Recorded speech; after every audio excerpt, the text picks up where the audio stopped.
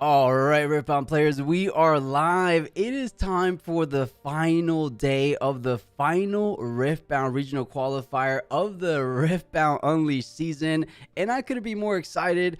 I'm starting off a little solo dolo for this time being, only because a little bit internet issues from our co-caster, but I believe we might have a fill-in somewhat shortly. But guys, as I said, welcome on in and happy Father's Day for all the Riftbound dads out there. I said it yesterday, but I'm moving my Father's Day till tomorrow to enjoy some time with my lovely daughter, of course.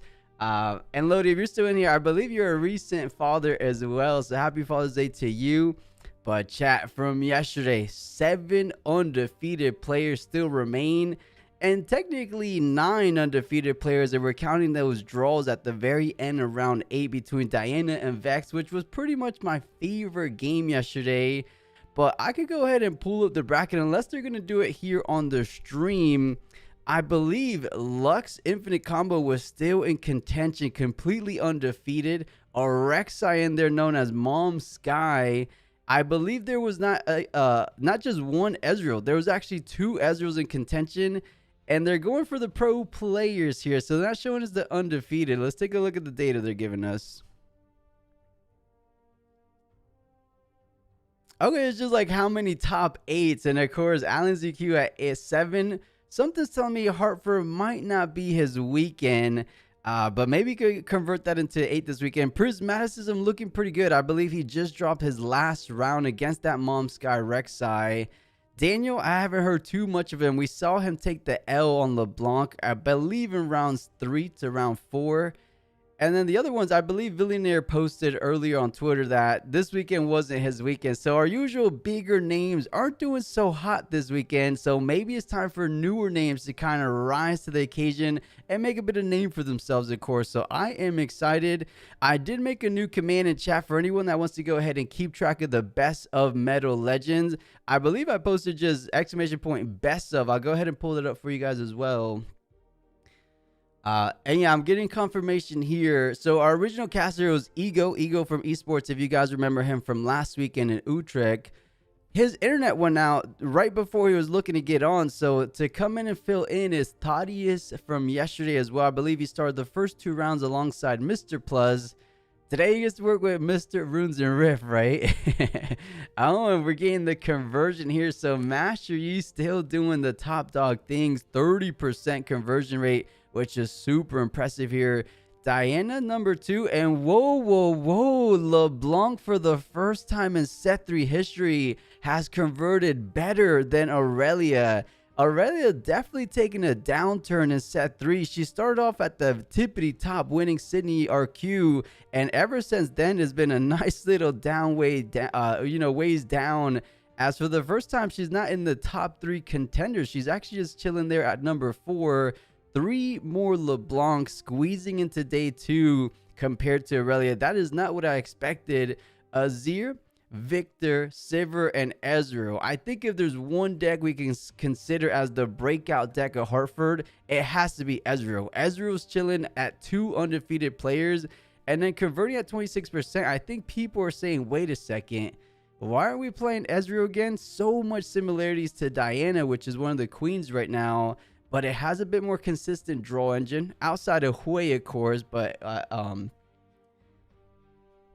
and guys, give me one second. I'm getting confirmation from Ego just in case.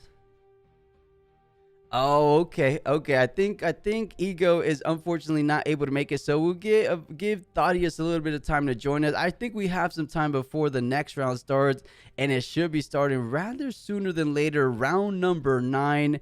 Should be right around the corner, hopefully. In the meantime, once they show us all the data, I want to pull up the undefeated players for us.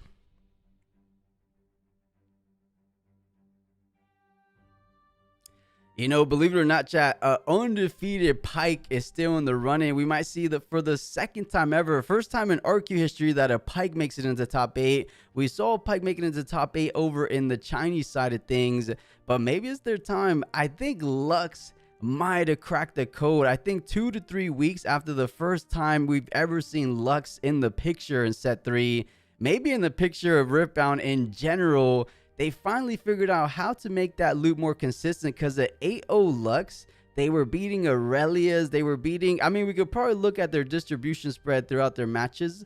I think they were beating pretty much a good amount of players. And hey, put in happy Father's Day to you as well. Welcome on in. Here with the camera now. Okay, let me go ahead and bring in Thaddeus. So give me 1 second. Boom, boom, boom. We'll go here.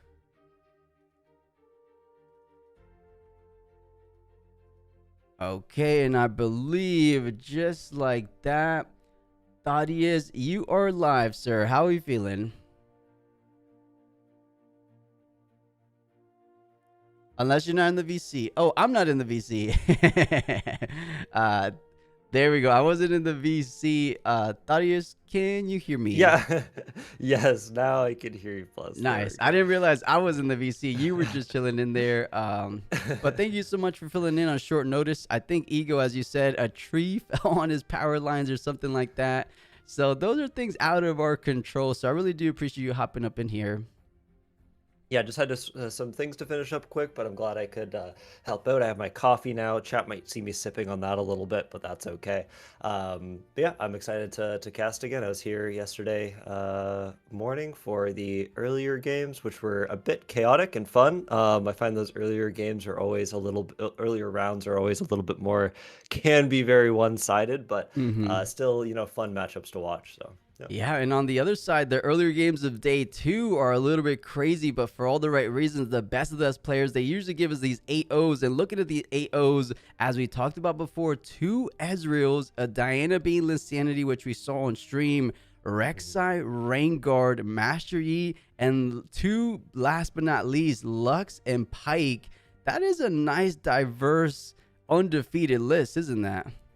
Yeah, that's amazing. I think I saw that Ezreal had a pretty good conversion this time around, and it makes a lot of sense, especially with how many Yis we saw throughout. Like having that control and being able to get rid of things off of battlefields and not letting Master Yi get that +2 bonus, right? If you're not attacking into battlefields, then they don't get that +2. So their Rengars and everything else are a bit easier to remove with things like Singularity, etc. So I think that's something pretty cool to see how people have adapted to the meta, bringing some of these new picks like Ezreal that can really show up in this meta. And I am a little bit surprised to see Ezreal do so well in light of the amount of Master Yi's currently running around, or I guess were running around on day number 1, with the prevalence being so high. I'm imagining, how did they get over Ruin Runners, right? Because I felt like that card alone gave so much troubles to those Ezreal decks, but maybe they figured things out. Maybe they went back to good old school, bringing 3 Watchers into the main board, and that's kind of how they're working things. I'm excited. Hopefully we get an Ezreal on stream within the next 1 to 2 rounds, ideally. Yeah, I'd love to see what kind of tech they're bringing in. I don't follow the Ezreal deck lists as closely as I'd like to, so I'm curious what they have to deal with those Rune Runners. Sometimes you do see, we haven't seen it in a long time, but Ezreal run Rasas and things like that for a little bit extra might. But also Ezreal does have access to the purple Kha'Zix, right? And so you can, attack in with Fizz, for example, or your Ezreal or whatever, kind of throw away that unit and then ambush with your Kha'Zix. It can't get countered by Defy. You get that +6 might, and so you can usually just barely get over those Rune Runners if you need to. Yeah, I like it. Sometimes they also have access to hard bargains, so if they're trying to rely on things like a punch first and they just have a single energy left, or even if they have like 2, I guess technically if you have 3 energy left, no, 2 energy left, and you could hard bargain there. So yeah, I think the Ezreals are catching everyone by surprise. They were pretty well played in set 2, but we haven't seen too much really rise to the occasion in set 3. So as we were talking about, I am excited for those. The one I do want to see, which maybe we don't want to see necessarily, is the Lux player. Do you really think they're kind of mixing things up compared to what we've seen in the past? Like, I guess we could call it the traditional Lux loop, or is there not too much to change, you would imagine? So we did, right? See, we did, I think, see in one of the Chinese tournaments the infinite recursion Lux, right? That infinite combo go off. I don't think it won the game. I'd have to go back and I forget, my memory's averting me, but it would be interesting to see if they are bringing some kind of just crazy loop that they were able to, pull out in some games and do pretty well. But I suspect it's probably a more standard Lux list, especially in a tournament this big. You end up having to play, 8 rounds is a lot of rounds. That's in up to 3 games per match. You end up, if you're not a consistent deck, if you're just going for those kind of combos that are fun at Nexus Nights or best of ones, you end up don't getting that consistency, and it's really hard to make it up all the way through. Okay, so you don't think he's looping? You think it's just a consistent Lux? My guess is that it's just a consistent Lux, but I would love to see. We'll see. We'll see what it's like. I think consistency and just having a lot of removal, and likely if they got like some good pairings and good matchups, especially into a lot of like Yees or or Aurelias, like things they can just play those call the weeks or the safety inspectors and those kinds of things that remove those big targets, and then the enemy just runs out of steam. I luckily did see online because I follow a good amount of players there. Mhm. He's looping Thaddeus. He is Oh indeed my going God. for the Okay, infinite loop. exciting. So that's kind of what I was Okay. getting at. He Wow, might have crazy. cracked the code, making that loop a whole lot more consistent because he was beating Aurelia's, Diana's, obviously the Aurora players.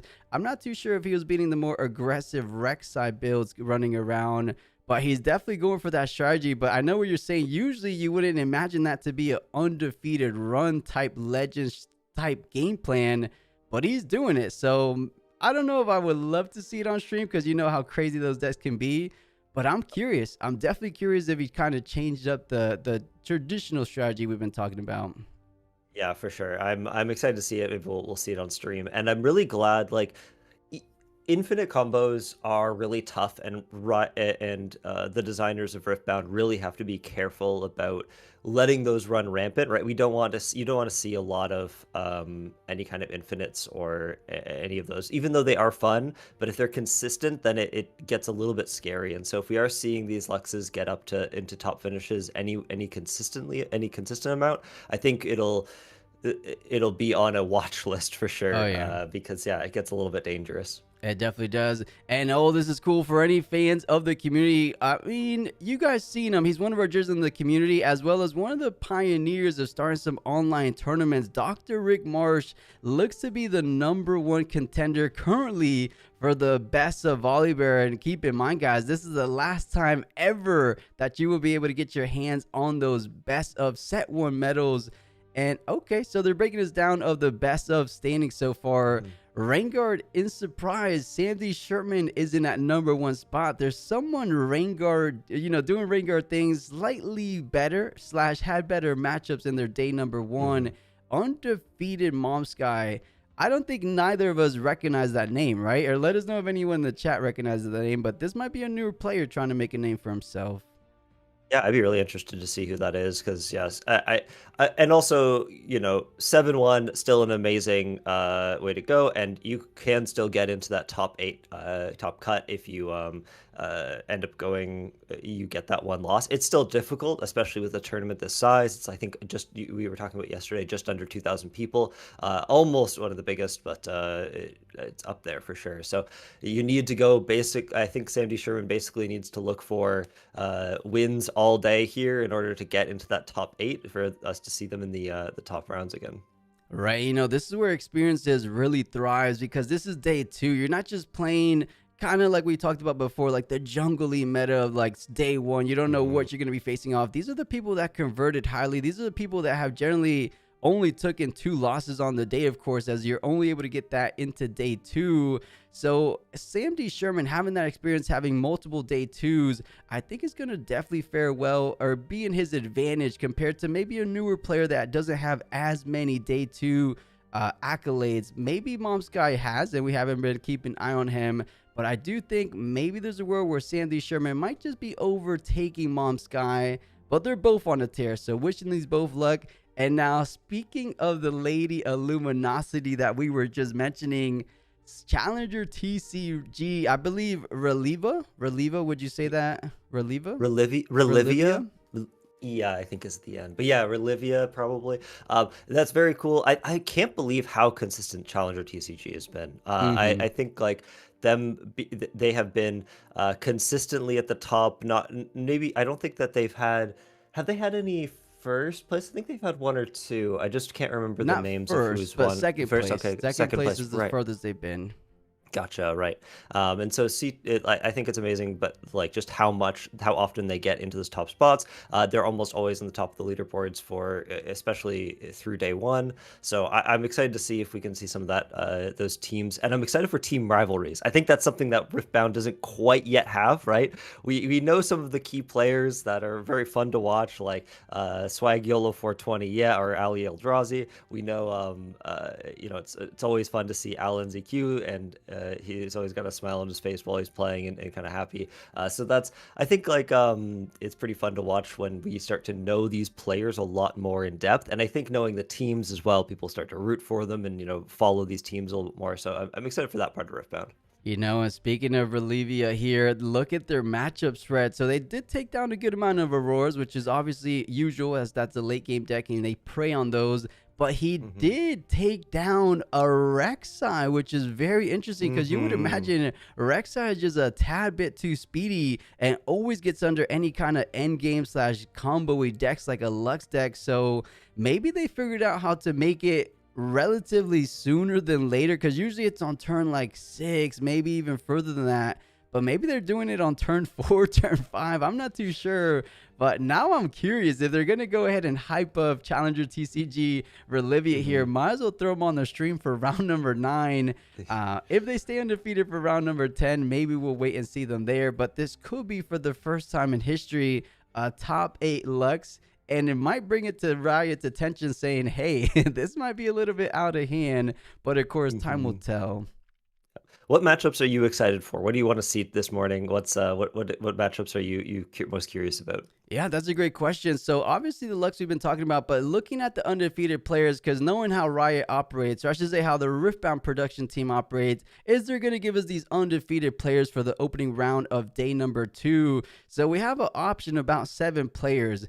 Pike is a good little spot I would love to tune into. We've seen a good amount of Pikes yesterday, but oh, we might have some mind chaos violence going on for this opening round. Ezreal, Diana, 2 undefeated players, of course, going at it. And I know, Thaddeus, you are a Diana player yourself, aren't you?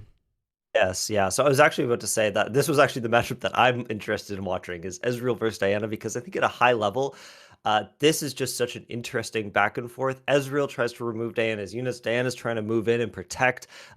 It's a really, really hard matchup for Diana, and that's also, I think, again, why Ezreal is maybe doing so well this tournament. Is there are a lot of Dianas, there are a lot of like these opponents that have a hard time when you remove a couple of their units and stop their tempo game. And so if Ezreal is able to, get the right spells at the right time and stop you from advancing too far, then it really, really can be difficult for either player. So I'm excited to see. I would really like to see this matchup and see what happens. Yeah, It could be cool. Traditionally, what I've seen is I have seen Ezreal's get the upper hand versus Diana for sure. because they just have one too many removal and the lack of Hmm. counters. Yes, you have hard bargain, but that's all you really have is hard bargain. So most often than not, those Ezreal spells are always going to certainly resolve, and they have a Hmm. lot of impactful spells, as you brought up to our attention. Singularity, of course, those arcane shifts, the little Bellows Breath Hmm. Watcher combos they're notoriously known for. So I'm excited. I actually do want to see Ezreal because we haven't seen a single Ezreal in quite some time, nor in day 1. All of yesterday, we haven't seen any. And I think they're talking about Ezreal Vexer. Let me go ahead and pull up the Swiss round, or not the Swiss rounds, but the standings for now, because they're not getting into the round just yet. I believe Vexer. Yeah, he was the number 1 Ezreal. He's the number 1 seed as it stands, and he is on Ezreal. So we might be tuning on to his matchup. But let me look if the pairings are already set. So round 9, who is Vexer playing?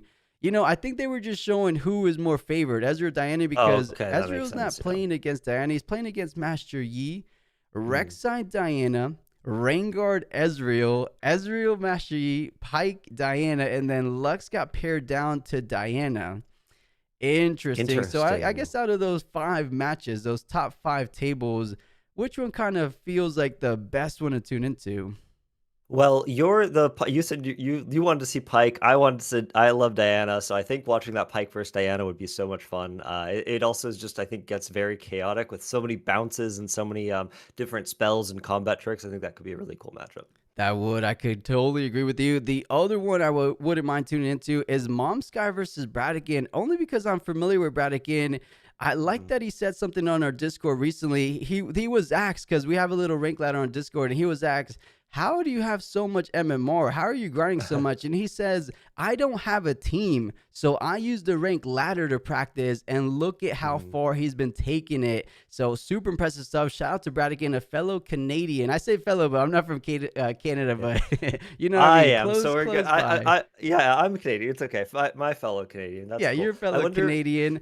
Okay. And yeah, actually, the winner, I said it yesterday, the winner of our triple box event we did at the beginning of set three. So I'm definitely familiar with Mhm. him. So super proud that he's making Oh, it so far, right. remaining undefeated. So I wouldn't mind seeing that matchup as well. But it looks like we are moments away for the round number 9 of day 2 out here in Hartford Regional Qualifier. I couldn't be more excited. And again, Thaddeus, realistic, a real thing. Thank you so much for stepping up to the plate. You finished your chores early, and now we get to go enjoy some good old Riftbound together. Yeah, I mean, I was about to just sit on the couch and watch this with the cup of coffee anyway, so I'm excited to be here. We can chat about it, and it's always nice to watch with someone else, so it'll be good. Yeah, it should be fun, of course. I'm very keen to find out exactly what matchup we're bouncing into, but can we really go wrong? I mean, the one you describe is awesome. The one I was looking at looks good. Even if we go to table 1 through 5, it's just going to be just fire matchups all day long. Hopefully, let's not knock on wood. Heck, give Mhm. us the Lux as well. We'll see. But I'm curious to find out if they're going to go ahead and do what they've been doing all the day one, where they show us the two matches, match A or match B. Because I would imagine there's not too many choices to be made, because usually that's when there's a lot more tables. There's only like Right. 5 undefeated tables, so you're picking about half of those there. Yeah, I think they'll probably give us a choice between the two tables. Again, it's usually just kind of fun. Let's chat, interact, and figure things out. I wish we Hmm. had a little bit more control over that. You know, we could set. I mean, I can go into their Twitch chat right now, and we can send a vote in. It'll Yeah, see yeah, if how yeah. Go much ahead that and do counts for. But it. yeah, it'll be good. Yeah, we'll see. We'll Yeah. see. But chat, let us know at home, what matchup do you guys ideally want to see out of those top 5 tables? Like I said, we can't realistically go wrong. And Thaddeus, remind me, I believe you chose your pick yesterday as LeBlanc. I don't know if you Y- saw. Oh, oh, oh, Oh, that match B isn't actually undefeated players. So I think we interesting. gotta Yeah. vote spam A, chat. Are you spamming A, Thaddeus? I think we want A. I'll put A in the chat. Oh my Yeah, gosh, I'm guys, not go even ahead and logged vote in into the it. official chat. Twitch chat, I believe, is the only one that's counting there. Spam the A's. Let's Mhm. get Raingard undefeated versus the Canadian Bradigan. I am excited for this matchup. I am, but I could kind of see it in theory really benefiting Bradigan here, because we're talking one of the best control-y decks in the game versus a unit heavy / unit centric strategy. Ezreal Bellows, Breath, Singularity, Wages of Pain. There's just so much combat tricks, so much removal, and the lack of draw from Raingard, I feel like, is really going to struggle here. But there's a reason this Raingard is undefeated, so maybe he's used to, he's up for the challenge, I should say. And I'm excited. Thought he is Mom Sky and Bradigan is the chosen feature match, so we are in for a treat. 2 undefeated players to start off today. Let's go. Yeah, I'm really excited for this match too. It is nice. It's fun. I didn't realize that Bradican was Canadian, so it's got to get a little bit of hometown pride there. Canada's a big place, so I don't know exactly where Bradican's from, but if anything, he's probably from nearby because that's where I live, where most of Canada lives. So, but yeah, I'm really I'm excited for pretty this sure matchup. it wasn't Vancouver and it wasn't Toronto. It wasn't the big cities. I could check because we Oh, shipped really? in the Okay. box, so I could look at the end of the city name. But it was somewhere in between there, we'll say. Right, right. We don't want, But we don't want to yeah, we don't dox want to dox Bradican too anyone. hard, so we'll do that. Yeah, but it's good. Of course, but Thaddeus, if you're ready, let's go ahead and join these players for the first opening round of day 2 out here in Hartford. Raingard versus Ezreal to start off the show. And to take a quick look, this looks pretty similar to the rain guards we see in the past. I do like these one-ofs though, which we don't often see in rain guard. The one of Darius's, the one of Thundersong, and the Ferris Forerunner. Those are like the best top end for red right now. So I like the little surprise factor he's bringing.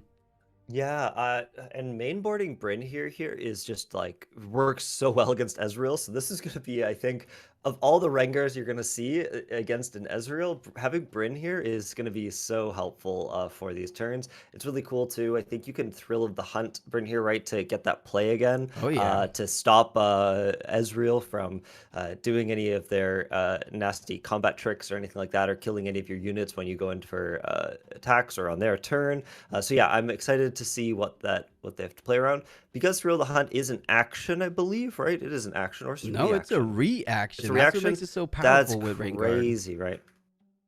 So yeah, with it being a reaction, we're able to save our units, and also, from different spells, because you do get rid of those and play them again. So yeah, I'm excited to see what this looks like, and I think this is maybe, then we'll see what the Ezreal has, but this might be favored for the Rengar. I like it. Having the Bringer in the main is almost indicative that he has maybe one or two in the sideboard for these more controlly Hmm. slash spell heavy matchups. So I do like this, and I see exactly why he's found success. Now, on the other side of the feature table, these are interesting cards here. We're seeing some main board gear hate, which has become common in set 3, but little inclusions that really stand out to me. First things first is the list. We're usually seeing that in Pike Liz, but because you're already playing the Pack of Wonders strategy with Fizz and Bewitching Spirit, you also get to benefit from the list bouncing it back to hand, using it over and over again to get those -2 reductions on a tag of your choice, which makes a difference because reducing it might makes your spells, your Q spells, just that much more effective, of course. So I like that inclusion there. We haven't seen it in the past.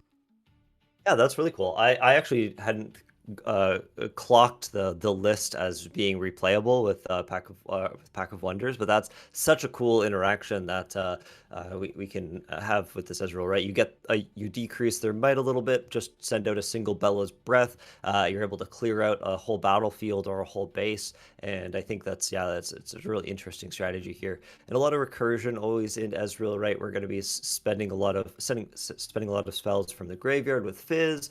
We're going to be star crossing units, Pack of Wonders on Treasure Trove in the list, like so much recursion, so much coming from your graveyard or back to your hand, and just playing and playing and playing.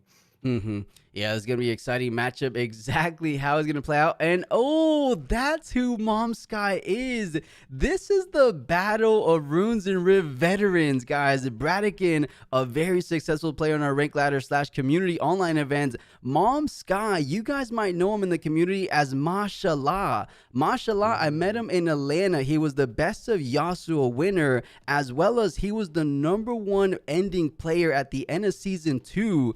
He had the most top placements overall in all of our online tournaments. So this is such an exciting matchup for me personally, because I kind of know these guys firsthand. But speaking of going first, Bradican will be on the plate and establishes out a nice little Pack of Wonders to start off round 9. Yep, easy, simple first start. Ezreal doesn't really need to play those turn 1, 2 drops or 3 drops. They have their Ezreal chosen champion if they need to, but just getting something out to start generating some kind of value is very helpful. And right away, Deadly Flourish to get rid of that the Kinku initiates, Kinku monks. And so yeah, Ezreal already starting off strong with just removal, stopping Rengar's game plan. Right, we were talking about just the controlling factor that Ezreal's able to dish out, and just like on that second turn, Deadly Flourish taking out that Kinku initiate. But now is Rengar's time to go ahead and see if anything can stick on this battlefield, because I would imagine anything Mom Sky kind of puts out, the strategy here is just not letting him get onto one of these battlefields. Of course, you have the potential for an accelerated Kaiser Survivor, but then you're kind of leaving yourself a little bit overextended without any runes. So just plays out a Pike, and I would imagine something like a Hopeful to follow things up. But no, looking to be something like an Irresistible Faithful, just to get a little guy on board and threatening a double conquer turn next turn. Irresistible Fate Folk. I think it's good that we developed, right. We do need to get those double conquerors. We do need to start just pacing out the Ezreal, but also playing out the Fate Folk like this means that Oh, he actually plays at the Ezreal anyways. I was gonna say that this Faith Folk lets you get rid of those really, really important, impactful units that the Ezreal wants to hold back, like Ezreal. Oh, never mind. That's why Bella's Breath just comes out and kills them. But yeah, we have to make sure that if you play these Faith Folk, you really want to get some kind of use out of it to kill those Ezreals or any other important unit in the backline. Otherwise, they just stick there around and let you get so much value over time.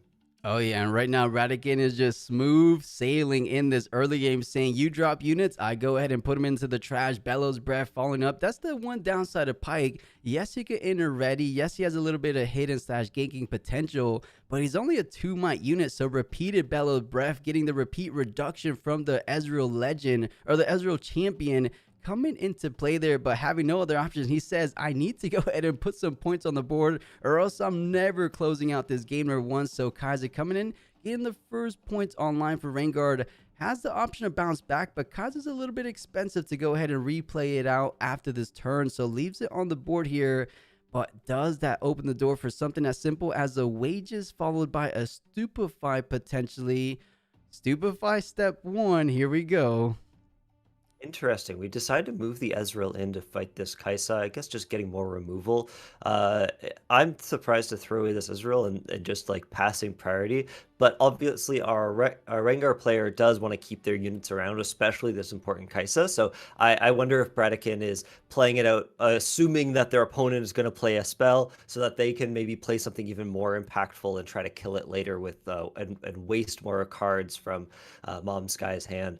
So I'm really interested in this. I think, like we were saying before, opting not to return the Kaisa to hand, I'm a little bit surprised by that. I think Ezreal, when Ezreal doesn't have anything to, obviously we do need to build a board, we do need to get things going from the Rengar side, but if Ezreal doesn't have anything to kill, then they're just kind of useless. So if you can just keep accelerating that Kaisa, keep bringing it out, it's a lot of power that you have to pay every turn. You're slowing yourself down, but you get that draw, which is so important in this matchup, as well Mhm. as you get that unit recursion that you just keep playing and getting like at least a point or two per turn. So I'm curious to see what happens here and what they end up playing. He's looking like he wants to go ahead and drop this signature spell, thinking about it, but oh, actually leaning more towards the Inferno, despite not getting the assault value since you are the defending unit right now. But still wants to get something online, but no, does decide on the signature spell, taking the risk. He's saying, if I could get a conquer on my opponent's turn, those are 2 points net of me going on my very next turn. Is he successful in conquering? Because of course, something. I mean, he already spent one stupefy, so 4 is a tricky threshold. You can't deadly flourish during a showdown. All you have is Wages of Pain, and that's just 3 total mark damage applied on the Kaiser. So this conquer might very well go through, but we will find out. Can Bradican stop it? First thing, you have to close the showdown on Emperor's Day Out. So that's 1 point over to Bradican. But Mom Sky trying to play a little tricky here, saying, can I get up to 3 points sooner than later? Yeah, I wonder if he'll return the Ezreal. I think opting not to, I guess. Just, if you don't know if you want that extra draw discard, and Ezreal has already gotten their kind of use here. But the Kaisa, especially moving over to the other battlefield, and if this gets resolved, is going to draw another card. And like I said before, drawing cards is so important for this to work out. But no, instead returns the Kaisa back to hand. So this actually worked out great. So that you get that Kaisa back in hand. You don't even have to pay the Emperor's Dias cost, and you waste a few spells. However, having to spend that signature spell of Rengar so early is a little bit scary. Right, that's the only downside there. But honestly, you kind of spend both cards on both sides of the board, right? You got the reaction, the Thrill of the Hunt out of the hand for Rainguard. You got the Starcross out of the hand for Bradican as well. So even trades across all along. Kind of a slow and steady, slow scoring game so far. But that's kind of how Ezreal plays. They kind of just go ahead and control you so much so where you're out of options, out of cards towards that mid to late game, and they just kind of get away with it at the very end. So here we go. He has the option, as you told us before, accelerate Kaiser Survivor down to just their last Fury runes. So they're a little bit heavier on body this time. Yeah, I think yeah, or low on, yeah, heavy, definitely heavy on body. And I think they have a lot of body runes. When we were looking at the deck, I think it was 7 and 5, like 7 body runes and 5 of Fury runes, because they don't have a lot of Fury costs in their deck. So I don't think that they're too worried about it, but they're not going to be able to play that Ferris Forerunner next turn unless they draw one of their Furies, which I think they are guaranteed to. It looks like they have Right. one, two, three, four, five. So they should be okay. They should be okay. Just deciding Oh. here, they are going to return it to hand. Interesting.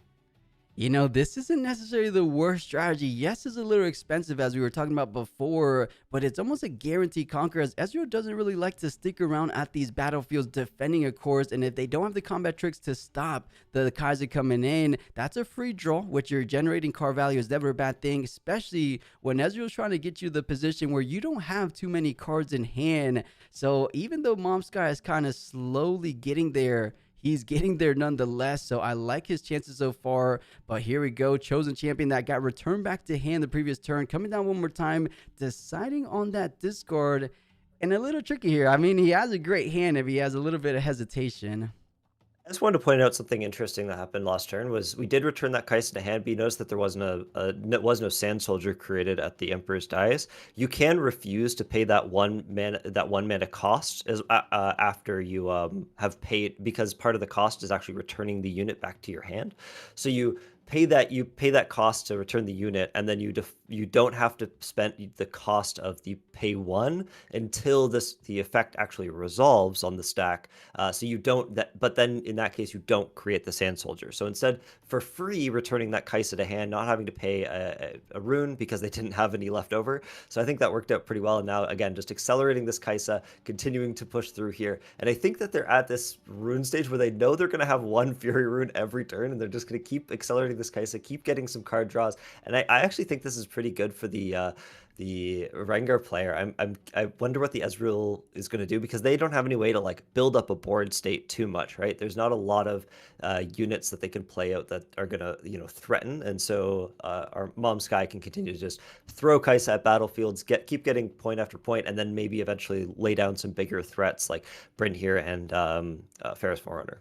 Yeah, you're totally right. And maybe perhaps not the direct intended use from Emperor's Dayals on this Kaiser Survivor, but working out fantastically so far. Deciding, I don't want to go ahead and bounce it back to hand. Let's make it a little bit harder for you to kind of get over with this additional buff. So 5, leaving the door open for something like a Singularity to come up and clean up the entire board state. So a little bit risky here, but potentially doesn't have it. But what he does have is Bradigan using the list here. I would imagine a -2 reduction on Kai'Sa, at least equalizing the total might if you want to go ahead and push in forward, as we saw previously done with the Chosen Champion being Ezreal. So 3-3 potentially, but any little stupefy could be changing things towards the Ezreal's favor, of course.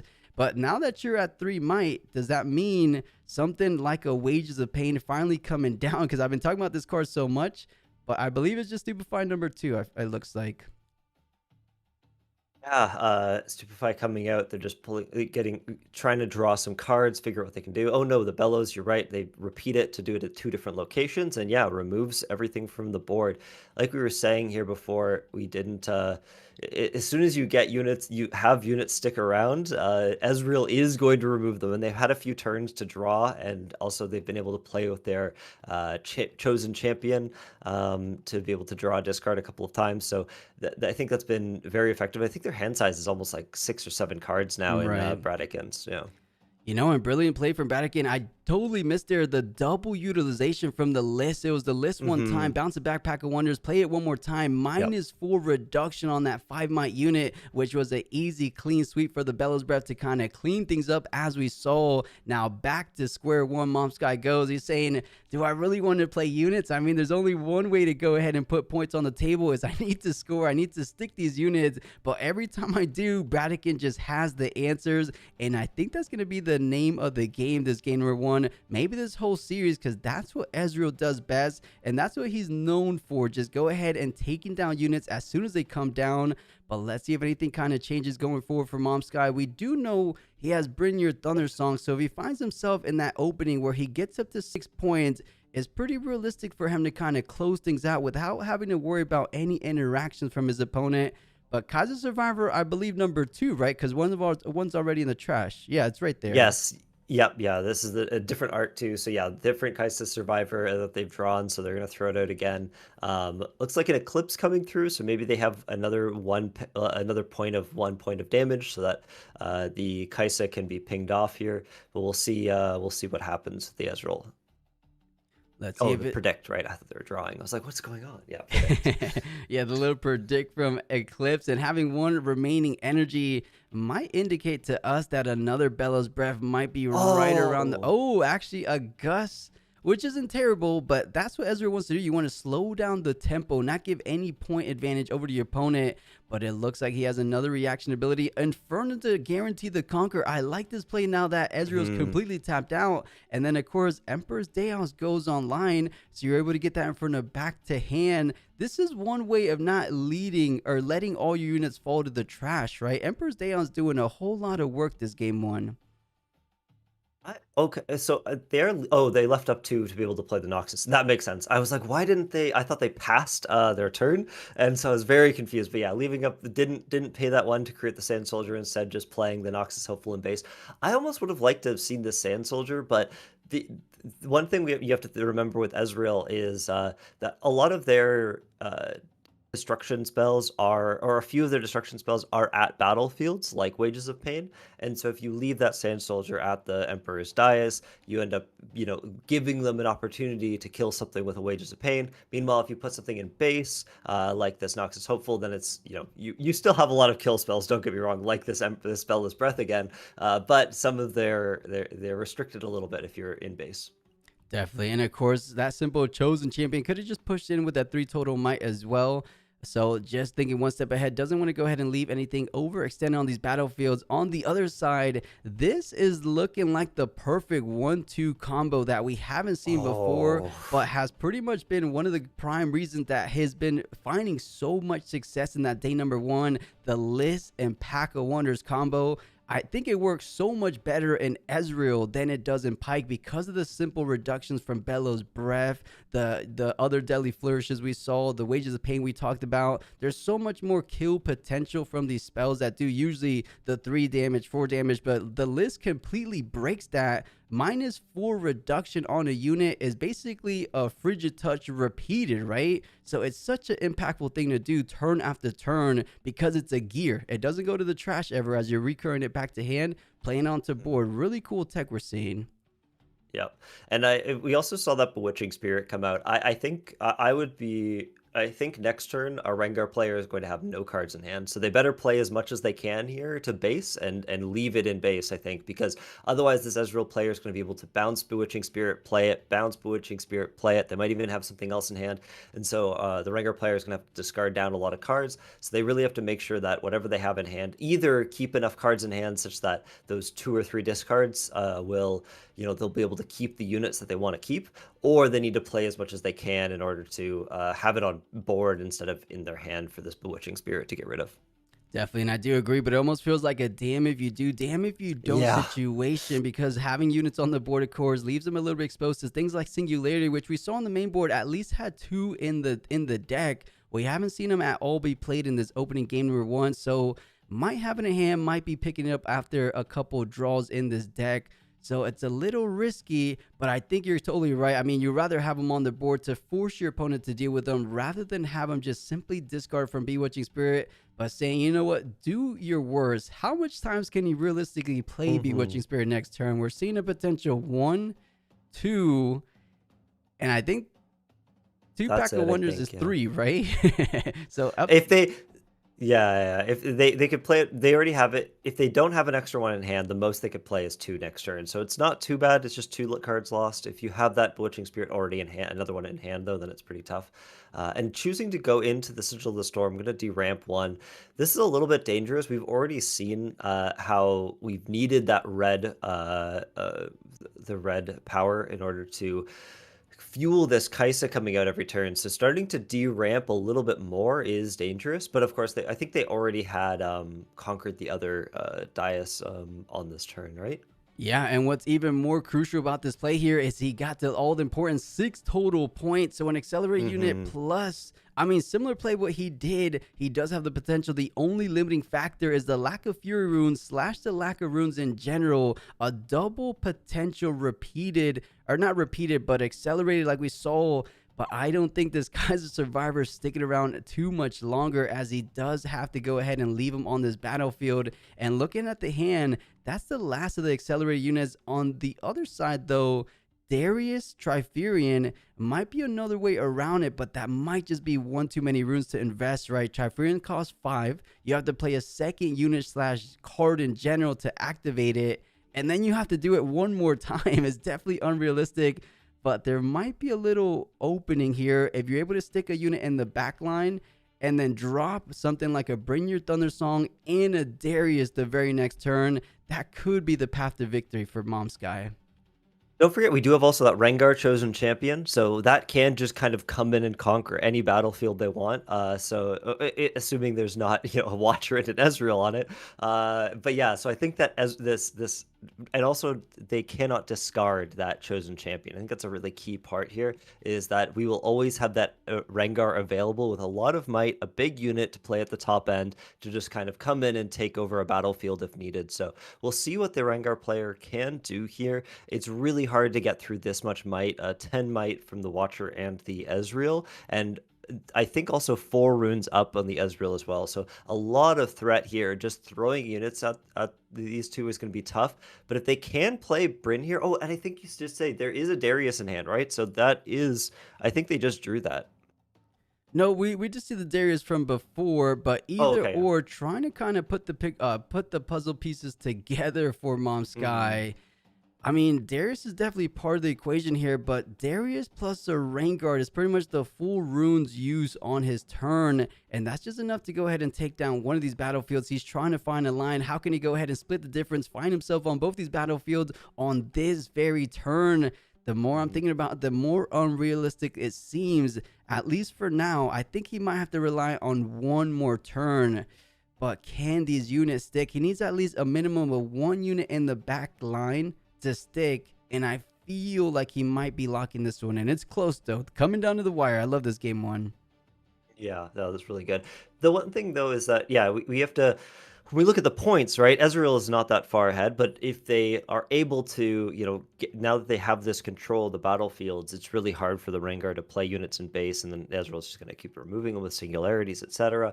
And so it's a little bit do or die this turn. Can we make it work? Otherwise, we're going to have to just play a couple things to base, hope that the Ezreal doesn't have it, and then next turn go for that kill. Mm-hmm.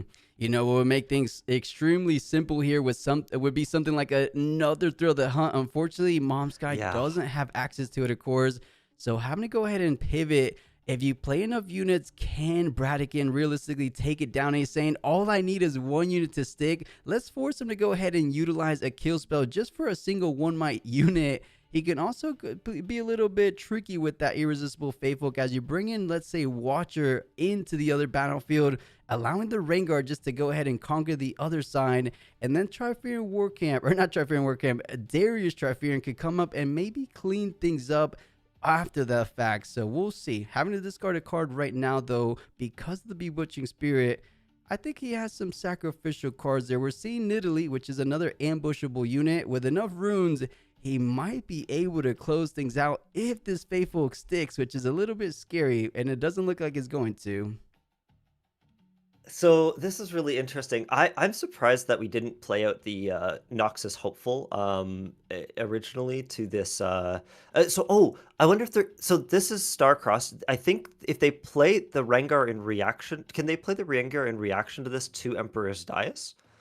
No, no. Okay, It okay, needs to yeah. either have opposing units or your units to ambush. Right, okay, okay. Thank you. Yes, yeah, that makes more sense. Because yeah, I was like, that would be crazy if they could do that, but they can't attack that one base. End up having to basically give up their turn here, which is, or like a lot of runes, and this is why I'm surprised they didn't play something to base. I've seen Rengars do this a couple of times, and I really would like to, pick their brain on why you don't just, why they're holding up that many runes. Hmm. Obviously, it probably is for the Rengar or something else here, but looking at that Ferris Forerunner, if we had played that last turn, right? Even if Ezreal removes the big 6 might unit with something, you still have to deal with those 2/3/3 mechs at the end, and having that little bit of extra power is basically all that Mom Sky needed to be able to push through this. So, not playing that unit, I'm curious why not why we didn't play something else to base if that was our plan.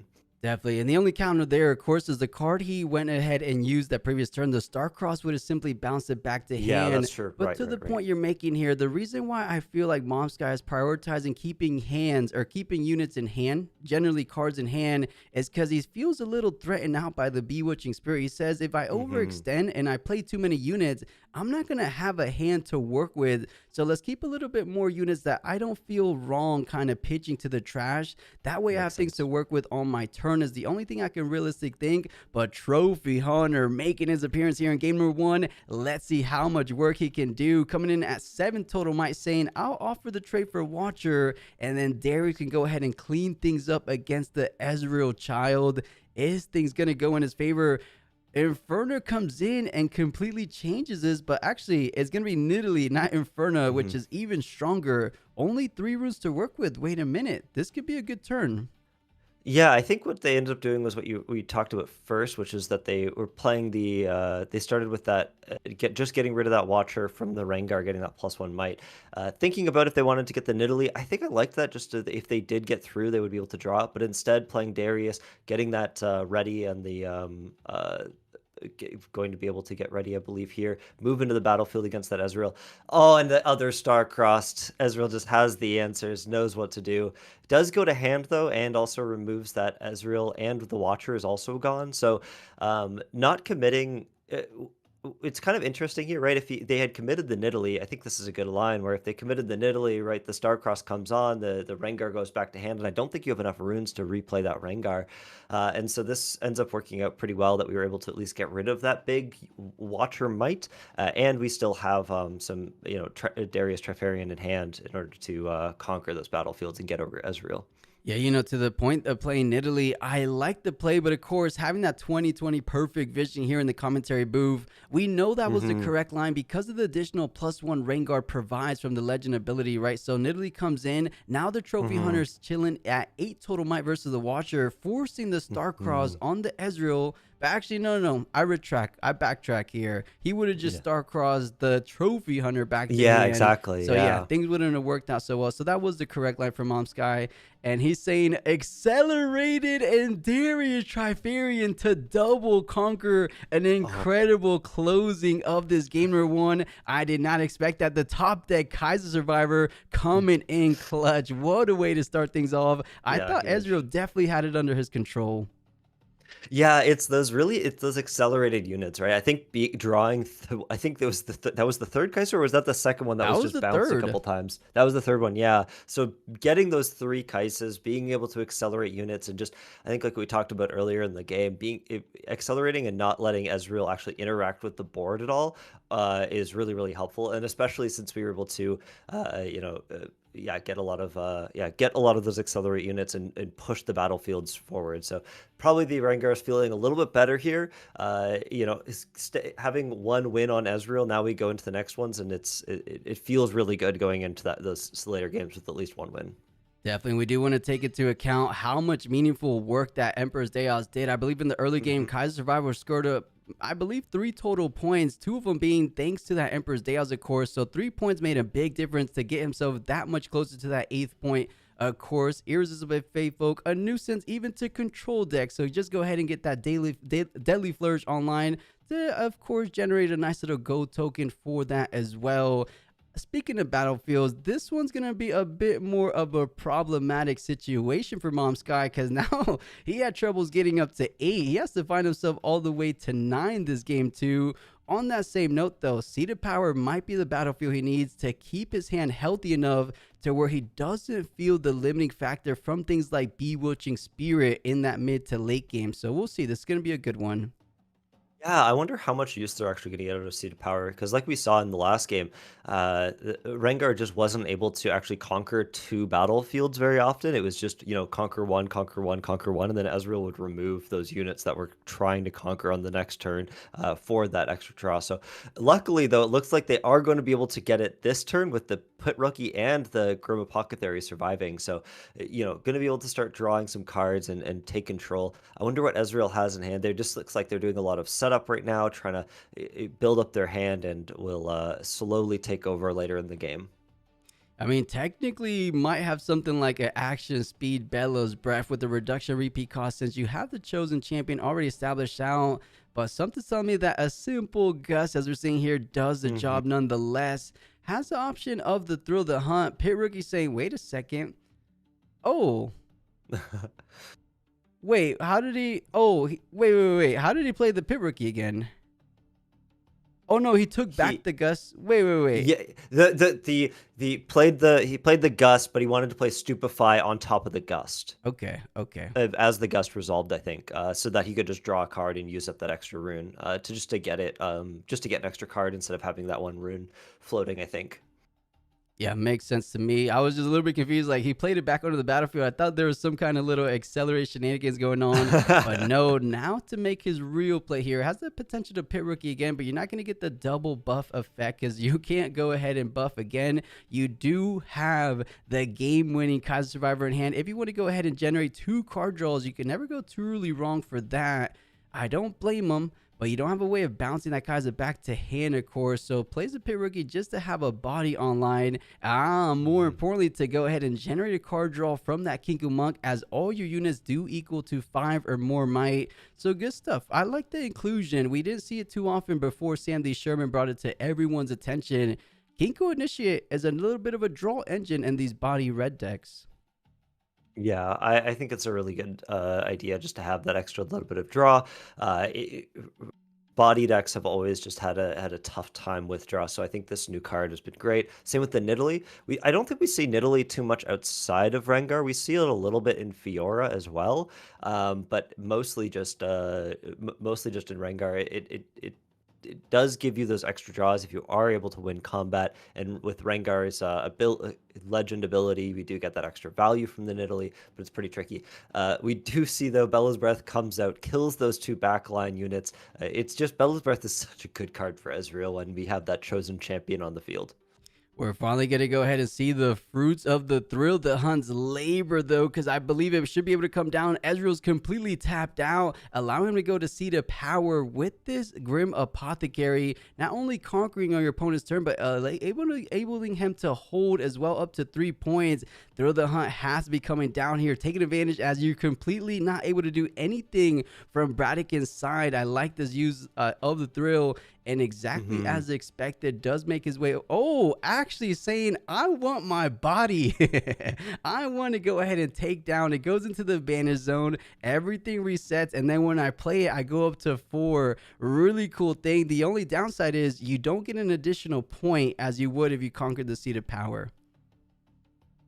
Yep. Yeah, exactly. We get rid of the Ezreal. I think that Ezreal is really dangerous with those repeated spells. So you're getting rid of that pretty quickly, and also not letting you replay it for extra draw discard is going to be really key too. However, the Watcher is out, and Ezreal doesn't have a lot of big bodies, but this is an important one. I wonder if we'll see any kind of like if we'll see that Grim Apothecary come back, just so that we know which battlefield the enemy has to go after. But we'll see. Oh yeah, there he pulls back. And man, what an impressive double draw thanks to the Seed of Power and the Survivor ability, of course, keeping his hand size nice and healthy going forward. And for the first time in the series, these units are sticking onto these battlefields slash the board in general. I like Mom Sky's position despite having the Watcher Bella's Breath combo very early on. Mom Sky still looking in a decent position so far. And we see what's in hand. He might be able to go ahead and protect this Kaiser with that big old punch first. But I would imagine with a full grip of runes right now, Bradikin probably has something to say about it. Yeah, I'm sure the Vatican has something here. Yeah, and Eclipse just comes out, minuses that, and Kaisa is going to go away. I think getting rid of those spells, especially when we've gotten rid of like Ezreal, and we haven't seen as much draw come through, I think, for the Ezreal yet. Wasting those spells, making sure they have to use some amount of mana so that they can't play some of their bigger spells to clear out your backline is important. Letting them get a conquer is fine. Vex though. We didn't see that turn. We didn't see that game one, but oh my gosh, that's a what a card for purple, right? Especially Oh against yeah. Rengar.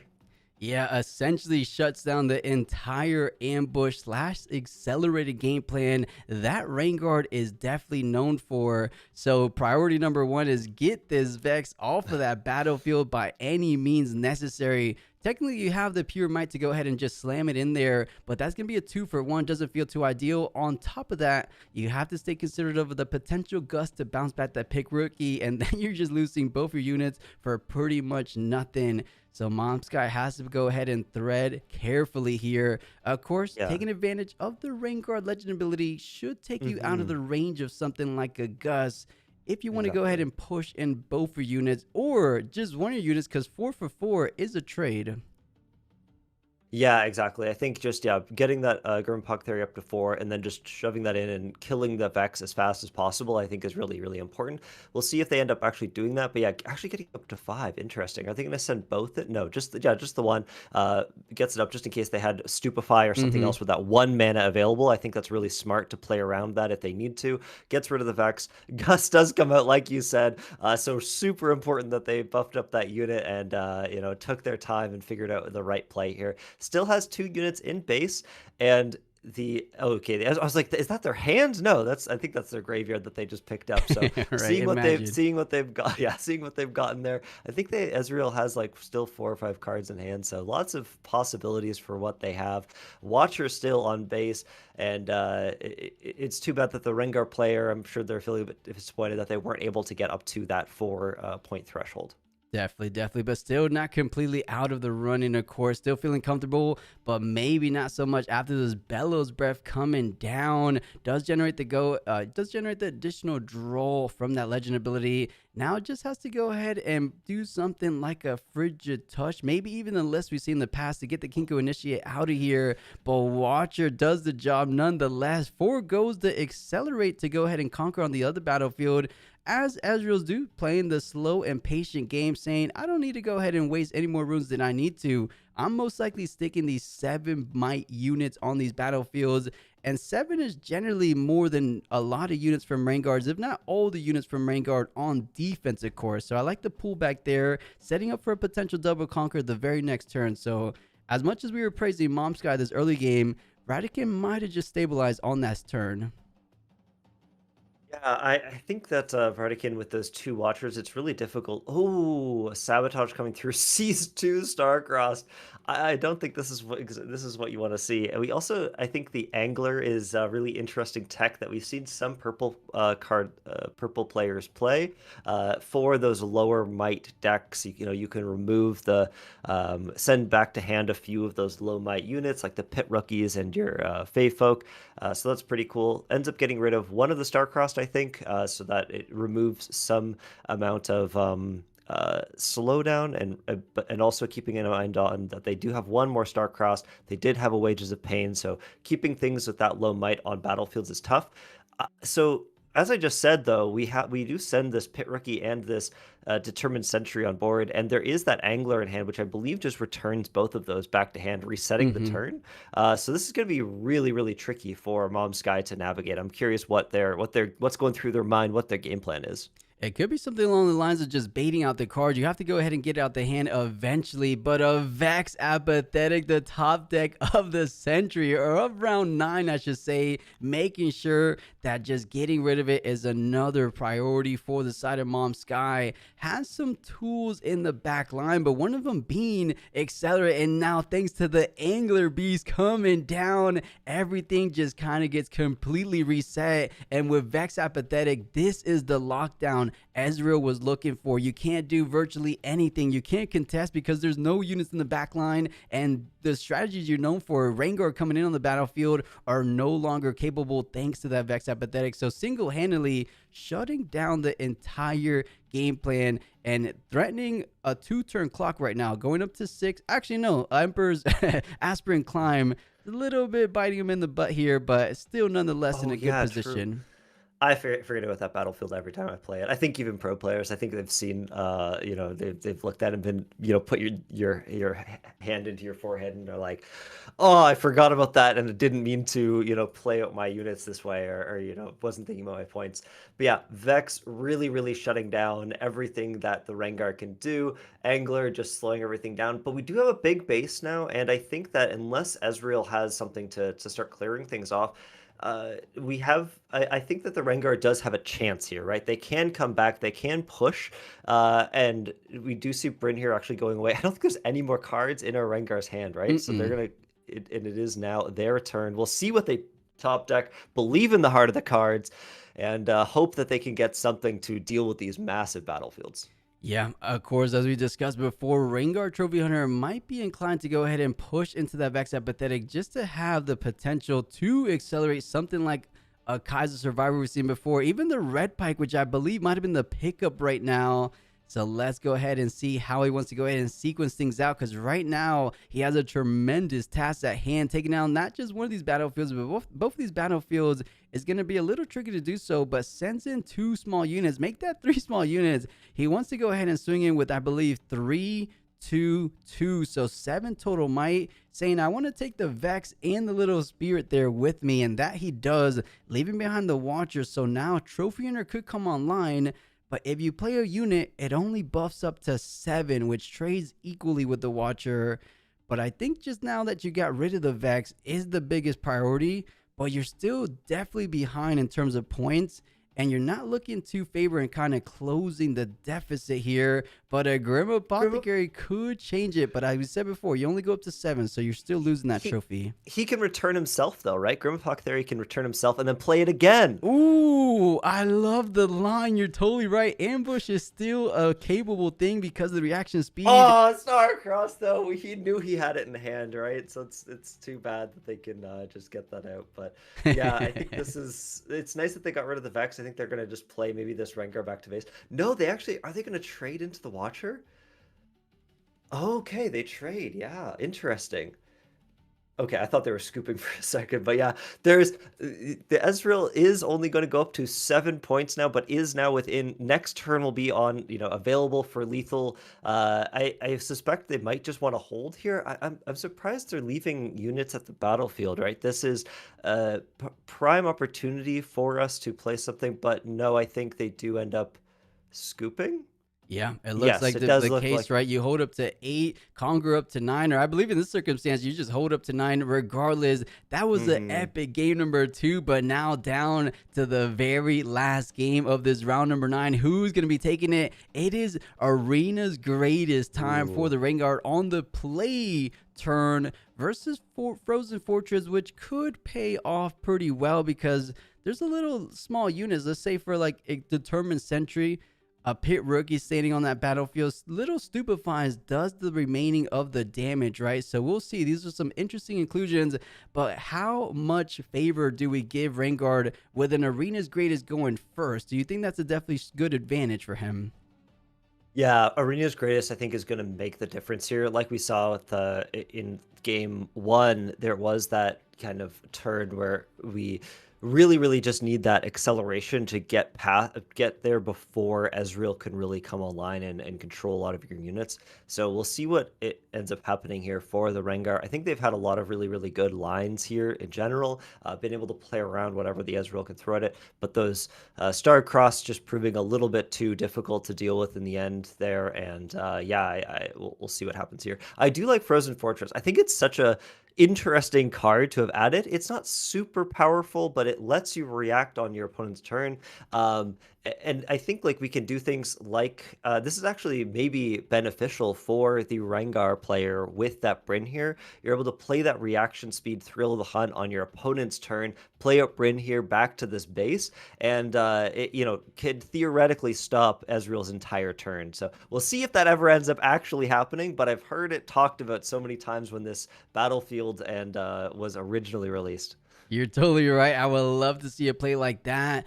Thinking about it, I mean, I guess it can benefit both players, but ideally it does benefit Bradikin just ever so slightly Yeah. because you are making those break points a whole lot more easily to attain against your units. Like Stupefy alone would do some heavy lifting as we discussed before, but the Yeah. card that I think works best with things like Frozen Fortress is going to be the list that did so much work in that opening game number 1. So if that does come online, it could pose a big threat, but he could just go on the, I will stick to this side of the battlefield, just conquering one by one. Eventually I'll get up to 8. And here does have the potential to keep things on the even point tempo, threatening a 4-point as Ezreal's completely tapped out. I like my positions turn 3, turn 4, and you're already halfway to the finish line.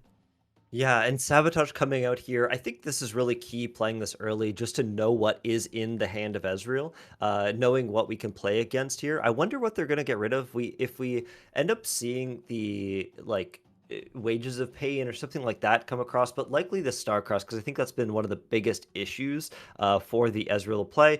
Bella's Breath, of course, also very like all these cards are just difficult to deal with. I'm not too worried about the list, I think personally, especially since we don't see any of that recursion yet to be able to play it multiple times. So we'll see what they end up picking. I think it was. Did we see what went away? It was The hard to sprite tell. fountain, surprising enough. I was thinking something Oh, along the okay. lines of Starcross, like you mentioned, but trying to say, I don't want you to conquer or contest these battlefields at all. Go ahead and try to Right. wages of pain. I got a reaction speed through the hunt that's meeting you there, but I Mm-hmm. don't know. I mean, I could see it. I could totally see it. I mean, 3 might sprite token does technically take care of your pit rookie. But let's go ahead and see what Mom Sky decides to do.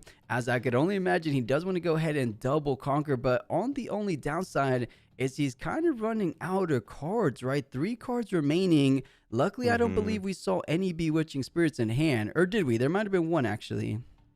I don't recall. I don't think there was, but I'd have to, yeah, we'd have to rewind here quick and take a look. But yeah, I like this play. I also like putting the pit rookie at the Frozen Fortress and make sure that if they end up using Wages of Pain, they can't kill the Noxus Hopeful. If it had been on that Frozen Fortress, it would be at 3 might. Wages of Pain gets a lot of value there. But instead, the list on this pit rookie minus, it'll go down -2, and then it'll kill it thanks to the Frozen Fortress damage that's already existing on it. So yeah, this Frozen Fortress definitely, like you were saying, definitely benefits the Ezreal way more than the Rengar player, but there's always just those silly, sneaky plays that can happen. Yeah, and we'll see if that does come into play a little bit down the road. 4-1 as it stands. Doesn't have any units besides the chosen champion to play, but as you mentioned, he does have the Wages of Pain, so it could be a double unit clear on both of these respective battlefields. -1, then 3 damage might be incoming, but does that open the door for the Rengar play? Because keep in mind, he lost control of Frozen Fortress. He hasn't scored it on his opponent's turn, but okay, saying I can Gus and still leave up something like a Wages of Pain, but Wages is only 3. Things are getting interesting here. I think it's a little risky thinking about how much runes Ezreal still has open. I think I might just let this Noxus Hopeful come back to hand. Yeah, and just I did go back in stream. We did not see the Bewitching Spirit actually Okay, pop up at thanks. all. So yeah, so that discard isn't in hand right now. So and this Thrill the Hunt I think is a really really key important thing here. Gusting a unit back to hand. Sure, you're not going to get that hold point, which is a little bit annoying, but I think it's okay, right? You're gonna like keep that unit in hand. You can play it a couple units next turn. And I'm unsure. Oh, we could also see the Inferno come out to try and get that hold. I did forget about that, right? But then you end up, like you said, there's still a lot of runes up for the Ezreal. Something else could come out and kill it. Yeah, you kind of just leave it exposed for the Wages of Pain. But on that same note, you're kind of gating those cards out of the hand. Eventually, they're going to come in. Eventually they're going to make their impact. Might as well make it now. But Bane, a little bit more patient, has a potential to go ahead and conquer one. And he top deck these Kaiser Survivors exactly what he needs them to get him to that So all good. important turn, or not turn, but point number 6, and just knocking on the door of that 8th final victory score. Can he get here in this final game number 3? Things are definitely inching their way there. The question is, do you want to go ahead and get there first or save the survivor for the potential push up to 8? I mean, the Vex Hypothetic, I feel like you would have to do it now rather than later. That's what I was thinking too. I think you really want to do that now if you can. You could even throw the Rengar out, honestly, but I think Kaisa, you get the draw. It's only 4 might, so you can kind of throw that out there. 4 might's also a good amount of might, especially to put on the arena's greatest, because then it's still at 4. So anything like Wages of Pain or Deadly Flourishes, etc., can't quite kill it. You have to do something else. So the list has to be used on that. And then Vex also can come in and clear out one of these, but you can't clear out both. So I think using that Kaisa, getting some card advantage, and also going up to that, like you said, important 6 amount of points is really, really key here. And they still do have the thrill of the hunt if they do want to, pop something back in. They have the Inferna to attempt to assist with any kind of attacks that go on, or if there's like a Star-Crossed or something else similar that bounces some units, they can respond with that Inferna. So I think there's a lot of options here, and making sure that we get use out of things before Vex takes over a battlefield and really digs their teeth in. Yeah. Definitely. Let's go ahead and see. He's kind of being a little bit hesitant, saying, I mean, there's plenty time left in the clock. This is coming down to those final turns. So does decide to go ahead and deploy the Kaiser Survivor, but foregoes the accelerate from the Survivor. Interesting, because now you're staying behind at 5 points. I wonder if this is something along the lines of respecting the Wages of Pain, saying, I will go ahead and let you have it on Noxus Hopeful. But on the contrary, this might be something like a Rainguard signature spell coming down and saying, do your worst. What do you have for this thrill of the hunt? This is why he didn't want to conquer up to 6. He wants to go ahead and conquer on his opponent's turn before the Vex Apathetic made his push. So it doesn't enter stun, able to go ahead and apply pure combat damage if it goes to that direction. And he does conquer up to 6, Thaddeus. This is big. Ooh, this is huge. I'm really excited. The list is going to be able to come out here, and Vex is going to be able to conquer this battlefield, get rid of this. But going up to 6, having the Kaisa as well in base, and I think also an important part here is making the Ezreal spend the runes, right? If we didn't play that spell, if we didn't do anything on this turn, if we had just accelerated that Kaisa in, then Ezreal has a little bit more options and knows what they need to play around. And so now they needed to play this bigger 3 energy cost Wages of Pain, get rid of a unit. They also have to play the list. So there's a few things that they end up using here and not able to maybe develop the way they wanted to without the knowledge of what that thrill of the hunt was. Discards Star-Crossed and draws a couple cards from the Ezreal champ. And we'll see only 2 runes up from their Ezreal. Are they going to pass here? Because Vex is on a battlefield, but Kaisa can come in. One thing we have to notice, though, is that, okay, Sprite Fountains as well, so they're going to beef up at least one of those battlefields, maybe conquering up to 2. I think Sprite Fountain here is probably a good play, just to make sure that there is more might at this battlefield. And whatever we send in, this Kaisa can't just be buffed up to 5 via the Rengar legend ability, go over that Vex and then stick there. They're going to be killed by that Sprite, and I think it's going to be really difficult to be able to get 2 points here. Right. The only caveat being is now Ezreal's completely tapped out, so everything's rather straightforward. But though it's straightforward, it's still a little bit of a tricky situation, as you pointed out. 7 total defending might on that arena's greatest. Currently has the potential to go up to 5 with Kaisa if you play out a unit. But it's going to take a little bit more than that, because you want to maybe leave something like kill the Vex Apathetic. Because you could just swing in with 5, take care of the Vex. Trophy Hunter comes down, takes care of the Sprite. But then I just don't see a world where you could go ahead and accelerate and close things out on this very next turn. If we take a look at the hand, I've seen a Noxus Hopeful, an Inferna, and I can't really make out the remaining cards. Noxus Hopeful. Oh, is that the Red Pike? Red Pike is just 3 energy. Wait a second. That's 2, 4, 5, 3. Oh, he's a little bit short. You know what you have to do here is, oh no, that's a Grim Apothecary. I misspoke. I got hyped because Yeah, Red yeah. Pike comes in ready, doesn't he? Yeah, yeah, but then you'd also get stunned into this Vex, so you'd have to have enough runes to do that. So it ends up just clearing the Vex off the board in order to be able to play something. I think they're gonna. It looks like they're playing the Rengar out. Yep, they do to the Green Greatest. Goes up to 7 points.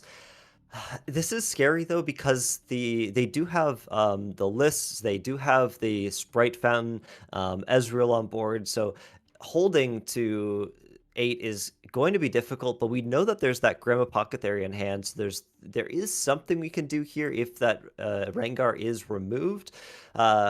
Yeah, I'm really curious. I don't think that there was too much else that you want to do here. We'll see what the Ezreal, if they have any kind of line in order to stave off this final point, because I think this is really what Ezreal's try to do so hard. It is make sure that they can get up on to control the battlefield. And once it gets to the 7 point, if they can just barely, clear off that board, they can hold and be okay. Especially, I think I saw another Vex in hand, so Hmm. we'll see what they can do here. Yeah, you're definitely right. And that's what he's trying to do here. He's just trying to hold on for this game three life here. Has a Sprite Fountain just to push in, applying some damage on top of what he can do. These might reductions, but Grim Apothecary coming at reaction speed, but he also has something at reaction speed being the Star Cross, but effectively works the same way. Back to the hand it goes, being the end result regardless. So comes in at 4. Wait a second. If you're not able to go ahead and clear this Grim Apothecary, that's going to be a draw slash a potential hold. But he does have the tools. It just doesn't feel too good to go ahead and use these tools on something like a Grim Apothecary. But you're about to go down if you don't have anything to say about it. So forcing the hand of Ezreal, saying I might have to go ahead and bounce back this Sprite, aka losing it as long. Oh, okay. Bellow's Breath just to tie. I see. Mhm. That makes sense. Yeah, Ezreal just doesn't want you to be able to. I mean, if they play something there, they're able to hold. They get to that 8 points, so you need to do something here.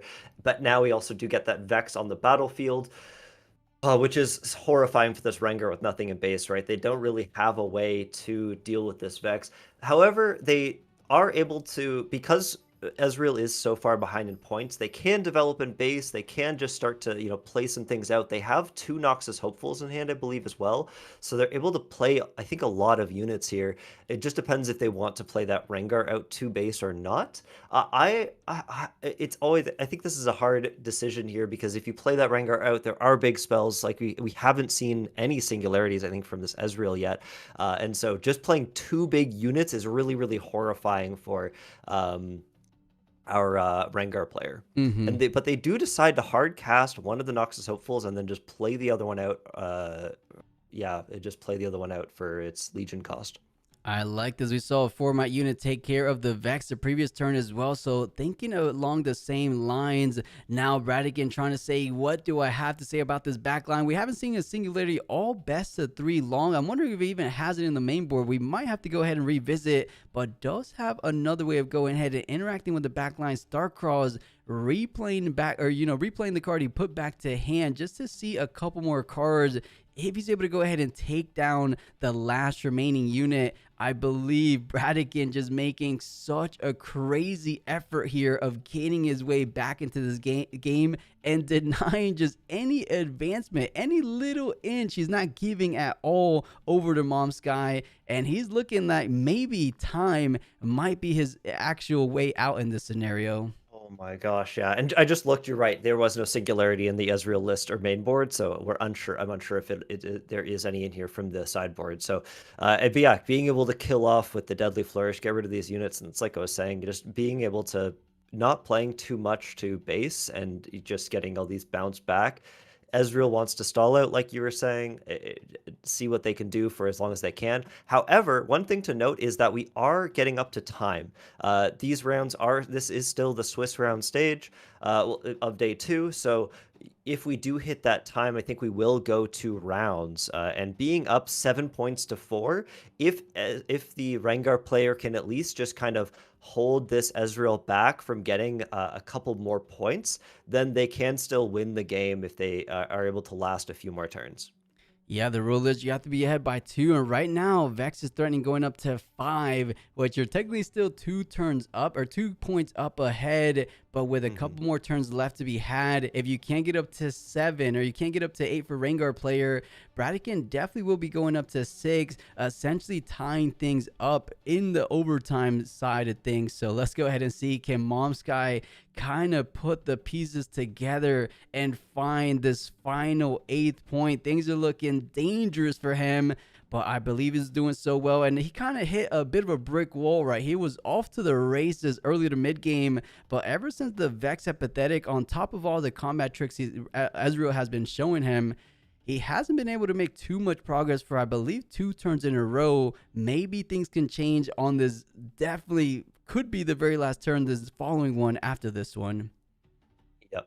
And at 11 runes now, the Ezreal's going to have just so many options, whether they have Watchers in hand or anything else. Bellows Breath. Yeah, I think Bellows Breath comes out here repeated. They're going to hit a couple of units. I think they probably put 2 on the Pit Rookie and 1 on each. Oh, 2. Oh, right. They can hit 3 units. What am I talking Mm-hmm. about? And then the list is going to kill one of the others. There is still that Rengar with -2 on it. But if the Rengar is able to survive this turn, they might be okay. Oh no, but they are Pack of Wonderings, the list, gonna decrease the might of that Rengar just a little bit more. They play another Pack of Oh Wonders and another my. list. Oh my gosh, isn't that? Oh no, because they have the buff on it, it's not quite enough might to kill it. They need one more damage or one more might reduction. Fizz though gonna come out, probably just play a Stupefy. Yep, and that Or the Rengar is Bellows. gone. Mm-hmm. Oh my god! Wow. Unbelievable sequence of events. The Rengar was hanging by the little whiskers on his face there, but not able to hang on long enough. Down to just 0 cards in hand. Just needs a single point, but honestly, that 1 point just seems ever so far away. How can he go ahead and double conquer? Now active turn player 0, Mom Sky standing at just 2 more turns remaining. Same could be said about Bradican, and he's the one going up to a potential 7 turns or 7 points next turn. And honestly, I believe Bradican might be locking this one in with the Fizz in the back line at 7 points with Fez on the battlefield. He's saying, go ahead. I could just hold one of these battlefields and I will be the winner of this game number 3. And I'll be one of the only undefeateds remaining in Hartford, Connecticut. Unbelievable game so far. Yeah, I'm trying to do the math on if there is actually enough turns left for them to get to 8 points, right? So they're on this turn now. If they pass, that will be turn 1. This is turn 0, I think, right now. And then it'll be Yeah, turn turn 1, 1 goes to 7. Turn 2 goes and to 8, no? oh yeah, we're at 5 points now, right? Though, so we go to 6, then 7. Yeah, hold to 6, conquer to 7, and then you just need to hold one of those battlefields. Right, right, yes, yes, yes. If they're able to conquer next turn, that's what I was thinking of. Yeah, if they're able to conquer with that Fizz, we'll see if Rengar can hold off at all and maybe get out a tie. But it's not looking like they are able to get a. It's going to be really hard for the Rengar to get the win here, especially in this meta turns. Yeah. Mm-hmm. Definitely looking tricky. In chat saying they might be saying Bradican might be active turn 0. I mean, turns left says it at the bottom, but it says 000. So actually, I don't know if that means turn 0 or that Yeah. obviously there's more than 0 turns left. So I'm not too sure what that means on the UI down there. But either way, we'll go ahead and see what these guys can do. Mom's guy just thinking, desperately trying to find a line. 2 cards remaining.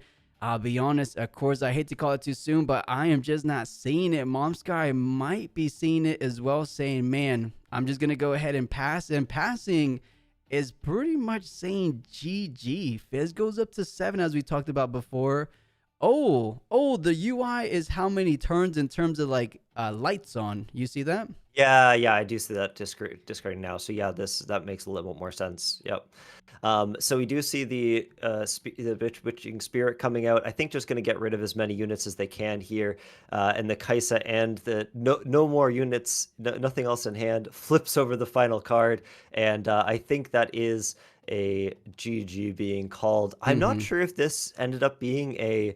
Oh yeah, because they would It's have a conquered tie. and then held, right? Yeah, yeah. You think it is a tie? It wasn't right because they only had the one more turn left. Yeah. Yeah, so you guys are Wow. totally right in chat. Bradican was active turn 0, Turn 1 was Mom Sky, and then the final turn, you could get up to 7, but essentially the same thing as getting up to 6. That was an Hmm. epic showdown, all to amount to a tie. But man, I believe with a couple more minutes left, Ezreal would have 100% locked it in, as he had a dominant position in that end game there. But well played. We couldn't get asked for too much better way to start off day 2 out in Hartford. What a great way, right? Yeah, I think this is such a fun like matchup. Both players. Some people were saying like Ezreal is a. I think people have a general hate toward control decks, right? They feel that pain, they empathize with it. They've played it against locals where you try to play out units, your opponent plays out a thing and it gets rid of that, and you're like, hey, let me try another one. They're like, no, you can't play that either. Similar to like counter spells and all those kinds of things. It makes you feel like you're just not playing the game. But it does take a good player to know what lines to take, know what is valuable to kill, and also to know what spells to actually use on specific units, know what your opponent has to be able to buff or play things like Thrill of the Hunt. And I think our Rengar player also had some amazing plays with those buffing through Grab a Pocket there. We saw a couple of neat plays there, bouncing it back to be able to get a couple of extra might. So really great play from both these players, and yeah, it was really fun to watch. Definitely a fun watch. And I could resonate with like people saying it, PB saying the Ezra list is annoying. Hmm. It's just different play styles. People like what they like. Yep. People hate what they don't, right? Whether you're an Aurora lover, Aurora hater, the combo lover hater, the Pike Discord shenanigan hate slash lover, and then now this spell centric deck that we saw on display. It kind of the best of both worlds, a nice little middle ground of hand control as well as board control, right? And it does it the best we've ever seen. On top of that, with the new inclusions that we just saw Bradican make full use of, is the List and Pack of Wonders combo. I think that combo alone really put a big hindrance in the game plan for Rengar that entire series long.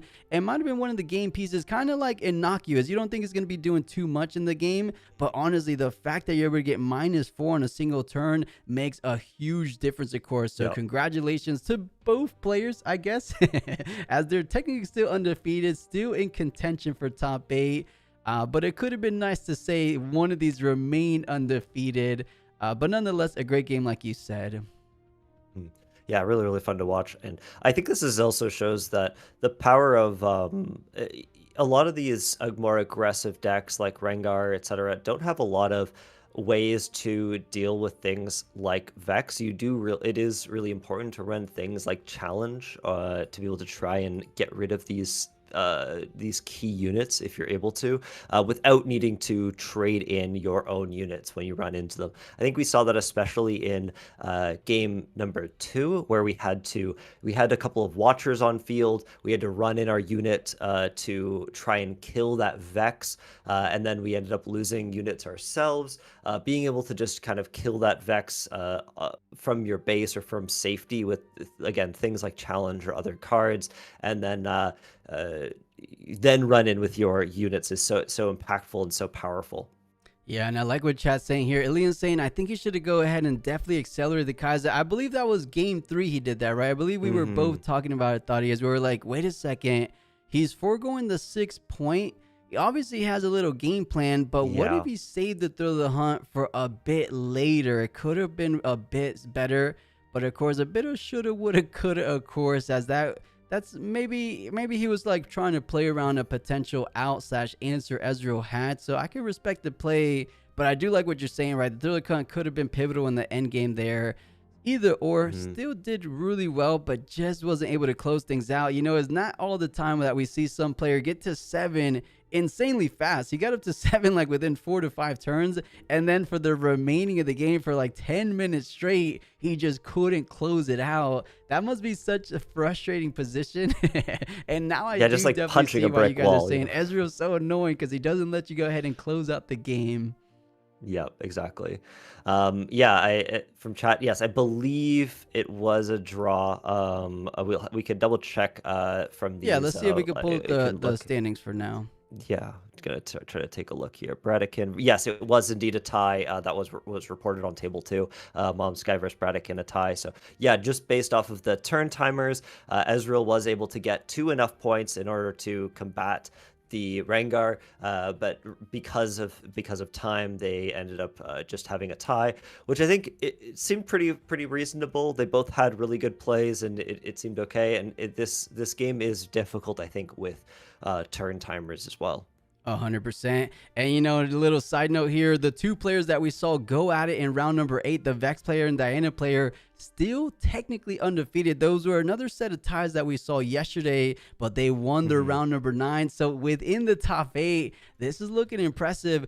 A handful, or maybe 3 fingers worth of Dianas here. Linsanity, Evershrimp, and then Bewitz being Diana representatives. But down below, Vex, Rengar, Ezreal, I am liking what I'm seeing. Not too far down, I know, Thoughty, as you said, LeBlanc is taking the whole thing. That is coming in at top 8. Still technically X1, or undefeated, X01. And then Cactus King and Sam D. Sherman kind of rounding out that top 8. If you guys remember, Cactus King was the man with the suit coming into play. I am a fan of Cactus King as well as Sam D. Sherman. These are looking like they're going to be better and better rounds going forward. I cannot wait. Yeah, this looks great. Looking at the matchups for round 10, I'm really excited. I think lots of Dianas in those top tables as well, which we do always end up seeing are pretty interesting matches. Usually there's a lot of fighting. I think that's why people like both playing and watching Diana plays. You get to see a lot of interaction on the battlefield. It's not as controlly as Ezreal, where you're just killing off units, not seeing stuff. You're seeing fights. You're seeing people play things over and over and over again, back and forth. And I think that's what I really personally love about Riftbound. So I think some of those fights will be good. But like you did mention, the LeBlanc game is going to be interesting. I just think there are so many lines, so many opportunities to play different matchups and see how things are going. So yeah, I hopefully it'll be fun for the next game. Yeah, it should be. And speaking of the next game, Thaddeus, I do appreciate you very much for stepping up to the plate. Because originally, guys, as I mentioned, it was supposed to be Ego being my co-commentary, but I enjoyed the time with you as well. That was an awesome round number 9 to kick off this Hartford RQ. But for now, Thaddeus, I will go ahead and let you sign off for now, as we will bring our next caster for round number 10, because I believe round number 10, as you saw when I refreshed the standings, they're already getting paired. So it looks like they're taking a little bit of break. But if you have any little final remarks you want to leave us on, or anything, anywhere they could catch you online. I know you said you're not the biggest on social, but anything you want to leave us on, more importantly. Yeah, you can find me in most of the Discords, both in the Runes and Rift Discord, as well as the official Riftbound one. If you ever want to ping and ask questions, I'm here to also try to figure out more places to cast if you are interested in a caster for locals anywhere in Southern Ontario. I'm really excited to do more of that, especially in person. But yeah, my name's Thaddeus or Graham, and yeah, you can find me online. I just wanted to point out as well, Prismat did have the 5 Annies around his neck in this promo thing, and I just started giggling at that. So anyways, it's just it's pretty amazing there, and so many good Riftbound players. I'm excited, and I hope you have a great rest of your day plus and chat, and enjoy the future games. Yep. For sure. And Thaddeus, last thing before I go ahead and let you go, are you sticking with your pick? Is LeBlanc going to be taking it all the way? I want LeBlanc to take it all the way, but I think we're going to see another Diana win. I think that's actually what's going to happen. But I would love to see LeBlanc actually, like, someone just master that champion, and I want to see that at such a high tier play that I'm excited to see it. So we'll see. Yeah, I'm not going to change my pick. We're going to stick with LeBlanc. There we go. Awesome. But of course, Thaddeus, I will see you in the near future. And if you ever want to go ahead and commentate with us one more time, I will be in touch as always. Yep, sounds good. Bye, Plus. Sounds good. Take care, Thaddeus. See you. All right, guys, give me a second as I go ahead and bring in the next caster, as we're looking to go ahead and jump into round number 10 after this short little intermission break. And say anime, welcome on in. Is this an old broadcast? No, this is live. This is going on as we speak. So we just got done with round number 9, and we're heading into that round number 10. And Ani Shadow, good to see you again. Fun Rengar game versus Ezreal was a nice watch. I agree, Ani. That was a good way to start things off. OMG saying it was pretty disgusting and painful to watch Rengar slow play. Okay. Those are some bold words there, OMG. I won't even comment too much on it. But hey, I mean, I'll leave it at that. Whether you guys believe it was slow play or not, that's a little tricky road to go down. Let me go ahead and bring in my next caster. Give me a second.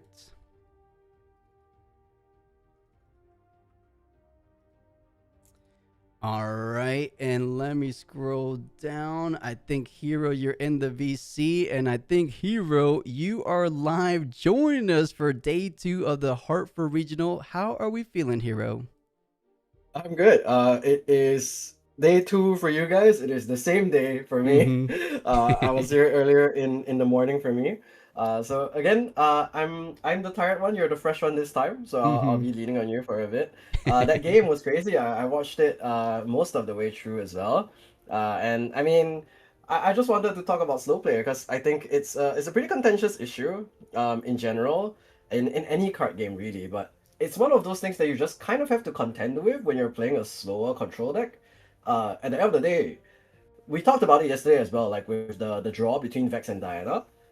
If you can get a draw instead of a loss, it is always better to play towards that out. And I think there is, of course, a level of reasonable pace of play, but I don't think it's wrong to play to your outs as well as understand that when you're playing against control matchups, you do have to have that ability to play a little bit faster. At the same time, as the control player, you are the one that needs to control the pace of play. Because if we look at the timers again, in the first game, we ended first game at the 25-minute mark. So it is on both players to try and speed up a little bit in order to make sure that you can finish a 2-0 or a 2-1 game. For sure.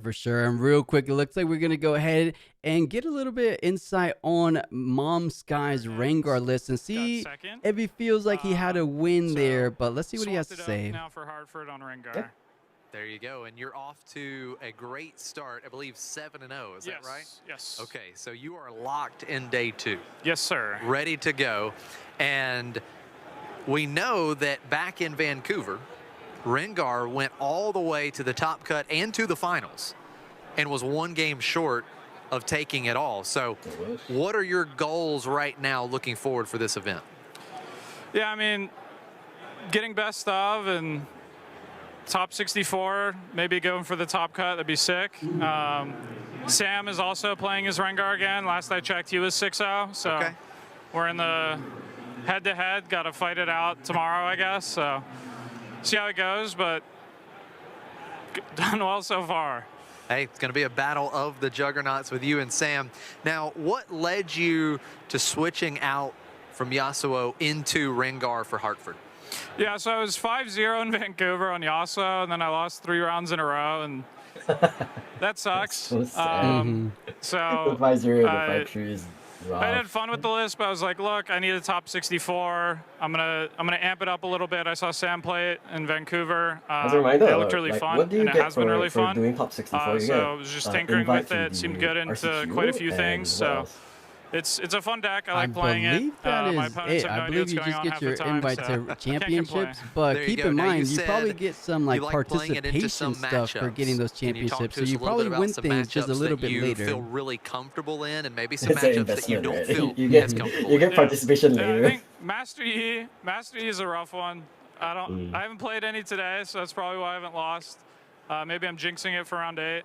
I just played a Sivir. That matchup's really fun because it's me just slinging like units around or using my signature spell to like flash stuff all over the place. So it's a fun little matchup. It's a little random, but my opponent and I are like, let's go gambling when every other turn. So it's fun. Okay. Now, one last question. You got any spicy tech that you've been throwing fun out guy. at anybody that you can share with us, or is the list pretty similar to what we saw? Not really, but I like my Forerunner. Maybe I'll get a Toyota Forerunner too. I got a couple of those guys. They've served me well, so we'll keep it up. Awesome. Well, we certainly Mom's guy appreciate is your a- time, and best of he's a luck funny throughout guy. the rest of the weekend. We'll see you Yeah, tomorrow. he at doesn't day seem 2, like and it when he's hopefully focused, like all the playing way the through to a game. tough Yeah, cut. But hopefully he's just pretty chill. you see me at the end of day 2 too. Yeah, that's what we want to see. Thank you you. so much. Yeah. Congrats on the great run So there's today. a Renata at 6-3. I Yeah, just saw that's it at the bottom crazy. right corner. That's pretty cool. You know, that was actually an interview from yesterday, so it wasn't really touching on the game he just had because he was talking about being 6-0 or 7-0 at the end of the day. So that was the end of day 1 interview. So he didn't really talk about this round number 8, which I kind of wanted to go ahead and pick his brain about. But hey, it is cool to just hit from here to hear from him as I said before the game started, that was mashallah on Discord for anyone that remembers him on our community. He ended up having the top placements, or the most consistent placements, I should say, out of the online scene that we hosted last season. He ranked #1. It was mashallah. So I definitely know him very, very well, and I met him in person. So super cool to see him on stream, and hopefully we can continue the success going forward. But you know what it means here. When they throw it over the casters, we should be moments away from this round number 10. They're showing us a little bit of best of potential. You know, since we have a little bit of time, you have the stream up, right? Yeah. Okay, let me know, because I'm going to go ahead and put full screen the standings. Let me know when they're going into the matchup, because you said there was a 6-2 Renata, or what was the score for that? 6-3 Renata. She's 248th. Right, yeah. Right now on screen, they're just talking about best of Victor. Right now, the best scoring victors are all 7-2. There's 6 of them fighting it out, and then there's 4 more at 6-3. So it is still possible that one of the 7-2s, like all of the 7-2s, even drop to the X3 scoreline. So I think this is still a pretty tight race. There's no one with a draw or anything like that. And now best of Vex, fifth place, 5-up is 8-0-1, and very, very big lead over the rest of them. Definitely. That was the one we costed yesterday, remember? That was 5-up. Yeah, and it looks like they won their round 9 as well. So 8-0-1 now, still undefeated into round 10. Really, really nice. So really excited to see more of this Vex, but hopefully in the top cut, I'd love to see a unique matchup again. I saw that the Lux Infinite is no longer undefeated. They're 8-1.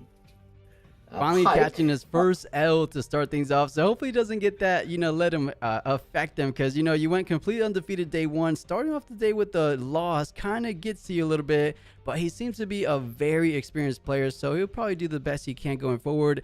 I don't know why for round 10 is not giving me like the top tables, but maybe this is the top tables, and table 23 is just where it starts, because I think LeBlanc and Master Yi are going at it, which could be a fun matchup. We haven't seen too much LeBlancs this weekend. A little bit down. It looks like a mirror match for the ages. For anyone that knows Alcado, he was a really successful Legends of Runeterra player. And of course, we know how successful Alan ZQ was in Legends of Runeterra, as well as Riftbound. But a mirror match, we could leave that one alone for a little bit, right? Even though it seems like an interesting one. A little bit down. I mean, Vex, we saw enough for her yesterday, but man, I almost want to see another Rain Guard, but this time being piloted by Sam D. Sherman. Other than that, a spicy one could be Pokey versus Miru, which I think Miru was the only undefeated Pike. He might have took his first L this past round. Let me go ahead and see. We're talking about a couple of other of these best ofs. The Darius that was voted out of being on the stream table. I think it looks like they won. They're 8-1 still. And now we're gonna see best of Kaisa as well. 7-2s, a lot of them still in the running. Last chance to get that best of Kaisa here at RQ Hartford. So maybe we won't even be seeing any more Kaisas in the following regional qualifiers, like in Barcelona or in Singapore. We're really, really excited to see what else we have. If you look at the standings as well, there's only 3 players now still with a 9-0-0 scoreline. Vexer on Ezreal, Linsanity on Diana, we saw him yesterday, and ASC Evan Shrim as well. So that is going to be the top 3 players right now. And 4th place is another Diana as well, 8-0-1. And four more players at the 8-0-1 scoreline. So 8 players right now, technically undefeated, 9-0-0 or 8-0-1. Wow. And we have a misfortune here, 8-1 as well. So maybe on that Aurora, most likely. Yeah, wait, which one did you say was on Aurora? Misfortune 8-1. Okay, a little on I see her. Yeah. They're just showing some of the other best ofs. Most of the set 1 legends, origins legends that are going to be rotating out as well. So last chance to get these very, very lucrative best ofs. I'm sure they're only going to continue to get more valuable, especially since they are now out of print. Yeah, I don't think there's ever going to be any other way of getting your hands on these best of metal cards other than what it was on this first season run from these regionals, and it is coming to an end out here in Hartford. So yeah, you said it best. These guys are definitely eyeing the prize, but looking at the potential next match, chat, go ahead and vote in the official stream. We were alluding to it here. We said Pokey versus Miru could be a fun one. Rek'Sai versus Pike, or we have a little bit down below Azir versus Annie. Or are you leaning towards yourself? Man, I think the first match will be pretty interesting, and I think the stream agrees, like 60-40 right now. 67%! 71%! Really, really want to see this Pyke and Rek'Sai matchup. I think it's pretty interesting decks as well. Like, Azir and Annie are both probably going to show up again later, because they're both really, really powerful decks as well. But Rek'Sai, Pyke, they both have very aggressive playstyles, but Pyke also has a little bit of that bounce Bewitching Spirit to hand and play that down, which can be a little bit frustrating to play against. So I want to see how a deck like Rek'Sai can navigate that kind of frustrating hand destruction gameplay. For sure. And, in theory, in my opinion, I believe it doesn't actually hinder Rek'Sai all that much, because Rek'Sai is honestly a deck that likes to go ahead and spam out all the units from their hand anyways, and then they're kind of playing from the top of the deck every time they conquer, right? Of course, give or take, it does come at a little bit of cost. You are losing some hand advantage that you wouldn't otherwise against a non-Pyke matchup. But with that said, I feel like there's enough pressure being built up from Rek'Sai turn after turn. And of course, Pyke has some good tools to board wipe, or not board wipe, but just clear some units. But if he doesn't have access to a full board wipe, like we saw one of these Pykes having access to Downwell, I think this Rek'Sai might be giving him some troubles here in this round number 10. I believe these are undefeated players, as you told us. There's only 3 of them, and these aren't 3 of these, or 3 aren't one of the 3. But they will be X1 players. So I think it's time. Let's go ahead and join these players. It is round 10 time out in Hartford. Rek'Sai versus Pyke to kick things off. Yeah, and this is pretty different from the one that you saw Ramakiano take all the way to the top 8. We're gonna see one of Ferris Forerunner, and we're also seeing Shadow's Call as another way to get more hand advantage, which might be very, very useful in this matchup specifically, because you do want to be able to regenerate a little bit of hand. And then in terms of the battlefields, you see more of the usual. Candlelit Sanctum as probably the blind pick battlefield for Rek'Sai. It synergizes really well with the legend effect. And then Forbidding Waste, so that you can reconquer any battlefields on your turn and keep using that legend effect. And lastly, of course, the Arena's Greatest as an aggro deck. Right, that is your go first battlefield.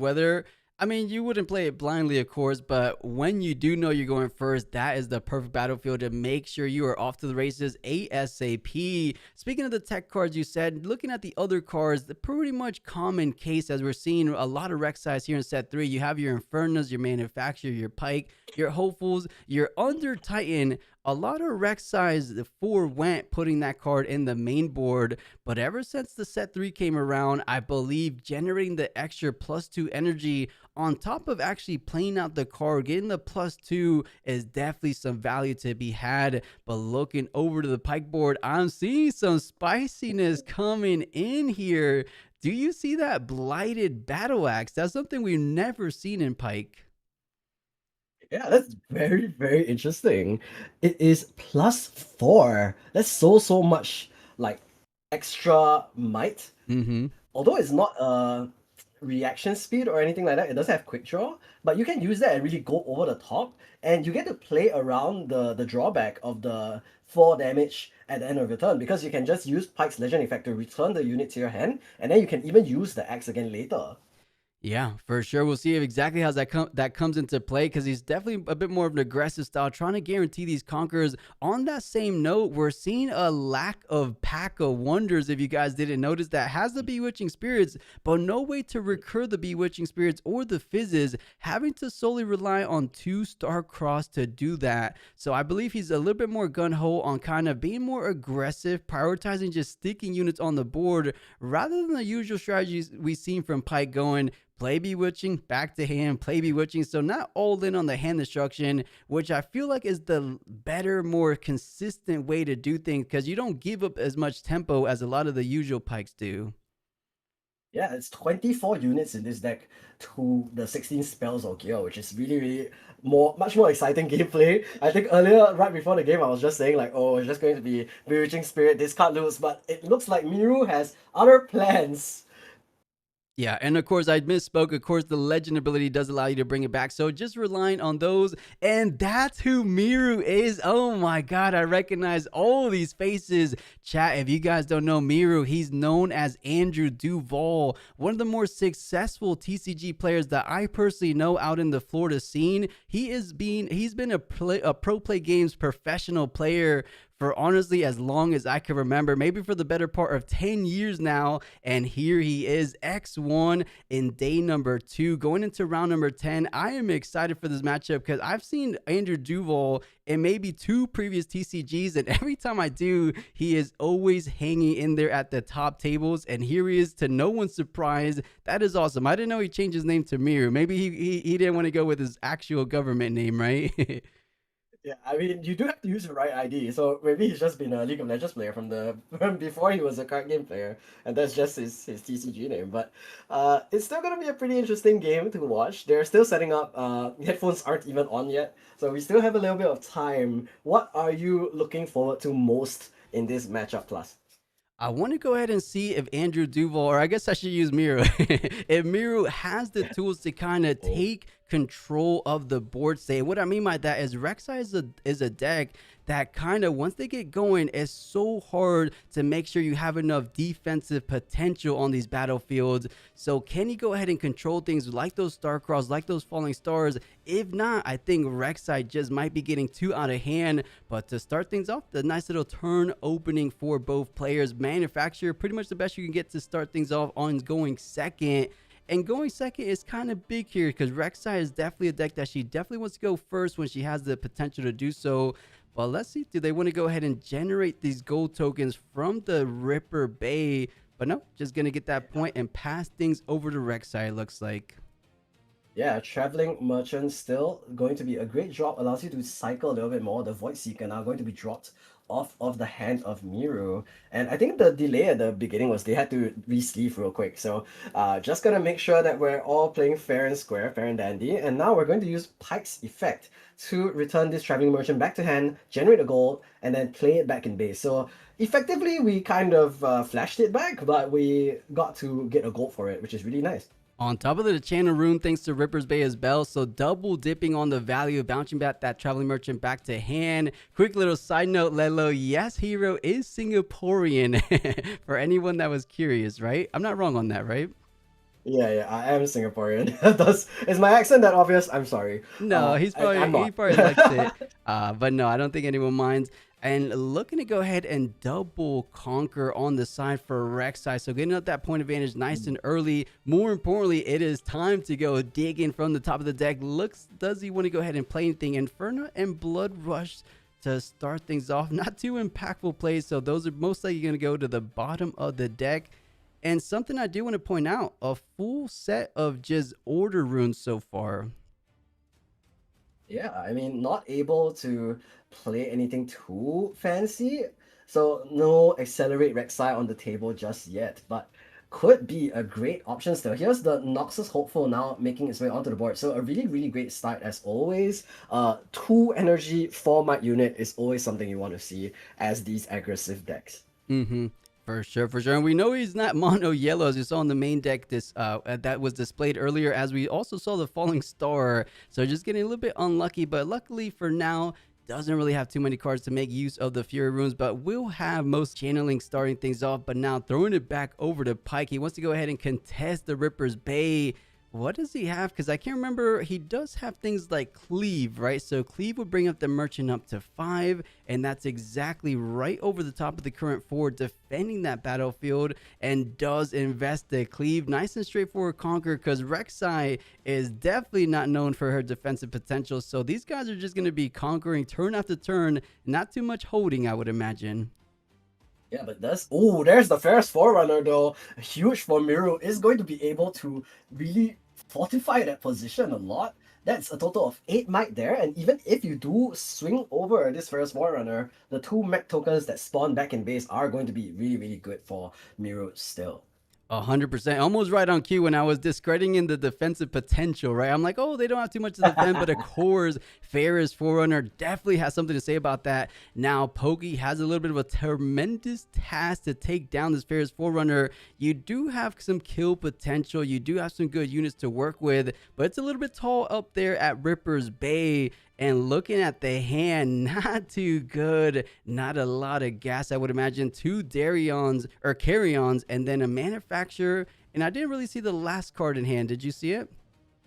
No, not too closely. So hopefully we'll get to see what Poke has available for us here. But I think his options for the moment are a little bit limited. Rek'Sai also not able to use the Legend effect this turn since he held at the Candlelit Sanctum. For sure. So this is what we were just discussing about before. Just has the ability to spam out so many units in a single turn, and that he did. A total of 4 units added to the back line. So if there's a turn to try to contest these battlefields, it will be on the very next turn. The perfect pickup will be something like a Under Titan. Usually you don't want it in hand, but when you have this amount of units on board, that would be the perfect card. You have it a total of 2, 4, 6, 8, 10, 12 total might increase from a single Under Titan alone. Of course, it's a little bit of hypothetical for the time being, but does run all 3 of them in the main board. But of course, let's go ahead and throw it back over to the Pike and see what he has to do to kind of prepare for a bit of the onslaught, as he's still going up to 3, but doesn't necessarily have the point tempo advantage going forward. Yeah, I mean, Miro could very easily just pull everything back and then try to retake, because we're not going to expect Poke to just sit back and not conquer to open battlefields, right? But then, again, we did already see there's so much might on the field available for the side of Poke. And once you allow him to conquer on either of these battlefields, we'll also be able to get another bit of value out of that Legend effect. And here, Miru has to decide, actually, do I want to just try and fortify again, maybe a second Ferris Forerunner, but I think it's a one-off in the deck?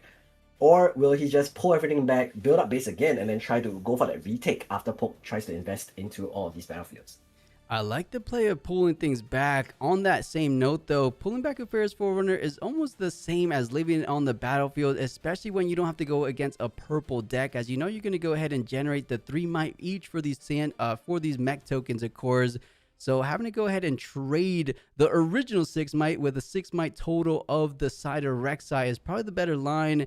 And oh, make that a total of 10 might. This is the biggest Ferris Forerunner we've seen. Blighted Battle Axe does 4 damage, but it doesn't really matter as it goes ahead and resets once he passes the turn.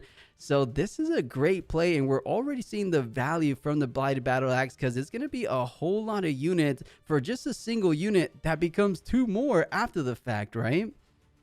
Yeah, exactly. And this is a one-off Ferris Forerunner, but synergizing so well with this Blighted Battle Axe that he's running at 2. Oh, he's also running 2 Ferris Forerunners, sorry. But still, he also has things like the Mind Splitter, which he can use this Battle Axe on. Just able to do a lot of work, all things considered. Now, what is Poke going to do? He's already playing on top deck mode because of that Bewitching Spirit that Miru played earlier. And wait a second, let me go ahead and read Blighted Battle Axe. I thought you can attach it. It just has the downside of doing 4 damage to yourself if you didn't conquer. But it looks like it got unattached. So let me go ahead and pull it up here. It does say unattach this as well, yes. If I didn't conquer this turn, unattach this and deal 4 to me. Okay, So okay, he makes will total just sense. attach it to the Ferris Forerunner and deals 4 damage to himself and then pulls it back to base. So unfortunate for Miru, maybe a little bit of eye for gore moment. He is playing with Chinese cards, so might be a competitor that tries to go for these events at Chinese RQs as well. But now we're going to see Poke go back into his turn, push into the Candlelit Sanctum on the stack. Will be able to glimpse 2 first and decide whether he wants to use either of these. And there is a Cull the Weak on the top of the deck, but 2 pretty decent units in the base that he can use to cull instead. And here is another Cull the Weak and the Void Rush. That looks like a fantastic card to go ahead and play off the top of the Rek'Sai Legend ability. It looks like the first 2 cards were from the Candlelight Sanctum. Decides to recycle both of them. And now looking at the top 2 one more time. Under Titan, free 2 energy, and has the ability to pick it up back to hand. This might be a really good turn, a necessary turn to guarantee Rek'Sai's position in this current game number 1. Decides to pay Rek'Sai for, I believe, just 4 energy, since you had the 2 floating. and does get the +2 on every single unit. Those recruit tokens looking a little bit taller than they did before. And I think he definitely has enough raw might to go ahead and take over the Ripper's Bay for the time being. But you want to be strategic with it, right? You don't want to go ahead and overextend any more units than you need, because you know you're not that defending deck that we've talked about before. So you want to save a bit of units for the clapback on the following turn as well. Exactly. Like the thing about decks like Rek'Sai are that people think, oh, okay, if I score a point, then I hold the point, then I just get the 2 points, right? But if you score the point and then later you reconquer the point, it's still the same number of points. And every point is a point is a point. You're still going to get as much value of it with regards to trying to win the actual game. But in decks like Rek'Sai, being able to conquer again is going to be so much more important so that you can keep using your legend effect. And looking at the board now from Poke, because of this Under Titan, there's going to be so much might available. 2 recruits are going to come in for 6 and trade with a Ferrous Forerunner, which is going to be massive for Poke. Look at that. You love to see it for the side of Rek'Sai. Now as a straightforward conqueror, granted you have the even point tempo as it stands, but Rek'Sai is the type of deck that you don't mind getting those extra points when you can. But with that said, that just kind of leaves them a little bit exposed on the battlefield and essentially losing it. So I wouldn't blame Rek'Sai for just kind of being patient here, kind of saying I value my units so where I could go ahead and effectively trade him for some of your units.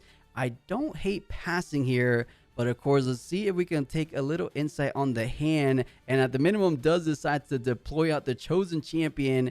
And it looks to me he's going to be a little bit more patient, as we discussed before, and might be inclined to just pass things from here.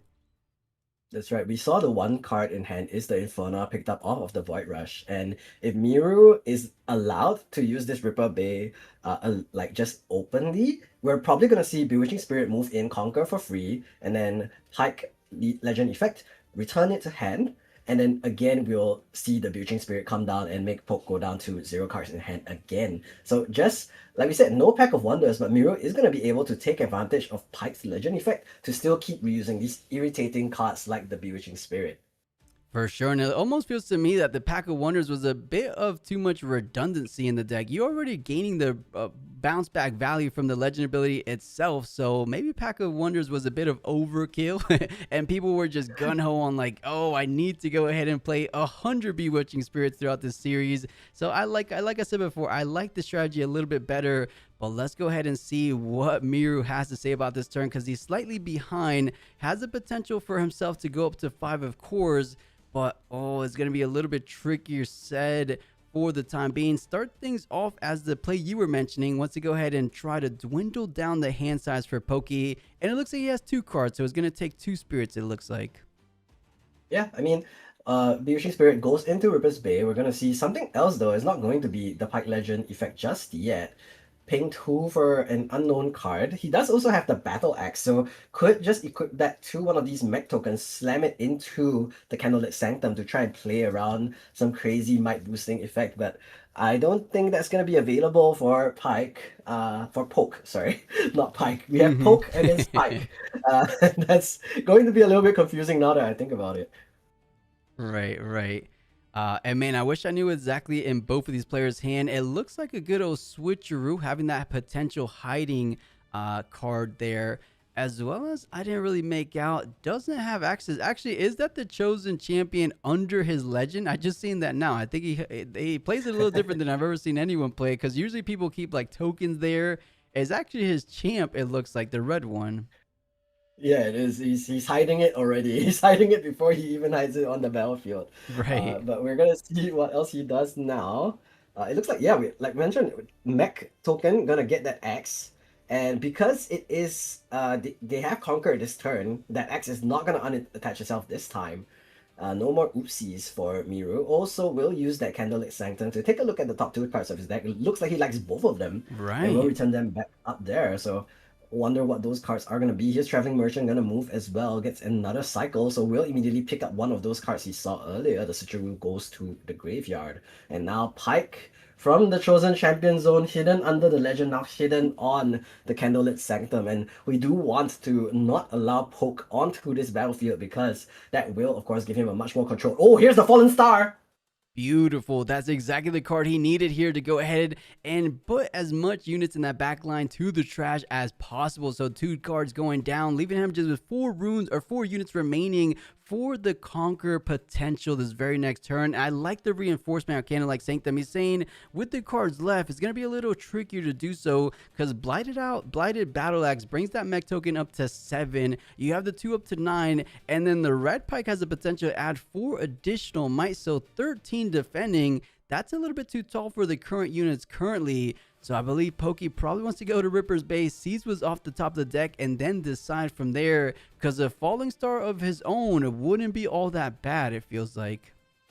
That's true, and I mean, of course, there's also the option to hit another Under Titan, and then that would definitely pull you miles ahead of where you need to be with an 8 might boost across all of your units. But remember, Poke doesn't get to play with that many cards this game because of that. Oh, here's the Void Rush from Handle, Signature Spell, going to be able to look at the top 2, and then as well, it gets to draw both of them if he wants. Here's the Noxus Soulful Plate off the top of the deck for free, gets the Assault Poro as well into his hand, but may not be what he really needs now, because he needs an answer to this 7 might mech token alongside this Traveling Merchant and the Hidden Pike at the Candlelit Sanctum. Yeah, luckily you know exactly what the hidden card is, so offering up a couple trades just to start things off, just trying to put down the might total on that battle for saying, let's go ahead and get this free gold. Undertime comes in. Now it's time to look at the top of the deck one more time. What is he going to go ahead and hit? Activates the Rek'Sai Legend Blade. Hidden Blade is a step in the right direction, but you do give some card advantage to your opponent. So instead, saying, you know what, it's 5-5 currently. Is he playing it on the battlefield? I believe he is. He's trying to reinforce himself on that Ripper's Bay, or he's deciding, it looks like. Yeah, still has to make a choice. I think, like you said, the first one is great to just leave at a battlefield, because even if it dies, you do get the 2 mech tokens back. And it does look like it is going to be at Ripper's Bay, but we'll only find out for sure in a bit. Meanwhile, I think the good thing about this is that if the mech token isn't able to conquer the following turn, it's going to die to the Blighted Battle Axe anyway. So I think Poke might just be deciding, you know what? That's fine. I mean, I'm not going to be able to take this mech now, but I'll just take it later. And hides 1 card again at the Ripper's Bay and just keeps that Assault Poro in hand. I like it. The only hidden cards we've seen so far are things like Hidden Blade. I don't think there's any other hidden cards I could imagine. I don't remember seeing in the deck description that they showed us earlier, but we will be seeing rather soon if he wants to go ahead and reveal it for us. But as you brought to our attention, Blighted Battle Axe does have the downside if you haven't conquered 4 damage onto the mech token, and that's all he has currently. Or unattach it first and then the 4 damage, right? Yeah, exactly. But let's not forget, Pike can just return this mech token to hand. I mean, in this case, to wherever tokens go when they're not on the Shadow board. Realm. Exactly. And then the Shadow Isles. And then after that, the Blighted Battle Axe will unattach itself, and you can use that to put it on something like the Bewitching Spirit or the other mech token and try and force damage into the Ripper's Bay, get rid of that Under Titan. But now we're going to see Ezreal instead played from the hand of Miru. This card's a Fallen Star and will be drawing 2 cards as well. So just getting a little bit more hand size total. Well, let's see how he plays around this mech token disappearing, because there is going to be that pike available at the Candlelit Sanctum once this mech token dies. Yeah, and I believe with the Pike Legend ability, don't you have to conquer to activate it? Or let me go ahead and read it again. Yeah, it just returns a friendly unit at a battlefield to its owner's hand. So Rek'Sai is the one that you need to conquer to activate. And we're going to see a Tide Turner, it looks like, bringing back that mech. And maybe I was wrong. Maybe this mech is going to conquer this turn. Or we could do the Azir play, push this mech in for 7. The Battle Axe de-equips, unattaches itself. And then we go in for the other... with the other mech token for 7 again. And if that token dies, then we go in with the Bewitching Spirit for 6. And we're pushing so much pressure. And here is the Under Titan now dying to a mech token with a Blighted Battle Axe. You're so right. We're getting the sheer value of an increase of 4 might every single time you go ahead and attach. So doing exactly what you mentioned, the Azir moves of cascading their equipment, generating value for single swings. We saw the mech token take down the Undertie, and now the potential for a Bewitching Spirit to tie the Fair's Forerunner, trading 1-for-1 there. Keep in mind though, there is the hidden card. Something's telling me that he wants to go ahead and generate some more card draws on the next turn. So hidden blading your own unit doesn't feel all that bad. Reveals the hidden. I mean, we knew for 100% it was already the red pike. It's enters ready by Pain of Fury, attaches it, and goes over just a little bit over the top. 4 + 4 is 8, but a red pike of his own just right over, but a star cross. A whole lot of action stuff going down this showdown, but it looks like it will be favoring Miru when everything's said and done. So successful conquer there, and now just one more hold away from getting this game number 1 under his belt. Things are getting really, really dicey here, but it feels like Miro's in an advantageous position. Yeah, I mean, all things considered, this pike coming in for 8, really, really huge. Almost forgot that he had that ganking available. So came in active, used in power to make it ready, has that +2. Now giving it the battle axe goes up to +4, so 8 total. And now Poke has to push over this 8 might pike if he wants to get control of Ripper's Bay and prevent Miru from taking game 1 at round 10 of the regional qualifier here in Hartford. Now the bird token going to be moved up to the Candlelit Sanctum, and Poke, I think, very happy to be able to just freely conquer with these units. Here now is a salvage, which is not very, very helpful right now. And the other card, I wasn't able to glimpse it just yet. Did you take a look at what it was, Plus? No, I was so preoccupied by the salvage. You said not too useful, but it does get rid of the Blighted Battle Axe. That's a reduction of 4 might, allowing you to go ahead and simply send in the Noxus Hopeful to take down the red pike. So honestly, I like it here. The only problem is it only goes to the top of the deck.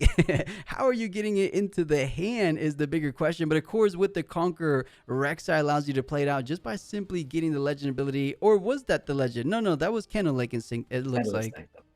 Yeah, it was the Candlelit Sanctum. So we will be able to see that salvage played off of Rek'Sai's Conquer effect. But I wonder if the other card is as good as that salvage. And like you said, 4 might swing, but not only that, it's also a draw off of that salvage, which is going to be really, really nice. It does cost, of course, 2 energy and that gold token, but still will be good enough. I don't know if you want to trade the Noxus Hopeful, though. I think you would love to be able to just play something else, and we're going to see one card move to the bottom, the other card left on top. And it's actually the Under Titan that's the other card, and I think that's definitely better. It looks to be the case. It might have been a salvage and an Undertine as he left one at the top, recycle one at the bottom. Undertine getting played out one more time, so increase of 2 on the back line. Definitely has enough to do as he attacks for just 6-6 currently. Battle Axe, not the same. It almost feels like Battle Axe is something like a spinning axe where if you get rid of it, it goes away. But no, it actually just kills the unit instead. But now double Conquer turn of their own. I'm a little nervous, though, to say the least, for Poke's position here. Did get the double Conquer, but now you're faced with the task of staying on these battlefields and denying any further points. So doing what you can, completely tapping out and saying, this is my final defense in front. What can you do about this, Miru? Let's see what you got. Yeah, I mean, we have an 11 might hole here at the Candlelit Sanctum, and Miru in base right now is representing a little bit more than that. He has 8 plus the 4 from the Blighted Battle Axe, and here's a Fizz now coming from the graveyard. We're going to see a Star-Crossed most likely, and it's going to return this Under Titan back to hand, immediately reducing the might of Poke by 6, and turns this battlefield from a very scary 11 might to only 5. And now Miru is going to be looking to equip that Battle Axe, I believe, onto this Bewitching Spirit. And it is going to push 6 into 5 and take out everything at the Candlelit Sanctum. Yeah, and you still have the 6 might remaining in the back line where Rek'Sai being completely tapped out. That's going to be GG. Miru taking that game number 1. Incredible stuff. A great back and forth in this opening game of round number 10. And it kind of played out very similar to how we were discussing. A whole lot of attacking, but there was somewhere in the midway point, but I believe Miru kind of slowed down the game plan for Rek'Sai. It was the falling stars as well as establishing those Fair's Forerunners. The mech tokens paid dividends, right? The mech token with the Blighted Battle Axe on one of these previous turn, and then the mech token we just saw was the closing out turn as well. So good stuff Pike looking to go ahead and make a good position on getting a top 8 here in Hartford, especially at the hands of this great pilot like Miru. Yeah, and I mean, we're getting a very classic Asriel's Climb Arena's greatest game, so it is both a battlefield-less game and also a battlefield-full game. Very, very interesting. Both still playing to get the 8 points from 1 instead of from 0. But I think what's interesting here is the difference in the value of that Ferris Forerunner, because as we know, Starcrossed, very, very strong card, was able to remove that Ferris Forerunner from Poke and then also remove that Under Titan later. So much value denied. And Poke missing the 2-drop, very, very crucial miss here for an aggro deck like Pike. Definitely. Rek'Sai is not a deck that you want to go ahead and miss your early game, but let's see if he has anything to kind of make up for a bit of a heavier hand, a good amount of combat spells. I think I'm seeing 2 Falling Stars, a Longsword, a Under Titan, not too many units. Luckily, you always can rely on your chosen champion, but not a good hand to say the least. But you do have at one point those control cards that Pike utilized against you to kind of pay back the favor in this second game. So let's see if it actually goes in that direction going forward, because right now I know Rek'Sai feeling a little bit uncomfortable as they're used to kind of spamming units out as soon as they can. But second point of the game, thanks to Arena's Greatest, and it kind of equalizes, right? I just noticed that Arena's Greatest and Aspirant Climb, so it's technically still just an 8-point game. Yeah, so no, basically we're playing with vanilla battlefields, and this is going to be the most interesting type of Riftbound because battlefields can be so volatile, like you saw in game 1 where the Candlelit Sanctum was good for both players, but the Ripper's Bay was only really good for Miru, and that's going to be no longer the case. We no longer have a skewed kind of battlefield selection for either of the players. They're both just going to be playing some pure and honest Riftbound, and I say that, but Miru is still going to be doing Bewitching Spirit combos, so was able to conquer the Aspirant's Climb, return it back to hand, play it down again in base, and you really hate to see it, especially on aggro decks where you're already going to be low on hand size. Getting these hand rips even more is going to be very frustrating. Definitely insane. You know, I'm already going to be low on card advantage. Let's not go too low on rune economy itself. So it does go ahead and pitch that Falling Stars. Might indicate that he does indeed have that second one. If he doesn't have a second one, he just literally doesn't want to go too low on runes in general, but does put that second point on the board. And now his Rek'Sai's legibility Under Titan, the free value. So you could technically play the Honest Broker for free, and he might go ahead and take that free BOGO option, go ahead and get that Honest Broker down. Under Titan goes down to the bottom, but there's 2 more where that came from, of course. I believe one of them still in hand, and I like this play. You don't want to get any additional Bewitching Spirit to your opponent, so make sure you go and take him down as you can. And if he doesn't have too many units to work with, which I believe he was a little bit more spell heavy, if I remember the deck list right. And on that same note, quick side note, for anyone just joining us, they did show the Pike list, guys. If you rewind the video, they're at the beginning of this game. So they showed both the Rek'Sai list and the Pike list if you guys want to go back. Yeah, and Pike has a lot of options here, honestly. He could just go for that Pike Chosen Champion, accelerate it with that 1 power, and then try and push in to this Rek'Sai. But no, it's just going to be the first Forerunner. Played such a big role in the first game of today's event. And now we're going to see Poke hold up the tree, and we'll be able to conquer Aspirant's Climb now with the Infernaut in base and get another proc of that Legend effect. So let's see what's going to be the play. Of course, this Rek'Sai most likely going to move back into the base so that it's no longer vulnerable to this Ferris Forerunner. Yeah, nice little play I've seen in the past with Ferris Forerunners on Rek'Sai, just kind of thinking about if it does come into fruition / play later on. Is interesting enough, you're able to give those mech tokens accelerate off the chosen champion. Have you ever seen that interaction in the past? No, I have not. That's pretty interesting, actually. But we're going they're to technically go considered into... played outside of the hand. That is true. We're going to see a quick judge call because Poke accidentally picked up an extra card for his Legend effect. And it looks like didn't see it, so very fortunate to just not have another mix-up like yesterday with the 5-up Vex game with that Defy off the top deck. Private card error is always going to be a little bit frustrating, but you'll notice that Poke always does the correct fundamental play of playing Rek'Sai, where you play something to your base like a 2-drop, and then after that, then you go and conquer. Because like you see here, he has flipped the top 2 and revealed Noxus Hopeful. And if he didn't play that 2-drop first, he would have to pay the full 4 cost for this Noxus Hopeful. And of course, that would be so much less value than getting a 2 energy 4 might unit. Yeah, good eye there. Even for cards like Captain Vanguard, which interesting enough, I don't believe he's running in this list currently. But yeah, totally right. Make sure you get that Legion activated just in case in this situation, definitely paying off. But Judge Call one more time. And you know, Hero, what is it about the games we cast that these top decks being a little bit a little clumsy, I guess, but I don't know. I don't think he actually looked at it. I was looking at my screen. It didn't look to me that he got any additional information. But as we discussed yesterday, if there's ever a time to be a little extra cautious, it will be in day 2 of the regionals. Yeah, especially at 8-1, like you literally just don't have another loss in your tank. So just gotta be sure that nothing fishy is happening. The cards may be just a little bit sticky. We did see them have to re-sleeve at the beginning of the game. So I think that may be one of the factors. New sleeves, sometimes they just get a little bit stuck together, and that is going to be a little bit frustrating, but we're going to see how the judges end up deciding what happens, whether this card is going to be randomized or not. You can also see a stack of cards left at the bottom. These are probably the ones recycled already from using the Rek'Sai Legend. So just 3 cards, I think, to match the number of times Rek'Sai has conquered this game already. And let's see. Well, the first 2 cards aren't affected, so I believe we're still going to probably see that Noxus Hopeful make its way onto the board.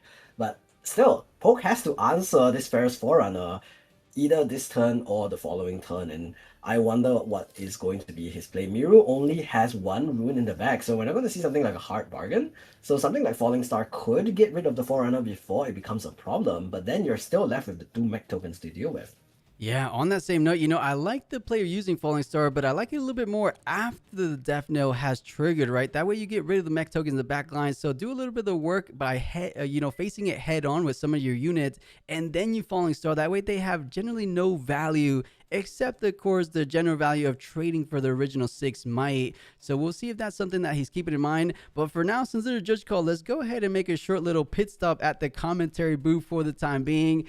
Chat, what are we feeling about this game, and why does this keep on happening? First, it was the Defy. I think this was less of a case than what we saw yesterday, right? Because I don't really think obviously it wasn't intentional. We can guarantee on that. It's just, I believe what they did yesterday is that they put it to the bottom of the deck and they didn't shuffle. Or Hero, do you remember what they did? They did shuffle, they randomized the deck basically. Okay. So that's what. Yeah, I saw something about that on Twitter, I think, but I mean, we'll just see what they end up doing. Either way, as long as the game is fair, it looks like they aren't just gonna shuffle the deck, which is fine. I think it's no harm, no foul, because I mean, random is random. So we'll just continue playing basically off of this Rek'Sai Conquer trigger, and Noxus Hopeful going to hit the board most likely because 2 energy 4 might so much great value. Very, very key card for almost every red deck basically. Yeah, who knows? I mean, the world would never know, but this little shuffle benefit him ever so slightly in his favor. But as you point out, Noxus Hopeful will most likely, or actually 100% make his way over to this base, and now building up quite a good amount of units in the back line, especially when we consider the fact that he's already at 4 points, just right there inching his way to that halfway mark currently because of the Aspirant's Climb. Throwing it back over to Miru. I like this position. Inferno, not too long for this world, but with the backline you currently have and the cards we've seen in hand, Rek'Sai looking pretty good at taking us to a potential game 3. Yeah, hoping for that, especially after missing that 2-drop so crucially on turn 1. But first Forerunner going to put Inferno into the graveyard, and Miru still has 9 runes available to make Poke do his bidding. Maybe another Bewitching Spirit could be the play, trying to reduce the options available, but no, instead will be increasing his own hand size instead with the Ezreal from hand. Nice, prioritizing the safety of that champion, saying not today. The Falling Stars was expected. Yes, you'll take my carry on, but let's go ahead and get that Deflect Bird online as well. So effectively a net 0 loss for the side of Poke, and looking good, looking in the same exact position. Now he does find himself a little bit short on runes, but I think this has been, the damage has been done, and I don't think Miro has any additional combat tricks. And that was big. Falling Star literally killing a 1 might unit that became a 1 might unit. That's some good value for Rek'Sai. Yeah, I think very, very happy to take that trade any day of the week. And you actually upgraded your 1 might unit to a 1 might unit with Deflect too. Right. So pretty nice little trade-off. Poke next turn will be able to go up to 6 points, but remember this is an Aspirant's Climb game, so still at least 3 turns away from winning everything, and also has to do, of course, with this big Ferris Forerunner. Miru's turn still though, 4 runes remaining. What else is going to be the play? Had to burn that Falling Star into, like you said, the Carrion Treasure and the Rek'Sai that was long sworded up to a 5 might unit. And it looks like it is just going to be curtains for that turn. Miru will give the priority back over to Poke, and he's now at a 9 rune turn, so very many options available. Definitely a whole lot of runes to work with and a nice little healthy hand size to work with as well. Could go ahead and just straightforward conquer on Arena's Greatest just to see and weigh out all his options going forward. Be very careful. You don't want to go ahead and pick up the 3 cards. Just look at the top 2 for now. Looking 1, looking 2, a Vi Peacemaker, and a Call of the Week might be exactly what he needs here. You can sacrifice the bird, kill the Ferris Forerunner, and then you have the Fallen Star to completely clean things up after everything's said and done. I like this Call of the Week. Let's see if Poke agrees. Yeah, however, there is the Ezreal in the back still, so most likely this Forerunner isn't going to be sacrificed by Miru, but Vi is still a very, very powerful unit as well, could just make its way into the base so that you can stun the first Forerunner on the following turn, and suddenly that 6 might trade doesn't seem so powerful anymore. But like you said, Call of the Week still a very good option. You can still trade the bird for an Ezreal, and I think that's really, really nice. But nope, the Vi is going to be the option, and we're going to put that into the base, I would think. I don't think we're fortifying the Arena's Greatest. Let's see. Yeah, I don't think Vi Peacemaker is a card you want to go ahead and leave on a battlefield. You want to go ahead and get the value from attacking in, hence stunning the unit. So it does play the Vi, and because it comes from the deck, it enters accelerated. Brilliant play for the side of Poke, making full use from that chosen champion ability. We're just talking about it for mech tokens, but making use for the Vi Peacemaker. This has to be the best play you could have possibly done. Who would have thought? You have an additional keyword, accelerate, on that Peacemaker. Yeah, accelerate by Peacemaker is crazy. Here now is the Void Seeker going to be used on this Noxus Hopeful. So even though there is a stun on this first Forerunner, will be able to push back the Vi if she is left alone. Now let's see what is going to be the response for Poke. If there's another Longsword, for example, this could be massive in order to get rid of this Forerunner. But remember, after this Forerunner dies, it still spawns the 2 mech tokens in the back. So you basically didn't really get that much value at the end of the day. Not so do bring up a good point. Because playing the Longsword means you can't play the Falling Star, but keep in mind the stun is for the remaining of the turn, so now 6-6, but 1 unit stays on the battlefield, the other one doesn't, conquering up to 6. More importantly, I think it's finally time to give Pyke a bit of taste of his own medicine at the hands of a Falling Stars. That comes down, taking the Ezreal, taking on the mech, leaving a lonely mech in the back line. Things are looking ever so better for our Rek'Sai player. Definitely, and I was just going to think that actually this trade might have actually ended up in Poke's favor, because the Vi gets pulled back into base. So next time you can use that stun effect again, even if there was going to be a big push into the Aspirant's Climb here. But no, I mean, Falling Star does a great amount of work and gets rid of the Ezreal and the mech token, and now Miru is going to struggle to try and take back either of these battlefields. And even if, let's say, he takes away the bird on the Arena's Greatest, that leaves him vulnerable to getting conquered by this Vi Peacekeeper in base, and again allowing Poke to trigger that legend effect on Conquer again.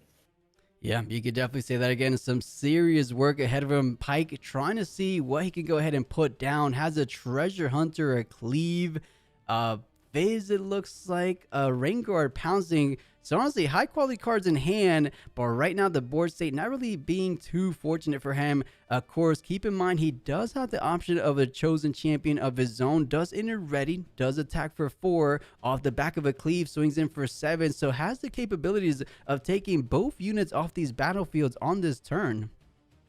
Yeah, and looks like we are going for that. Here is the mech coming in with Assault 4, and there is going to get rid of that Rek'Sai chosen champion. So very, very big mech token. And even though the Falling Star did take out its brethren, he does avenge it. Here now is Pyke going to be played directly. I believe it should be played to base and then accelerated. Little shortcut just there. Skipping ahead a little bit. Yep. Here is the Fizz now. We might see a Falling Star on the Vi in base.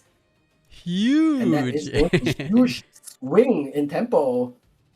Man, leave it to Miru to find the line. He said, Rek'Sai, you had the upper hand. You were looking to be super well done to get to that game number 2, maybe even to get to that game number 3, I should say. But look at where we're finding ourselves out. Full battlefield control, a unit in the back line. The only thing that was a bit of a downside is the amount of runes he had to spend to do so. But for this board control currently, I think it was a very worthwhile investment to do so. Yeah, I mean, Poke just has to play off of the top of his deck. Now we're gonna see Void Rush into the recruit spawn. So not a lot of options, and Miru is on that 5 points. So very crucial. Next turn will hold up to 7 with this Pike as well as the mech token, and will play down the Honest Broker as well. Only 2 runes left for the side of Poke. What will he be able to do? Maybe might want to consider attaching this longsword to play around another Falling Star, and that is going to be the play, and it goes on to the Honest Broker. Interesting, because that only brings him up to 3. So realizing he's saying, wait a minute, let's go ahead and hit that 4-might breakpoint. But with this double potential hold from side of Miro, has finally closed in on the point disparity, holding up to 7 point, threatening one more turn until he finds himself in a winning 2-0 position. So things are looking really good right now. From here, you don't have any Fury runes, so that's something to be careful of, but go ahead and retreat back. Both of these units is exactly what I had on the agenda as well. If you have any more units to play, just establish your base and then hope for the best on the final double conquer turn of this game number 2. Things are looking up and up for Miru. It does depend on the hand currently, but after that one turn previously, it was such a blow to Rek'Sai. I don't think she could come back from this. Yeah, massive swing in the tempo, but at the same time, retreating does allow you to protect your units, but you are giving Poke a free conquer to use that legend effect and maybe get a really nice card off the top. So we will have to see something like their own Ferris Forerunner or an Under Titan to fortify one of those battlefields after you're done conquering. And remember, we still have quite a bit of might available, 4+2+1 in the base right now. And the recruit can move in, and if you're conquering both sides to 8, you just need to hold that 1 point and you will be able to win. But let's remember as well, Miru, last game, Star-Crossed is available. Even if a big unit is hit, that could just be removed instantly. That is the power from these Chaos Domains, of course. But I like what you're getting at here. A double conquer goes up to 8, and then all you have to do is hold one of these battlefields. So just kind of go all in on the game plan of establishing the biggest battlefield presence you possibly can with the remaining cards in hand, of course, and saying, you know what, you can't win on your next turn. So let's go ahead and give you the task of being the one to leaving your units on these battlefields, and I'll go ahead and find a line to kind of take care of them going forward.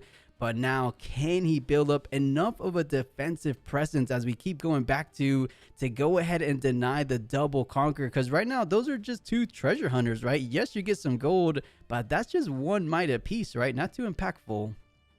Yeah, I mean, spend 4 energy to get 2 might. not what you really want in terms of efficiency, but a unit is a unit. So this does play around something like a Falling Star from Poke here, and now we're going to see the Conquer effect, and we'll be able to turn one of these units temporary. So turning that Recruit temporary, for example, could be great. Will allow him to draw 2 cards. Yeah, it does stick around for the next combat as well, as it doesn't die till the next turn. One card I saw in hand for the side of Mirror was the Blighted Battle Axe, but the only bit of a limiting factor is the lack of Fury runes. Battle Axe requires red to attach it. Usually you could go ahead and try to cascade it with these little guys, making it up to 5 might, and then kind of breaking down those defensive that way. But I think he might be fortunate to hit maybe 2 Fury runes at best, right? So this could get a little tricky, but this is exactly what they needed to stay in this game so far for Rek'Sai. Yeah, Falling Star takes out the Ezreal, the Fizz, and the mech token as well. And like you mentioned, he is going to be pulling 2 more Fury runes from the rune deck this turn because he is actually on a 5-7 split. Now we're going to see Poke move that buffed up Recruit to the Arena's Greatest just to fortify a little bit more, and then we'll also play down the Noxus Hopeful. So lots of might now available on that battlefield. That's a 9 total on the Arena's Greatest, and the Honest Broker, of course, on the Aspirant's Climb only for 2, we're going to expect that to be the place that is going to be sacked. Now, let's see what Miru is going to do. Is it going to be that cascading Battle Axe play? He is only going to be able to do that exactly twice because he has 2 red runes. So let's see. Yeah, this is going to be a pivotal turn, maybe the game-deciding turn, quite literally the last turn for both of these players in this game number 2. I like the little bit of extra insurance on the side of this Arena's Greatest that most likely should be something like a Hidden Blade.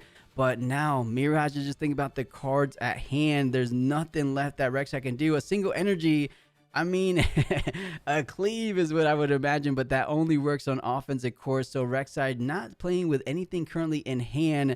So the board is set. What can Miru go ahead and do? Just think about it. He found some lines, very clever lines in this game number 1. Can he go ahead and see the bigger vision? He has a Fizz, so can go ahead and dig into that graveyard as mentioned before. There's a Switcheroo, there's a Void Seeker I'm seeing, and then there's a cleave to make use of as well. That's right. I don't see a single 1 energy interaction available in Poke's deck. So just had that as a leftover, and is really just hoping that this hold goes true. And looking at Miru's hand, there is a Fizz available, so could do something like that Void Seeker, but it's still not going to be enough to take out this Arena's Greatest and the Aspirant's Climb. So I think the play is going to be that Battle Axe, and no, it is Fizz. It might be Fizz into Void Seeker from the trash. Or is there a Falling Star still available in the trash for Miru? No, I'm not seeing it there. He has a nice presented for us. So does it sound the Voice Seeker? Does get an additional draw, but that just leaves him with 4 runes available, which is just enough for that Blighted Battle Axe just to come online onto this base. Just 1 Fury to left attach. I think he's foregoing that cascading potential as we discussed before, working with the current cards he has in the base currently. So let's go ahead and see, can he kind of put those pieces together, because it's looking like a long shot, but he obviously has a little bit of an idea what he's doing, of course. Yeah, Battle Axe actually needs 1 energy to equip as well, so it's going to be actually 5 to equip, so it's no longer going to be on the table. But there is a Rengar pouncing like you mentioned earlier, so that could come in for 5. That means there is going to be Rengar pouncing with the Honors Broker.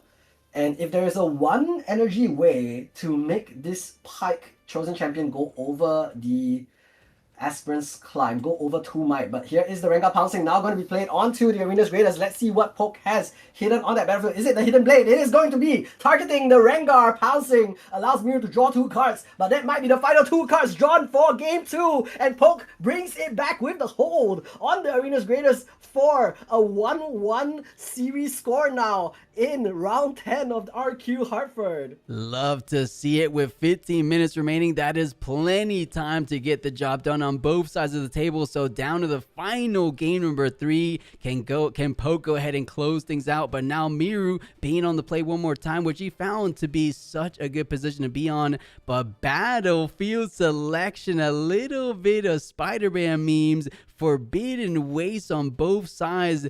Things are going to be very interesting. I'm expecting a whole lot of no defending this time around and a whole lot of conquering, it feels like. And this game is so funny because game 2 we had the Arena's Greatest Aspirant's Climb, and now we have double Forbidding Waste. So these guys are just, Spider-Man memeing the entire way, this entire series. Inferno now played to the base of Poke. Will be also great on Assault, so we'll be able to push into this treasure hunter that Miru is playing here to the sudden Forbidding Waste. Notably, Miru's Forbidding Waste is not foiled. So Poke has won on that front. But Kaisa now played into the base of Miru, and that's going to be a very strong conquer threat next turn as well. Yeah, last little closing remark in that game too. Who would have thought Rek'Sai winning the game on a hold rather than a conquer, right? But going into this game number 3, we'll be the first one to put some points, or the second one to go ahead and put some points on the board. And Falling Star, you technically have enough runes to go ahead and deploy, but it's a little bit of a blow early on to your runes. So goes ahead and forgoes it for the time being. A Call of the Week, a much more efficient way of doing things, and does get rid of one of your own units. Treasure Broker, just to prioritize the unit in the back line, because I would imagine you want the gold, but maybe scared of Inferno not sticking around either way. Yeah, I mean, this is exactly what you want to see for Poke on the Rek'Sai. Was able to immediately answer the threat of this Kai'Sa, and Miro now stacking his deck looking for answers and sees the Fizz Mind Splitter and the Bewitching Spirit. So has options now for this turn. Could force a discard off of Poke, prevent him from gaining any more tempo, and there is going to be that Bewitching Spirit not able to go into a battlefield and return to hand just yet, but might be the play next turn. Yeah, definitely might be the play. Let's go ahead and see as he throws it back over to Rek'Sai now. And this is a little bit of opening they needed, right? Because not a lot of pressure coming out from Miru's side. Just playing that Bewitching Spirit doesn't have the potential to bounce it back just yet, as it doesn't get its hands onto that battlefield. If you're able to go ahead and remove the Bewitching Spirit before he bounces things back, regenerating the ability over and over again, things might be a little problematic for Miru. Looks at the top two, has the potential to ready the Pike as we've seen before. But tapping the two kind of indicative of just playing the Inferno in the back line for the moment. And I think that's the best you can do for now, and just looks to go ahead and pass things. But if you have a Noxus Hopeful, just keep on establishing the board presence as much as you can. It's probably a good game plan for Rek'Sai. Yeah, Noxus Hopeful here would be massive, and it looks like it might be the play even. It's going to go for a Void Rush instead. So that's still going to be really, really powerful. Let's see if we can find something good. Fallen Star! And the Under Titan as well!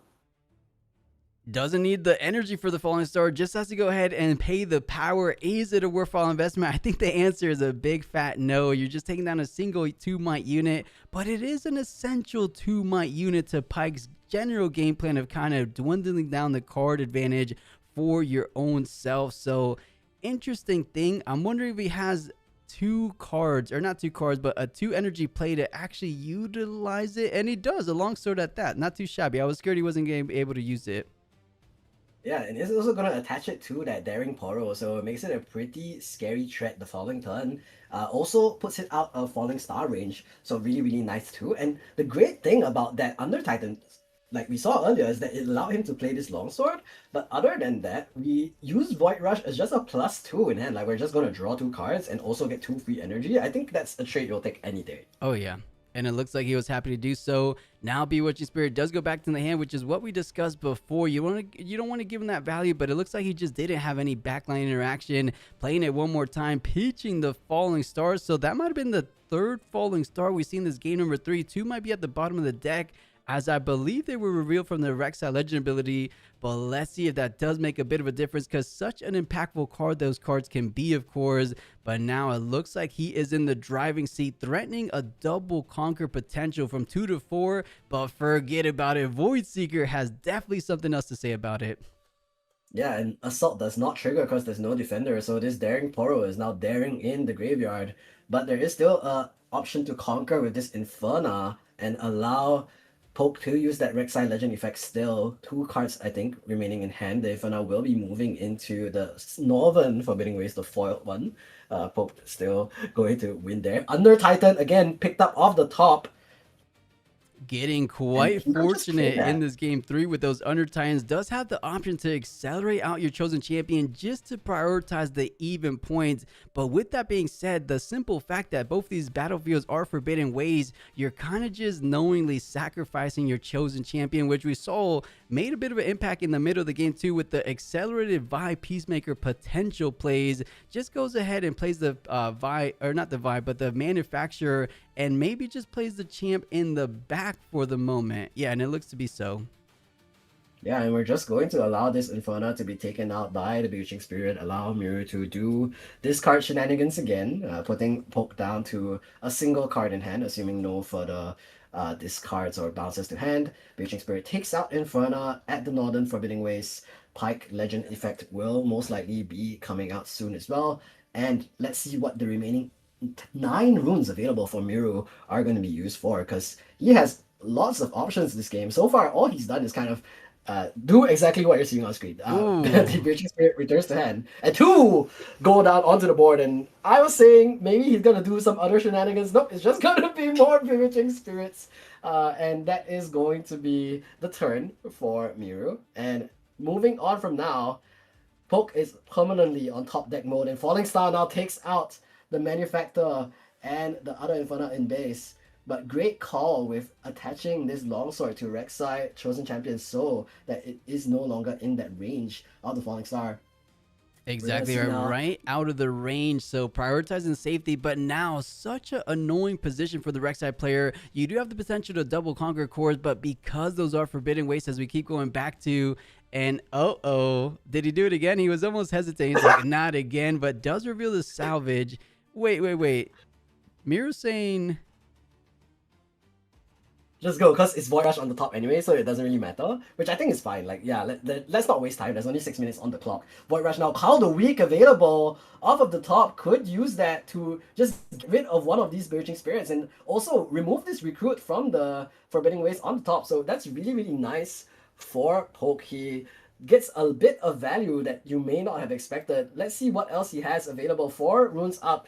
So wasn't able to play the remaining card in hand, and that's going to be heading to the graveyard really soon because of this Bewitching Spirit. Now let's see what Miru has in store for us this turn. Is it just going to be more Bewitching Spirit shenanigans, or is there finally going to be another unit hitting the board? I mean, anytime it's just a little bit too tempting when your opponent has a single card in hand. You just want to say, let's go ahead and get that out of your hand. Thinking about the same play, so spends the 1 energy, bouncing back to hand, generating the gold, and then we will most likely guarantee see the Bewitching Spirit for the last time, as he is completely out of cards and now in top deck mode and has the potential to do it one more time. Down goes the Chosen Champion. Now Miru has kind of pivoted the strategy where he was a little bit more of an aggressive style deck, not too aggressive, more like mid-range aggressive. Now he's full on the game plan of hand destruction, so kind of playing towards what he wants to go ahead and do in this game 3, and he's done it quite well, as right now Rek'Sai doesn't necessarily want to be in top deck mode, especially when you only have a single unit on the battlefield, and has the potential to have 0 units on both of these sides if he decides that the Bewitching Spirit is annoying enough. But with not too many cards in hand, I would rather maybe play out the Noxus Hopeful, but does decide on the Call of the Week, it looks like. Yeah, he's too annoyed by the Bewitching Spirit, and I don't blame him one bit. I've played against this card a lot. I hate it. So, by Peacekeeper gonna make his way onto the board from Poke's hand, and he is now entirely top deck mode. We'll attach the longsword to her so that she is out of Falling Star range, but Falling Star is not the only piece of removal you have to worry about against Miru. He does still have the Star Crossed, and that could be very annoying. Yeah, already utilized the Star Cross, but we do know there's always a card that digs into that discard deck and finds it. So the Fizz does have the potential to go ahead and bounce back the Fizz, bounce back the Vi. But if you have a way of kind of killing it outright, I mean, bouncing it back does sometimes feel like killing outright when you do have the backup plan of the Bewitching Spirit, but goes for the accelerated potential. Finally, for the first time, tying things up in this game number 3. Keep an eye on the clock, everyone. 4 minutes remaining. Can these guys go ahead and close things out in a timely manner is the question. And I love this play, a potential double conquer for the side of Miru, thanks to the get in, get out strategy that Pyke is known for. Able to play the red Pyke, accelerated one more time just to get himself to the other battlefield. Really cool tech here. Yeah, and if there is a Star Crossed in hand for Miru, I think he wins right now. Because next turn, he can do this exact play again and double conquer. Here's the Tide Turner instead. We'll move Pyke back into base. And let's see what these remaining 3 runes are going to be. It's going to be a Rengar Pouncing. So does set up that double conquer for the following turn. And what is Poke going to top deck? He is going to have to move this Vi into a Forbidding Waste. And that means that it's going to just be a 5 might unit, and there is going to be enough answers. Vi moves into the Northern Forbidding Waste. Let's look at the top 2 cards of Rek'Sai's deck. The Void Borrower is looking for an answer, and we're gonna start digging. Say it with me, everybody. Let's go gambling. Let's go, and doesn't hit necessarily exactly what he was looking for. Ideally, a Falling Star would be instrumental in this position, but does kind of develop out a little bit more board's presence, or I should say battlefield presence. Doesn't get the downside of that -2 reduction, but I believe just the simple fact that Miru can go ahead on the other side of the battlefield and hold from there. Things are looking in his favor as it stands. Of course, there's still one more card remaining in the hand for Poke. is that actually going to go ahead and be the card he needs to deny any further point advancement for the side of Miru? Things are getting down to the bitter end, and we wouldn't have it any other way here to close out this final round 10. Thinking about the final Nox is hopeful, so has the potential of what, 7 plus 4 up to 11 plus 4 more, so 15 total might. Is that enough, Hero? I don't know. We're gonna see what Miru has in store for us in his hand. But Poke having to make the decision, do I put this to fortify this Forbidding Waste even more, or can I just leave it in base so that I can conquer again the following turn? And I think that is so important for Poke to consider. He's not just trying to not lose, he's trying to win. And that's going to be really important when you're here at round 10 of this RQ, and 8-10, 8-1 is such a crucial scoreline to keep winning, and even a draw would be acceptable here, but it is just going to be Noxus Hopeful on the Northern Forbidding Waste, and we've decided, okay, you know what? We are going for not losing, and now Pike is going to immediately move to the Southern Battlefield. Let's see what else is in store. We're going to return Pike back to hand, and that does allow us to put it back onto the board, accelerate it again, and this time it comes in for 4 instead of the 2 it was coming in for previously. This means that Rengar pouncing plus this Pike with the assault of the Rengar is going to come in for a total might of 9 into the Forbidding Waste, and that is going to be able to take out both of these Noxus Hopefuls and therefore leave this Vi Peacekeeper alone.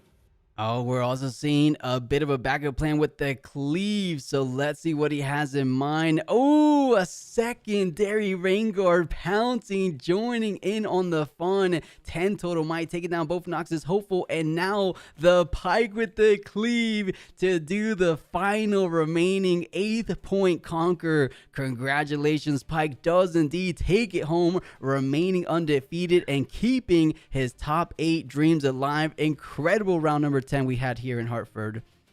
That is massive for Miru. The second Rengar pouncing onto that battlefield just does so much. And really, just a really great showing of how to play this Pike deck without that Pack of Wonders, without doing all of the shenanigans of just making your opponent have 0 hand cards. He still was able to bring Poke down to 0 hand cards throughout the course of the game by pushing and pulling that Bewitching Spirit on and off of battlefields, and then was able to then take advantage of that, because you can see Miru no longer had all of those crucial falling stars that we mentioned a couple of times. Could have been a great answer to how Miru was playing, building a bunch of units in the back row. And if he had the falling stars still in hand without that Bewitching Spirit's interference, then may have been even able to take this game. But because of some fantastic draws and play from Miru, does go into round 11 with a 9-1 scoreline. You love it. And man, as I said before, I'm a fan of Miru. I've known him for quite some time, as I live around the similar scene as him. His local game store is just a couple hours south from me, so really cool to see. And Razor, did I say undefeated? I definitely didn't mean undefeated. I might have been caught in the heat of the moment. If I'd said undefeated, I definitely meant X1, of course. But Lonzo saying, hope to see 1 Pike in top 8. It looks to be pretty realistic, if I do say so myself. So looking forward to that as well. But man, as we keep going back to an epic round 9 and round 10, it looks like they keep setting the bar higher and higher. So I just can't wait for these further rounds. Round 11, round 12, and then the all-important final round of Swiss, round 13. You know, in your opinion, Hero, what is this top 8 out in Hartford looking like? Because out in Utrecht, it's definitely hard to beat 8 individual top 8 legends. Do we think it's going to be something similar? Or maybe it's hard to follow that up. Yeah, I mean, 8 unique legends is going to be very difficult, but it looks like they've already paired round 11, so we can take a look at who is still undefeated, and it's actually 2 Dianas at 10-0-0 right now. So maybe we won't be seeing a bunch of unique legends, because if you look at the top 3, and the top 5 actually, it's 3 Dianas and 2 Ezreals, and there's actually another Diana down at 8th place too at 9-1. So there is a lot of competition, very fierce for that best of Diana metal card. And wow, there's going to be so much interesting matchups moving on into round 11. So I really wish I was still able to cast the following match, but I will leave it to, of course, our other community casters that will do a fantastic job, I'm sure, as well. And I just want to chat, someone said there's a Leona at X2. Oh, nice.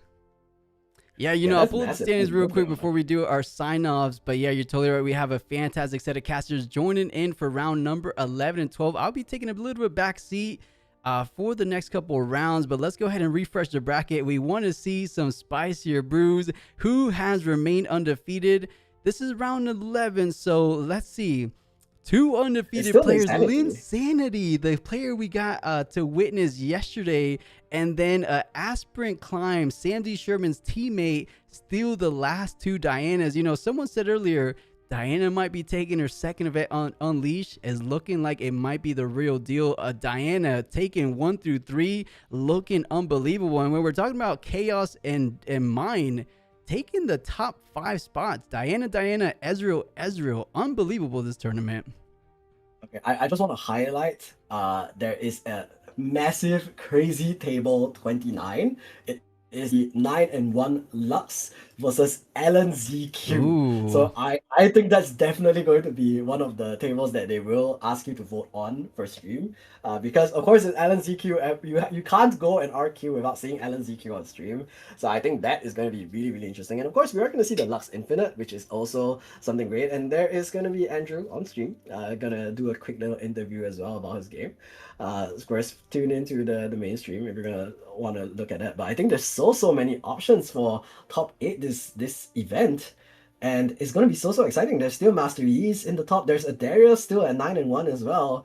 The Lux that we talked about earlier, the Pikes that we just saw. There's an Annie. There's Colin. He's still up there, 9-1 on that set. Nice. And the LeBlanc as well, also gonna be there. And there's also a Misfortune at 9-1. So good. And let's not forget that anyone in the 8-1-1 scoreline is also still a contender for top 8, because they just have to win 3 more games in a row. 100%. We'll see what 8 players do end up finding their way in those coveted seats, of course. But man, it has been an awesome way to start things off. Round number 9 was awesome. Round number 10 was even better. As I said before, even looking forward for these next future rounds. But with that said, Hero, let's go ahead and do a little bit of sign-offs here as I go ahead and get prepared to bring in our next set of casters. But you killed it. It has been awesome working with you for the first time. But I could tell you are a true natural, and you have a whole lot of experience casting, so it was a pleasure. Thank you so much. I really, really appreciate it. I really love casting, and I really love Riftbound. So I hope I get to show up again, and I hope the chat enjoyed the stream as well. Of course, you guys see a lot of plus. I'm sure you guys are used to them. I hope you guys will get used to me in the future as well. You can follow me at Hiroshi Show on YouTube, on Twitch, on Twitter. I am also at Hiroshi Show with an underscore at the back. I will also be casting at the Southeast Asian Nationals for Grand Archive TCG this weekend, so make sure to catch that as well if you are interested in the game at all, if you have heard of it. And yeah, I really hope to be able to see the rest of this RQ. I'm going to sleep now because it is 1 a.m. But I will definitely be watching the VOD after in the morning. So thank you so much for having me again, Plus, and I will see you guys again next time. For sure. Get some good rest. I'll see you around, Hero. Thank you so much. Bye-bye. See ya. All right, chat. Give me 1 second. Apologies that we couldn't get to this interview. I mean, I guess I could turn up for the meantime. Let me run to the restroom real quick. And then, of course, actually, do I have this volume up? No, it's actually the music. Let me run to the restroom. And then in the meantime, I will go ahead and bring in 2 legendary casters. You might recognize these casters if you guys were tuning in onto the Utrecht Regional Qualifier last weekend. I'll save the surprise. I'll be right back, guys. And I think that's a really cool aspect to that domain. We're even seeing a lot of Ezreal decks right now have a little bit of that sort of same emphasis, and in certain matchups the Diana decks do a lot of similar game plans. So it is interesting to hear that, because that is a different dynamic that we see for these other Fury Chaos decks like you're alluding to. And like you said, back in the Draven era, people were just avoiding combat so much that you weren't actually getting that generation, whereas I can tell how good your Legend is, not just from the inter abilities of your units, so when you get to play them again, but the gold that you generate across the game. No, it's huge. It's huge. But still tailored for a top cut run here for you, Miru. Congratulations on your round. More tournament to play, though, so we're going to go ahead and send it back. Yeah, what a great interview there. A grueling best of 3 between that Rek'Sai and Pyke list. And I want to actually dive into how that series ended up closing out. It really goes to showcase how creative you can get when you're playing Pyke. Obviously here we have a double Forbidding Waste match, which is very tricky. Both Rek'Sai and Pyke don't really want to stay on a battlefield. They just want to conquer For Rek'Sai's sake, to get that legend ability, and for Pyke's sake, just to get on that battlefield and bounce back to hand. As we can see right now, all we have is a bunch of runes for the side of Miru. We have a Pyke and a Rengar. We are at 6 points. We can win this turn. So the most important thing here is we want to make sure that we can get on to the first Forbidding Wastes. And then with the ability of Pyke, we can bounce our other Pyke back to our hand. And then what we'll be able to do is move this Rengar pouncing in here, play another Rengar pouncing from hand, and with that assault, we'll be able to kill both these Noxus hopefuls. Notably now, this Vi is going to be all alone on this battlefield, which is going to give it a -2 might. And when we replay this Pyke, we can pay its additional cost, give it an extra +2 might, swing into that now 5 might Vi, who gets that -2 from the Forbidding Wastes, use that cleave to get on top and close out this game. So what we're going to do is we're going to go ahead and roll the clip now so you can kind of see it. And this is a very creative line from Miru, able to kind of go up to 7, get that Pyke back to hand.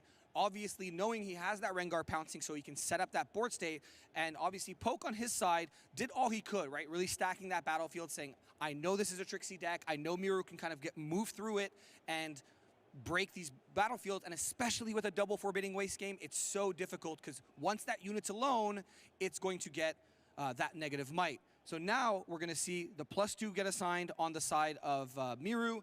We're going to move that Rengar pouncing in. And we're going to be able to take control of that battlefield by playing another Rengar pouncing from our hand. So just doing some math here on Miru's side, trying to figure it out.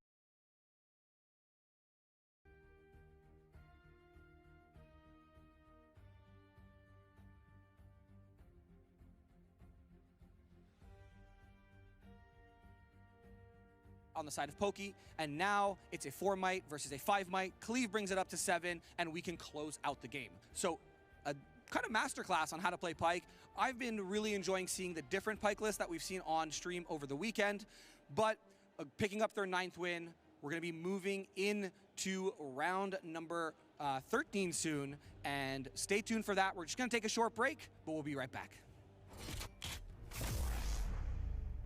Hey everyone, my name's Grenton. And I'm Charmer. And we got some pretty big spice for you all today. It's a deck that I actually really enjoy playing, so I'm here to explain to Charmer how to create a limitless Lux. Yeah, I definitely need this explanation probably 2 or 3 times, but give me your best shot at why this deck is limitless and why so many people are talking about it.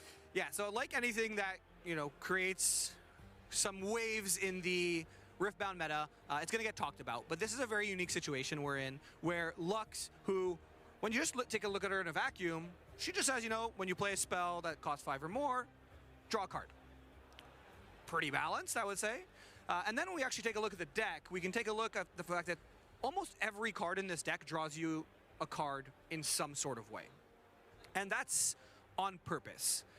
So there's some combos in this deck that allow you to create a bunch of energy and a bunch of power and make as many recruits as your heart's desire. And there's also stuff that, you know, you're able to All right, guys, we are indeed back and looking forward for these next couple rounds. As I was kind of hinting at, we have 2 legendary casters joining in on the fun over here at the Hartford RQ. It is none other than Caster Bandit and Leo. You guys might know him as Coning Lionheart. Let's welcome these guys in. Bandit and Leo, how are you guys doing today?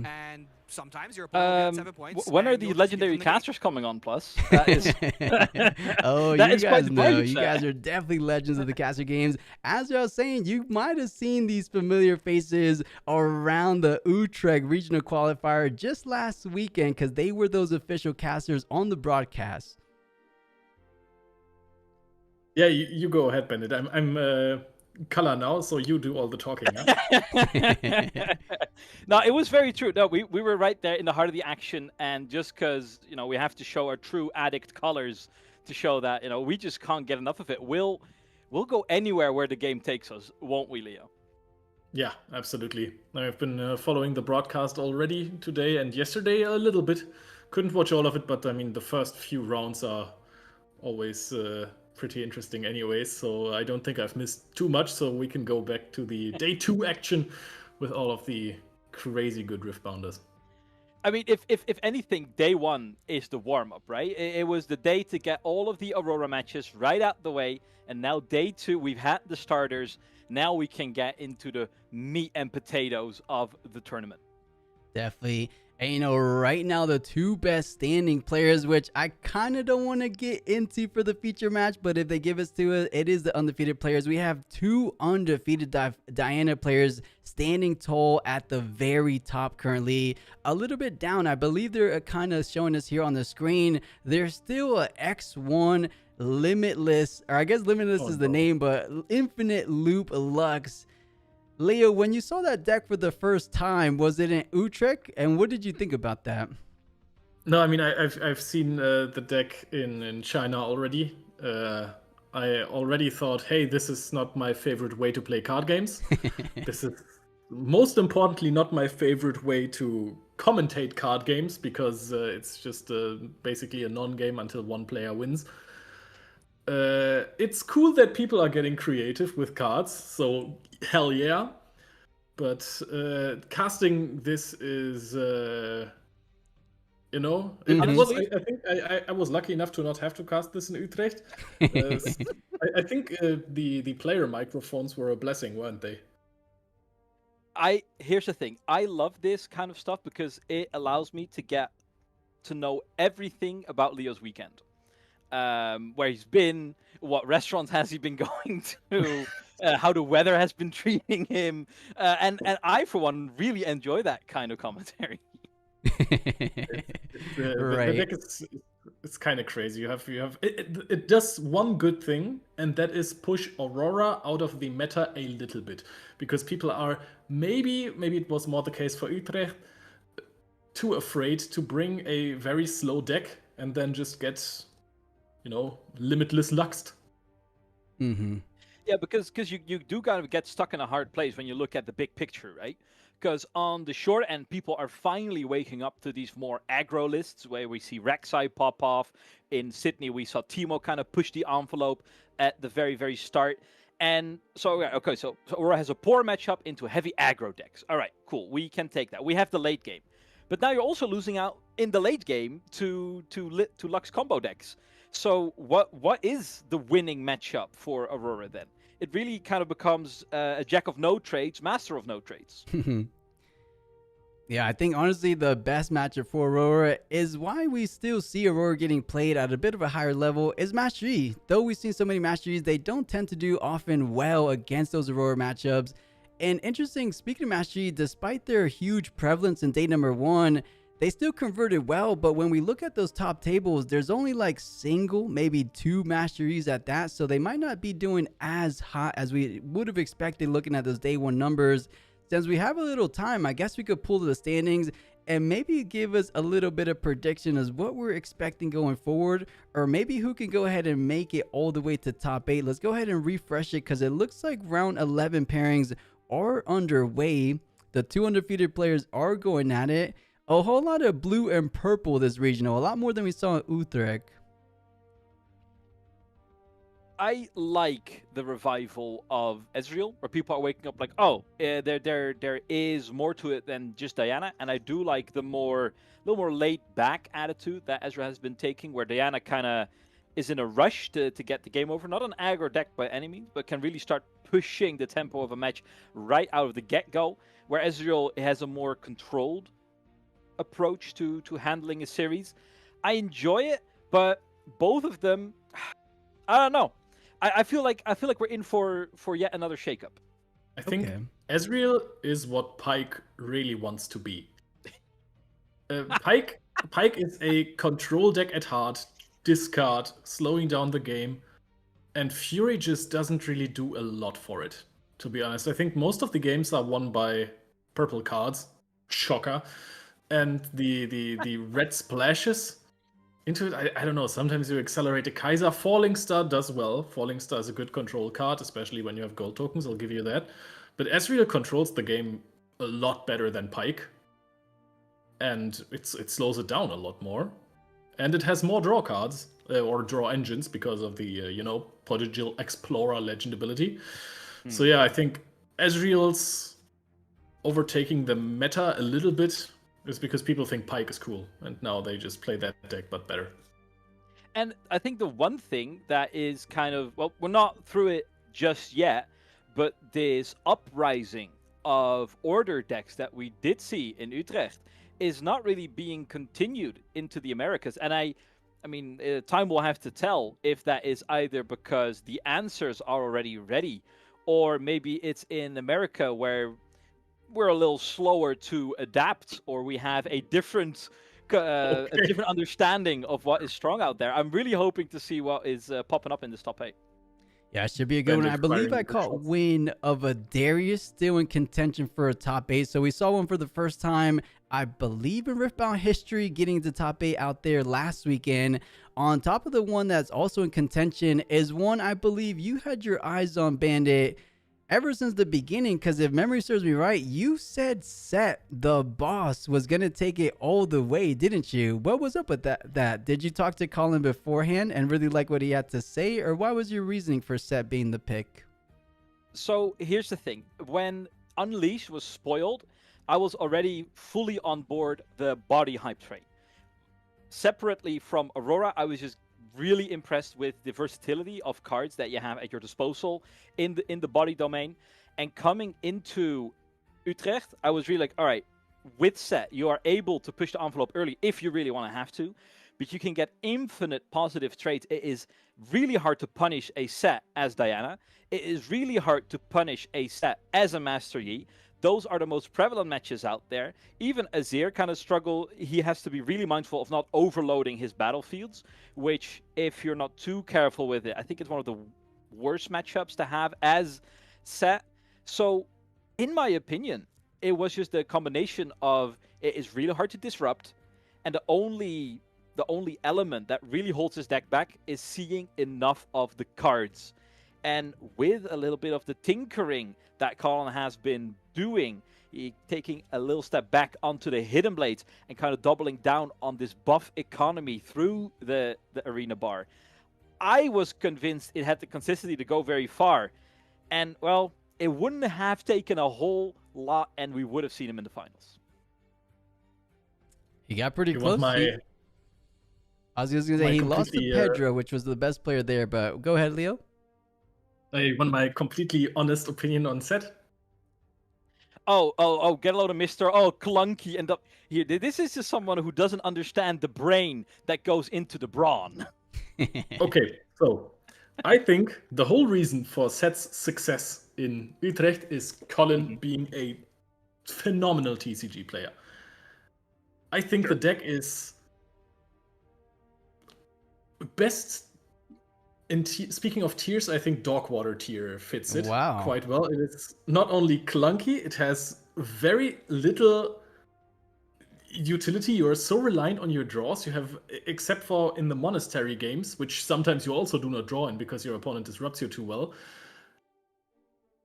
You have very little things going for you. You will rarely find a way into the games. I think people are choking a lot versus Colin, because they see Colin and they're intimidated. That's actually a really big thing in TCGs at competitive play.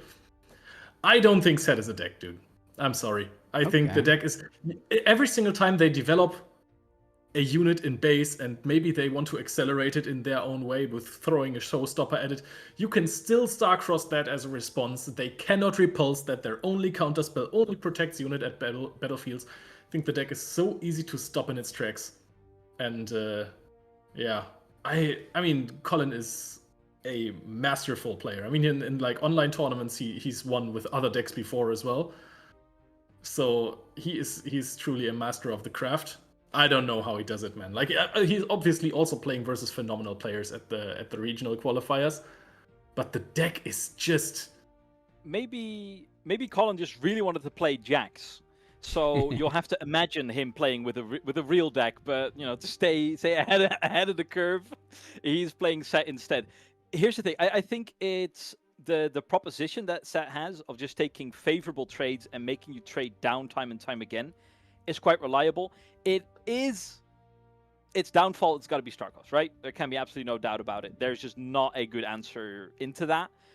And especially when you're facing against decks that go through 3/4 of their deck, it is hard to outvalue that. And regardless, man, I just can't stop rooting for the guy. And even though they call him the boss, every single battle feels like an uphill one. Definitely. I mean, looking good. Still X1, so it could be for the 3rd time, I believe, making his top 8 appearance. And maybe this weekend is his weekend. Because you're totally right, Leo. I mean, Set isn't necessarily the highest tier legend, but in the right hands, like Mr. Colin Kaiser, he definitely tends to go a very long way. Very similar to how we see Prismaticism when he pilots Annie. A lot of people, Annie in other hands, it looks like a fair deck, right? But when we're watching Prismaticism work his magic, it just looks like he's operating at another level.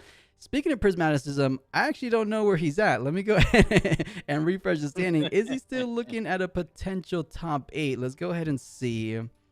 Whilst Plus is on that, I will say he's on 27,811 right now. So still in an arm's reach of getting a top 8, but there is not a lot of room left for any more missteps from this on. Any single loss will send him packing, so to speak, especially because if you're getting your draws and losses already in before, let's say, round 10, before round 11, those losses will really drag you down in any sort of tiebreaker. No last-minute bailouts like we saw in Utrecht. So the only thing, and then we can close the Set chapter for now, is somebody needs to take down his brother in arms, Challenger TCG Relivia. Because if you thought the matchup into Starcross was bad, I've seen Set perform into Lux.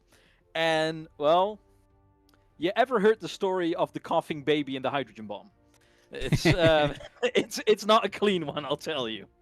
Yeah, I don't think I know that story, but I'll trust you on it. That sounds incredibly morbid. Quick little side note real quick. When did George G join Challenger TCG? They're showing it on the stream with a Challenger TCG shirt. I guess they're just forming a bit of a monopoly over in Riftbound competitive scene. If you guys remember, George was one of the first Set 1 champions at the Eastern region out in China. I'm impressed. This catching me by surprise. I had no idea he was still even, because remember, he took a bit of a break. He was known for kind of saying that once Draven came out, he kind of quit the game. So I guess he's back. Happy to see George once again. If you guys remember George. Leo, I'll be honest, I'm not ringing any bells. No hate for you, George. Really? Okay. Was first Set in China? Yeah, he was the first, like, he was known because he was an American player in China, and he won the regional with Kaiser. I mean, I think it was the second ever regional ever in Riftbound history. So, I mean, he's known as a pretty big player. I think you guys don't know him because he kind of took a huge step back when Set 2 came around, but apparently looks like he's making a bit of a comeback. I know him. I mean, do you guys know the caster Yesterday? I think she was also on a RQ cast. I think it was Vancouver. Do you guys know her? Yeah. That's his boyfriend or her boyfriend. Oh, cool. So that's how I know them as well, because they travel on the eastern side of the U.S. So I run into them at events here and there. Well, I will there's say all room for more talented players into the game, and if you are an adept, if you have the eye of a visionary, I welcome anyone to take part and maybe teach this this already existing field some new tricks of the trade. For sure. Super strong player. But looking at the top bracket right now, I guess we were doing some caster predictions. You guys are used to doing the caster predictions for the official cast. Might as well, since we have some time. This is actually a little bit extra time than I anticipated because the round pairings are already done. I'm wondering if they're giving us some like pre-recorded matches. But as they get back to the booth, let's do our caster predictions before this round number 11 gets started. Leo, I'll throw it over to you to kick things off. Where are we gunning? Are you kind of relying on Diana since they're doing so hot so far, or do you have something else in mind? Nah, I think Diana is too boring of a call. We have two undefeated players. We have Alan, we have Diwali, so I think the stars are aligning for Diana. So I'm not going to go with that. I'm going to stick with my Rek'Sai prediction. Okay. I think Rek'Sai, if piloted correctly, is incredible at the moment. Of course, the deck also relies a little bit on the luck of the draw or luck of the top deck. but I think this weekend is going to be Rek'Sai's weekend. So I'm going to go with Rek'Sai. Nice. Love it. What about you, Bandit? I think it's very inspiring. I think it's almost right. I think it's almost correct. What Leo meant to say was Darius. Very similar game plan, but I feel like just the punches that Darius can land just hit a little bit harder into the gut. Yes, it struggles maybe a tiniest bit more into the Starcrossed, but the tempo is there for all the reasons that the Order Fury matchup can really make life hard for the Yi, make life tough for the Lux combo dexes. Why I think this RQ is the one where we will see Darius take his rightful top at the spot as General Noxus. And I see we might have had a little bit of a bad omen. We don't want to go ahead and manifest it, but Challenger TCG Relivia rocking their Infinite Loop Lux might go head to head against Alan ZQ. And Leo, chat is looking to vote in that favorite, guys. Spam in the official streams. Where do you want to go? Zir versus Annie seems like a fun matchup, but we haven't seen Alan ZQ all weekend long. Is it time to jump into that game? I think chat might have decided for us. Honestly, I left the furnace love on. Alan. I think right. It's so weird. Oh no. I mean, who knows? Maybe we get a nice little quick concession, then we actually bounce into match number B. But chat did vote for the first time this weekend. We will be seeing the Infinite Loot Lux. Keep in mind, though, he might be doing something slightly different because it's not all the time we see an undefeated / a X1 Lux. So I think they might have perfected the strategy. Granted, not the most exciting strategy, as Leo kind of pointed out. But maybe we look at the other side of the board as Alan ZQ, the 2-time regional champion. Here's the thing. I mean, when the people have spoken, who are we to deny them? But I think it's going to be really coming down to, hoping that Leo has done some really fun activities this weekend, which we can go into real deep detail about. Definitely. Because, well, from what we're seeing right here, is there is one last board wipe. There's that, right? That's thrilling, isn't it, Leo? Leo, look, it's a deck that you love. It's Leo, looking amazing. Leo, you love Lux combo decks. I do. No, it's gonna be fine. I know people just love Alan so much, that's why they picked him. But I don't think they know what they're in for here. This is No. They are not. So, all right, let's make it an informative one. Because once you see this Lux deck, this is not the iteration that you've seen in China. This is not the iteration that will win in a single turn.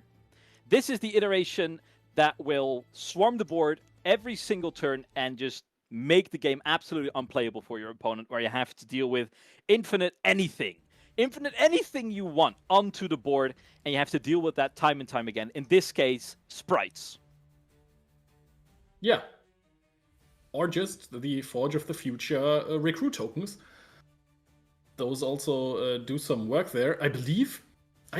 I don't even quite know if the deck plays that way. But what are we playing triple time warp for in this iteration? Are we just trying to flood everything with tokens and then triple time warp to double hold, double hold, double hold? It is another way to just kind of chain the things together.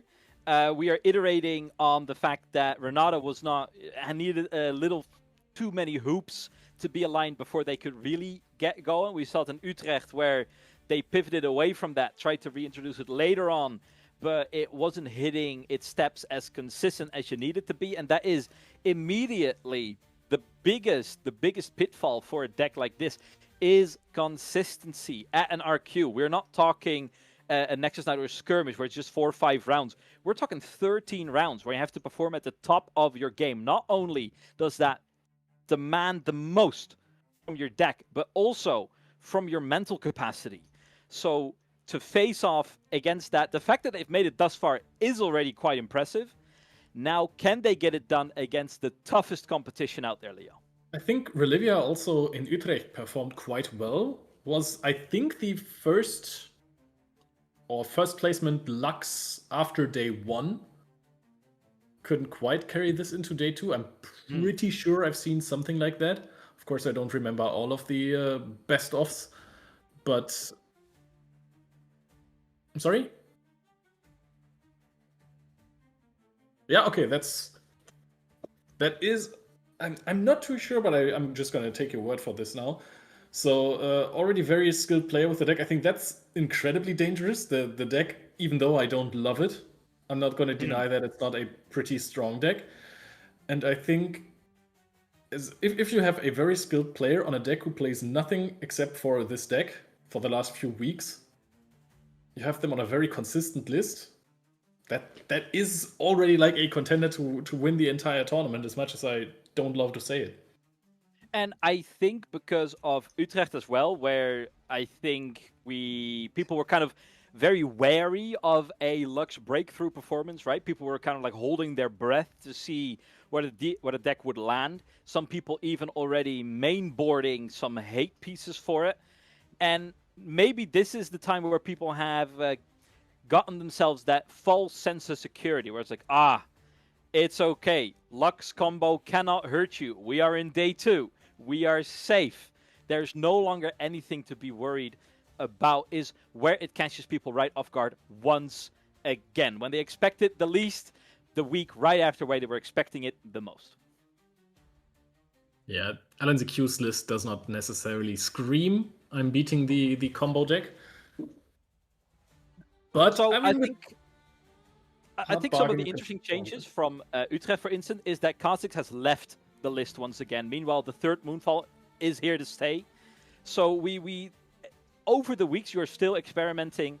And even though I was really enjoying the little Kha'Zix sprinkle being tossed in for overwhelming AE when they were expecting it the least, pivoting away from it, what is the thinking behind there? Why is he wearing a suit? I love it. Gotta class it up a little bit. Yeah, I think the real question, why aren't we wearing suits, Leo? We're being mugged by Alan ZQ. Yeah, as always, right?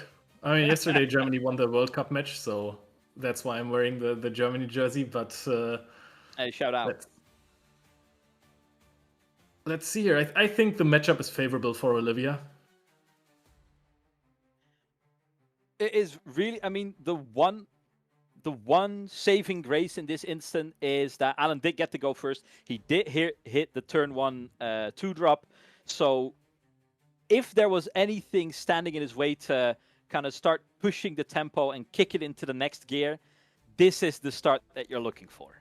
I mean, he does have Hard Bargain in hand. His opponent only on 5 runes so far, so we could in the next turn see Hard Bargain on a progress day if Relivia decides to throw it on curve, basically. If not... I mean, okay, so Relivia could ramp up one more by crashing the Scout. I don't know, Bandit. Yeah, the first few turns, so it's kind of like a certain improv show, where the points really don't matter up to a certain point. It's just yet another resource to be spent in the way that they can either buy themselves more time by keeping their opponents off it for as long as they possibly can, as we see come through with the Sprite Burst here, or on the other side, make sure that they have a few more developmental turns, so to speak, where they can assemble all of their engine pieces to really start popping off. But that is still, at the very least, 2 more turns away. The Sprite Burst is completely cracked right now.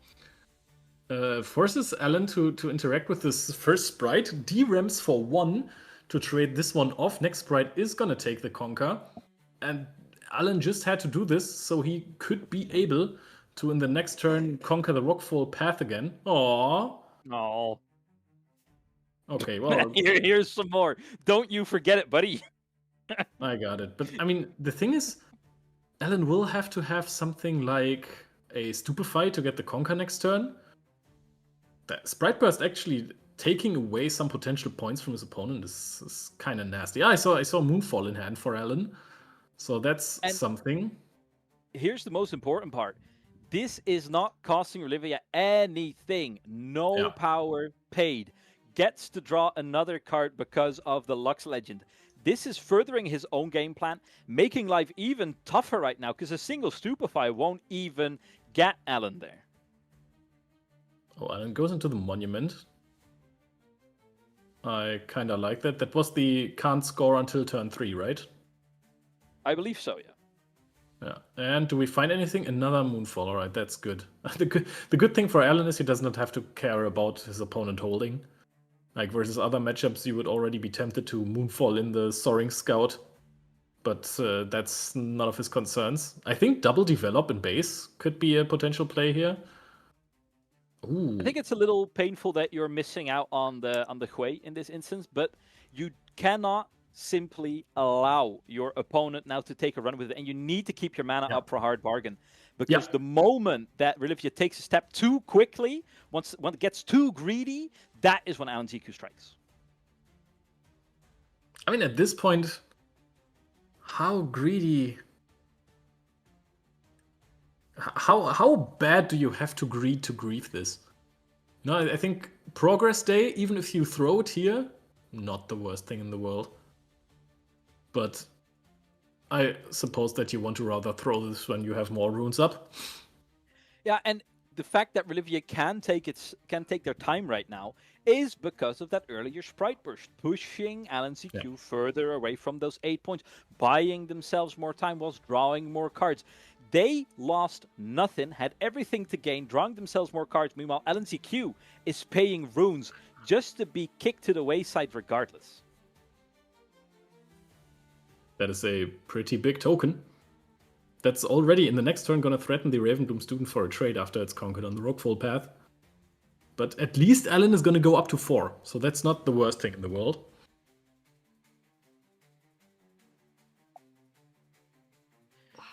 Will be holding out just that little bit longer. But what is the steps after this, right? Because you have to... All of your turns are kind of hamstringed now. And now you have to start thinking about, all right, do I have to start leaving 4 mana open? Because we're getting into that part of the game where if Relivia starts to commit, they have 2 mana extra ready to spend. And that hamstringing effect on Alan ZQ is really starting to bite right now.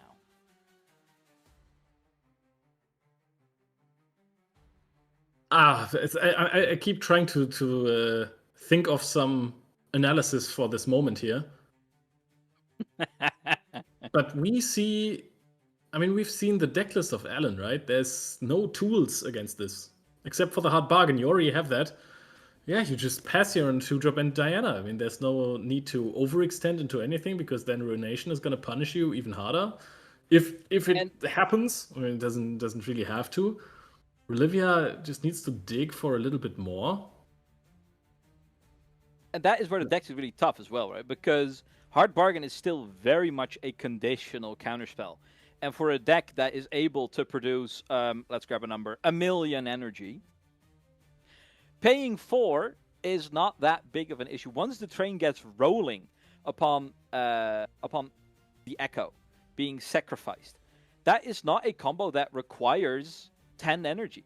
That is not a combo that needs to tap out to commit to that. So the windows of opportunity are not as obvious. 3 energy open, that's simply not enough. We countered. Successfully countered. That is the big power turn for LNZQ in this matchup. That is where he needs to get it from, but he will need another turn at least, because he is not threatening lethal just yet. A first blow has landed. We can stack deck on our next one, dig a little bit deeper. But after that, you're a bit floundering left for choices.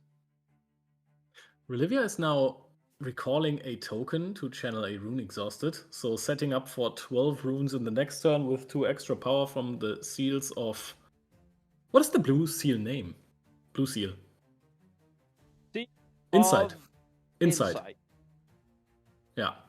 And I get that because it's way too warm to go outside today. So. Yeah, dude. Absolutely. For all those in Europe right now, you know what we're talking about. Whoop whoop. So we're stack decking, and we are really digging just for our next piece of interaction. Anything to disrupt the plans of Relivia just that little bit more. But with each passing turn, it gets harder and harder as the bank keeps growing. Question is, how much can Relivia do on the next turn to stop the double hold if we do not find the hard bargain on the side of Alan? Do love the hand cams though.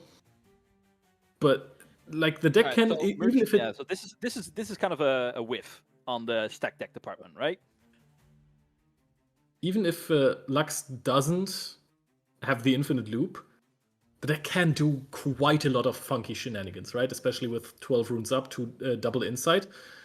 You can accelerate echoes, hence I wouldn't have hated to see a Vex take from Alan, or Alan just wants a hard bargain. Yeah, Fizz found in the stack deck. It is not the answer he was looking for, but it allows just for a little extra spin at the wheel. Do you see how nasty Olivia is smiling right now? He is kicking and screaming in anticipation. Because, I mean, you have to feel good, because anytime a Diana player is playing stack deck from the trash is the moment where you are, all right, it's not in hand. They don't have it. And what are the odds that they finally found it in those 3 next cards? But then again, what else are you going to play? Okay, wow. We have found another progress day, checking our runes. We're at 12. Making sure there is plenty left open. There's a time warp ready in hand already as well. And, well, we're just going to be digging a little bit deeper now, aren't we? That is playing into hard bargain. That would have been, honestly, if he had hard bargain, instant concession at that point. But I mean, would assume... This is really the show and kind of the bait as well, right? It's like, well, do you have it or do you not have it? It's kind of tipping the hand of Relivia as well, because that is the most expensive draw 1, draw 2 that I've ever seen. Yeah, honestly, but it is not really expensive because you just get everything back, right? So I was questioning the triple time warp, but looking at this, especially with the Seals of Insight, that's just a free draw 2, and that's kind of nasty. But have they found what they needed? I mean, the Forge of the Future is sitting right there in base. If they haven't found what they needed, and it's kind of hard to get a glimpse of anything, but you really need to get these echoes out into the field. You really need to start sacrificing them. I think that's so what we happens. shall. Yeah. All right, if the dice come out, you're in trouble. If the dice come out, all right, the dice are coming out. The moment luck starts floating energy is when you're in big trouble. So now the trick becomes how fast and quickly can Relivia get his combo established and acknowledged by both his opponent and the judges. Yeah, because usually I would say a player like Alan, if he wants to save himself from time if time is a troubling scenario, would just go ahead and scoop as soon as he realizes that it's over. However, I do not think, like, the biggest weakness of the deck is time, right? That is kind of the point, because in Utrecht we saw Pantastag face off against the Lux, and the thing that saved him at the end of the day was his tenacity, his reluctance to give up, and forcing his opponent to go through all of the motions. Because currently we are not looping anything just yet. Our deck is still too filled up currently. Our trash is not that big regardless. So it's all about just getting more and more cards out there, as Alan will permit himself to, well, dig just that little bit deeper. Trying to deny some of the plans coming through, because by stupefying, you are dipping below like your 4 threshold for hard bargain, but your opponent already knows you don't have that. I liked what Alan tried to do there, to play around a possible sacrifice top deck. So saw the moment where you could just throw so if in the next 2 cards the next sacrifice would have been as a top deck, that Stupefy would have rocked. I think it's grasping for straws, but what else are you going to do in this situation? Let's just see to go over that. Why is that so impactful, right? Because what is the hidden card there to sacrifice is the Mighty Claws. Your unit needs to be mighty. Yeah, and if you stupefy, it's at 4, so cannot be sacrificed anymore. So chaining this as a reaction to card draw is pretty nice in case the card draw is just sitting on top of the deck. You gotta, in Riftbound, play every interaction that you could have as best as possible. You gotta grasp for straws, and at this point, I don't even think we have too many straws anymore because we're floating up to 8. This is not a loop quite yet, but Relivia is just gonna keep on drawing cards at this point. 20 runes, 20 energy. It's getting up there. It's getting up there right now. I think you'd have a better shot at grasping for hairs on my scalp than Alan has at grasping for straws that are left open to him, unless he magically. Well, I don't think his stupefy even went off, did it? It did.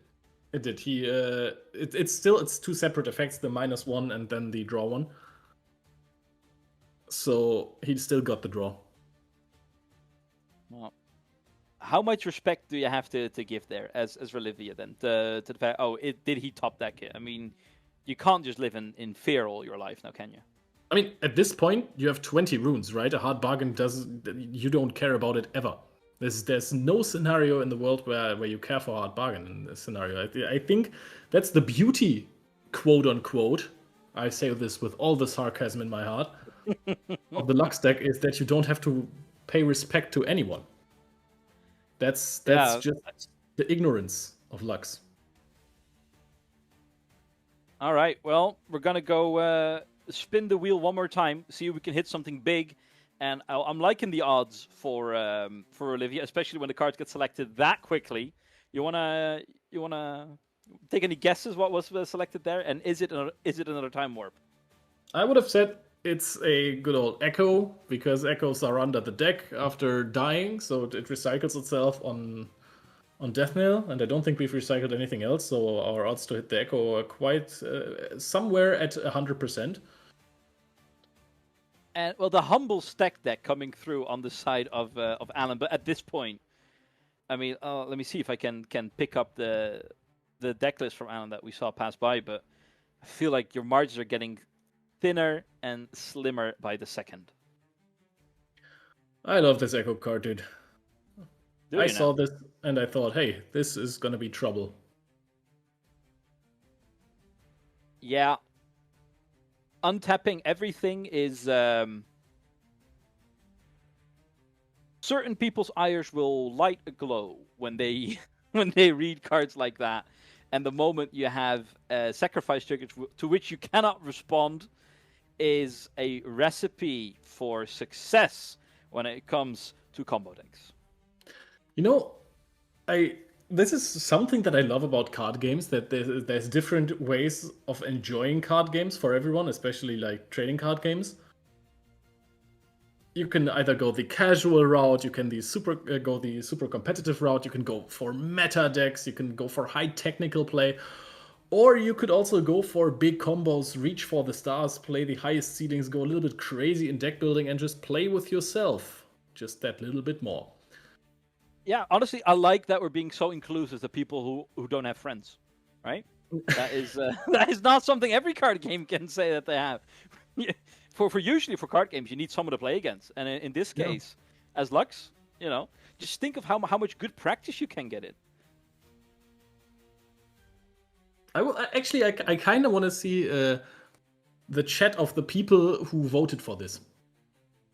Honestly, hold them accountable. I think that's very fair, because I think we're getting into the territory of 12-minute turn currently for Relivia, to which they have, I think we finally started our first step of establishing the loop. I'm going to take up the audio, see if I can slowly listen in on the side, if there's anything interesting being said by the players. If you don't mind, I'm just gonna continue my rant over this. We float 4 more. Yes, please. Please. My goodness, this deck. Relivia is just running through this. And honestly, I think it was the plan all along, right? To offer the community's choice. Put a looks on there if they play versus someone like Alan. And then hope that people actually vote for it to show looks. It is a great deck. And just look how much fun Alan is having right now. He's having the time of his life. Being fully aware that there's nothing in the world that he can do about this. It really reminds me of Sydney top 8, where Alan was also really on display, right? In against Sold Out. Yeah, that was also great.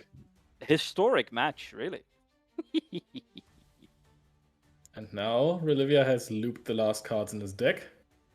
With currently 18 energy available, finding another Seal of Insight. Oh, we're paying 4 for the Jin spell. I will keep forgetting the name of this. Yeah, like backstage shenanigans or something. Downstage shenanigans. Honestly, I like backstage shenanigans. It feels fitting. Feels fitting for a theater.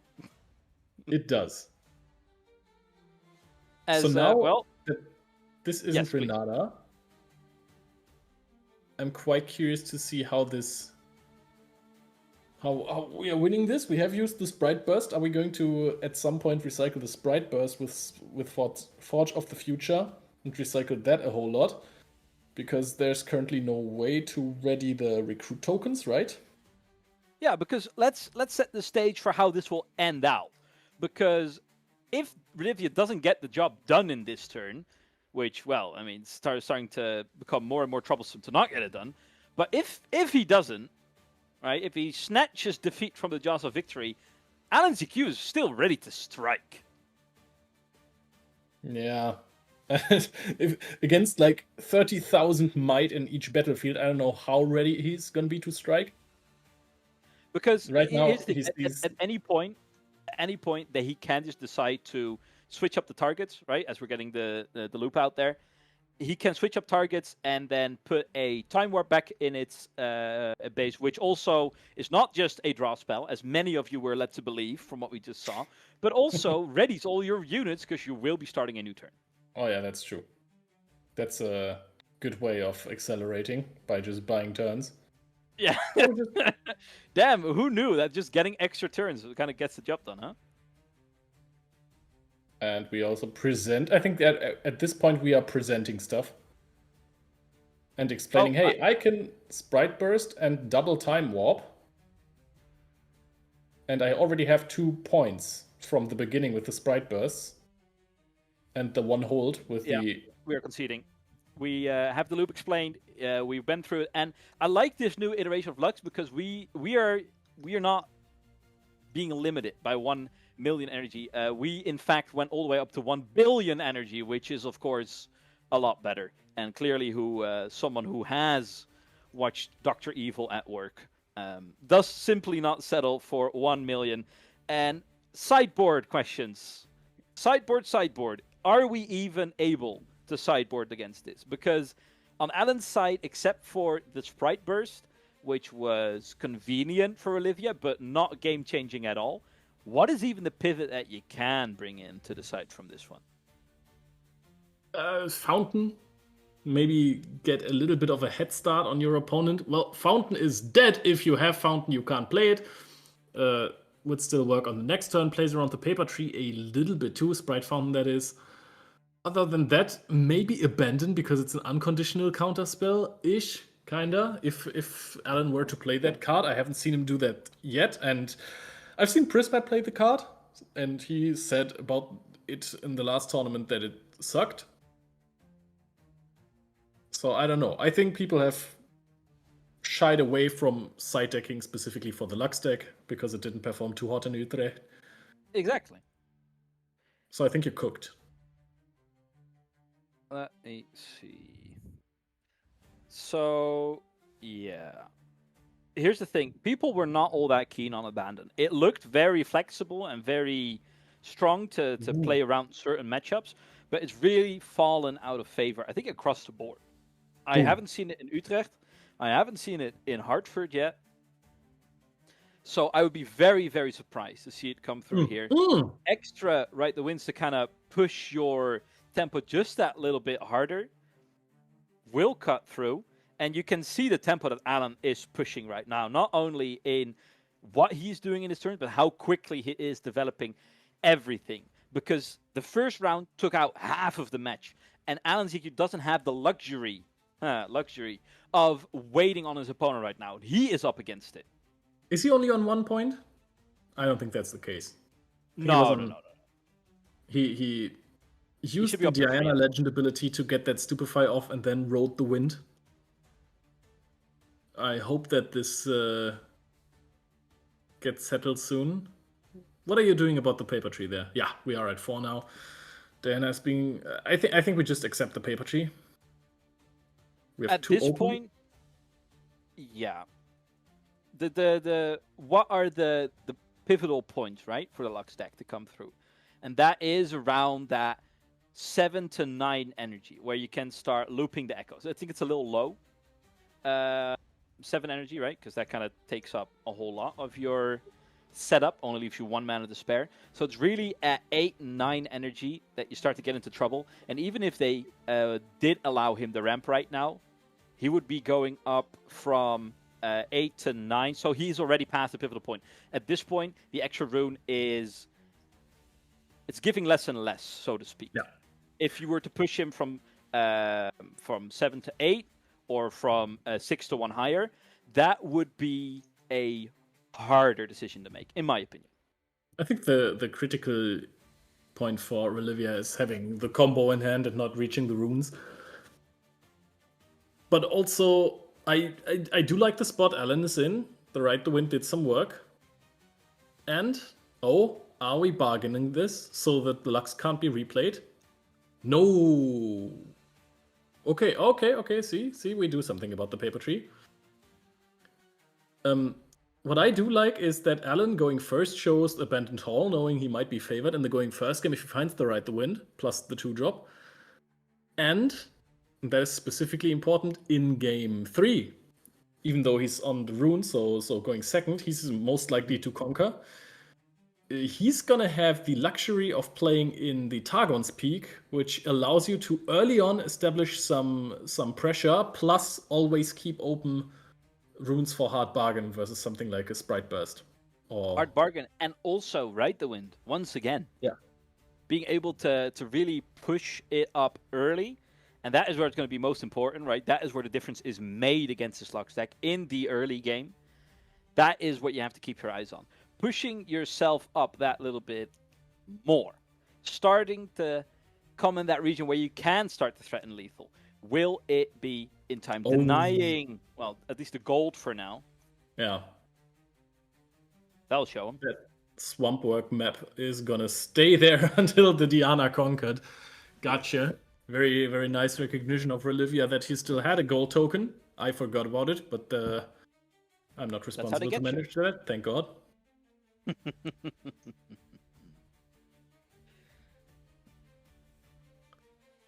Yeah. Right, once again, 1 turn away from greatness. And look how fast we got here, by the way. I think we have seen, maybe 3-4 minutes of play to get through it. And it's all going to come down. Can Lux get the job done? Did you get a peek at what's in hand there? No, not quite. It's because we are once again looking for echoes. We are looking for sacrifices. We are looking for time warps. Oh, that is a huge progress day. If hard bargain isn't found, I mean, he can pay for hard bargain, right? It's 10, and he has 4 open still. Then, but I mean, if he progress days now and hard bargain happens, you just lose if you tap 4 more, no?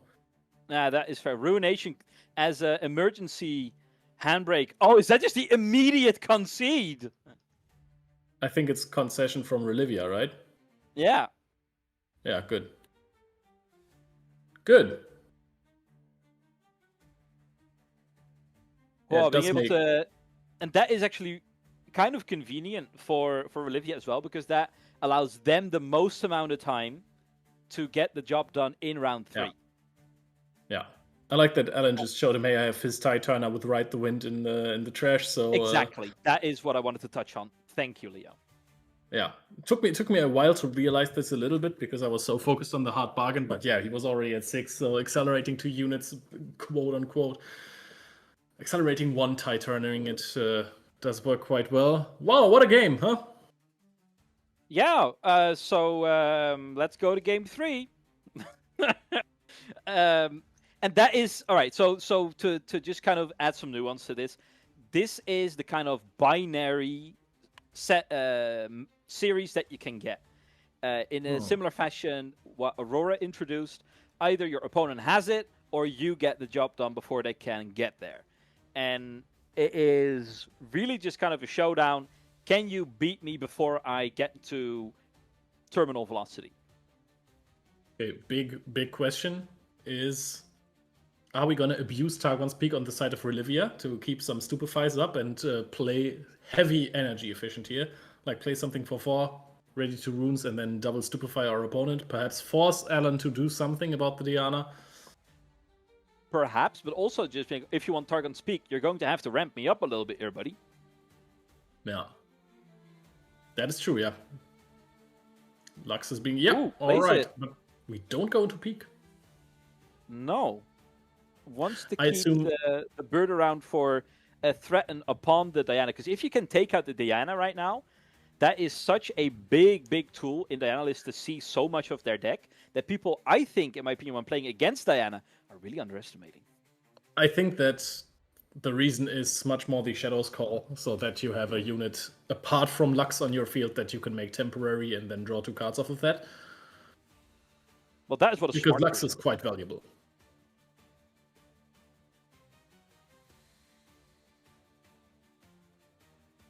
A lot more succinct as we get a merchant out there. And now I am very sure Relivia isn't going to conquer in that Aspirant's Climb, because, you know, if you are playing a deck that is as solitaire as the Lux Infinite Loop, you have to be not only aware of your own win conditions, but also of the losing conditions. And I think one of the lose conditions here is to try and conquer somewhere and then get rode the wind on, as we say in Germany. Because that would be just giving your opponent a point for free, and you cannot afford that with this deck. So it's like you said, it opens the door for your opponent to start playing on your turn when a Lux really is about only getting to play yourself. No, stop it. Stop responding to my turn. My turn is for me and me alone. No boys allowed. Yeah, and as you can see, he's flashing us. Don't know if you got the reference, but nope. Alan just flipping one of the cards from his hand, but this card could not be more irrelevant in this matchup. I mean, maybe if Relivia was to say, hey, I really want to Wages of Pain your Diana now, Alan could have flashed, but the chances of that happening aren't too great. Downstage Dramatics, we are using Flash as a response to that, just so that we are going to be able to search for more cards in the next turn with Diana. I like that. So the card could get be less another relevant. Targon Speed Conquer trigger as well, enabling yourself to get more energy on the line. Yeah. Even though, you know, the chances of you hitting the outs for this situation are slim, you have to put yourself in the most optimal position time and time again. And this that is wild to just, because that opens the door to exactly what you said. Yeah. I don't know if he just doesn't respect it or if he's saying, hey, if you have it, I'm so far ahead in cards and runes already while you're at 1 point. I'm fine with you double conquering here. We're in Aspirant's Climb anyways. If he did Alan ever telegraph that he doesn't have Ride the Wind? Okay, so for people that are not completely in the know here, because you are starting a showdown as Relivia, you open the door for Anti-Q to play Ride the Wind on any of your units to go conquer Rockfall Path. If you do so, you get bumped up to 2 for conquering, bumped up to 3 for holding it, starting to threaten the 4th point by conquering the 2nd battlefield, which getting past that extra victory point to get you back on even again kind of says you get a turn less to play, Lux, because I will start threatening the game a turn earlier, which is, well, we saw how pivotal it was in the previous round. So disrespect coming through, but LNCQ not able to strike. No, I think it wasn't disrespected. I think that Relivia said, "All right, I've seen your Diana excavates from deck, so you didn't pick up Ride the Wind just now. And the next thing that you have as Relivia is Alan would have probably used Ride the Wind on the Diana into the Aspirant's Climb immediately, and then go back out if he had it to get an extra point early and not rely on that showdown start to Ride the Wind in the Traveling Merchant. So I think he took that as okay, you do not have it at all, because otherwise you would play it and dig for more hard bargains.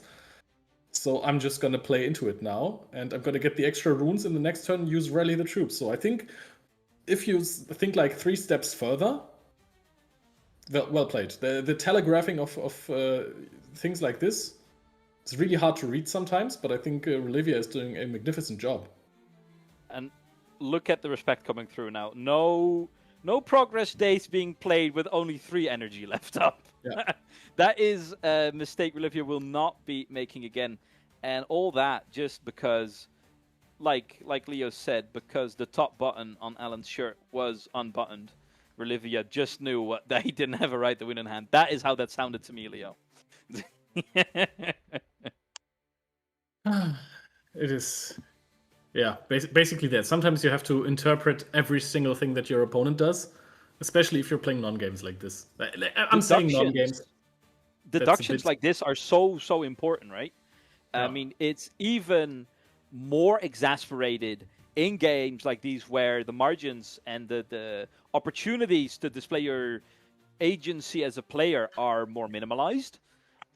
But it is what comes down to it. And you see it even in Yi matchups, right? It's like, oh, you would never do this if you had X or Y. So I can safely do A or B. I think that's the highest level of Riftbound. And that's something that is really incredibly hard to play. Something that is worth mentioning, a side deck card versus Lux that some people play is invert timelines.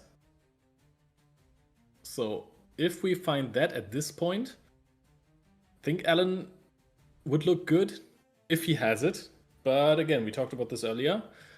Some cards, some people have decided to disrespect the Lux deck and not side against it anymore.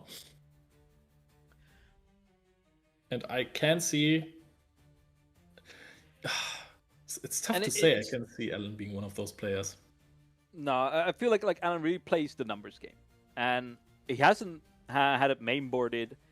And, well, I can assure you that his sideboard is not in possession of.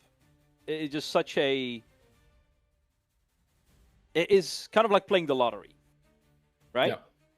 Where, all right, will I want to be entering prepared against Aurora matchups, which I can struggle against, or Master Yi matchups, which can be troubling me in one way or another, which I am guaranteed pretty much to be facing, or will I be boxing shadows at the mere chance of a deck like Lux to be popping up on day 2? If it does, however, it could mean that Alan ZQ is missing out on another top 8.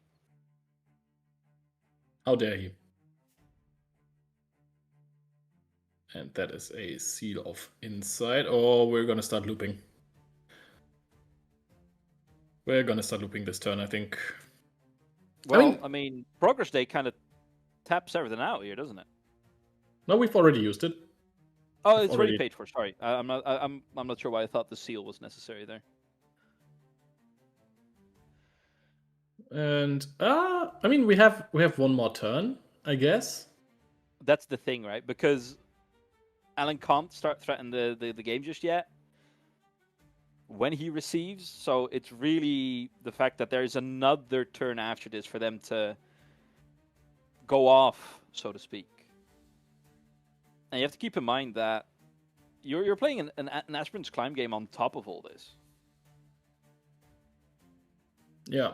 I mean, he's at uneven, so he's good in that regard. Like, you're already there a little bit, but it throws another little wrench out there. Yeah.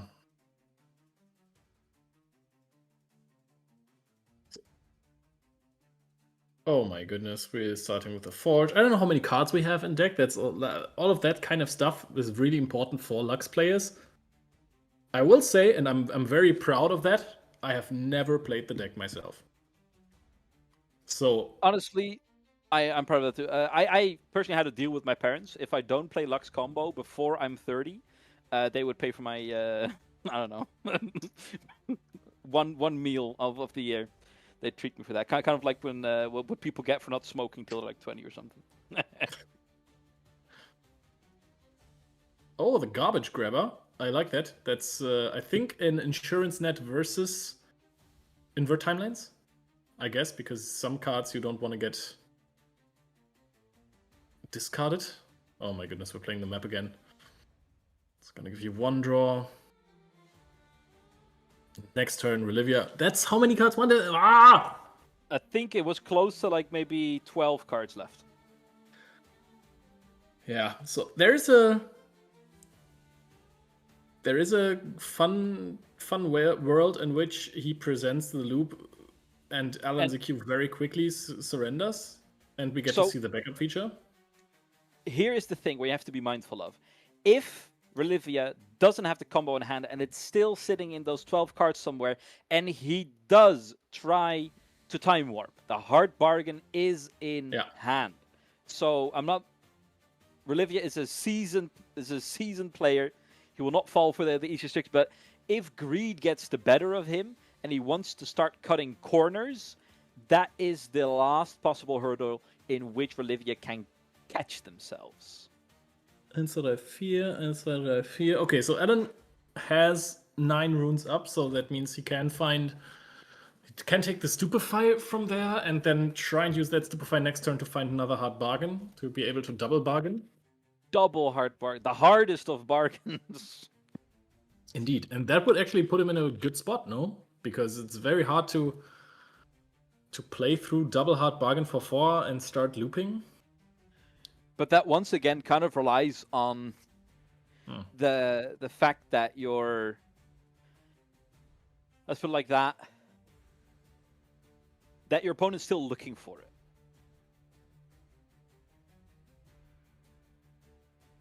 Because double hard bargaining is sacrifice. Yeah. It's not it. Yeah. I mean, you kind of have to, no? I mean, with the Lux out of there, it changes a bit because you can no longer go past 12 energy. So Echo and Sacrifice is 6. So now a double hard bargain puts you over the 4. So now it changes a bit. But on the other side, Alan doesn't have the mana available anymore to double hard bargain as well. Yeah. So he has 1 hard bargain. And that will have to suffice. Yeah, maybe. I think I saw Stupefy as well. So maybe they can bait it out still. See if they can, make them not have sacrifice, I guess. And that is kind of the thing. That is all the option you have left to you as LNCQ currently. Just trying to trip up your opponent, make them have a little hiccup so you can end it all on your very next turn. A spot we have been in multiple times now, with both of the outcomes already represented. I mean, Lux doesn't need to play before your opponent presents lethal, no? So that's sometimes it's advisable to start playing at 5. Right? Like if you don't win this turn, I'm gonna double hold to 9 and it's over. Yeah. Okay. We start. Oh, we have Renata Glask sided in now, apparently. So that is when time becomes an issue. That is really important because you can start to exchange power and energy into victory points. Yeah. That is true because Time Warp has some funny rulings under timeout. It does. It will eat away your opponent's turns, which is so rude. That is true. But in Aspirant's Climb, it might not get you to the victory fast enough. Because you can only do 2. And if you're at 1, you're going to put to 7, and then you're at a tie. Who wants that? We sacrificed. No answer. Yeah. Mensch. look at that. All of a sudden, we have +6 energy, plus our 11. So, wow. So, as we get the loop established, who is Germany's next opponent, Leo? It should be. Wait, how did I forget that? Curacao played versus. Dude.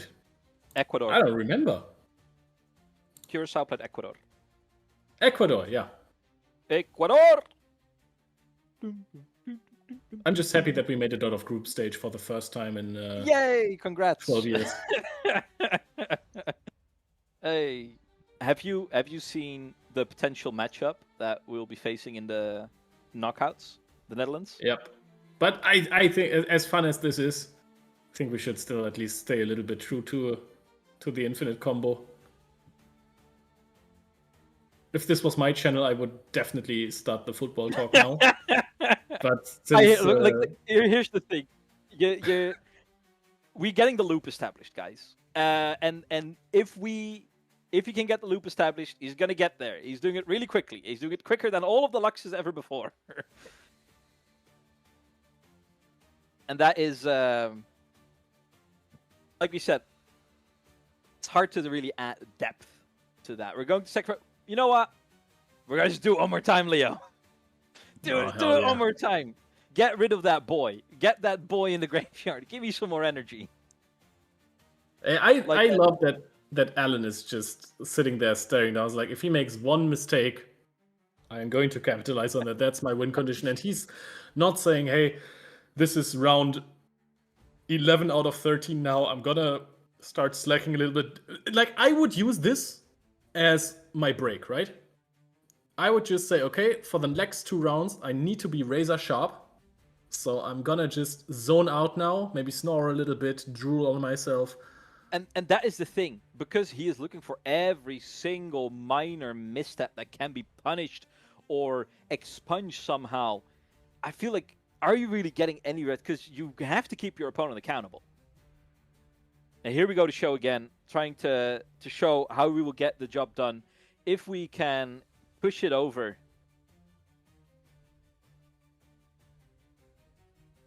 Maybe his biggest mistake was being so fast with the sideboarding. Well, I believe the sideboarding is pre-recorded. Yeah, there we go. Showing our hand for the Ash.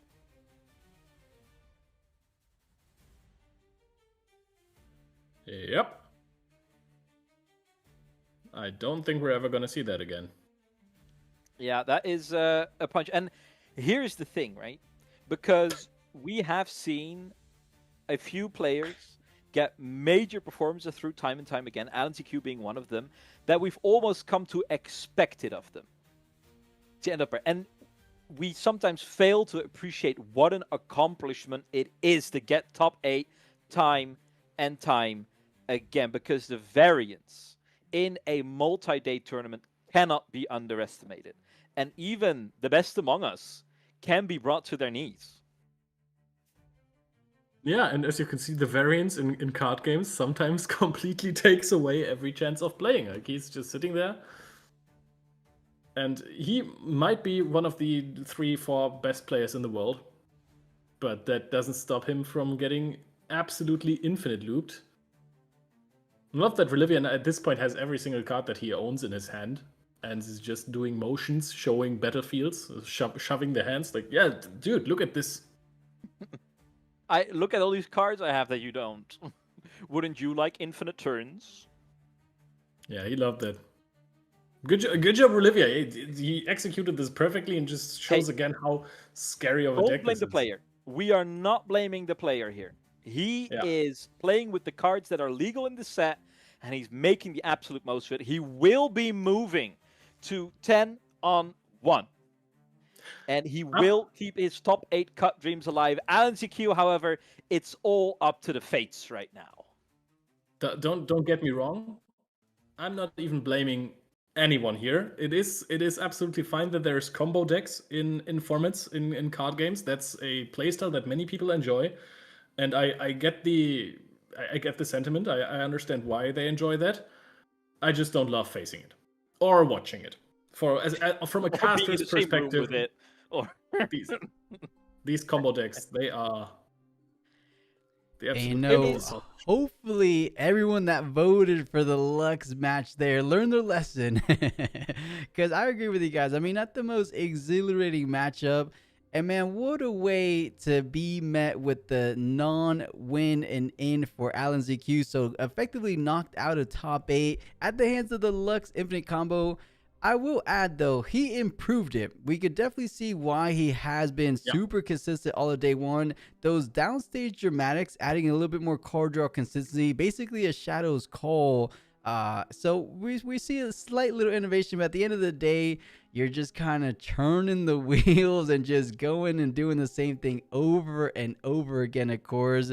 Is this going to be the first time ever that we get a Lux in top 8? Is he going to take it that far? What do you guys think? I think it's clear. Sorry, Leo, you go first. Okay, if he hits the right matchups, there's a good chance he wins this. Oh, wins the whole thing. The deck is incredibly powerful, and I would love the deck to win. First of all, because I'm not casting top 8 in finals. And second of all, because that maybe pushes someone to say, hey, maybe it's not that cool that we have this around. Maybe this is too strong. The deck is really strong. I think it has been a matter of time until players started to pilot it perfectly in formats where people are not too aware of this. I mean, in Utrecht it bombed, and in Utrecht everyone had like double inverted timeline in their decks or as many fast scoring cards as possible in their main decks, side decks, to be prepared for this because everyone was deadly afraid of this. Now people have taken a step back from preparing for Lux, and I think that the deck is in a crazy position. And to add on top of that, it is very, very clear that the pilot, in this case, from FTG, is incredibly well versed at getting the loop established. Once he had all the pieces, it only took him, let's say, like maybe a minute and a half to 2 to explain, all right, this is how it's going to go for the next little bit. Where in Utrecht, that took 10 minutes. Yeah. And that is time you simply do not have in a 60-minute round. So we have found the level up in both the deck tech and in the way it's being piloted. And the only answer to this, in my opinion, would be a deck like Rek'Sai, a deck like Darius, that can push it out of the game within the first, let's say, 5 turns. That can start threatening lethal consistently within the first 5, maybe 6 turns. Mm-hmm. If you are not capable of doing that, and you are not side decking any inverted timelines, this matchup, you feel a bit powerless. For sure. And let's go ahead and get that first-hand opinion. It is a winner's interview from Relivia. See if he feels the same way Leo's saying, that Lux might be able to take it all the way. The reason why I say that is because when your opponents, as you get deeper into the tournament, your opponents get better and better and more difficult. And if they have reps against the Lux deck, your percentage points go down a lot. It does really benefit the opponent who knows what you're doing and they know what to sabotage, what to defy. But at the same time, Lux also has very polarizing matchups. So I have a few matchups that are very favored for me, although Diana is a close one, as the match you saw.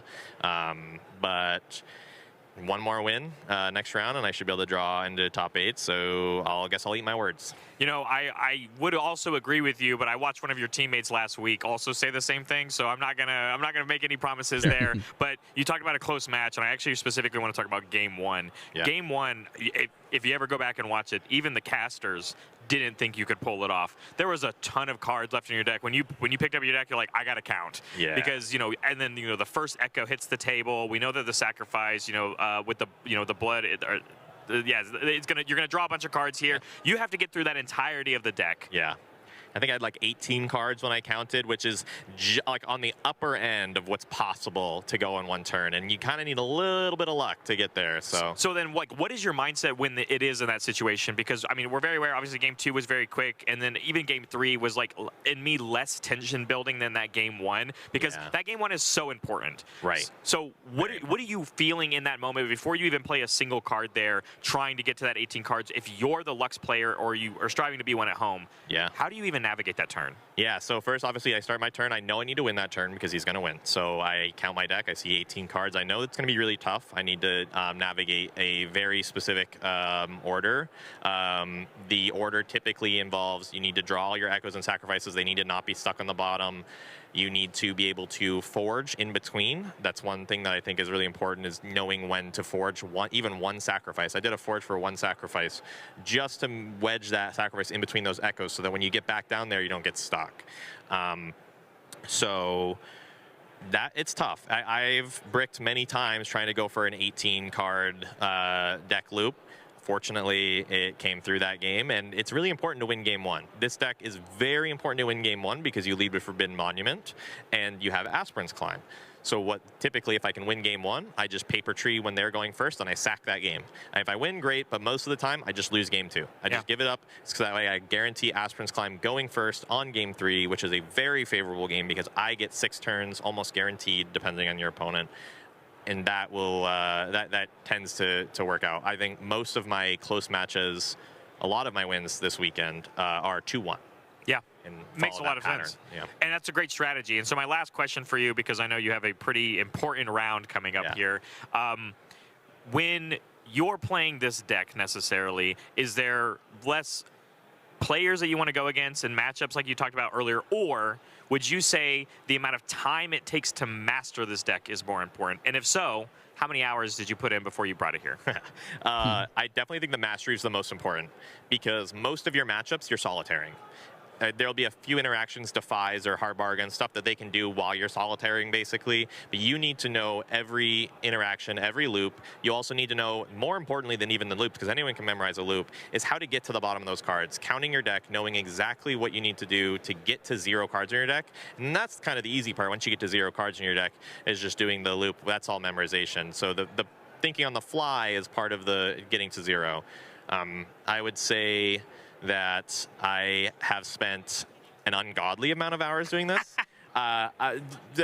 Just a quick backstory is I was planning on playing Control Lux. I wanted to play Control Lux. Before this deck kind of got popular and before people knew about it, I was going to play Control Lux. I just love Lux. I wanted to go for the best stuff for Utrecht and here. And then 5 days before my flights, this deck became popular. Everyone's talking about it. I immediately realized, well, if I want to win this best of, I got to learn this deck. So I sat down at my kitchen table and I solitaired for 12 hours. And then I got with my team and we jammed a bunch of games and I practiced winning through double defy. We would intentionally give them defies and just try to practice all the lines, figure out how to get to the bottom of your deck. It takes a lot of time. I think that's way more important than the matchups. I think there are only really 2 matchups that are horribly favored, and that's Rengar. It's almost unwinnable. That's just because Thrill of the Hunt scores a point on your turn at reaction speed. Yeah. And Lilia is pretty tricky. The Sig spell from Lilia, if they pull that off and you don't Ash it first, you're done. Okay. Yep. So. Great to hear that insight with someone who potentially might be on their way to a top cut appearance here. So congratulations on a very tough round. Thank you. you have more tournament to play, of course, and I'm looking forward to see your journey, but we're going to go ahead and send it back.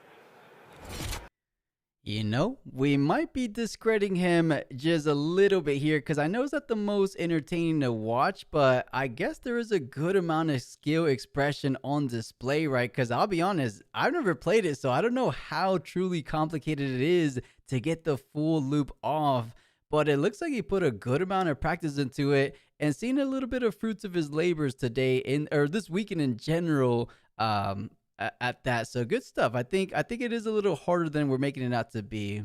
Oh, there's no doubt that the deck requires a lot of skill to pilot, especially in those fringe cases where the odds are stacked against you. There's no one taking anything away from Relivia. It is mostly that, you know, there is usually in a card game a back and forth, call and answer, if you want, and that bypasses this. And like we said, it is allowed by the rules. There's no wrongdoing whatsoever. this is all presented to us to play with as Riftbound does, and Relivia is cranking it up to its absolute limit, pushing it to the boundaries.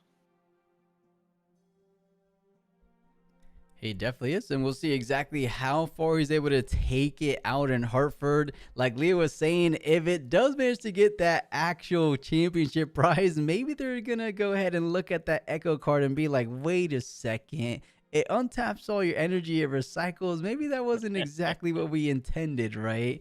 Because I think if you ping that card, I don't think the rest of the thing is going to work out too well, because that's pretty much like the glue to the engine, I would imagine. But since we have a little bit of time, I don't know if we're getting the backup feature match. If they have the pairing set for round 2, then we're definitely not going to get the backup feature match. If we don't, then we might still have a little bit of hope, because wasn't it Annie versus Azir, if I remember right? Yeah, and it was not Prismat, the so far best Annie. It was Grunk or something. Yeah, something like this, Funks Monks. But now Prismat has won. And I think the bad news is, for those looking, is that the absolute worst matchup for our Lux deck is going 9-2 currently. Oh. Yeah. You know, is looking ever so closer to what Leo was saying, because there's a lot of Diana's control Ezreals that are a little bit too slow for Lux. The fastest deck we're seeing is Cactus King coming in 4th seed, 10-1. Azir, I don't think is that bad, similar to how Lilia operates. I think Azir has to be the one to kind of dethrone the Lux. We'll see, though. Things are getting interesting. There's one deck on 14th place, and that is a Teemo. And Teemo is incredibly aggressive. The deck just, throws sprites at you and then holds on them. So I think that is a deck that can actually overcome. Consistently looking for a sprite fountain turn 1, regardless. It is a very fun interaction when you're sprite fountaining, going first as Teemo, and without any runes, the Diana is stack decking on your turn. That is always fun when it happens. But yeah, I love a good Teemo list as an avid Teemo enjoyer myself. That is maybe the final boss for. Is that our last hope, Leo? Is that something that we're looking to? Right, get in there, Teemo. We need you the most right now. Hey, as I said, I'm fine with this deck winning it all, so that people look at it a little bit differently. Again, the deck is completely insane, and it was just a matter of time of people like mastering it and perfecting the deck lists as well. So I think that is it would deserve a win if you have played this deck that much, but it's just very unfortunate that the deck takes away the agenda from the opposing player completely. I've taken a look at what Batsmack is running as well. It is indeed the aggro list and a main deck abandon. Ooh. Which player are we talking about, Bandit? Batsmack, our Teemo. Oh, nice. 14th place, 9-1-1. You know, Teemo does have to be the champion, but as well, if we're actually looking, the round 12 pairings are actually getting prepared as we speak. It looks like Relivia has a definite, really could be seen as a bit of an uphill climb in this very last round to kind of lock his place into top 8. He has to go against, we said, the Rek'Sais of the world, the Teemos, the Victors. Darius not too far behind, and this is the highest best of current winning Darius. Can Darius knock her out of top 8 contention? I feel like it could be so. The deck is incredibly aggressive, but I do think that there is a chance that it lacks acceleration. So Rek'Sai can basically, if it goes first, if it has a 2-drop, guarantee a double conquer on the second turn by just, throwing in the Rek'Sai in there accelerated. And that is really important because you're taking away precious turns from the Lux player. I don't know if Darius can do that, actually. Oh, okay.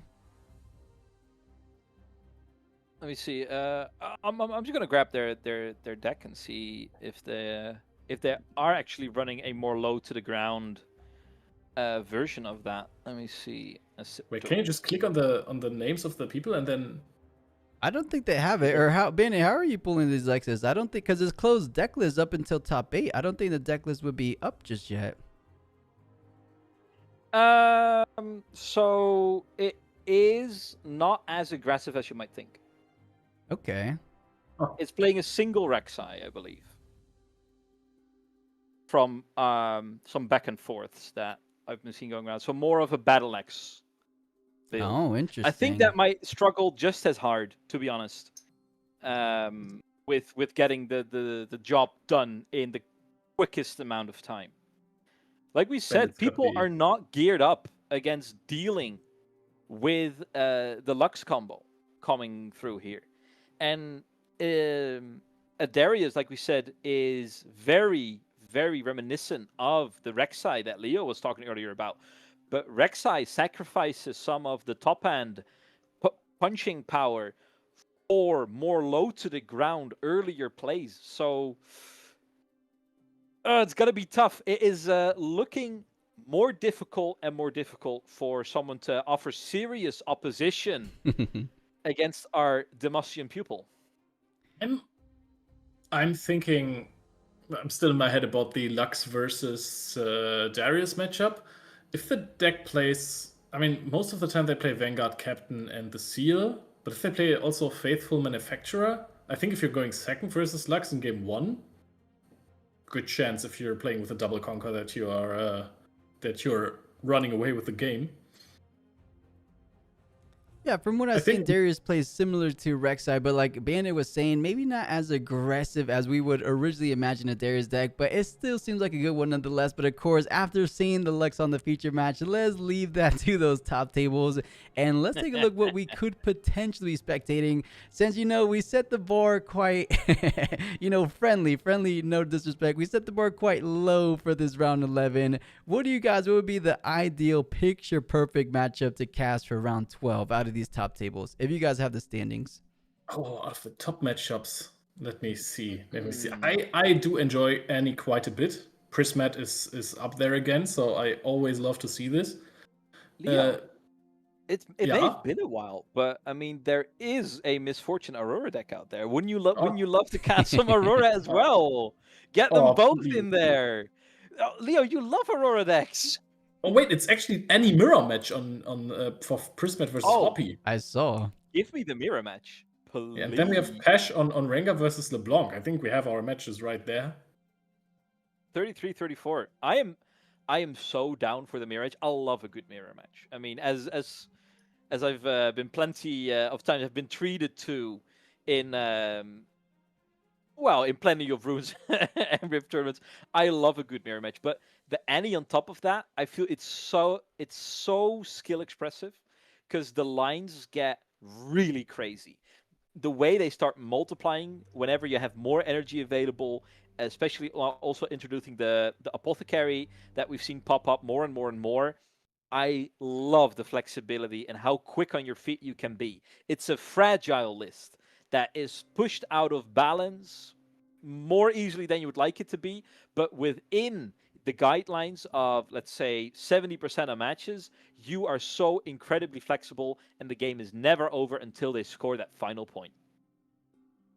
I'm all for it. You know, that round 11 was the first time we got to see Alan ZQ. Maybe round 12 would be the first time we get to see Prismaticism play out in Hartford. So I wouldn't put it past the Riftbound production team to do so. But honestly, we haven't seen too many mirror matches, so I'm down. If there's ever going to be a mirror match time, it has to be with Prismaticism. I did see a couple other matches, but honestly, nothing from these top tables kind of like really stands out, right? So we'll see. Just think of the lines as well. Like either Prismaticism wins and it is the undisputed Annie go, or it's the passing of the torch. Yeah, true. The storyline kind of writes itself on that one. Honestly, the top tables, they don't offer a lot of crazy stuff. We have Awesome Rosum with Pike versus Yi, at least, but then we have a bunch of mirror matches. We have Irelia mirror match. We have Teemo versus Diana. We just had Diana. I think that's kind of good, even though after so many years of broadcasting, most of the time mirror matches get avoided like the plague. I don't know why. They're like the deepest form of skill impression in we have Lilia against LeBlanc as well on 35. That sounds spicy. I like it. You know, for some reason, I agree with Bandit and Leo, you as well, that there's a lot to take away from mirror matches. But I think for some reason, as the perspective from the viewers, at least I've known it from doing a little bit of YouTube, every time I post up a mirror match, no one watches it. So I think just from that perspective, maybe the production team, like, we'll stray away from mirror matches. But I'm a fan. I do enjoy me a good little mirror match. But I like what you're saying, Bandit. Lilia on table where? Where did you see it? 35, 3-5. Oh, against LeBlanc. I see think her. you're kind of on there because mirror matches are kind of like getting into like wine tasting. The moment you start talking about mouthfeel, it gets really pretentious really quick. It's like, oh yeah, that sounds nice, but also you kind of sound like an ungodly know-it-all. So I get for the spice of things and just more, flashy cards on screen, you'll be leaning a different way. But from an analytical point of view and just a pure skill expression being visible and put up on your screen, I love me a mirror match, especially on day twos when some of the absolute best of the best are on display. There's also Kha'Zix versus Victor. Is that a good? I mean, it feels like Victor's just gonna bully the bug.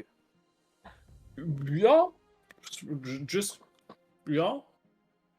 kind of. Maybe. I mean, I talk like me through that Kha'Zix. one, right? Because it feels, to me, it feels like it's gonna be really hard to get the isolate triggers off of your Victor. Sure, and is there really value to be had in a deck that has as one of the few decks out there that still has good access to Thousand Tailed Watcher Battle's Breath, which Kha'Zix gets absolutely annihilated by.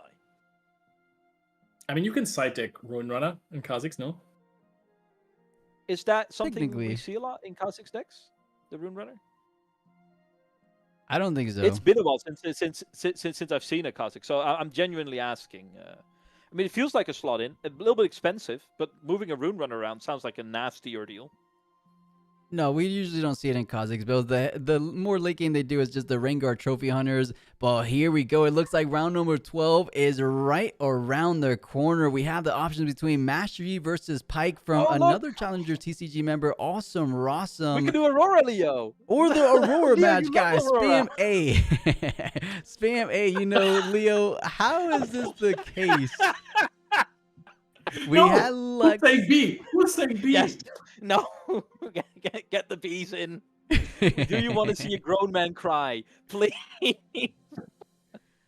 All right. No, never mind. Yeah, Think luckily of for his Leo, it family. looks to be that Master Yi cats need versus him. Pike matchup, which honestly, interesting enough, this is only going to be the second Master Yi we've seen all weekend. Despite them being the #1 represented day 1, #1 represented day 2, they haven't been too inclined to actually show us on the feature table. So it could be cool. Wondering if he's working with any little bit different. But at the other side, Pike is always, you don't know what you're getting at. We do know they tend to run that Bewilching Spirit package, though. So this should be a good one for round 12. Yeah, so the interesting part... Oh, Leo, no, go ahead. It has a really hard time versus Master Yi because of previously mentioned Rune Runner. It's especially depending on the list. If you are playing the list and you're playing Starcross... He is the architect of the list. So, yeah, against the Rune Runner that is sitting on a battlefield alone in Master Yi, there's not too much stuff you're doing there. It's going to be hard to push through Defies. If the Yi has a decent hand, it's going to be a uphill battle for sure for Pike. Yeah, Yi can really bully around a Pike for all the reasons Leo just mentioned. And the only saving grace that a Pike can have is when the moment they can start to pressure the Yi's hand and force them into that top deck mode. But that is not something you get up and running in 3 or 4 turns. That is something that takes a lot of turns to push over. And Yi is not a deck renowned for allowing that to happen. You are oohing, Leo. Yeah, It looks like he's doing because it's time for that round 12. I'll go ahead and throw you guys over to that feature table. As we said, Master Yi versus Pike is what we have at hand, and let's see what we have for these next series.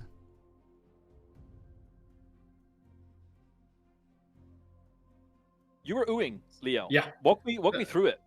Fiora Peerless is a really good meta call if you're expecting a lot of mirror matches. Card is, if it goes to 1v1s, the card is incredible. It's gonna get Yeah, just to walk people through it. If this Fiora gets to defend or attack alone, gets to double the might. 3 energy and a power, 3 might. But if it goes in solo, goes up to 6. If you can stack it with the Yi, can go up to 10. If you get it with punch first going, it gets wild really, really quick. Yeah, that card is hilarious. In other matchups versus something like the list, I don't think it's too useful. Its list mitigates the power that Fiora can put to the table, and there it's just a terrible 3-drop. So I feel like against Azir, this can get some good value in as well.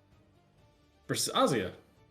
Yeah, where Azir tries to kind of overwhelm you time and time again, it really kind of opens up only the gate for, let's say, a Charm or a Hidden Blade to deal with it efficiently, because just the sheer amount of equipping on a single unit you need to do time and time again. And if you go into combat again, she doubles again, so you can't do the trickling of the soldiers. Yeah, but I mean, you just push 2 soldiers into the Fiora, she's useless, no? Well, she still attacks in defense alone, right? Is she not like a Kha'Zix, where she only cares about herself? No, it's 1-on-1. She 1-on-1. Okay, never mind. So I've been incredibly scammed before. Yeah, don't worry. So the only reason I know this is because me and a content creator friend, we hosted a influencer Riftbound tournament for people from various TCGs and gaming backgrounds to play against each other in Riftbound, and they all had the Rumble or Fiora decks to play against each other. So we all gave them those and a few packs to open to add to the deck, and that's why we were very familiar with how Fiora Peerless worked. Fair enough. Fair enough. All right, I'll take it in stride. That one's on me. Don't worry. It's a card that has been coming up just in the last few weeks. Looking at this deck list. Okay, what do we have to auto ruin runner? We have Cleave. That's huge. Yeah, it's going to be important to stack multiple ones on top of it, and a Mind Splitter to get it out of hand if they get it in hand. And you have to keep in mind, this year is only running 2 Ruin Runners instead of the usual 3 that we were used to seeing in Utrecht. Yeah, but now you have Forbidden Waste in there for Pike as well to kind of get away with a single cleave to get the job done on pretty much anything that's out there, even a Pike, which you can accelerate out. So there are some options there. The upside is that a Pike, usually when they get the engine going, gets to see a whole lot of their deck. So if they get to that pivotal point where they get the engine churning, get to see a lot of their deck, and put pressure onto the Master Yi, there is hope, but that is a lot of hurdles to be jumping over at the very start of the game, in which Pike is weakest. Oh, okay.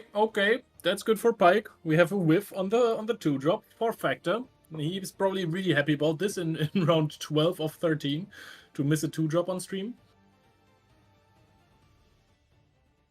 Yeah, so I'm guessing these scores have not been updated yet? Or they are not showing us the draws, either one. Oh, yeah, no, the 9-1 can't be updated. No. Win, and you are practically in a position where you can intentionally draw yourself into a top cut. Lose, and you are either fighting for your life or you're completely out altogether. So, as much at stake as there probably could be for someone in this position. But probably already a secured invite. Yes, 100%. Top 64, right? Yeah, and now we develop the Tempered. That's also a card that I thought would be a lot more sought after, and then they brought it out in the pre-Rift packs, so that is kind of cool. I like that we are providing some extra influx of availability of cards, right? Yeah. I like to see it come through, because if you want to play a deck, it should be readily available to you. Now, this is where the fun really starts to happen. because Pike is so incredibly skilled and positioned to pressure battlefields with Falling Star repeatedly. Being able to bombard anything with, well, actual Falling Stars coming through is a nightmare to deal with as a Yi. So the sword is a little bit double-edged. As poor as the Pike is to deal with the Rune Runner, as adept it is on the other side of dealing with avoiding the Yi Legend ability altogether. I mean, as long as you put on a Rune Runner in your base, you don't care what happens to the Yi, right? I'll eat a Falling Star for free if I can develop a Rune Runner versus that deck. However, if Might is already pretty big on the opposing side, I mean, just the developing of Rune Runner here in the back is so good, right? Your opponent is going to have to use some cards to get rid of the Yi. It's ready in hand as well. Yeah. Awful. What a nightmare. It's just, you put it in base, you chill, you're not de-ramping yourself. Next turn you have offensive pressure, after that you have defensive pressure. And hiding a Zonias now also doesn't cost you anything. Even though if you don't have a Rengar in hand, I do agree with the Zonias. Otherwise, I like it as extra protection for the Rune Runner, because your opponent is gonna have to throw a lot of stuff into that Rune Runner. And stuff that a Pike usually simply kind of struggles to have. Now they have a bit of an established board, and as like you said, currently the Yi is tapped out. But what are you really punishing here? Because even if you do try and push the Yi off, that hidden card is almost guaranteed to be a Zonias. You can double push into Seat of Power.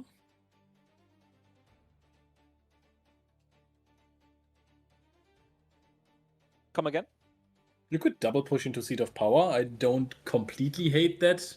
If you have a fallback plan and if your opponent punch first the Rune Runner. But other than that, okay, the list I kind of dig here. Listed, replay, listed, then the Yi is at 0. Yeah. The goal right now is to get rid of the Zonias right now.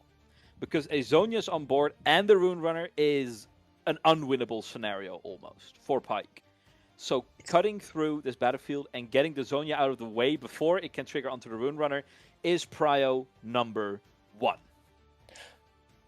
I also just like double conquering here and getting a draw. Trading, getting some, at least a little bit of a point advantage. Your opponent is fully tapped out, so you just shove the Fizz in there. Yeah, we'll get +2, but not enough to overcome the Fizz's 3 might. Zonias will be expended for this. That is step 1 to success. And being able to draw more cards will benefit you. I mean, in the end, it will come at the cost of the Noxus Hopeful or the Fizz. And at that point, you're going to have to ask yourself, ooh, that is, because I wouldn't have minded a similar play on the Noxus Hopeful just because it has that extra might in there to contend with the Rune Runner just that little bit more efficiently. But, I mean, you don't have to convince me to make a case for Fizz and all of the flexibility that brings.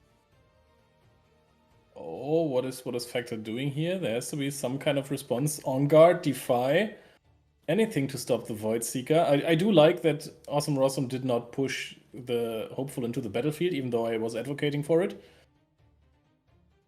But it does seem like the right play. I mean, the deck wants to really develop and then drain your opponent of resources and not go for quick conquer points. Keep in mind, I've never really played Pike. Yeah, it is really a match of attrition, a war of attrition when you're playing against Spike. And if you do, let's say you do the double conquer for the extra draw, and you lose the Noxus Hopeful because of it, now you have no ready units to start pressuring the Yi that is sitting in base there, where you can once again start threatening the Yi with the list by bouncing it with Pack of Wonders.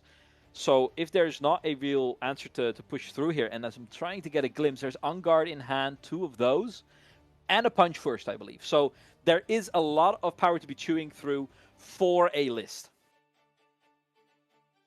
Sabotage into Starcrossed, another Void Seeker, and Another list. What are you even taking here? I guess Void Seeker is annoying versus the Yi because you can't stop it with On Guard when you know that the list is there. So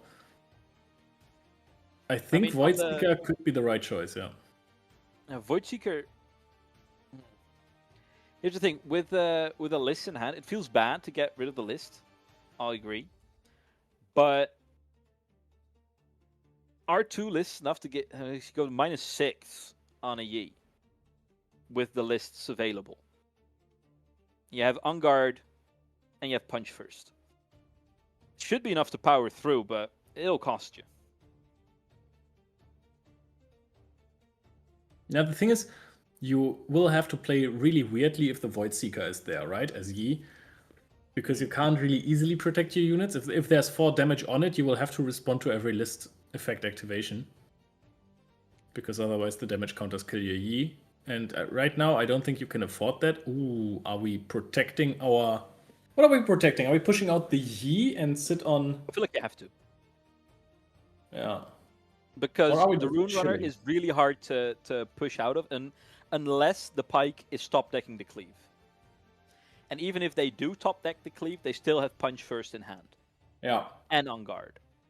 So, at this point, all Factor has to do is cling on to the Ruin Runner. They can hold till the end of time in this one. Yeah, he's just strapping on that helmet real tight right now. That is... Before, we heard a Pike player say the matchup versus Yi is really, really hard. And I thought, how hard could it be? Yes, Rune Runner might be really annoying. My goodness, you do not have a real out to that camel if they have runes up. No, you really don't. You're stuck getting in positions like double cleave, triple cleave, anything to just overpower it. It is really tricky to push them outside of contention for that one. Double Falling Star will try and at least get rid of the backline, but we know what's in hand still. You on got the first mate, right? Yeah. Oh, can we not? Because the thing is, because there's 2 units there, on guard only gives +1 might, so if you on guard the Master Yi, you're losing it still. We'll hold it, actually. Just kind of flash it a little bit and then think better of it. Huh. Possibly scared of Pike being accelerated out with like a double cleave. No, I need to hold on to my Ruin Runner. Now the thing is, you just pack off one dust the list otherwise, and then you get rid of it. I think it gives you nothing to on guard here and save them. I think that's like the most intuitive thing is to use your 1 energy spell to save your unit in base, but the list is just gonna kill it. Or is the list only on units on battlefield? That's not the case, right? Can't be. No, it's not. No, I don't think so. If memory serves me right, let me look that up. Yeah, give a unit.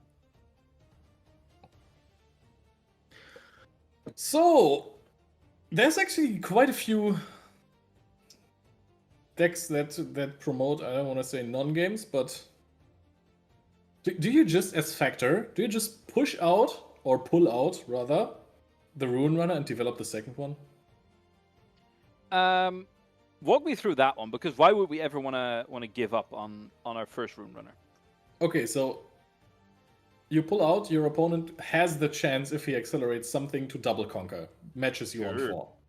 I mean, they have Pike, so they can do that on command. Yeah. When you develop double Ruin Runner, you're gonna get it back. You have a bunch of spells in your hand that you're going to be able to use. If you develop the Ruin Runner now, you're gonna be fully tapped out, no? Or you have 1 open. Yeah. And then actually your opponent just needs to overcome 1 more energy on your base to take out one of the Ruin Runners. And with this, I think you almost have the impossible to beat setup of having double Ruin Runner with double on guard and punch first in hand versus a deck that needs to target your stuff. So by giving up a little bit of point pressure here from the holding, you're gonna get it back with a conquer. You're giving your opponent points and you're trading it off. You're not giving up that much at all. And actually, you're just closing the window of opportunity for Pike to interact with your units at battlefields.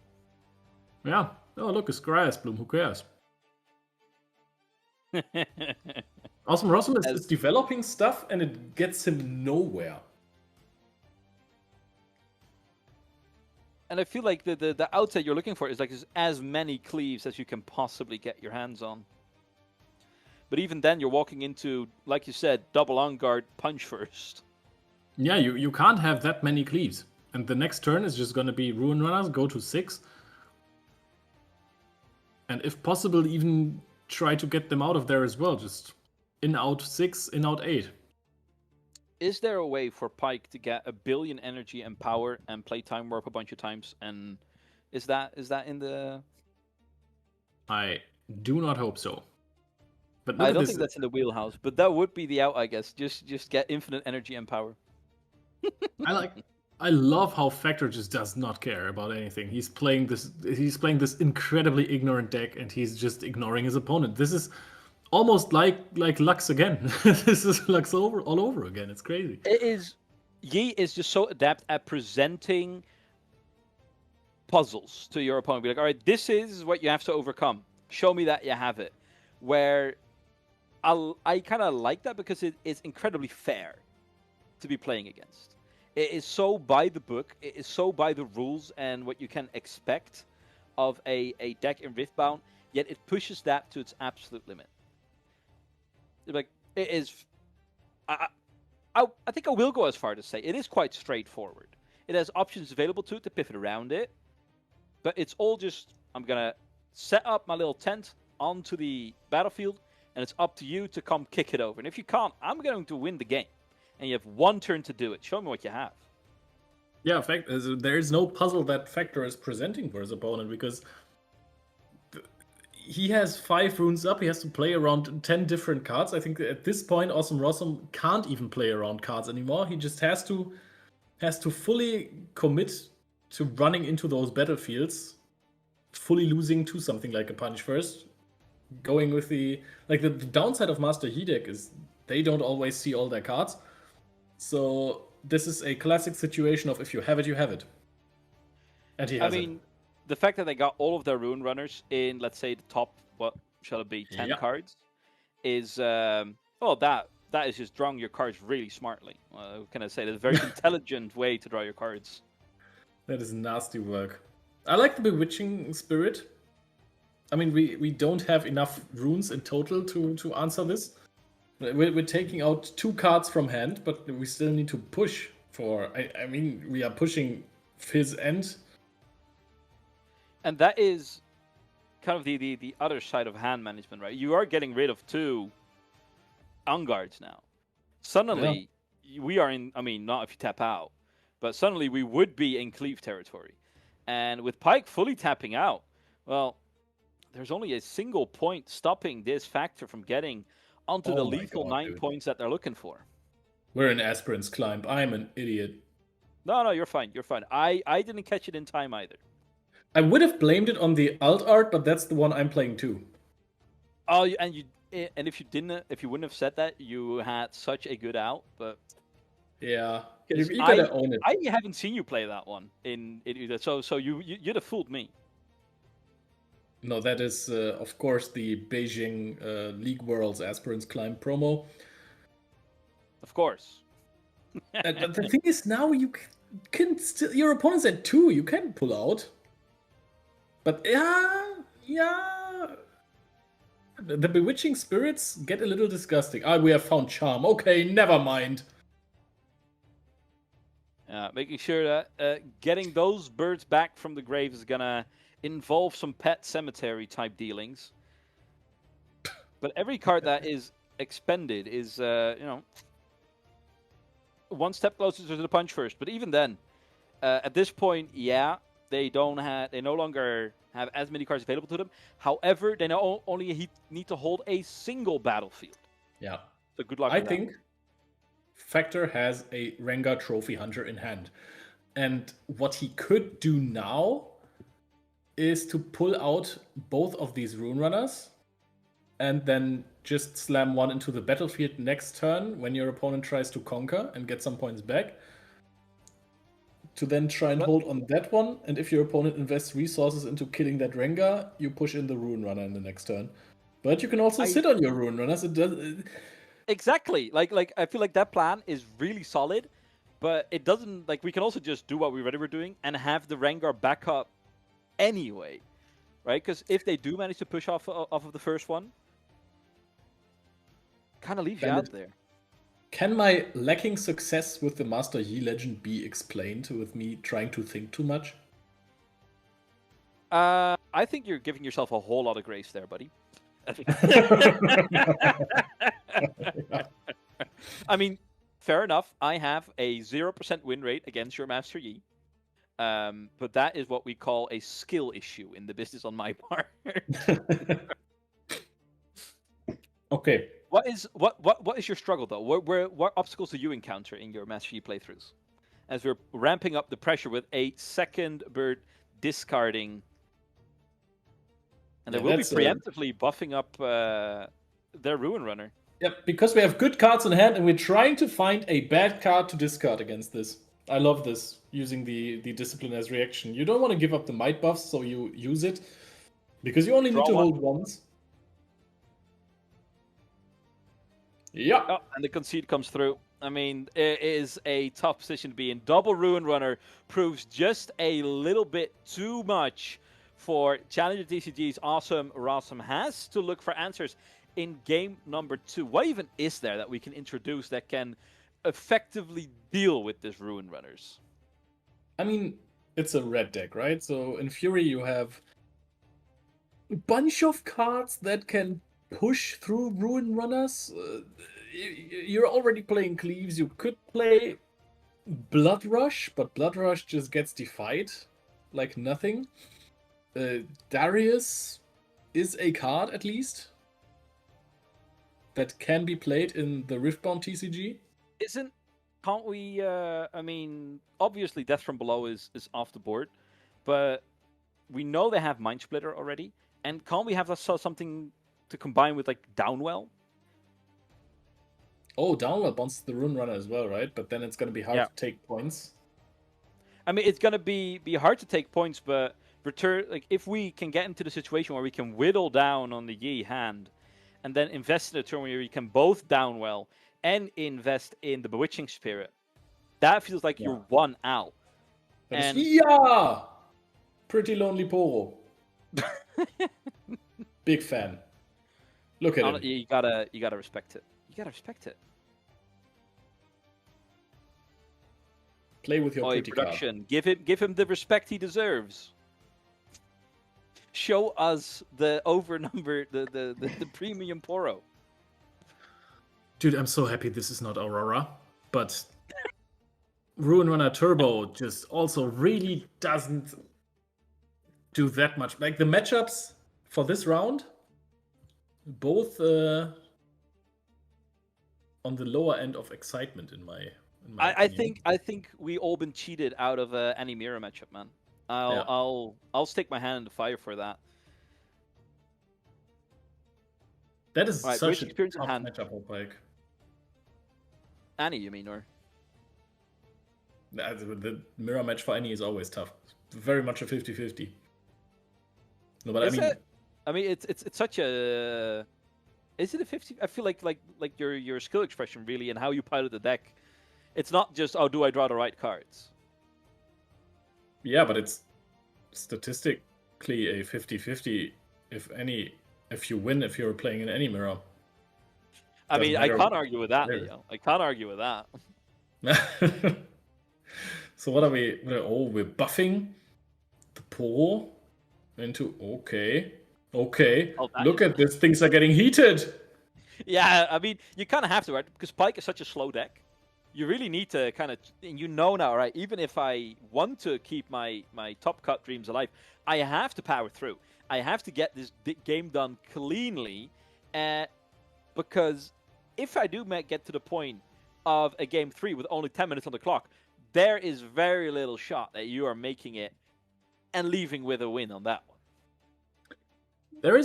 The days bouncing the Poro, giving you a Sand Soldier is something that I find interesting. Unless you already have a Ruin Runner, I think your highest priority is to dig for one.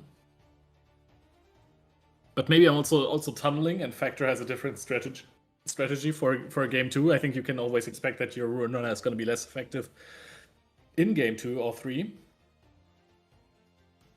It's account for a little bit, but what kind of digging potential does a Yi even really have, right? Besides the disciplines and the Seymours. Let the Poro die. You gotta let the Poro die. Oh, he has Ruin Runner already. Never mind. Well,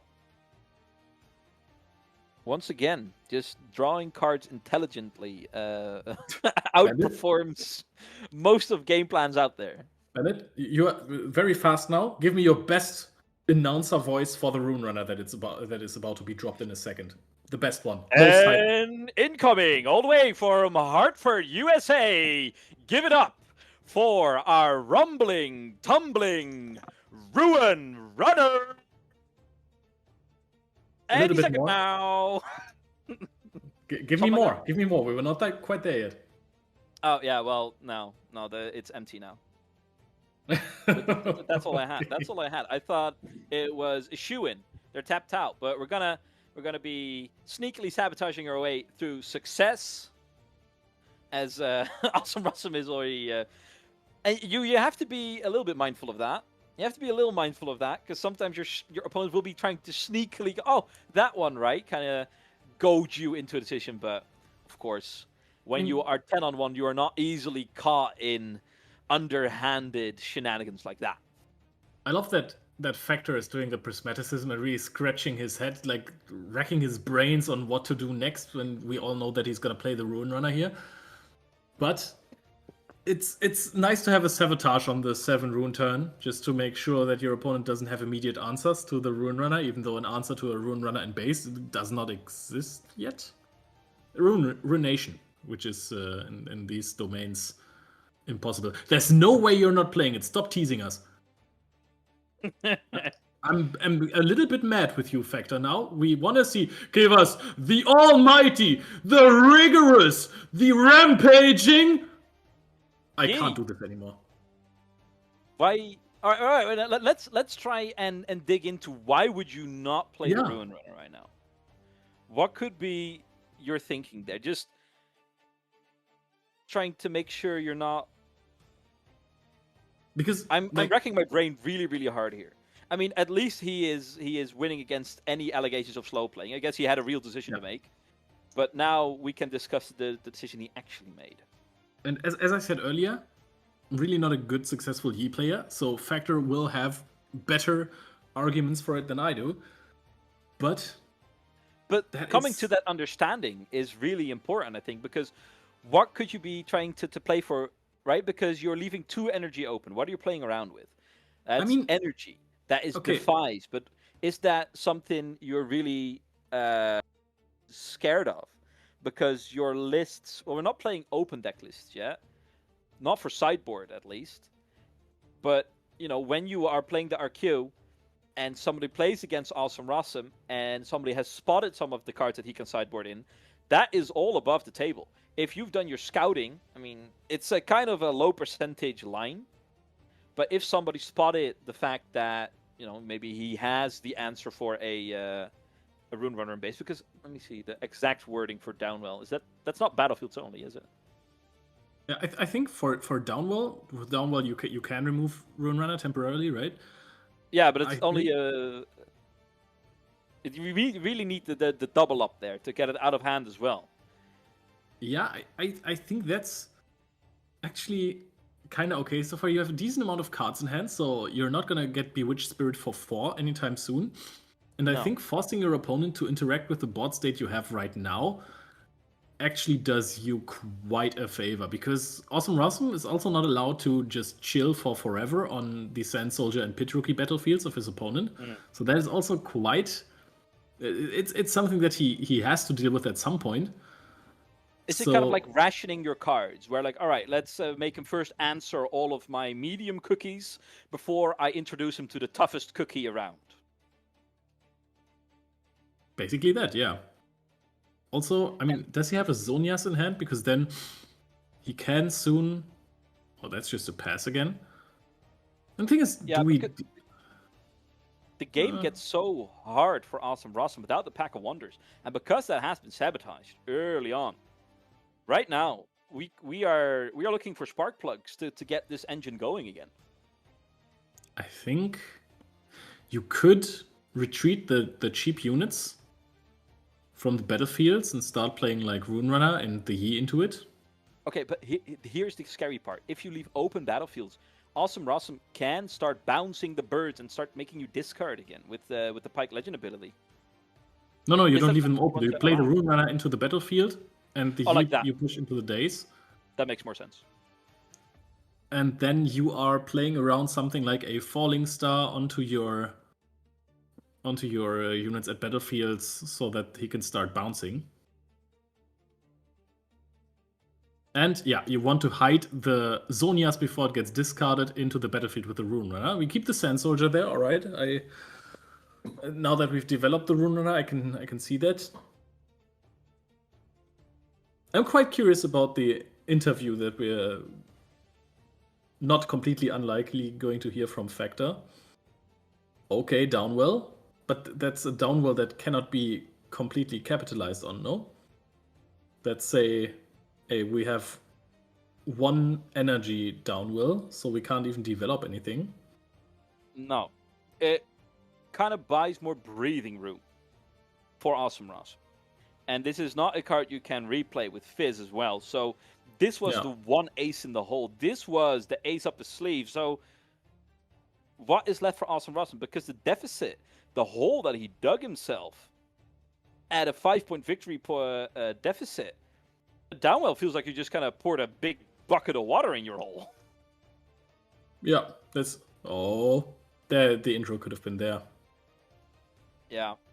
Well, I'm a fearful man. I didn't trust myself anymore.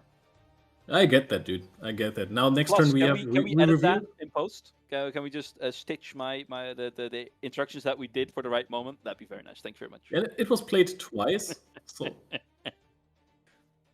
Yeah, and maybe have people vote which ones they want to go first. So because that is something that Plus has been lacking. Work. He's had it too easy lately. There was barely any real overtime in Utrecht. Look at this. You've developed something. So now we are finally in the position where we could maybe start to contest with a Rune Runner if we were to throw everything we've had at it. But it's very heavily dependent on A, now no buff spells, and B, no Zonias, which for a fact we know Yi has. Yep. Does Frozen Fortress target the cards? I do not believe so, because we did see a damage being tracked on the Rune Runner earlier. Because that could actually be impactful here. Oh my goodness, we picked up another one. He's just gonna do it, isn't he? In the wise words of DJ Khaled. And another one. Another one. Okay, I think the play is to go Ruin Runner and hide a card. Maybe use a charm. Yeah. Just for a Rune Runner in base, you mean? Yeah, Rune Runner in base and then hide the Zonias. What do you mean? I don't mind it. I don't mind it one bit. I think you're at a very healthy rune economics. Or rather, your rune economy is so healthy you can afford to hide the Zonias basically back to back. So that looks good. And if you develop another Rune Runner in base, who's going to stop you from doing anything next turn? Like, you can push into another battlefield. Oh, look at that. And you still have energy up for a Punch First, for a Defy, for a you name it. What does Awesome Rossum have left in the tank? Despair. Sadness. Yeah. Is that what you have left in the tank when it means that our backup feature matches are early? You know? Oh, wow. Okay, yeah, you're right about that. maybe suddenly Leo has turned into the biggest Pike fan around magically. I like the deck. It's not that I don't like Pike. It's a really cool deck. Yeah, but now you've wanted to win more than ever before. Yeah, that is true. That is Honestly, absolutely I true. like how finicky the Pike deck is. You get to make a lot of plays, and you get to have a lot of answers that in many board states are very hard to be addressing. You get to maximize the value of Falling Stars. It's just for a deck that has a card that says, oh, no touchy, but meanwhile your deck wants to touchy. Yeah, when your deck wants to touchy, that's This great. is Look the at this. analysis that people come for, Leo. He's got the cleave. He can out the Ruin Runner by sacrificing the Noxus Hopeful. It's not like it's gonna win that combat, but then it's just gonna get Zoniast. Yeah. At this point, I mean, the other card that could be hidden there is Back Off, and that's even more depressing. That's something I dislike about some of the decks that we have. There's silver bullets. That's why I stopped playing Kai'Sa in Spirit Forged. I really loved the playstyle of Kai'Sa. I enjoyed this deck so much, and then people started throwing Ruin Runners at me, and I was like, aha. So I'm just gonna lose now.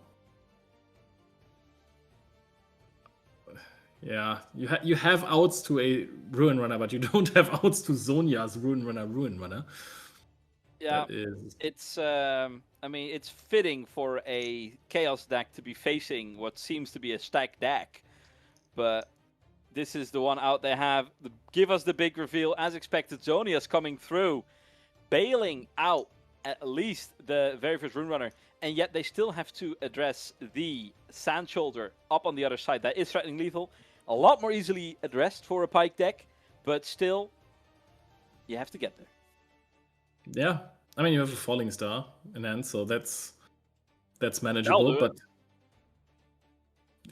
your opponent has double Ruin Runner. I think one way to not lose immediately next turn is to, of course, probably Falling Star, the Sand Soldier, and the Scuttle Crab, and then start hand looping your opponent. But with what?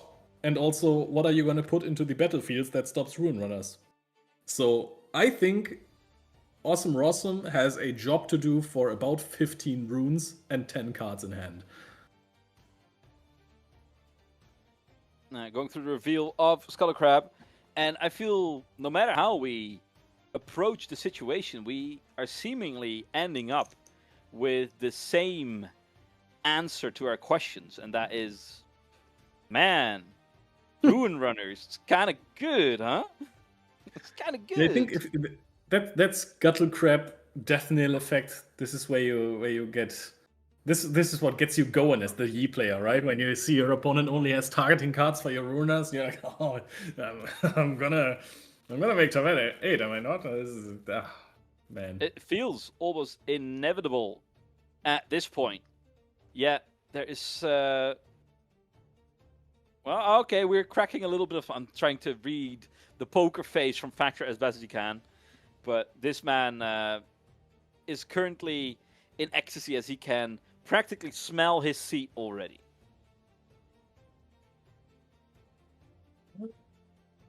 He has to play another Fizz into the Noxus Hope, into the Frozen Fortress battlefield.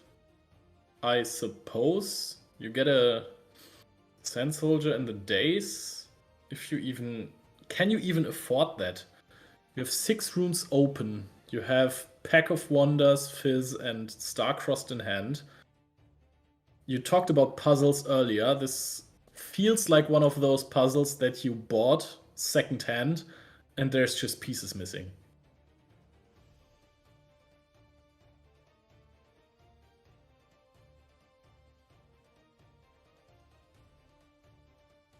It's a puzzle, but it's just a blue sky, right? There's no reference points whatsoever. Good luck.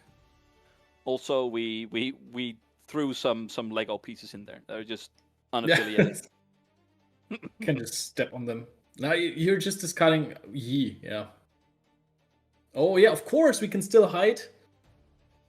The big boy. A last-ditch effort coming through. And, well, if there was a position for the Yi to struggle at least a little bit, is being on the attack. But if one comes through, takes care of the first, a final stand being put up at the Emperor's Dais.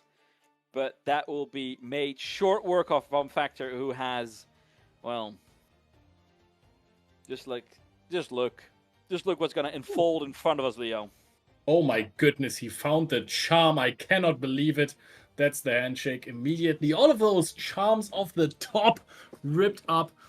That wins him the game. I was going to say, hey, this might be one of those few moments where you actually push another unit into your battlefield. Look at that. Nice to see. Look at the excitement coming up from someone who knows that they will be taking part in the RQ Hartford's top 8 cut. And it's been a while since we've seen a Yi make it all the way into the top cut. So from that front, it is something I think that could definitely be celebrated. Now, we had one in Utrecht.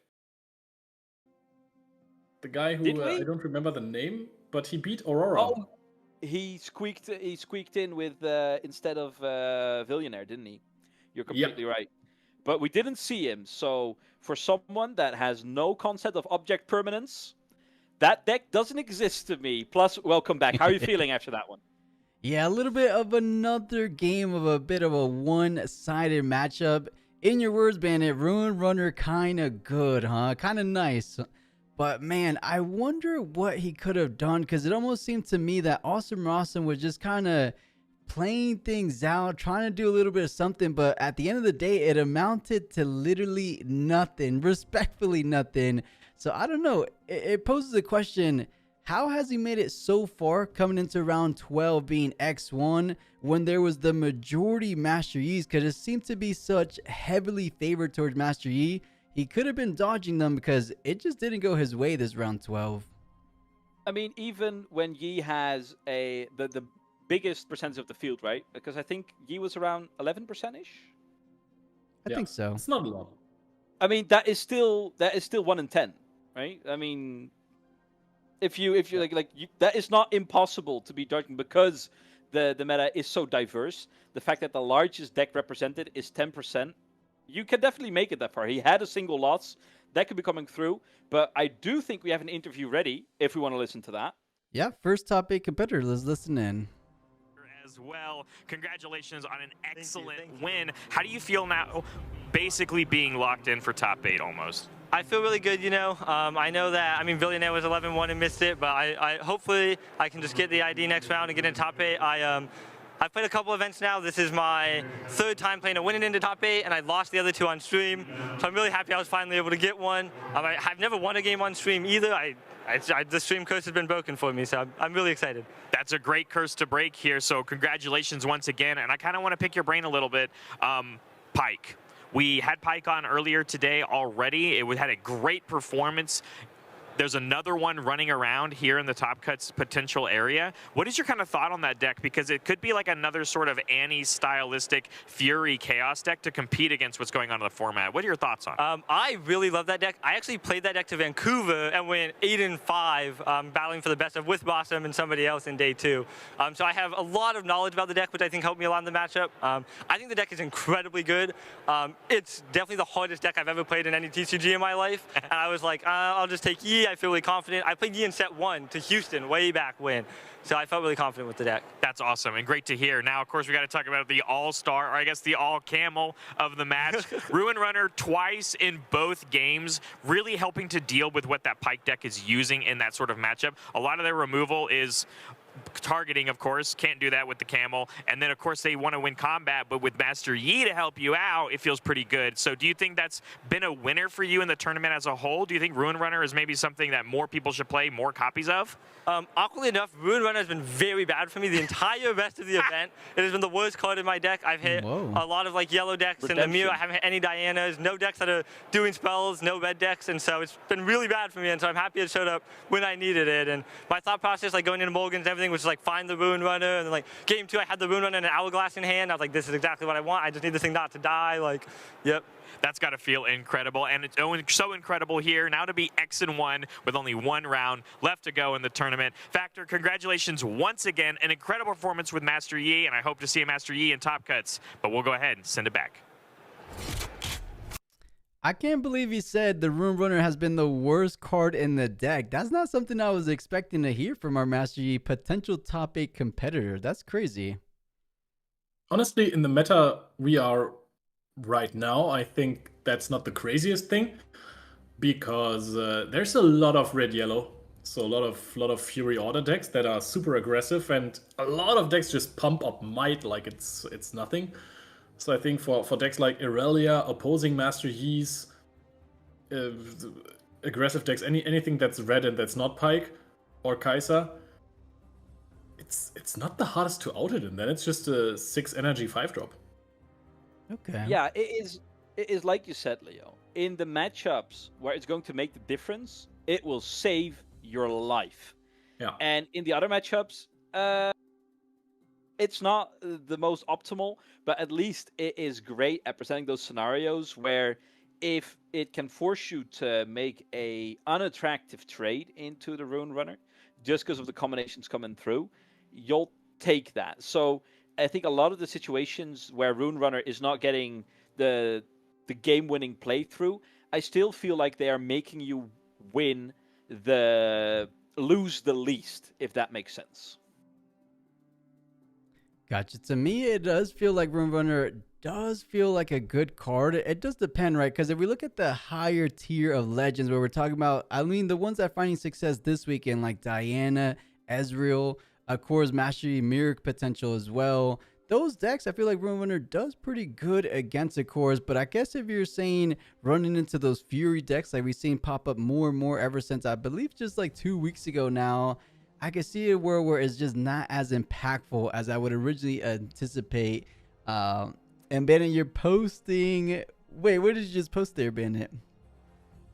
Oh, it is just me paying my respect the Teemo. The Teemo coming through. Teemo, as we were going through some of the results, Batsmack losing out 2-0 to Diana, kind of confirming his second loss, meaning that a top cut will be, well, far out of reach. Not necessarily impossible, but out of their control. Oh my god, Lux won. Lux did win. Won. I was going to bring that up to everyone's attention. That is a Lux pretty much locked in to top 8 out in Hartford. I can't believe it. You know, Leo, you might have been manifesting it. First time ever in top 8. Maybe we will see it go as far as all the way to the grand finals. Yes, let's all blame Leo. Yes. Yeah, sorry, I'll take it. I'll take it for the team. That one's on me. The deck is incredibly strong. You give your opponent 5 turns until they have to have 1. And if you're playing the deck perfectly, it's hard to stop. So I think the deck is only going to get better over time, unfortunately. I think if more people pick it up, that's not just a thing where like one player is going to be incredible. Trying to intervene in a Lux's turn is really, really hard. And especially when your opponent, who has put in the time, who has put in the effort, the blood, sweat, and tears, like Revelia has been doing throughout, there is just such a small window for you to strike, for you to have it, and if they are not letting you, if they're not allowing you to get into the game, that is, I mean, you have to give credit where credit's due. Huge shout out to Olivia for having the discipline throughout to push it to that extent. But man, I feel like with the field thinning out, I feel like Rengar did get a win through, but is still sitting on 2 losses. Teemo going to 2 losses. Darius not being able to push them to their limit. Rek'Sai feels very, very far away from a top cut currently as well. Maybe I've looked over it. Definitely not counting that one out. But the matchups all feel very, very Relivia favored. Right, imagine that. You know, something I do want to point out of the mirror match we were discussing before that could have been on this round 12 feature table, the Prismaticism Annie mirror match down at table 33 Prismaticism proving why he's not only the 1-time, 2-time, 3-time, multi-time best of any winner. 5 Annies literally around his neck, and it could very well be a realistic thing of getting number 6 here in Hartford. I'm excited for Prismaticism, even if he doesn't get into top 8 cut, which he actually has a good shot of doing, of course.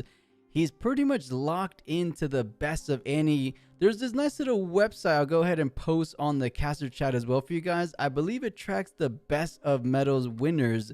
Let's go ahead and refresh that. I believe it could say Prismaticism might have been locking this one down. Let's scroll down. Yeah, I think it's saying Prismat is locked in for any number 6. Unreal. That is consistency. Like we said before, there it goes a lot into a tournament, and part of that is out of your hands, right? If you run into like the absolute worst matchup and you brick, you can be the most prepared player in the world and still find yourself at the losing end. The fact that Prismaticism, through a plethora of different landscapes and metas, has proven himself to be the best any time and time again, goes to show that he is just so in tune with what the deck needs and how it needs to be piloted. Definitely, and I just noticed the website I just posted is showing us the current top 8 as it stands going into the final round 13. So everything stands. Of course, Lux is locked in there. Prismaticism seemingly being the top 8 rankings right now. But as we talked about before, not as diverse as the European regional just last weekend. We're seeing a whole lot of centralization of blue and purple decks. Not so much of the other purple decks, but just the mine and purple. I guess ending Unleashed meta with a bit of a stance saying Diana Ezreal's might be the best decks overall. Everything said and done. What do you guys think about that? Is this one being the last set 3 regional, do they kind of solidify as being the best of set 3? I mean, they have their place. I mean, all this tells me is that no one does it like Europe plus. True. No one does it like Europe. We remain the most innovative or the most cheese, the most cheesy region out there. I think there is a very good case you made. I do like seeing Ezreal kind of sneaking his way back up there. But to me, it really just goes to show that we haven't really figured out the meta just yet. And Vendetta will be upending whatever we have put down here regardless. I want to say Diana, probably the best legend from the Unleashed meta, in my opinion. Gives you the most agenda over the game, and we have seen that players like Diwali and LNZQ are super consistent with it. I think it also has amassed the most top cuts from all the decks, at least in the West. But Ezreal, I'm not too sure about.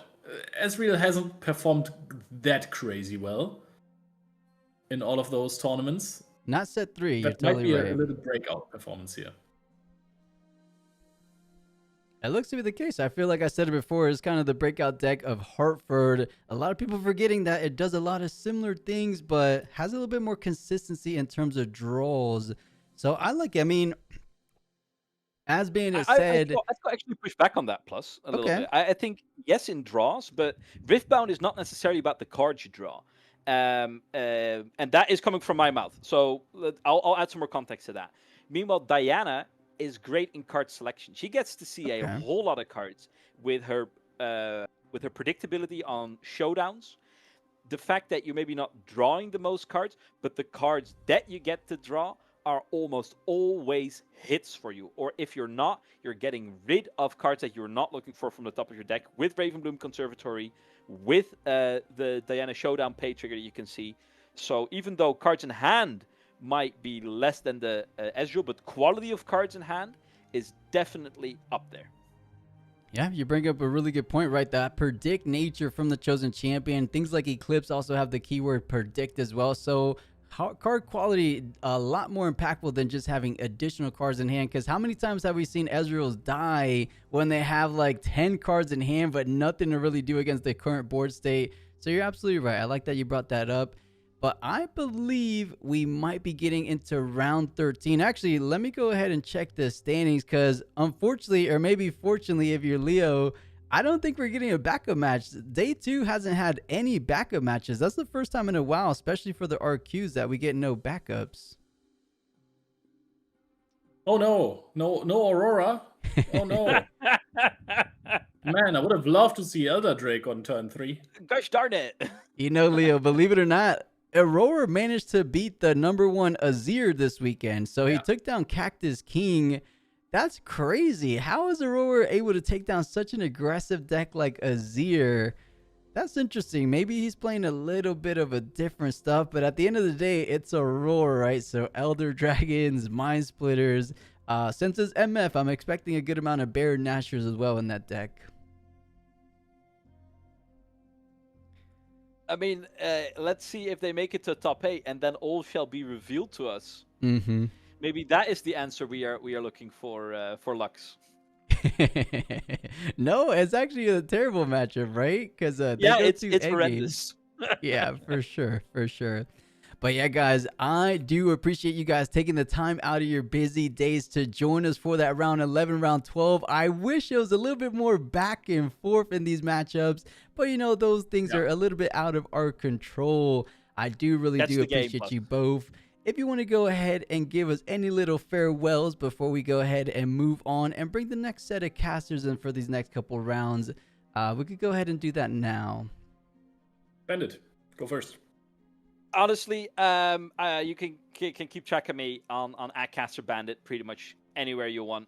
I'm gonna thank Leo because I've had such a blast casting. Even though the matches, like we said, we had opinions on them, I still enjoyed my time here. Leo, thank you so much. Yeah, likewise. I'm at Koning Lionheart on X or Twitch. I love Riftbound. There's not too much more to say about that. I wanna think.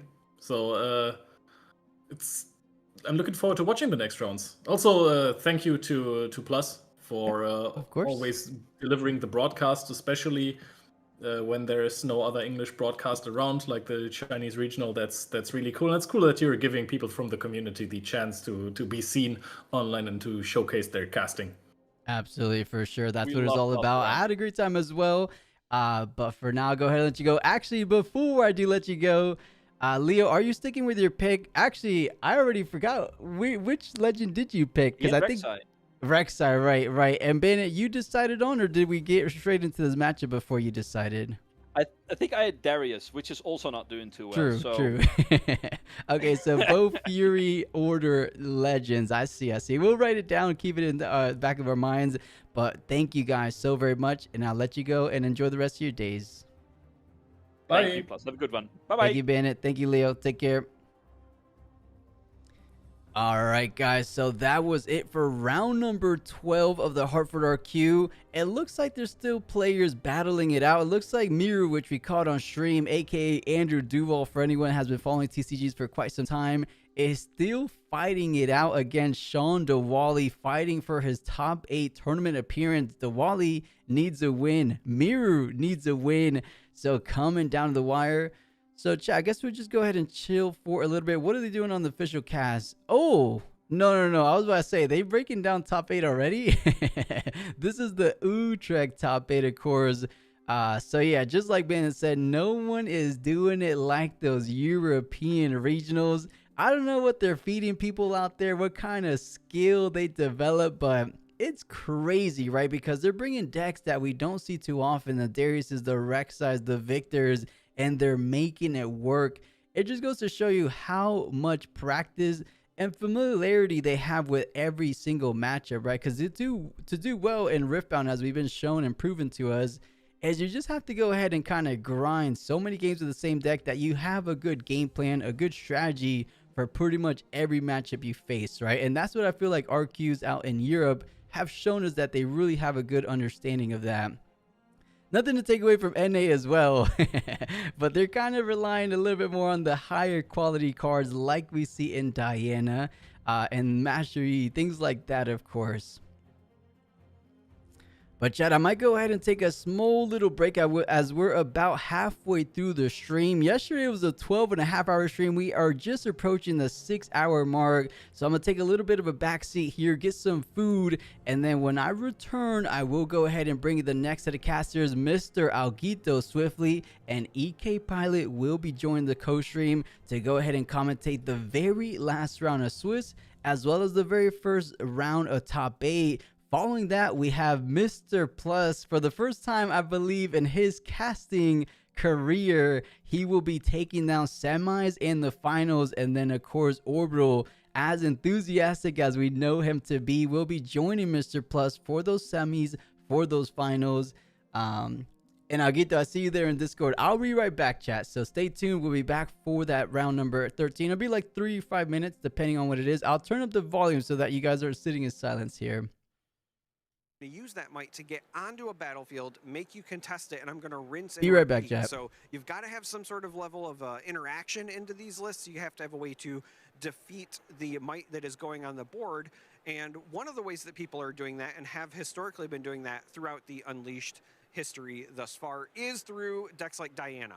So Diana has been a very popular deck from top-level players like Diwali, like LNZQ, and that's because Diana is also capable of generating might, but has a lot of interactive tools. Cards like Gust to slow the opponent down, cards like the Diana signature spell Moonfall, for example, will deal with a large number of units at a battlefield because of the might reduction, and you can also force combat as well. So as we are looking at these order decks, what are people going to be doing to counter it besides necessarily Diana? Well, we might have to look at some previous tournament results in order to figure that out, because again, notably 8 unique legends. However, there are some people whose faces are kind of on the milk carton of the meta. So if we go back to what the top 8 for Vancouver was, what we're going to see is Irelia is present, was missing in Utrecht. We're going to see Sivir is present. So again, Dazzling Aurora, most popular on Sivir, but obviously can be played in Misfortune, can be played on Poppy, etc. This is another deck that many people thought was incredibly powerful. And then of course there's the legendary run that Sam D. Sherman went on with Rengar as well. Rengar, more of a mid-range attacking list, but again, something that can either meet the might check of some of these red-yellow lists, these order lists, like the Victor list as well that was generating a bunch of tokens. Or if you can't meet the might check like the Rengar does, then again, you have to have some way to deal with it. So we've got the Irelia list, which Irelia, the legend, is phenomenal at generating additional uses from your units, moving them around, specifically the champion unit of Irelia, getting a bunch of might on it, providing it ganking with cards like Boots of Swiftness, moving it around, but also has access to Star-Crossed. The Star-Crossed plus Fizz combination is one of the ways that you see people try to slow down the might development of these opposing decks. And so really, again, for me, the story here is, in Hartford, we have a wide open meta. Normally at the end of a set, everyone kind of figures out what decks are the most powerful, but here we just had an event where we had 8 unique legends, not even featuring some of what many people consider to be the best decks in Irelia or problematic decks in Aurora. We also had Rengar back then. On top of that, there are some contenders that people continue to talk about. It did not crack the top 8 in Utrecht, but the Lux decks, the Limitless Lux, the Infinite Lux, whatever you want to name it, it has also been on people's radar. On top of that list, for this event, I'm hearing a lot of rumblings in the room about Kha'Zix and how that is another list that, like Sam D. Sherman on Rengar, can sneak up and surprise people. It's got a lot of very adaptable mid-range game plans. It can move units around. It can get a lot of value through ambush effects. So Kha'Zix is also a potential contender. And so when you factor that in, we are literally looking at double digits worth of legends that could crack the top 8 here in Hartford. Jen, it looks like round 13 pairings have gone underway. I just want to go ahead and point things out as I go ahead and bring in our next set of casters. I went ahead and tagged them, so they should be here relatively soon. Let's hit a quick refresh. We're getting a look at the first competitors intentionally drawing, aka the competitors that are 100% guaranteed into the Hartford top 8. And it looks like 6 players. So literally, we're seeing the feature match for the final 2 players remaining. I wanted to show in the backup. Grizzly, I'm not too sure why they're not doing it. All day 2, they haven't doing a backup feature match. Usually when the round goes too long, they kind of have the round already set things up immediately, right? So I don't know why they're not showing us even like a game 3 of the backup feature match. I'm annoyed by all the talking. I'm saying, Grizzly, I'm used to the whole back-to-back Riftbound action. But you know, Grizzly, if you've seen us on the Chinese regional streams, they're worse. And, you know, they're good at other things, but in terms of backup feature match, it's non-existent on the Chinese side. So, I'm a little bit not too surprised, slash, you could say I'm not a stranger to these longer breaks. But you're right. For, like, the Western scene, we're used to, like, just nonstop, round after round, action after action. Which is why I know what you're saying. Like, I don't want to see him talk about last weekend's top 8. I want to talk about this weekend's top 8, which is what I'm here to discuss. Factor, the player we just saw in round number 12, locked into top 8. Bradikin, our Canadian player who grinds the Runes and Rift rank ladder like a mad lad, looks to see the fruits of his labor there paying off. And he will be locking in that top 8 spot with Ezreal. Lady Illuminati, Relivia also into top 8 to no one's surprise. Linsanity, the other Diana player we saw in round number 7 yesterday, locking it in. Aspirant, Climb, Evan Shrem on Diana. And Miru, Mr. Duwall, taking down Sean DeWally in round number 12. Looks like he propelled himself, taking down the regional champion into top 8. So congrats to those 6 players. Now, everything is down to the wire. Final 2 players who can squeeze in it. Is it Prismaticism for what feels like, oh, there's some more IDs going around. I think these IDs aren't so much for top 8. These IDs might be for Best of Legends. And Agito, I do see your camera in here. Let me go ahead and do that now. And then I'll tag in EK because maybe he didn't see the Discord.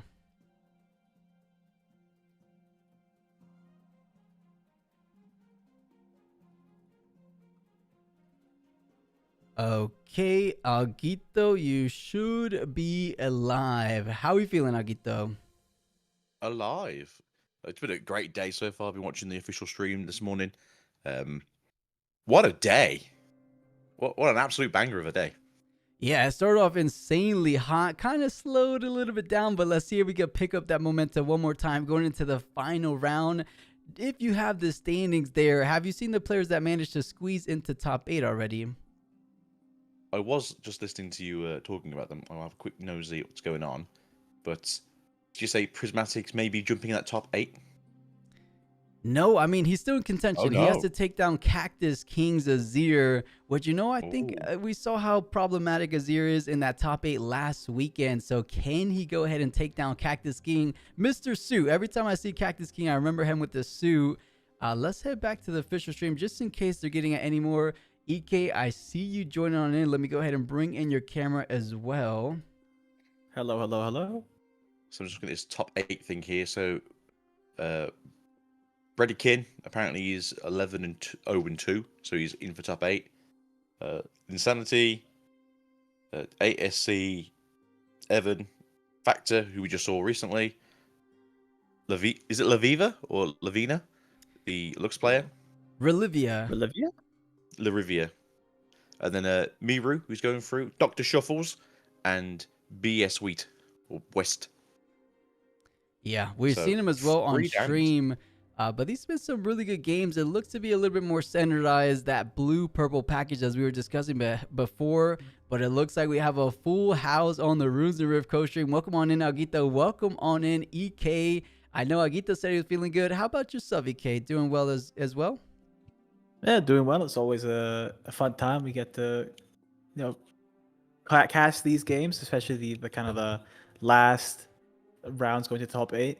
Round 13 is one of those rounds where you have these people really just going all in for the chance of making top 8. So it's like they're fighting for everything they've got, with everything they've got. It should be a good time, and they're showing us here exactly who's in competition for that top 8. So Prismaticism one more time finding himself on that bubble position. Whether he wins, it's almost a little bit tricky because everyone's going to be 11-1-1 besides Bradigan, which is technically undefeated. He was undefeated, and then he went, oh, no. He did tie on the game we saw, but went undefeated besides that. Everything under him, including a regional champion, Sam D. Sherman, falling a bit shy from that top 8 position, which is a little bit surprising to see, but it goes to show that Rainguard run he had was a good amount to do with the surprise factor from Rainguard. So I think more people were a slightly bit more prepared, it feels like, this time around. I mean, if I can add on, a great weekend. Yeah. Sorry, go on. No, I think it's also the addition of Rockfall Path. A lot more decks are just running Rockfall Path, which is kind of countered all these kind of ambush decks. So it makes sense that not doing as good this time around. Sorry, Guido, you're saying? No, so I agree with that statement. I think originally the Rockfall Path tech was essentially the LeBlanc killer, and then as you just said, it also inadvertently hit a lot of ambush decks who've just gone like, well, that sucks, and it also sucks to the hide decks too. And you know, it looks like round 13 is here. Match A or match B. You guys vote in the official streams. If I'm voting, I'm spamming B. Give us some prismaticism. And everyone is feeling the same. For a split second there, it was 100% B. I mean... No offense to Dr. Snuffles. I'm sure he's very good, but come on. What a matchup. Yeah. What a matchup. Mr. Well Dressed to Impress versus Prismaticism, the now 6-time Best of Annie winner. Unbelievable what he's been able to accomplish in all the Riftbound so far. Even pre-Riftbound on the online scene. Can he lock in his spot? He has to take down Azir, but this one should be a good one. I like ending the Swiss rounds with a bang like Prismaticism and Cactus King. Maybe if we're lucky, we'll get 2 matches again. Maybe. I mean, there's 2 aggro decks, so we might kind of go into that backup match. It might just be the Aurora match either way. So we could see the best of both worlds and have both games. Just to see. I mean, one's definitely going later game than the other one, as you said. 2 more aggressive decks, but sometimes having aggressive ends up being like they have to really take their time because one wrong turn and you're losing the game. So if there's anyone to kind of slow the pace down and kind of really think about things, it's going to be Prismaticism. But I've also seen it on the other side of the table where Azir's kind of say, wait a second, how am I going to go ahead and sequence this abundance of Sand Soldiers I have, all these gears to make sure I'm, you know, cascading effectively as best as I can, really. So it should be interesting. I don't think it's going to be like, you know, guns blazing, ending in like 10 minutes max, but it should be a good one. Definitely a good one. I guess we could talk about it a little bit here since you guys are going to dive into it. In theory, who's looking favored? Are we favoring, you know, the regional champ Prismaticism, or is Azir a little bit for him, too much for him to handle? What do you think, Aguito? With Azir, I think he's have a bit of a slower early game, get the first couple of points in, maybe 3 points in. Then it'll be go back to Prismat, doing all the countering, trying slowing down the game plan. And then once you get to those open 8/10 ruins, whenever you see an Arise, basically it's time to surrender. Okay. You feeling the same way, EK? Yeah, I feel like it's one of those. I think aggro versus aggro is very up in the air in Riftbound.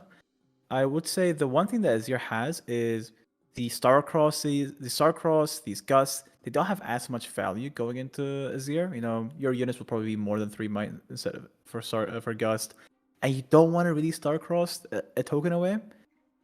So we have that kind of plus from the side of Azir. But, you know, we do have the gear removal from Red Purple. We have Falling Stars. So a lot of ways the Annie player can also just punish the other. So and I love because Aguito was flashing Thermo Beam onto the camera. I just saw that. Yeah, that's the one. For sure. And we're seeing his tournament run here. Fell shy of a win there against Rek'Sai. And then a draw. I was going to say an intentional draw, but it was just a draw in general against Aurelia. So one more win away and he's all but locked in. Let's take out Cactus King because we actually did see him on stream. And I'm trying to remember now, who did he play on stream? Oh, I can't remember, but if you see his competitor at round 2, he started with a whole lot of momentum. He took down Sean DeWally in his first game of the weekend, which is impressive. Okay, wait, hold on. Round 1? Wait. Round 1 DeWally? Yeah, or round If that 1 was a if bye, that but was me. essentially round 1 DeWally Yeah. being round 2. Yeah. I do want to add, did Prismat just not get a skirmish win? Because he had to play round 1. Yeah, sometimes you're a little bit busy for those summer skirmers, Yeah. but it looks like round 13 is here. I'll go ahead and send you guys over to the feature table. Any Azir to close out the Swiss rounds. Can Prismat lock in with, I believe, is top 8 number 5, number 6, something around there. This should be a good one, of course. So he should be going in for the best of Annie once again, right? So that's 6 now, is it? Yes. Well, we're going for like a chain by this point. I don't think a necklace And kind of fits all jingling. 6 anymore. Those like little wind chimes they put. You can just put that with all the best ofs. Hearing just coming down goes. What's that? Oh, don't worry, it's just Prismat. Grace Annie's on him. So I just want to go over the deck here a bit. I think it's the same one he ran with for Utrecht. I think maybe did he always run 3? So 3 flash is good. Starcross 3. Oh, do we not run Gust anymore? No. So it's 3 flash instead of the 2, and I think it's the 3 Rengar instead of the 2. I think the Grim and the Rengar swap places. I think what's his face? I think Gus going away because I'm not sure if he ran it in Ultracht, but Gus going away because the yellow decks are more in favor, and Gus not really the best into those kind of decks. Gusting a recruit's not that good. Gusting a Sandstorm's not that good. We have Cactus King. Looking over, this seems very similar to the Squirrel list that we saw earlier. Was it last regional? I will say it's the 2 of Vi instead of the 1 of Vi, and it's 2 of On Guard instead of 3 of On Guard.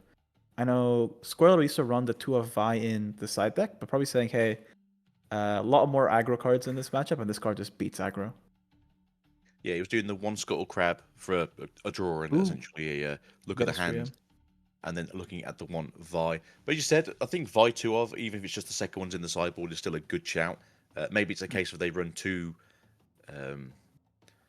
Scuttle Crabs in the sideboard instead, so that way they have the access to topping when they need to.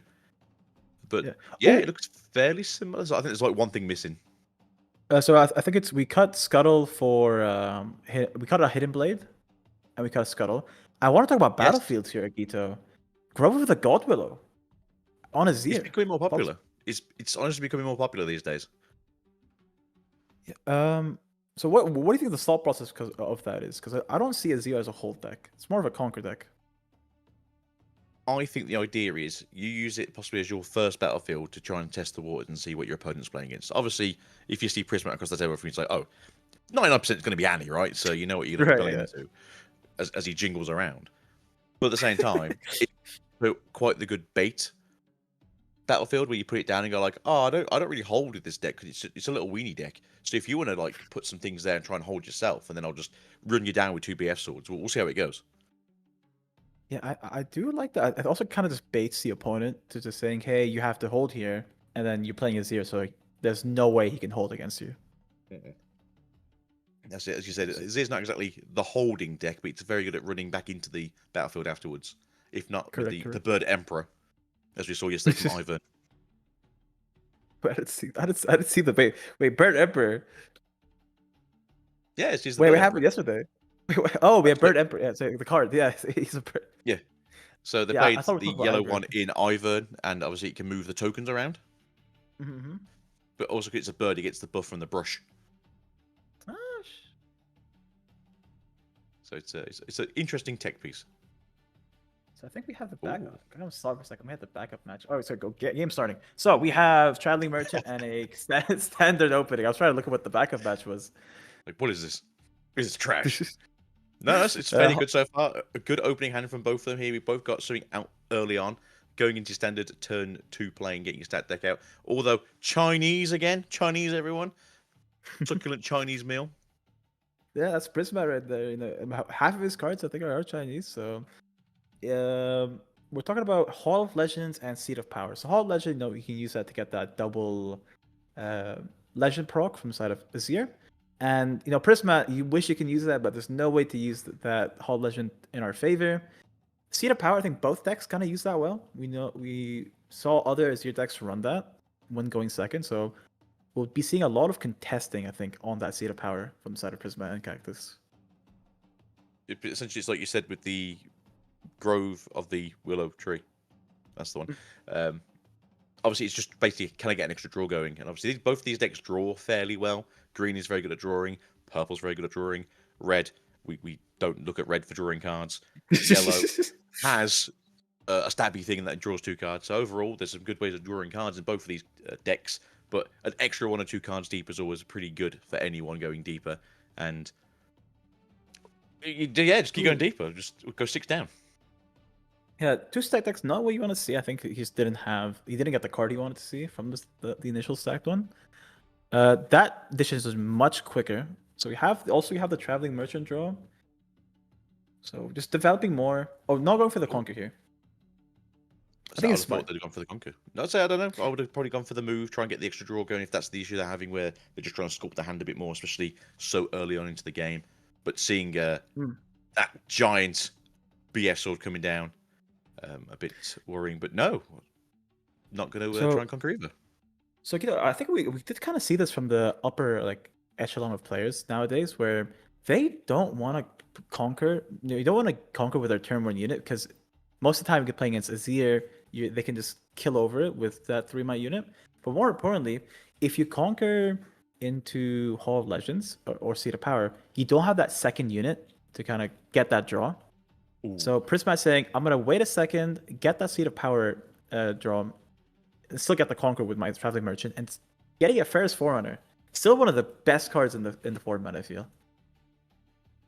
I feel like its usefulness has gone down quite a bit since we've seen Starcross come out. But again, it's probably still top 10 most busted cards I've ever had currently in this game. And you know what? Azir does not have Starcross, so that card will be getting a lot of value here. Going in with the Vi. Now, this is a card that I love seeing. And so, yes, it's 10 might to 10 might and just stunning the big boy out. So, okay, we're only taking one thing down.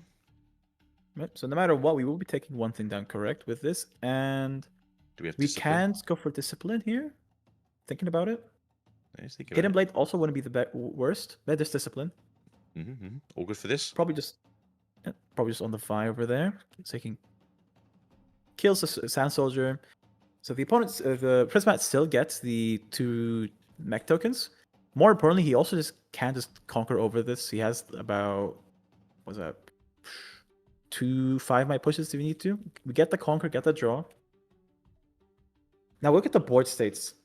Azir, you know, he has a big chance that Annie just double conquers, and then we're just stuck with nothing. While Prisma, you know, he can still develop a board and go for this attack. So I kind of favor him in this situation right now. Let's just say, what do you really do in this situation? Do you play the, I'm going to equip a BF sword to one of my units and just hope you don't have a Starcross for me in the back there? Losing a token doesn't feel great, but it's probably better than having to deal with these big might units. But currently, there's a trade going on, at least.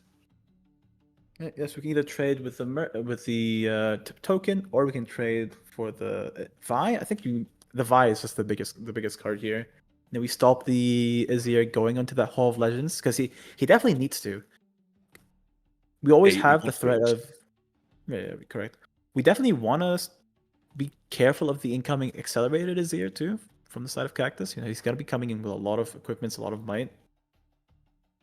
So right now... Like the position. No, go on. No, I'm saying I like the position from the side of Annie.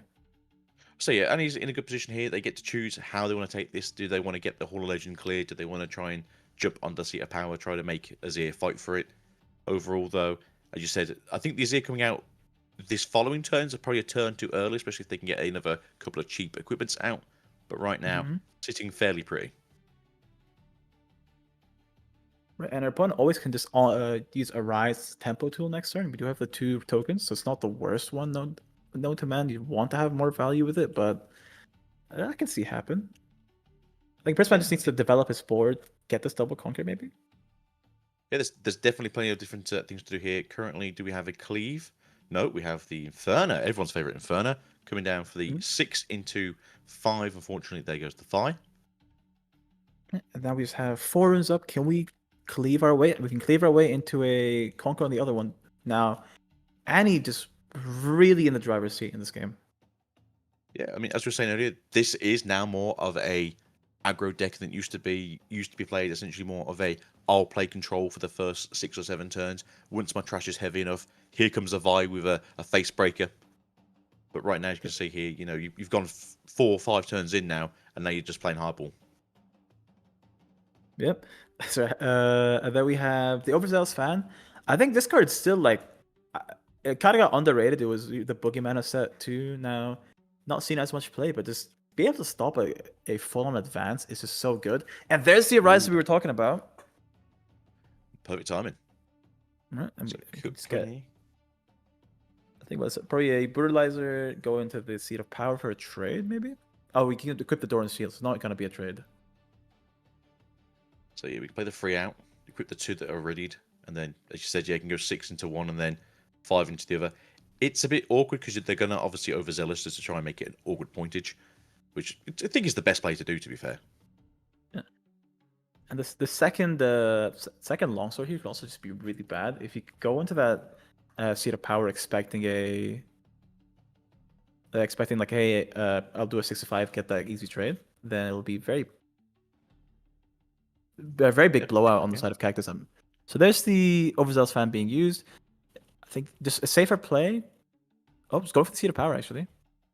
Would have expected maybe to go into the Inferno. There's the second longsword. This really big blowout.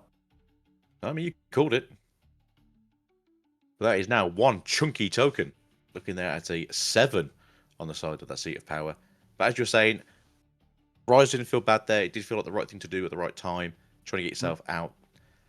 Hard bargain is probably the worst thing you're going to see there. Luckily, it didn't happen, but at the same time, it didn't really give you too much of an advantage. And as you're saying about the Overzealous, it does feel like one of those really weird cards that has just kind of dissipated out of the meta. But I think with less Aurelius being common and the other decks not really needing it as a safety net so much, it doesn't really see much play as it once did. But with Annie, it still sees a lot of play, and I would presume Draven still wants to use it as a backup plan. Right. I think it's just with Annie specifically, you're always gonna have 2 runes, so it's always just having it in your deck in general just is gonna make your opponent just play around it, especially when it comes to the top 8 on these open deckless games. If you see a hard bargain there, you have to assume there's a hard bargain there, especially with Annie. Yeah, and right now it's all or nothing. Can we clear the backboard here for Annie? We know they don't run any gear removal in the main deck, so not really a gear wipeout right now, so there is some comeback in for Azir here. And as I was saying, this probably would be the turn to bring Azir in if you wanted to get the units across into the first area and then dash them across then with the... Oh, never mind. Who knows anymore? Not me. No, I think the Azir play is kind of obvious. Not obvious. It's the right one to do. You can't need to get control of over this board. We need to thread in the hold. I really like this Ferris Forerunner here, just saying, hey, if you want to conquer this, you'll be facing down another 2 mech tokens, and they both can get the longsword. And I think this might just be a really hard spot to come back from if you're the Azir player. Any thoughts? So right now, I think if you can put a gear down, we got 7 runes. Accelerate is 5. It's in that really awkward spot where you want to try and get another piece of gear down or 2. Try and conquer the Horde Legends. Get access to a couple more soldiers in the back. But it doesn't feel right that you're not going to be able to do much more than that in this turn. So, going in for the trade here. Yep, killing the Ferris Forerunner. Drops the gear. 2 more mechs. Yeah, 2 more mechs. We have access to Brutalizer again if we need to. I think we will just equip Brutalizer and BS Sword, make a Giga token. He's slapping down. Do they play a third longsword question now? Would you? You buy actually. Oh, the flash here is just I think tragic. Flash works. Defy do have available. If need be. I think it's worth it just so that way they don't have the. It's weird because obviously having the access to longswords going to the back is also very awkward for you on that turn. But at the same time, you've got to do something, right? I think you have to. Just giving your opponent another big mic token unit is just pretty big. Sorry, yeah, pretty big. Giving your unit giving your opponent another unit on the 6-point turn when these have to double conquer, even though you're kind of stuck with that longsword and base, not the biggest issue. Going for Blue Eyes just to use our mana, get a token if we could just maybe live till next turn. So I thought there was a chance they might have done the accelerated Azir with the extra runes floating at the back. Maybe go over to the Seat of Power and then have tank on it to make it more of an awkward play in the back there. But I think you just got to have something set up in the back for the following turns and hope to, whatever god you believe in, that you can last one more turn. Right. Okay, finding the second red rune. We didn't have enough runes to equip both longswords the turn prior, but finding the answers. 2 runes up, 2 cards at hand, hitting card. Prismat probably has the answers for this. We can get an easy conquer on the Hall of Legends, and we have 2 mech tokens facing down. What is that? That's a 6 might Sandstorm token. So 2 + 3 + the 1 to 6. You are correct there, sir. This could be a guards. This could be a hidden blade, which I feel like would be the, in brackets, sensible thing. But the worrying thing with that is if you kill 1 token with 2 longswords on, it just comes back as another one. And here goes Starcrossed, which is the worrying thing here. Yep, there we go. Yep, no answer. We were talking about back off. Yeah. Back off. Yeah, we were talking about how unimpactful Starcross is, but when your opponent only has 1 unit on the field, it's still as good as ever. I mean, it's the modern day rebuke. What did you do in the old days? You just get off the battlefield on taking that 8th point. That was generally what rebuke was used for a lot of the time. So we're back here, everyone. Yeah. So if you want to talk about what kind of went wrong that game, it was definitely that second longsword. We had the ability to kind of go for the Inferna instead, but just not going for that, saying, hey, I want to get the bigger value trade because I feel like I need to win this game. Getting blown up by that longsword, unfortunate, but I don't think it's still an unwinnable matchup for the side of Azir. No, I think for Cactus it was a case of I have to do something a little bit more risky and try and hope that I can gamble correctly. Obviously, they rolled a nat 0 somehow. It fell off the table. And just got absolutely stabbed by 2 longswords instead of 1. But I'd agree. I think taking the Hall of Legends was probably the correct play there. Try and get the extra recruit in the background, Sand Soldier in the back. Just that way you've got some more tokens to sort of rush into the units as you can. As you've seen with a lot of the token decks recently, they'll equip once, walk in, kill 1 thing, equip again, kill the next thing, walk in with the 3rd thing. Here's something. So, what is Prisma kind of reading there? Do you know? Is that just like a sideboard cheat sheet? Are you allowed to have those? I think you're allowed to read your notes that you've taken during the gameplay before you have to destroy them for the next game. So you're actually going over, like, I've seen these, I know he's running these, I know he's got the defies, I know he's running back off. Just a little reminder. Because I don't think every Azir runs back off, but I think it's becoming more common. Yeah, also just I think you could have just not revealed the hitting card and say, hey, I don't have back off. So just giving that information to your opponent, maybe it's just kind of to psych them out also, just get rid of it in sideboard, but it's maybe it's a bit of respect to Prisma saying, hey, you know what, this is the card you were playing against. Yeah, I mean, you could have asked, and it's like, I suppose technically you can see it because it's the end of the game. To the person in the chat, he paid with additional floating runes they had for equipping the equipment earlier on. So there you go. Grove of the Godwillow versus the Zorn Warrens. Somebody's getting a card here, right? I think this would be a lot of card draw. Again, Prisma, not really good at holding. Both these decks aggressive. Prisma has more holding tools than Cactus. We have the Starcross on the defense. Longswords is kind of a battle trick. We can also ambush units over. Now, the biggest issue is, will we draw double Ferris Forerunner and double Longsword in this game too? Look, if we go 12 cards deep on the first 4 turns, anything can happen, baby. Actually, good point. See, double stack deck was probably very helpful for that game. That's the thing a lot of people forget when you are playing into purple or any color that really draws you a lot of cards like blue is now. If you have not a great opening hand, you can fix that. Yeah, I know. I think Alan said it best. It's like, hey, these colors are the consistency colors. You know, if you want to make sure that you have the ability to see the cards, see the winning options every single game, you know, these draw cards, these stack decks, kind of facilitate that kind of game style, which is why these pro players really like them. Just you wait till red gets a proper draw spell. Just you wait. I mean, we have green, red. You know, two colors very known for their drawing cards. Coming up next. I made a short recently saying that I'm sorry and I can't talk about that thing until it's fully revealed, fully. But right. The secret I'm stuff. definitely playing some cheeky group hug version of that deck, and then having Blind Rage in there. Wait. Group hug in Riftbound? What are you? Yeah. What are you hugging with? Party favors. Oh, yeah, I like that. Party favors, blind. Okay. You're cooking. And then you go Blind Rage, you just go like, oh, I'll take that now. Thanks. Going to game 2 now. Sideboard. Let's see, what would you sideboard in from the side of Prismat? You know, you have your Thermo Beams, you have your probably Factory Recall, both really good in this game. On the side of Cactus, any cards you'd like to see on the sideboard? See, what could you really be running? I don't know if they run like a salvage or two in the sideboard anymore. Maybe it's the extra Hidden Blade that we saw taken out of the deck. Maybe it's the Scuttle Crabs, just so maybe we can get some hand knowledge, sort of like mid-game, just so we know what's going on, what's coming in for us. Opening up an early Vivo is going to be interesting later on. Ooh, okay. Good to see. No, I'm trying to get the... Sorry, go on. So it would be funny if the sideboard for Prismatic was actually the red Vi again, just as like a one-off. Oh, just so the old Vi ride the wind.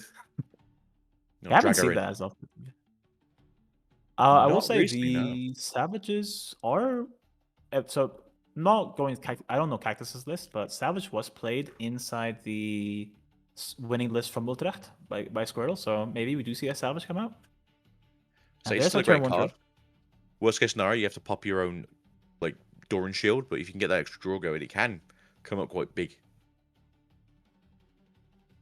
And this is probably where we're going to see Grove be at its best, you know, force our opponent to say, hey, you shouldn't take Zone Wardens here. You shouldn't go for your own draw because you have to now face me in Grove. And I actually, hold on. Now I'm thinking about it more. Grove is less of a, I'll draw more cards. It's more of a, hey, I'm going to force you to never go into the other battlefield. You'll have to fight me on Grove every single turn if you don't want me to draw cards. And I really like that. Yeah, I always found Grove to be that one, Matt, that's either a case of like, you know my plans to stay here forever, you got to deal with it, or it's, I'm going to ignore the other battlefield. And if I can get there early enough and I'll stay there forever, good luck getting me off of it. This is something you don't want to see on the side of Prisma. Not having the stack decks, not having anything to enable this hopeful, having to play it out for 4. You know, you don't, usually against other matchups, it's not the worst to kind of play this guy out just raw. But against Azir, where you need to have as strong of a tempo, you need to match his tempo, it's really hard to kind of justify playing that card. And there's the BS sword coming out. So, no, honestly, it can be quite weird to have that sort of off-tempo, especially in red and purple with Annie here getting those extra 2 runes at the end of turn. The only thing I'm concerned for, that was what I was concerned for, to be fair, was is there a Rengar in hand? There's the Rengar. So now we're threatening a lot of might on the attack. That's about 5 might on one side and 6 might on the other. And this BS sword, although it is very big, it's not going to stop too much from the side of Prismat now. No, so currently it's a 6 might, 5 might token you got there now instead. So you are going basically, if Prismat moves in with that Rengar, it's getting taken out the following turn. If you go to hold, Rengar's coming to take you down. We do find a stack deck though. Right, and I do want to talk about something that these pro players have started doing now. And you don't see as often from the local meta, and it's this idea of patience. You know, do I want to go in with my units here for these early points, or do I want to save them, right, for the future? And both players kind of respecting one another, saying, hey, if I go in, you're gonna go beat my board. And so there's a lot of restraint from the side of players. This is not usually what you see, especially in an aggro matchup where it's turn 5, turn 6, and not a single point has been scored. No, I mean, as you're saying, normally with Azir, they do try and zip in a little bit, get those points going while they can, and just try and keep the pressure on with the points. But again, when you've both got very strong boards on either side, presumably you're not running charms in Azir, although it can be a sideboard card occasionally because it does come up quite big when you need to. But you're not really winning the whole game now, especially with that Rengar on the field and the Kai'Sa and the Hopeless just sort of sitting down over that might. Coming in with the Ash, though, looking at the hand. Ash. Yep. I think this card is really good. It's both players are not going to be. Oh, okay. That's a card to see from Ash. You are happy as one can be. So yeah, both players are not going to be able to go for holds this game, and that Ash coming in at the perfect time because that was the freest Thermo Beam I've ever seen in my life. Next turn. Yeah, that was either do I play Kai'Sa now or do I Thermo Beam? It's like, oh, wait another turn. That was you wouldn't. Oh, that would have been that would have been four equipments. That would have been game on the spot. And that's Prismat. We saw the stack deck. We saw the flash. Not the best cards for holding. So once his units go on battlefields, Cactus is gonna feel very just comfortable taking these battlefields over from him. So far, the stack deck was a brand new card, so we know that's different. Inferno was a new card. Inferno. Yeah. So there's 2 new cards that we don't know about. There's the Overzealous. Flashing them both. Okay. I think doing this now just to say, hey, if you have, I want to see if you have Defy or not. I think if you're on the side of Cactus, this might be something you're thinking of defying. Decides against. So we're still keeping our strength for the attack, saying, hey, I'm not gonna go for this hold because it's never gonna happen. And the Vex Apathetic coming out. This card, probably the card of the format. I feel it stops the Rise, it stops the Vi on the side of Azir. Any thoughts about this one? So with Vex, I'd say it's probably number 2 after the Starcross. I think Starcross has just become that purple card now, and then Vex is just the card that is teched into everything purple because we all got to hold at some point, right?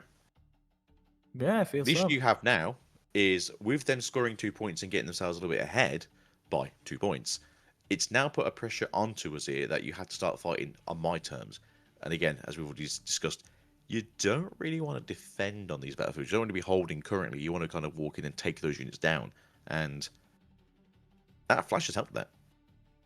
Right, and I think the card to see right now from the side of Cactus is this Arise. You get a huge you get 4 more tokens.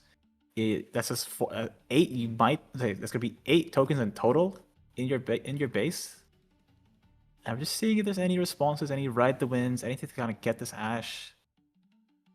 Nothing so far. Going for the zone, getting rid of Defy. Jesus, somebody's feeling some confidence, or the other cards in hand are just that broken. So do we have like a handful of Defies, or a handful of Defies, or Disciplines, and Guards? And you're not really too worried about losing this fight. Obviously, when Ash disappears off the battlefield, you don't lose that hidden card. It's currently held until you hold a battlefield. So it doesn't feel so bad if Ash does get taken out at some point, especially when 5 cards can now run you down. All right, and now we're holding with what? 1, 2, 3, 4, 5, 6, 7, 8, 9 runes up on the side of Cactus here. I think this says a lot about his hand because usually if you don't have that much of a interactive hand, you would summon your Azir, play him in base. But Cactus saying, you know what, I'm gonna float all these runes, and now when you come into me, you have to play with the full arsenal of green and yellow combat tricks. I will say, production has got much better over the years, and by years I mean this year. But can we please get a bigger table? I do agree, and I think that with these big go wide strategies, we're gonna need them.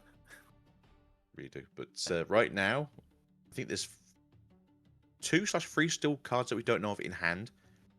So the hand is basically becoming unknown once again. Didn't see the longsword. No, we did see the longsword before. That was the issue. So we know there's longsword in there in case there is a. No, don't trick them with the combat tricks.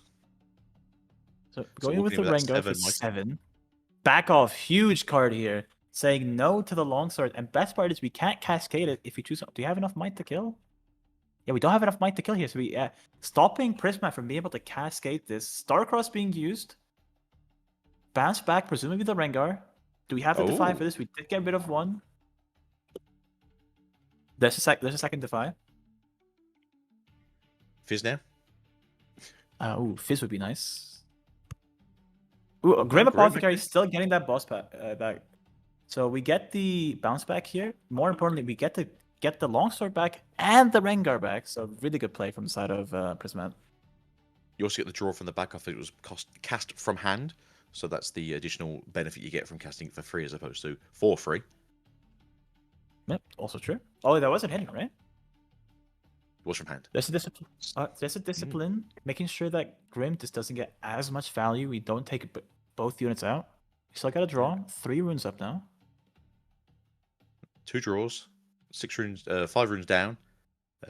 Big units currently bashing around. Now, also not that many resources on the side of Prismat, so it's literally our might versus his might. I think the board is now certainly it's 8 into 6 there into. Oh, this doesn't look all right. It's like, yeah, do you take the colors or do you take the other 2? I think the other 2 might be more important. I think just not wanting to give the Cactus the extra draw from Grove. Do we have something like the Death Grip here to kind of punish us? Ooh, no, nothing to do. So this kind of signals to me that Cactus doesn't have any more might increases in hand. Because, we would have Disciplined, we would have on-guarded if given the chance. So this does kind of buy Prisma a lot of safety for this next turn. But also, with that Vex on the battlefield, this Arise is not going to be that good. No, unfortunately not. But then again, you can push in that Sand Soldier with the extra might on there. Or just the one that would trade with the Overzealous. Correct. So you go 2, and then you can walk in and take the other one, and then you can Arise afterwards and walk those big meaty Sand Soldiers into that battlefield. Yeah, the one issue with that kind of line of play is both of his Sand Soldiers are 3, so he has to kind of buff them up both to 4. To kind of get that trade, and then, kind of go in with that to beat that Overzealous. So we do have the Soul Sword. Soul Sword, yeah, we can get 1 unit up to 5 at least, 4 at least, to go for this trade. Right. There's the BSR being equipped. That's a 6 might.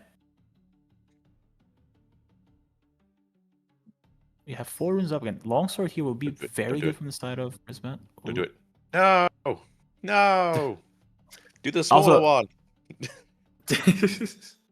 Overzealous is very big here. Also, what we can do actually here, Gita, is actually Death Grip. If we have it. If we've got it. But there is a BF sword there in hand. BF sword. I like the BF sword coming out. Brutalizer and BF sword. Okay. Going for a really big push here. Oh, there's a lot of cards you don't want to see. Oh, and the Soul Sword. Okay. This card, this Sand Soldier is becoming absolutely huge right now. It's Zoro time. 3 spears just coming in and bashing people around. This is the Voltron I kept hearing about, right? All these Magic players. No, Azir. So currently we are 5, 6, 7, 8, 9, 10. I think we're 10 into 10 plus the Rengar. God damn it, Rengar. Back off. Go on. Get out of here, Rengar. Back off. Okay. So draws a card. Make sure our big unit doesn't die here. We don't get too much value out of this. No, because no matter what you pick here, that's it. So I think you got to kill. Yeah, you got to kill those 2. Leave the Rengar there. Now that he's defending, he's smaller. We are tapped out, unfortunately, so it's not like we can do anything this turn. They do hold, and they do get the Thermal Beam back. That is the other issue. Yeah, this is the really big issue. With this Thermal Beam now, look at the amount of tokens we had to invest in this play. Can Azir now play basically without any tokens in this matchup?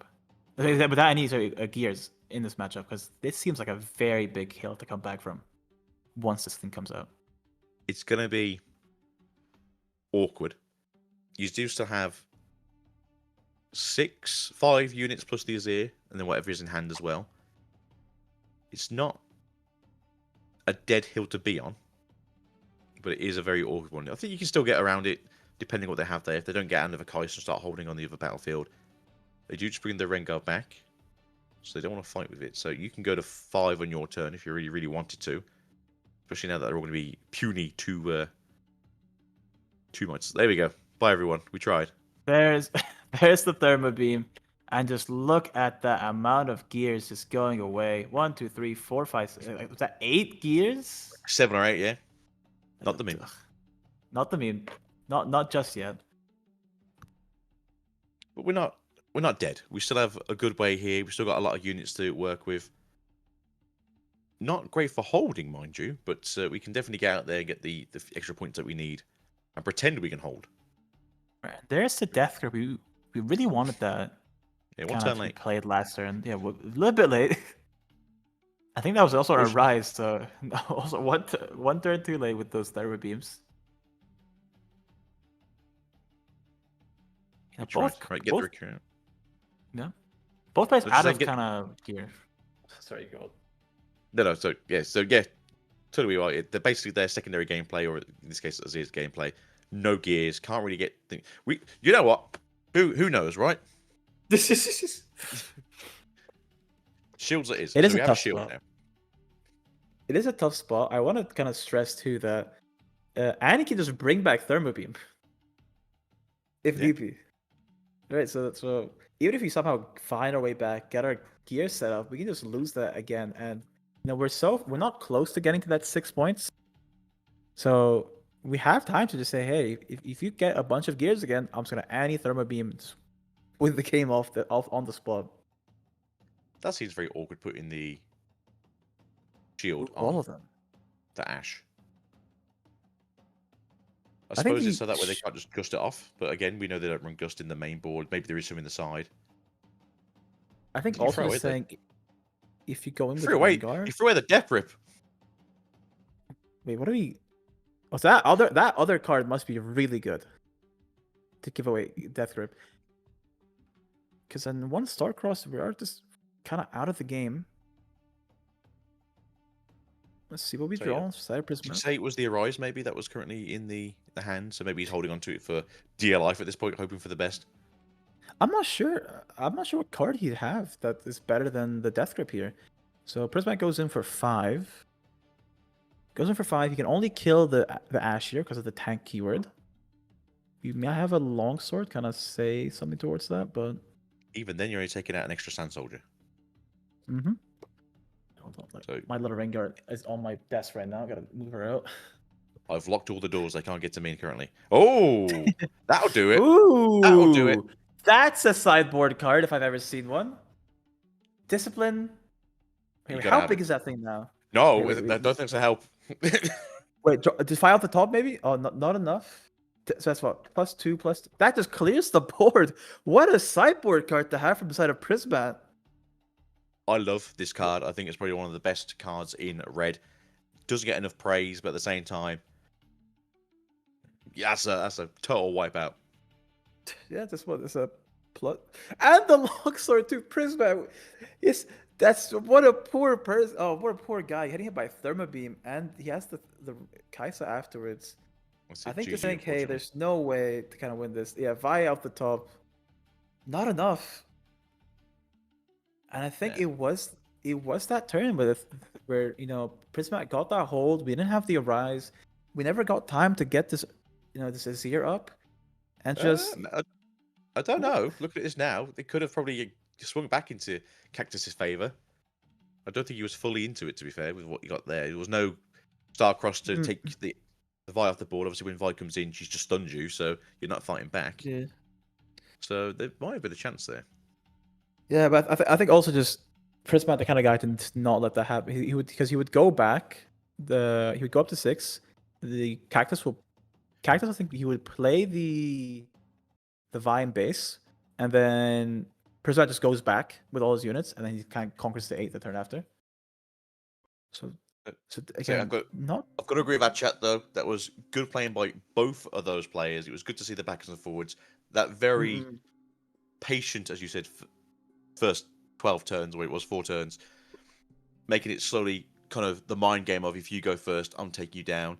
If I go first, apparently I just have a flashing hand, it's fine. But Right, no, yeah. really good. For Yeah, sure. I You think it's kind of see a little bit of the skill difference from like the highest regional winning players like Prismaticism to your up and coming players. Of course, hats off over to Cactus King. Did an incredible run this weekend over in Hartford.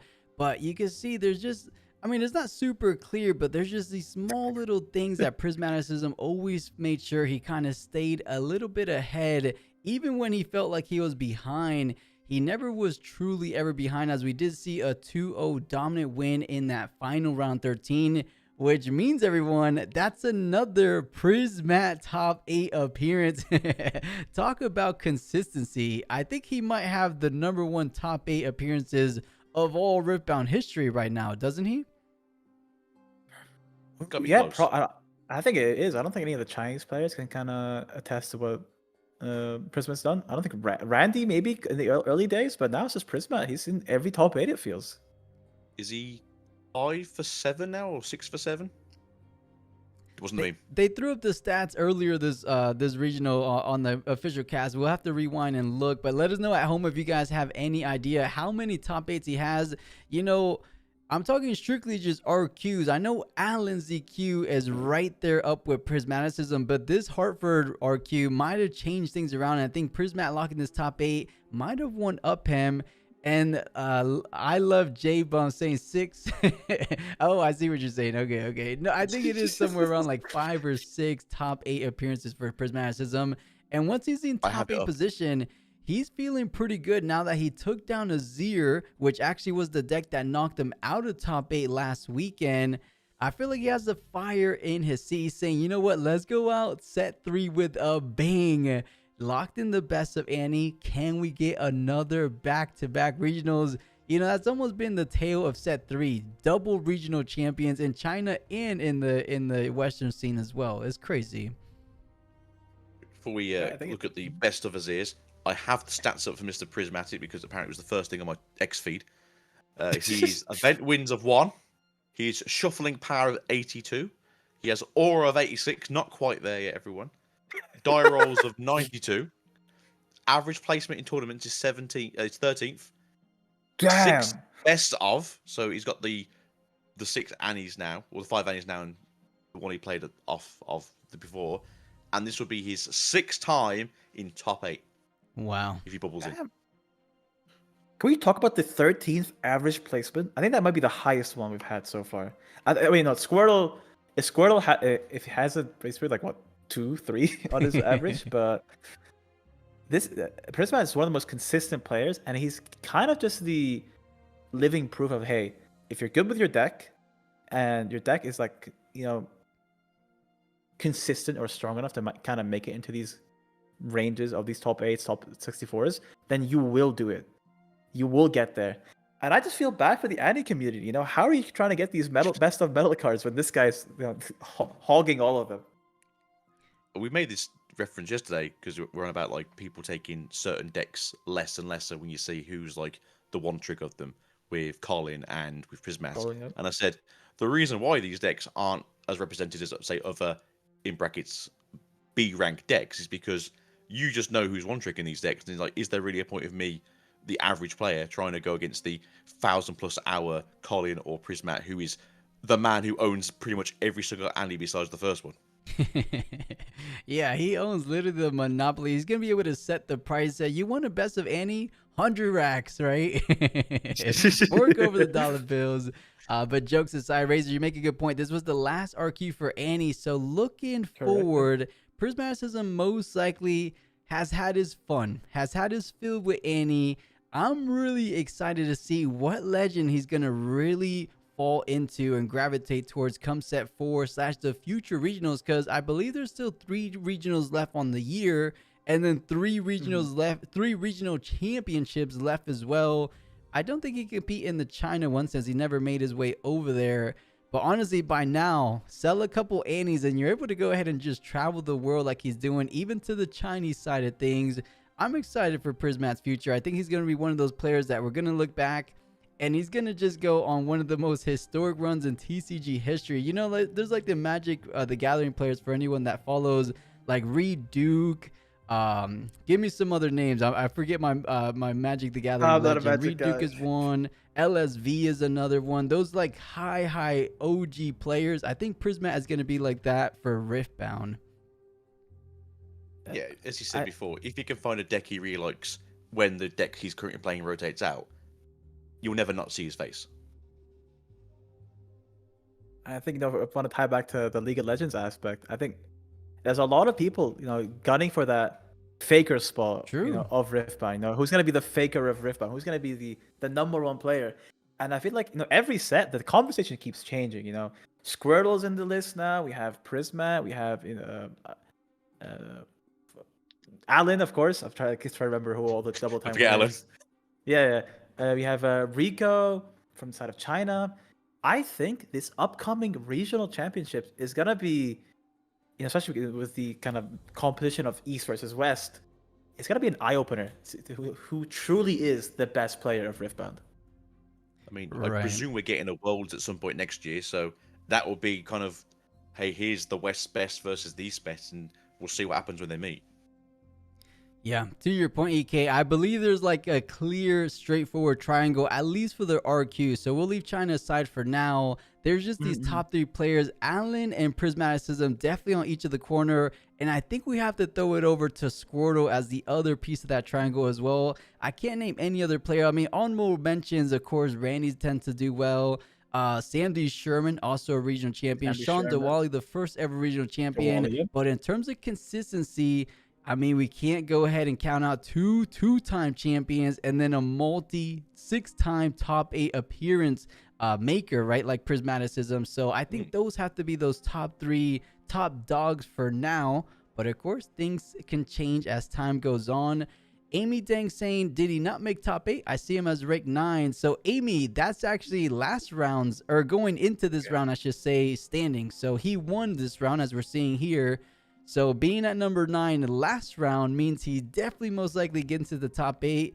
It depends on BS Wits though. If he wins in a 2-0 fashion as well, then there's might be a little bit of a mix-up in things. But if it's a 2-1, the fact that Prismaticism beat Azir in 2-0, he's almost all but certain locked into top 8. So a little bit of gray area, but I'm pretty sure he's in there. It's gonna be down to, I think, a few tiebreak. I think he might just be guaranteed with how the tournament's gone.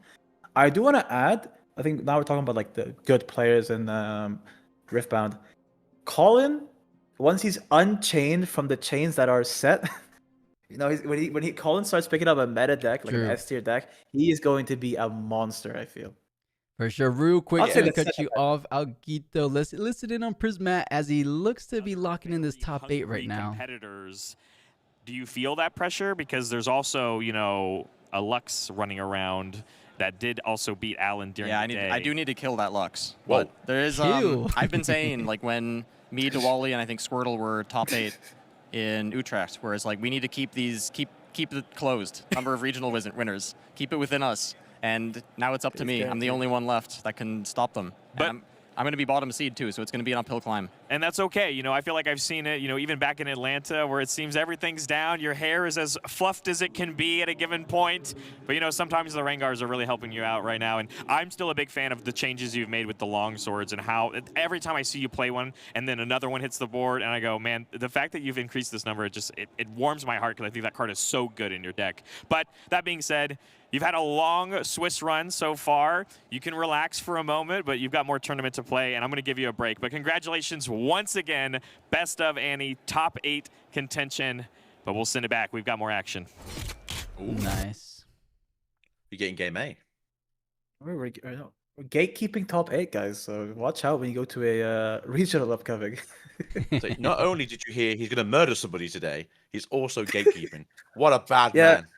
Which one's worse, would you say? I don't know. I'm looking for top 8 of next of Barcelona. So low key, I can forgive the killing, but the gatekeeping, I need to be in there, man. I think legally speaking, I think murder is bad, but I think for the community, that gatekeeping is pretty bad too. So maybe the gatekeeping. Oh, and it looks like we do actually get, for the first time in day 2, a little bit of a backup match. Aguito and Iki, I didn't get to actually, if either you guys want a short little break before the next round. If not, I could go ahead and throw you guys over to game 2 of this backup feature match if you guys like.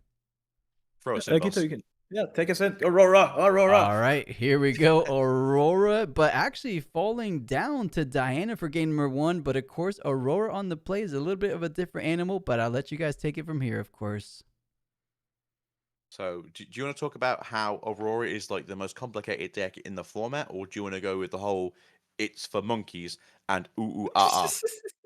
So, which version do you like, sir? So I won't say Aurora is the most complex deck in the format. It does have a lot of nuances, and it's not as ooh ah as people want to give it. Ooh ooh ah, dazzling credit. There's a lot of nuances of like how your turns are playing out, how your runes are being played out, how you gonna counter, especially these purple decks. Stuff like Starcross on the right times, making sure you have your deck, like your deck stacking is on point. So a lot of like arguments of like, hey, this is not ooh or this is ooh for Aurora. I think this is my hot take. This kind of overrated. I think the hate's kind of overrated. Deck doesn't do as good as it's kind of made out to be. We haven't seen Aurora do as much success in this set. There's a lot of answers for the Aurora and from the side of all these purple cards, Starcross. There's a lot of gear removal in this format. Would I want it to be banned? A little bit, but other than that, that's kind of the ever repeating story of Aurora. Hey, if Aurora's so bad, why no more top 8s? I totally agree. So I am not the ooh monkey. It is silly brained card. I do think it lets you have an easier time at. It's going to play my units for me, so I can use my brain for counter spells, ramp, essentially everything else. So I get to basically have an easier time in terms of I don't really care about my units other than maybe I should get out my misfortune at some point and try and get a point early on. But otherwise, I don't think it's the simplest deck in the format. But at the same time, it's not rocket science. If you want to hear what my simplest deck in the format is, Master Yi. I love that guy. I am the biggest fan of Master Yi, but I too can say, hey man, this guy's not that. He's not that hard to play. I've already said, if we get Wukong in green and orange, I'm playing monkey. I'm just playing monkey cards. Yeah. I don't care if I go 0-9. I'm playing monkey. Oh, hold on, this is important. Acceptable loss is being played out now. I guess he's gonna have to play either way into the Aurora because he's always gonna keep the Squires open. So that's heads up play from the side of BS. Also saying, hey, I don't want you to kind of like you. I don't know if you have Aurora right now, so just saying I'm gonna kill the Squires. We'll make sure you don't draw into it. So again, a lot of nuances going into the Aurora matchup. Catalyst here gets us up to 11 runes next turn, so that is in Aurora territory. I'm gonna be saying that word a lot today. Up to BSY to find his answers though. We do know there is one in hand. We also know that Fizz can just fall over and pull that acceptable losses back out of the trash. So you essentially have 2, 3, 4, 6 of these cards available to you at any point in the game once you have a Fizz live in hand. We will at least get one activation of the Aurora coming down. Probably for Dr. Snuffles, he would like to have the Elder Dragon come in and just pop some battlefields, making it a little bit easier for themselves. But overall, as Misfortune does say, everything has ganking. It's not the worst situation to be in. Right. And I do agree. And also, funny thing, so MF and Silver Aurora have always been in contention of, hey, which one's the best one? The gold generation versus the movement of both decks, it is kind of hard to see the kind of crown which one the best one is. Now, this Tide Turner is, I think, a really good card into Aurora. So when Elder Dragon hits the field, it says deal 1 damage to units at each location. So if you ping the Diana for 1, and then you Tide Turner to switch the locations, that 1 fizzles away because Diana's no longer at the location that she was targeted in. And we have a lot of runes open for the Starcross if this Drake does come down. Yeah. So I totally agree with what you're saying there. It is nice to have these weird interactions where once you move during a situationship, it does kind of scuffle things up. Kind of how Piercing Light works. Obviously, if you move your unit from the battlefield, it no longer deals damage to that one. The one behind you still gets shot in the face, but that one is currently alive. Baron? Wait. Baron, hold on. Ooh. That's not a card you see in Aurora. In the main deck as well. I see it occasionally in the sideboard. Man, I love this card from side of Aurora. With the prevalence of blue-purple, saying, hey man, enjoy this Baron. How are you dealing with it? We saw that Dianas run Baron just to deal with other Dianas, right? And they have to pay 10 the normal way. If I'm just getting this card out of my Aurora trigger, I am super happy. And there's acceptable losses to get rid of the Aurora. This is done in the combat that's made by Baron, by the way. So not gonna be wasting any runes for next turn. I'd say right now though, there is now 3 battlefields, so you now have to conquer 3 battlefields if you can't hold to that 8 point. So it does make things a little bit more awkward for the Diana trying to rush down this combo. But ganking from MF does help with this situation. I think, as you were saying earlier, which one is the better version? If you're running Baron, I'm going to say MF is the better version, so you can just move that giant snake where you want to, slapping heads around everywhere. Whereas I think if you're running the more traditional version where it's just Elder Dragons, and I think people are going down to 2 now of the Mind Splitters. I think one side Silver makes more main. sense. Yeah. So that makes more sense that you want to run it in Silver because the gold generation is very nice. You can mess around with whatever costings you want to do. You get your Silver active the turn earlier than you need to. Start getting those points going.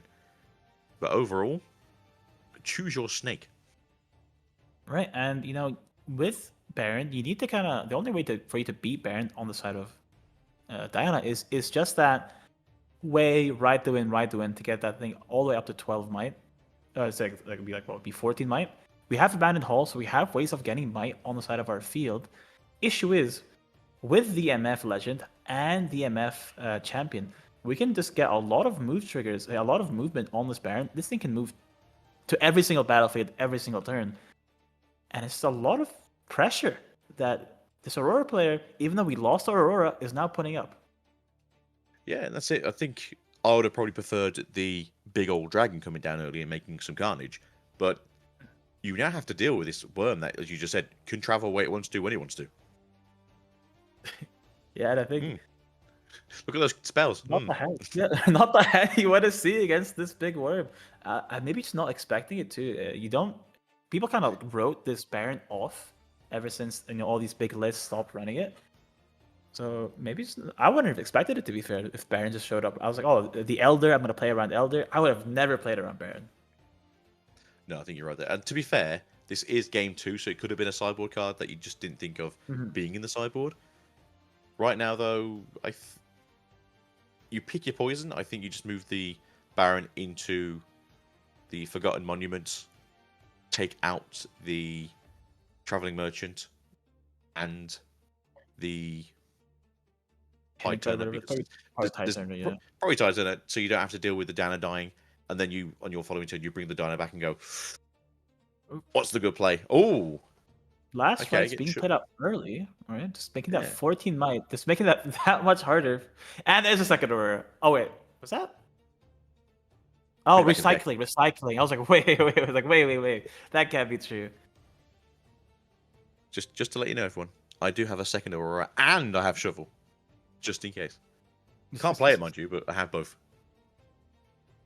So I do want to see we don't really need this might bonus. I'm not sure why we're playing this. We do let ourselves open to another acceptable losses.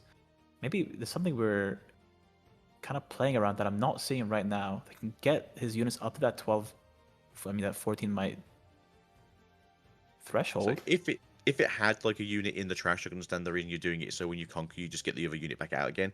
But like you said, there doesn't really seem to be a reason for it currently. So we can get Moonfalls, like stack deck, 2/5. Oh, unchecked. Oh, unchecked maybe. Yeah. I like that. Yeah. But even I would have loved playing it after these turns because acceptable losses. Actually, no. I actually like this. I like this. Yeah, unchecked power, playing around it. Also, just seeing if your opponent has the acceptable losses early. Good tide turning here. We get 2 instances of the Diana Legend if we need it. Digging through that deck, trying to find that way. And of course, now we can just play our MF Chosen Champion, accelerated, move it back, and get another push with this Baron Nashor.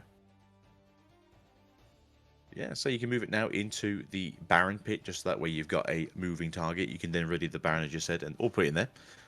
Ready the Baron. Baron, yep. Yep. And then you walk across and go, hey guys, it's the worm again. Yep, this thing's gonna be moving a lot this game, I'll tell you that much. And it's immune to unchecked power, which usually would be your only out. So now you have to Moonfall. So how would you? So you have to get a unit, go in, Moonfall, have your unit die, and then post-combat, then uncheck power.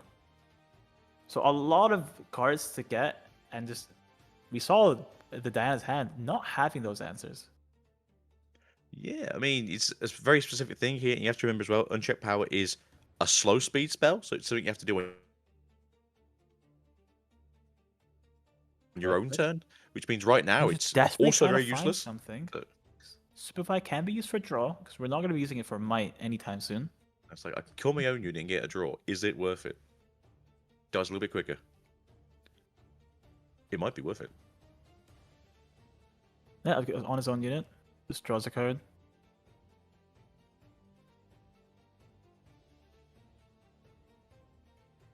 Alright. So now we go into 3-point turn. So now, the one issue is this Baron Pit does also make sure that, hey, Snuffles can't triple conquer, because actually he can't. He needs to triple conquer, goes up to 7, then 8. Yeah. So we still have one more turn if we're on the way. As if we find the way. Sorry. I'm just trying to think what would be like the weirdest play you could do. Would it be a case of you play out your second Aurora this turn, you've got enough runes up for a Ride the Wind, you could ride the wind over the next thing into a battlefield so it goes to 8? You hold to 5, you go to 6, you can go to... No, you can't. You go to 7. All right. Turn to dust to get rid of that gear. Do we have anything to stop that? Hard bargain. This is to force our opponent to pay more runes. So do you have anything else to do? Nope. Okay. 2, 4, 6 available, so you can't unchecked anymore. You are out of range. Right. Okay, so now, let's try to make some bodies.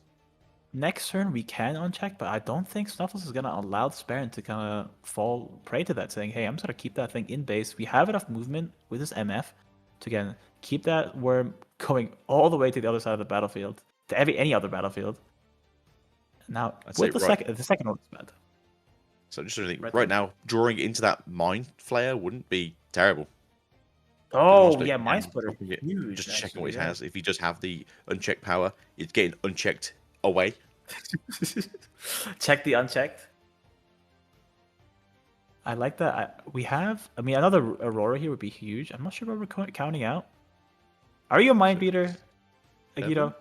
Apparently, it happens quite often, unfortunately. But not with the lottery. That's where it really matters. Thinking about whether we want to play or not. It can get Starcross, but then if it gets Starcross, you're actually happier. There's the Mind Splitter deciding to play it inside the Forgotten Monument. Let's see. Oh, just surrendering right then and there, saying, "Hey, I don't have the answers to this." It's like, if you get to look at my hand, I'm scooping. All right, here's a Mind Splitter. All right, scooping. And now going into game 3. Right, now what do you do if you know there's a Baron if you're on the side of Diana? Aside from Craig. You pray that you have the unchecked powers in your sideboard. Not even in the deck, just find them somewhere. Ooh, and last one is an Aspirant as well, just to make sure that Diana has to suffer a bit longer. My man. See the power there? We can get those extra draws. Find that way. Way was probably the only way we could have maybe fought against that Baron, aside from the unchecked, of course. And going into this 9-point game, I do not favor Diana with this Baron in mind. If it wasn't the Baron, there's an opening. Oh, speaking of Aurora, there's an Aurora in hand. If there wasn't a Baron in play in this kind of matchup, I'd say Diana can kind of pull through. We have the ability to dodge this Elder Dragon if need be. This is Gus not good here, because not only is it a very important thing to stop your opponent from getting points on in general in Riftbound, but the 1-point conquer is much more important in the Aspirant's climb game, because instead of being on even tempo because of 9 being the number, we're actually on odd tempo. So going this 1, 3, 5, 7, 9 turns is very important. As much as it is a further away point to get to, obviously 9 is bigger than 8. It's weirdly easier to do the 1, 3, 5, 7, 9. Mm-hmm. Because you always normally go for that first point, and then you go 3, and then you will go to the 5, and then that's where you start having issues trying to keep yourself available then. I do see the bullet time in hand, which is going to be useful later. Mm-hmm. So we also do see 1 Elder and 1 Mind Splitter already in hand, so that means the chances that this Baron comes off the turn the Aurora is played is that much bigger. So I've got some bad news for you. You don't want to hear it, Ooh. but it's going to be a Baron. Oh, I played Diana too. I used to play Diana. I kind of stopped now after I got my 3 Rengards from the skirmishes, and Right. this hurts me. This hurts me seeing the Baron naturally comes down. To be fair, we have a couple of Diana players at our locals, and we have 1 Dazzling player who plays this version of Dazzling, and it's quite funny when you see them go like, "Oh yeah, man, I'm holding to the next one." It's like, not anymore, you're not. Dang. Here comes the dragon. It's like, yeah. It's like I mean, the deck does have a lot of answers. We do talk about the deck being kind of linear in its play patterns, and this Baron kind of even makes it even more linear, saying, "Hey, I'm gonna play Baron. It's up to you to deal with it." Yeah. We do get more cards. Untarget rebuke, but without rebuking is gonna be the next big card of set 4. Just trust me. It's going to be banished. It's just going to be banished. No. It's gone. I mean, right now. Next card. This is like I say, it is awkward because obviously on the even tempo, Mm-hmm. and it's just hard because you know what's coming as the Dana. Yeah, we do get Ride the Wind. We have sprites. We have ways of getting early points. If our board gets answered, there's like a good MF turn. If you don't have the Aurora, the one good thing here is I like sprites. I really like sprites in this matchup because you get points quicker. Mm. There's the Vex. It's gonna stop the accelerate MF from coming out if need be. Oh, don't you worry. That Sadly, won't. Big Wiggly Worm's gonna come over and slap him. Important thing with Vex actually. So there's the Aurora coming out. So with Vex, remember that if the unit that's played from the side of Aurora, that unit is gonna be stunned. I think this hard Mind Splitter. What do we have? I hate it this early, to be fair, because you're in a good position. You got to go to 9. You get to say what their hand is. Goodbye there, Starcrossed. I hardly knew you. Yeah, I think Starcrossed. I think Starcrossed or Return to Dust, both really good answers here. Starcrossed. I mean, both. Whatever you're getting rid of is going to be replayed by Fizz, if they draw into it. But I think the issue here is, do you want maybe 2 turns of Aurora, or is it more important to make sure that if it is a dragon that is found, it stays on the board for more than a turn? But no, they're going to get rid of the Fade. I think just saying, hey, I have a dragon in hand, and I have the Baron in my deck. So the chances of me hitting Baron over the dragon are kind of likely. And if I'm doing that, I'd want Turn to Dust more than I want Starcrossed. It's just we see the deck list and actually only playing 3 units in the deck. It's just 1 Mind Splitter, 1 Dragon, and 1 Elder. 1 Baron. Oh, it is? Okay, I'm saying, can you imagine if we see the deck list, it's like we're only playing 3 units and the main champ. So the guy thought 6 units was not enough. Well, how about 3? Now again, we can actually come back to the nuances of Aurora because those decisions aren't easy. Saying, hey, do I want to give my opponent a Turn to Dust or Starcrossed? You have to think about the percentages of your Aurora hits. What's going to be more important in the long term. How probable my opponent is going to be. How close is my opponent to winning? So a lot more thought is put into this deck than people give it the props for. Yeah, it's why there's so much ramp in the deck, just to try and make sure that you get to a point where you can actually return on pace with your opponent. Obviously, right now they've deramped 2, which doesn't always feel good, but with the access of the Aspirant's Claw, you do get the essentially extra turn to do those plays. You just have essentially 2.5 turns, so 3 turns to get into the action, as we're going to say. Now, thinking about Star Crossing, I think. This Mind Splitter back. Yeah, Splitter gets put back into hand. That's going to be played again if need be, but I think probably going to say, hey, I'm going to ramp up for 1 turn and then play my Aurora out because you probably don't have the answer. I do want to talk about the Vex interaction with Aurora. Do you know about it? Is this the one where it comes down, you have to pay the costs, or is this a different one? So when the unit comes down, because it happens at the end of turn, the unit comes in stunned. But because it's the end of turn, and currently in Riftbound, I'm pretty sure there's no cleanup steps at the end of turn that remove stun. So the unit played by Aurora is stunned for the entirety of the turn, of Diana's turn, even though it was played on MF's turn.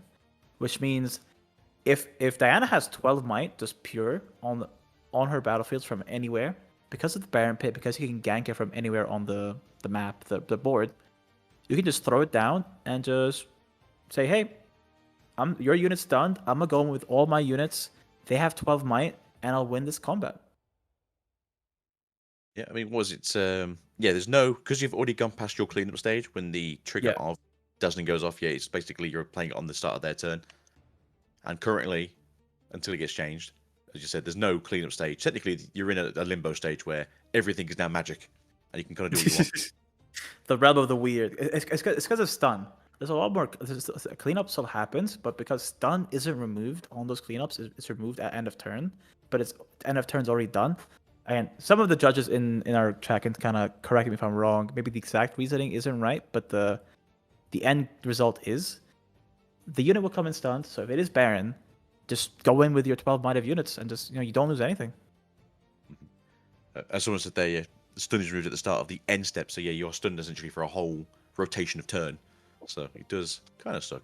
But as you said, Baron is kind of like, I'm a wiggly noodle man and I'm immune to everything. Going on here though, I don't really like the deramping twice for the Mind Splitters. I don't mind once you've already got your worm out or you've got the Elder Dragon kind of spitting fire on everyone, but right now, deramping down from that 9 doesn't feel great.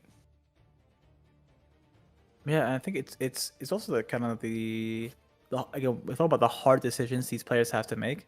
Saying, hey, can I take a turn off to go for this? And saying no, needing to get the unit out. What do we find from the stack deck? I believe he took the Starcross, but there was a Fizz there as well, so you may have grabbed the Fizz. So that way you got 2 Starcross if you find one in the trash as well. And I think we know what those 2 purple runes are being removed for. There's the Fizz, there's the Starcross. And now just look at the position now. Because we were forced every single turn to say, hey, you have to play the Mind Splitter, or I just get way too ahead on board, and I just threaten you fully for this game. You're just put in such a bad position as the Aurora player. Yes, your opponent's not going to win next turn, but you don't have enough time to set up the Aurora. You're at 5 runes. You're probably going to need to just hard play that splitter again. What can he do to win this game? I think the full issue here is the fact that he played the splitter twice. And he should have basically said, like, I'm going to have a turn off. I've got my Dazzling for their 6-pointer. It comes down. Please, whoever's up there right now, take for me the Baron. And then you just have to follow up on the following turn, take out the Vex, do what you can. Just try and clean up as much as you can. Stay at the 8-point marker, then just hold as much as you can, or clean the battlefields.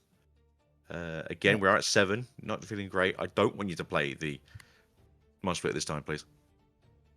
Do you just lose because your opponent has enough might to just kill a stunned Baron, on the battlefield. We have 6. We will have enough might on our turn to kill the Baron if it's stunned. And your opponent's if you let this turn go, opponent goes up to 8 points. The dragon doesn't win us the game. The Baron doesn't win us the game. We have to find our win in a different area, and it could be something as drastic as, hey, I'm gonna play my MF, have a unit on board, and just slam down this bullet time. This is unaccelerated, I think, from the side of MF. Has to be, because obviously the Vex is currently on the field. Oh yeah, of course, yeah, Vex. So this is just a devastating play, really, what's going on. He deramped himself against, you can't even Vortex, you can't even Dazzling on the following turn. Right. You can at least, the one saving grace is you can play your Mind Splitter, move in with MF, ready the Mind Splitter, so you have at least 2 attacking units. Your opponent will go do a full retreat after this turn, because he's going to be at 8, he's going to hold, he's going to double conquer to 9 most likely. I like the position from the side of Diana. I think this is a probable win from him if things go as planned. And hold on. Oh, it's a sabotage. I thought we were about to see a bullet tab, Agito. I thought we were about to see the board just explode. No, I don't think we're going to have such fun as that, but it would have been interesting overall. So, show us your hand again so I can shoot something onto your deck. I have this. I have nothing. Yeah, Hardbargain there just says, yeah, no, I don't want to. And going into next turn, our opponent's at 8 points. Doing Aspirin's Climb, doing its job, making sure we have that one extra turn. But I think Diana's in a good spot, saying, "Hey, I removed your guys. I Starcrossed when I needed to. I had Fizz when I needed to. You couldn't play Aurora because you didn't find your ramp.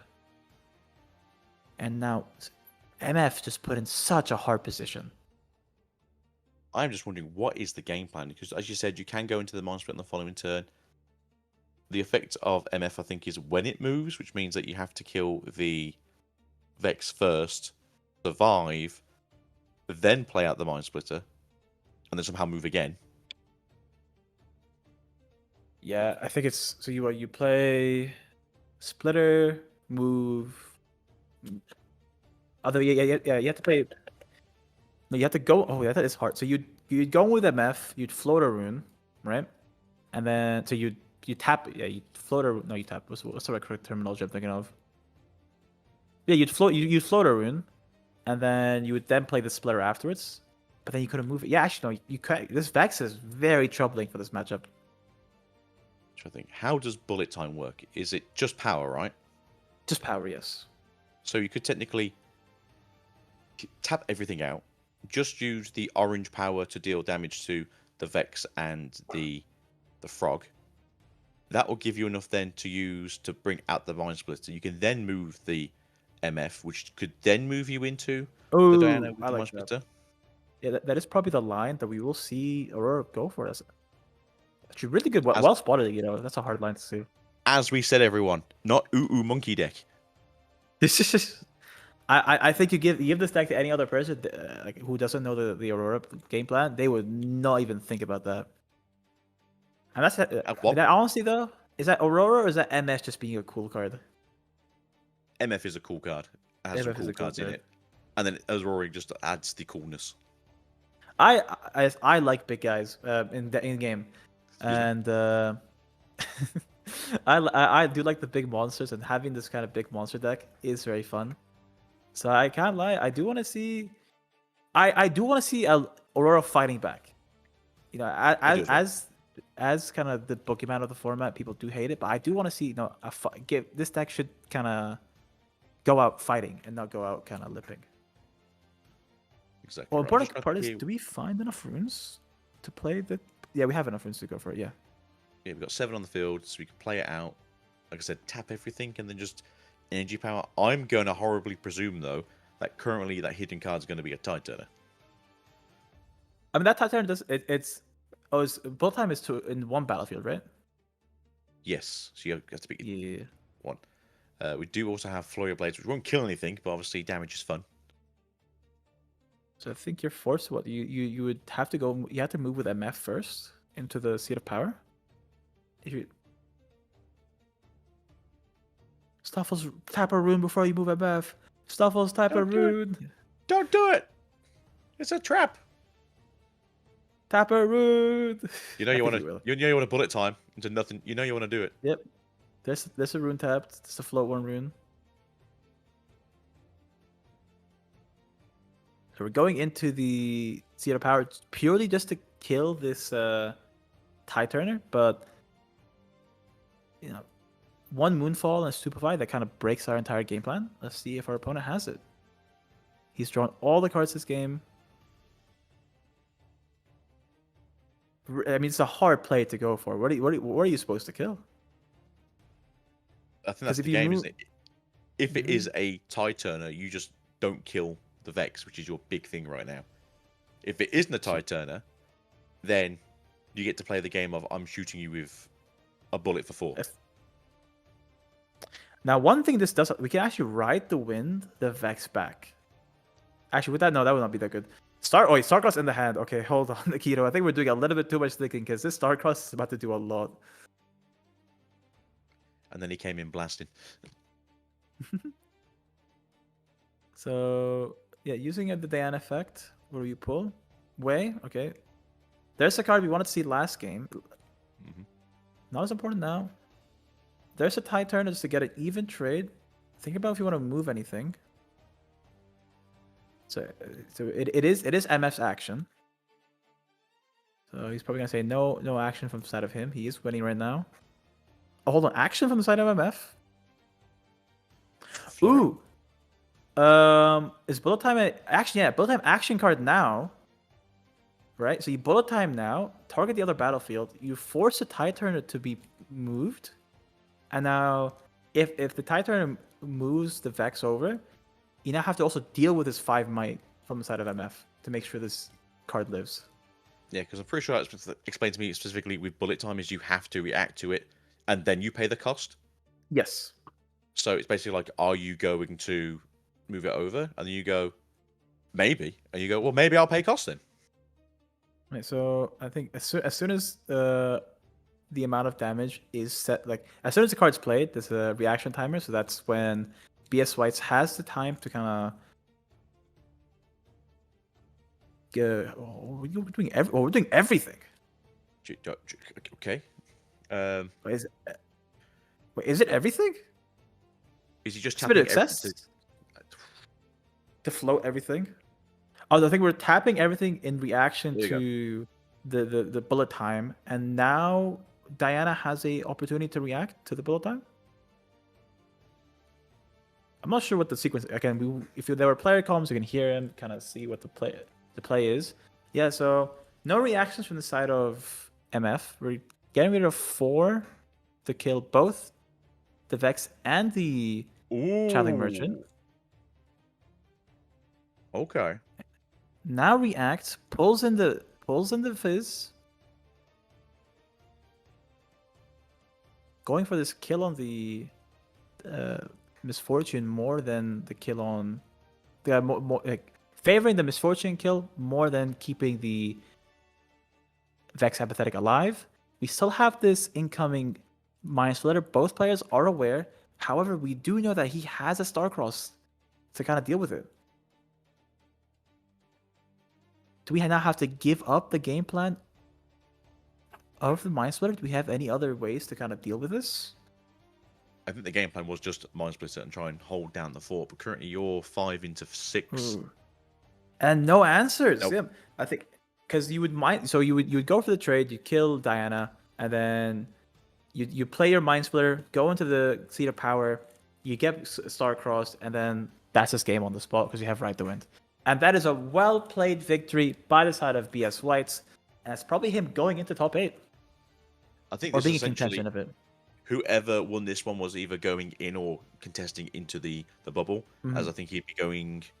If it was on the side of MF, it was 12-1, and on the side of Bewitz, it's now 11-1-1. Yeah, I think both players are 11-1-1. Yeah. So it was a case of essentially whoever won this was possibly the bubble into the next one. I do think the excess of doing the 2 Mind Splitters was probably the downfall of that play there, just because they wanted to get more knowledge of the hand. But as you said before, whatever you put in the trash is just going to be found again by Fizz. By Fizz, yeah. I think that's the biggest impact. And going to top 8, Agito, I know you've watched a lot of games today. What deck are you excited to see? What matchups do you want to see in this top 8? I want to see Prismat be absolutely sideswiped by Lux just to go. No more kicking. Okay. The villainy is coming out, Agito, today. Mm-hmm. I think that's probably the match people want to see, just to be like, oh, this is the one who's taking Prismat down this time. I mean, if there's a deck that could kind of get under the Lux, it has to be Annie with her ability of getting more than 1 unit off. I mean, she's pretty aggressive, right? We saw her kind of close that game 1 in that round 13 we just saw before this matchup pretty quick as well. So I think if there's one deck, as I said before, to get right up under Lux, it has to be Prismat and his Annie potential. So I'm down for something like that, but I don't think how things are going to align. Let's see if we could pull up the standings, guys. Exclamation point bracket on your side / Aguito Ike. You guys have the bracket on your side as well, right? Mm-hmm. Let's go ahead and Bracket is refresh, on. see if they went ahead and started the prep. So round 3, it looks like things aren't completely all wrapped up. But we were saying these 6 players intentionally drew. So they had to most likely 100% lock things in. The last 2 remaining players, I think with these guys winning here, I think it's 100% or like 99% certainty that Prismaticism and BS Wits have locked it in as well. The other 2 players, Dr. Snuffles did so good. That one middle play where he like accelerated MF on the battlefield and then moved back to Ready Baron, that was some techie play there. I never seen that before. That was good. Definitely good. Guys, I do want to say I have bad news. So I did get a message from my head judge, my local head judge, saying I have a pending game loss for defending Aurora on stream. So wow. The cons of casting live. Wait, say again, Ike, what happened? Oh, no. My head judge is a friend of mine. He said, I have a pending game loss for defending Aurora on stream. okay. Round 1 loss. Yeah, oh, round wait, 1 are loss. you heading to locals, you're saying? Oh, no, this in is like for the general. I future. see what they're saying. I see what they're saying. In general. Nice. Yeah, Prismat did make it in. That's 4 blue-purple decks. It's blue-purple versus the other side right now, I'm pretty sure. I like that it's on the other side of the bracket. It's like all the blue-purple are on like side A, and then all the other colors are on side B. Just to like, you guys fight it out over there for the best blue-purple deck. Wait, maybe I'm a little behind. Did they show it up on the screen already? I don't know. You had something pulled up. Yeah, guys. There was a website that I believe should be updating all live, and I did have it pulled up. I believe I put a command in the chat. I guess exclamation point best of no space. I'll put the link in the caster chat as well. This very well be top 8 as it stands, because I don't think anyone was in contention. So Bradican, 3 Dianas to follow things up, the Lone Master Yi, the Lone Lux, and then Prismaticism and Aurelia might be the full round out top 8 out here at the Hartford RQ. I'm excited. It looks to be heavily favoring a blue-purple legend coming out ahead, but these other side of the bracket having something to say about it, right? We've seen how successful Lux can be against the Dianas like Alan ZQ, where we know Factor can go ahead and bring those Ruin Runners for those purple matches as well. Prismaticism, not too much that we haven't said before. He is one of the GOATs in the game. We actually haven't seen too much of Aurelia all weekend. Wait a second. I don't think we've seen a single Aurelia on stream. Jack, correct me if I'm wrong. I've been here all weekend. I don't think we caught an Aurelia all not day 1, definitely not day 2. That's crazy to not have a single one. So the funny thing about this was Goobums or Goobums was quite far down the list when we were checking earlier. I think they were like 50th, but obviously having the rate they are winning at currently hasn't really changed. But it just goes to show you that no matter how many times you try and kick her out the door, Aurelia keeps coming back. Even if it's just one of them, right? That's all it takes. So Aurelia always a threat to be kind of not underestimated, of course, but that means some of these intentionally draw players didn't squeeze in. Aspirant Climb Evershrim. And there we go, the Chinese Aurelia. You know, Aguito, I had one delivered about 2 weeks ago. I'm keeping it sealed. I'm so tempted to open it, but I looked at it. I'm like, man, this looks so collectible. I'm going to try to change it because usually I open everything I get my hands on. I'm trying something different. So, guys, I hope it appreciates over time because if you look at Pokemon sealed product, those are kind of nice. So, man, I'm a little envious. I wish I could open mine, but I'm keeping it sealed. Hopefully, it pays off a little bit down, like 5 years, 10 years down the road. We'll see.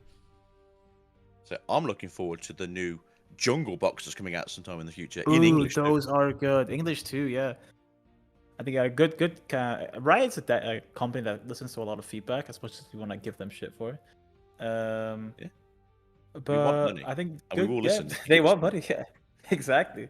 I think it's good to see those kind of cards back. I do want to say, this is the last tournament where we have these Proving Grounds legends in, I call it pseudo rotation, because not a lot of players are going to be playing Yi now that the chances of getting that metal card is gone next set. So with that kind of mindset, we have 3 Proving Grounds legends making it to top 8. Lux, True. Annie, and Yi. Yeah, where's the Garens at? Yeah, where my boy Garrett at? And then he the best died part day is, one. we saw the dominance of order as a kind of color in Utrecht. And we saw this is like what I was talking about in Utrecht, where the adaptation of the meta. We saw a lot of decks kind of say, hey, yellow was a big kind of force to be reckoned with last kind of regional. We have to now change our decks, our way of playing, to now fight against that. And that's exactly what we saw reflected on this top 8, where the purple players, the E players changed their decks. They got a better matchup into yellow, and we don't see as much of it in this tournament. You know, quick little note, I think that website isn't 100% updated just yet because the standings have been refreshed officially from UVS, and this is actually our top 8. Pike did make it through. Miru, aka Andrew Duval, is in there, and of course the Diana, Aspirin Climb, Everstream does squeeze in, as well as Linsanity. So still the Dianas we were thinking about, but a little other things to keep in mind. So Goobum's bubbling out, Miru taking his spot. Everything else is as we discussed before. So Ezreal, Diana being the top 4, and then Yi, Lux, Annie. But instead of the Aurelia, it will be Pike progressing on through. So that is an impressive top 8. Now that we have the full picture here, are we leaning towards one of these legends over the other? Agita, what did you say again? Thinking about it going forward? I said, as it's the last true regional for this legend, it'd have to be Yi. Oh, nice. I want to get my boy up there. He needs a win. You feeling the same way, EK, or who you got? I mean, the issue with the Yi Diana matchup is a tough one. Moonfall not only is a -2 to your units, but also it just turns off your Yi legend because you get to move something else with it. So that card just kind of says, hey, Yi, I get to win the game on the spot. And the 3 Dianas that I see right now does not spark the biggest kind of hope for this deck. I will say, I'm not sure if you guys saw the interview with Red Naxel. There was another player, I forget who it was, where he gave the answer of what kind of the most underrated deck in the format is. And he said, if given infinite time and infinite prep, the deck that he would play with is Pike. Okay. He said that Pike is one of the decks that's kind of unsolved right now. And I really want to see what this Pike player did. Did he find those heights that Alan was talking about? Did he find those kind of the secret solace, the way to play this deck that makes it, go over the top? Is this the last tournament of set 3 for these players? This is kind of, would this be, the brewing storm that was kind of happening in the background? The Pike players getting better and better, or will he kind of just lose to something like Yi or Diana? The only little counterpoint I will add about Pike, of course, he is a fantastic legend and even more fantastic pilot at the hands of Miru. He's number 8 seed, so obviously he has to go against number 1 seed being Bradican. Ezreal versus Pike, we talked about this before. They're doing very similar things, but in my opinion, Ezreal just does it slightly better, lacking a bit of the more accelerated potential from like the red Pike coming down, but you're just given so many more tools. You have that notorious Watch Your Bellows Breath we always go back to. You have just the fizz potential as well that you can't really do in the Pike builds. They have the similar Pack of Wonders, Bewitching Spirit game plan / hand control. I don't know. I think I've seen this matchup play out. I have to favor slightly, not immensely, but a little bit, our undefeated Bradican player in that matchup. But you never know. I'm rooting for Pike because I would love to see a Pike in top 4, of course. I want to add to the kind of the matchup between Ezreal and Pike. A lot of the times when it is control versus control, which I think Miru is playing control. I haven't seen its list yet, or their list. The important part is Ezreal has access to draw with his legend, while Pike doesn't. And this kind of resource war, this kind of who can inch out the most with their control tools, which is kind of how these control matchups go.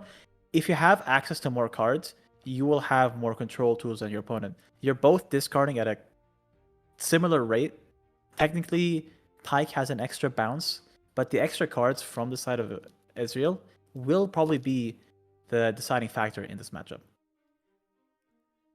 Definitely. You know, I'm seeing here in chat, Jay Goods and Annie saying justice for Goobums. You know, you guys bring up a good point. This is actually the first time ever in Riftbound, I mean, in recent history that I can remember, that an X11 player actually doesn't make top 8. You know, we were talking about that. I can't believe X2 players bubble out. This is for the first time an X11. Usually it's 100% guaranteed. How competitive was this Hartford Regional that an X11 player actually bubbles out? So I totally resonate with you guys saying justice for Aurelia, but not today. You know, Aurelia's not rotating out anytime soon, so we will be seeing her come set 4 because, you know, she looked pretty good for set 2. She was one of the top contending decks. Set 3, she was one of the top contending decks. I don't think that's going to change too very much come set 4, of course, because their legend ability is definitely one of the better ones in the current game. So we'll probably see her around in the future meta, as I know this is the very last one for set 3.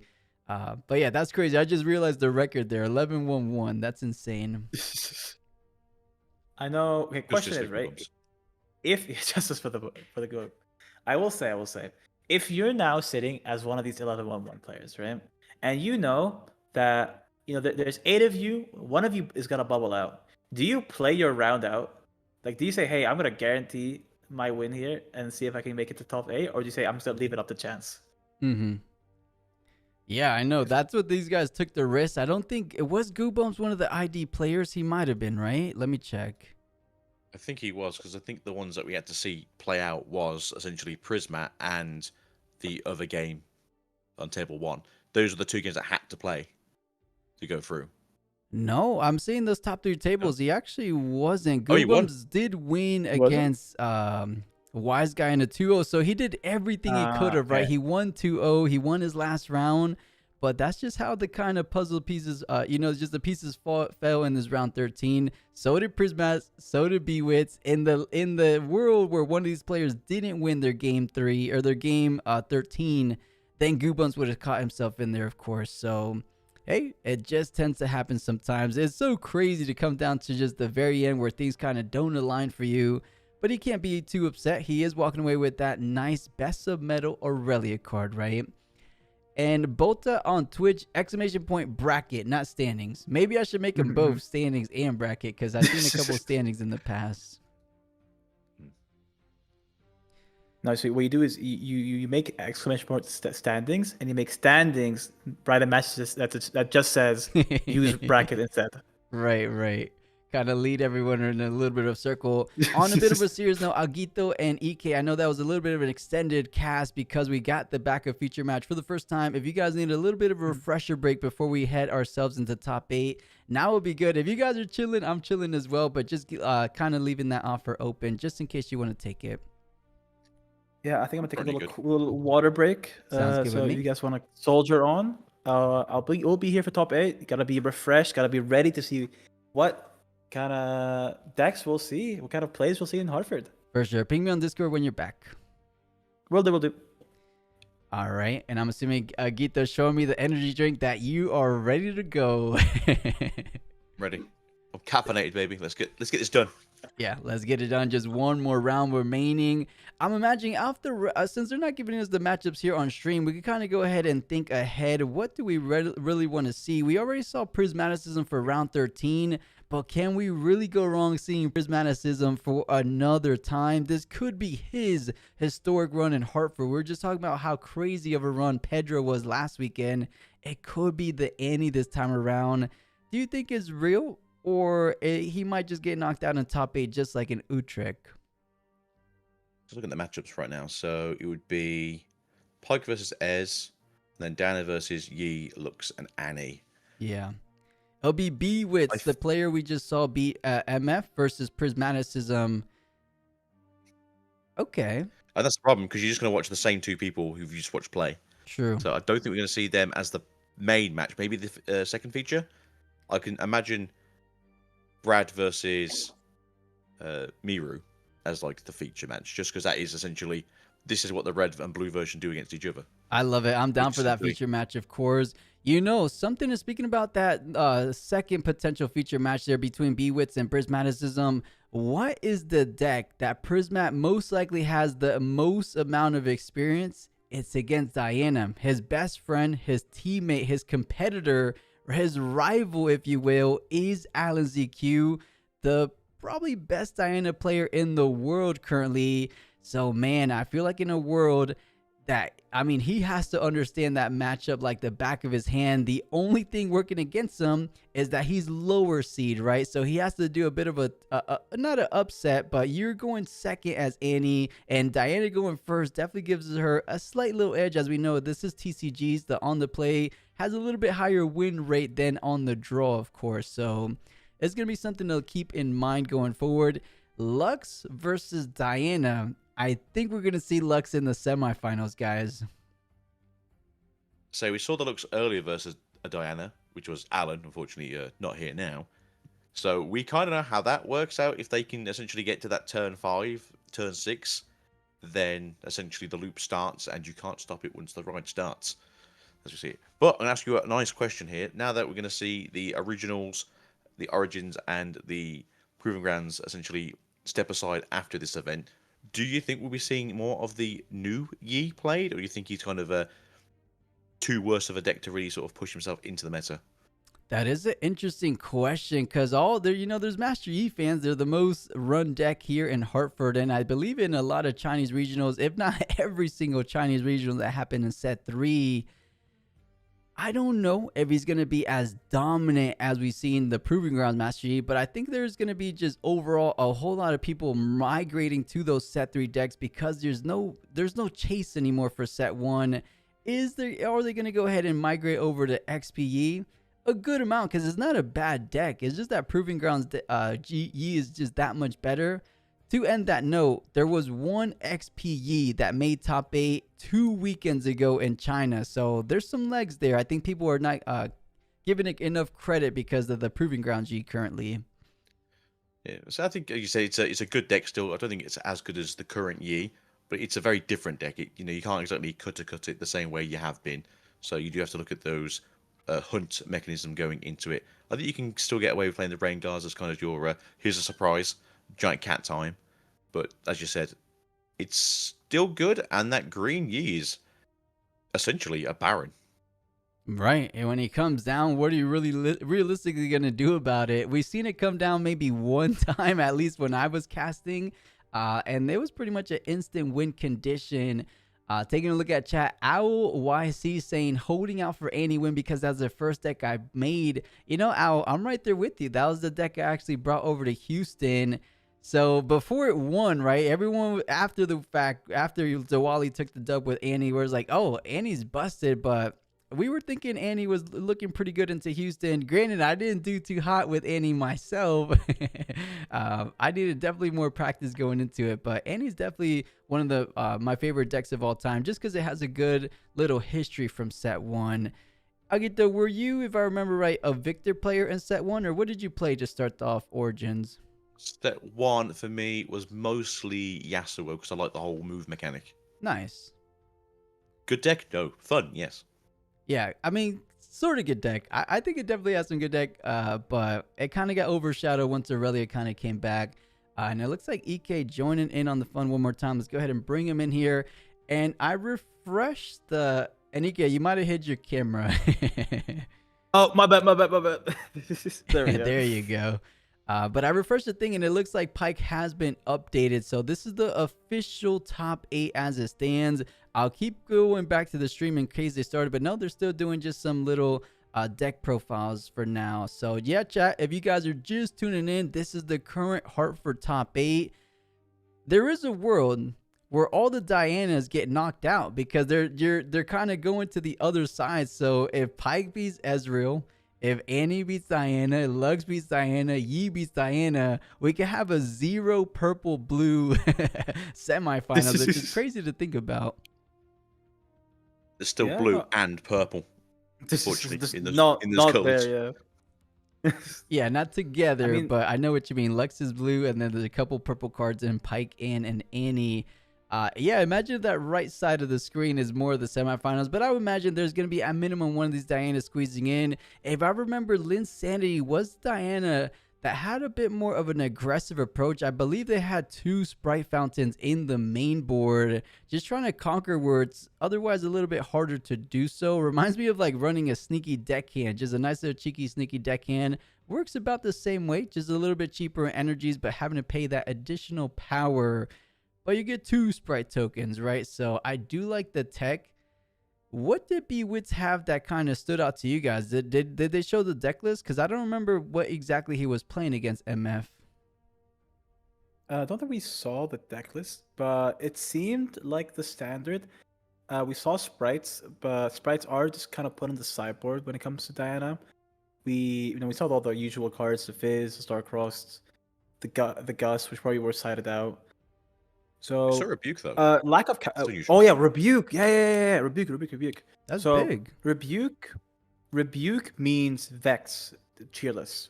Now we did see a lot of the kind of other. I think Alan cut it out last tournament Utrecht. Not sure what he did now for this tournament, but we did see the players kind of move away from Vex cheerless and kind of rely more on the Vex apathetic. Saying, most decks like D can just buff prior to the combat, so it's not as good.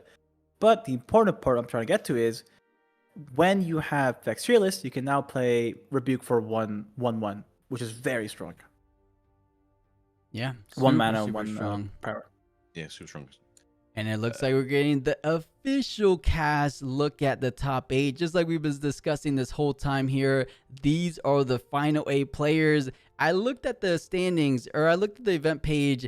One more additional player than in Utrecht. Utrecht was 1,953. This Hartford Regional had 1,954 players.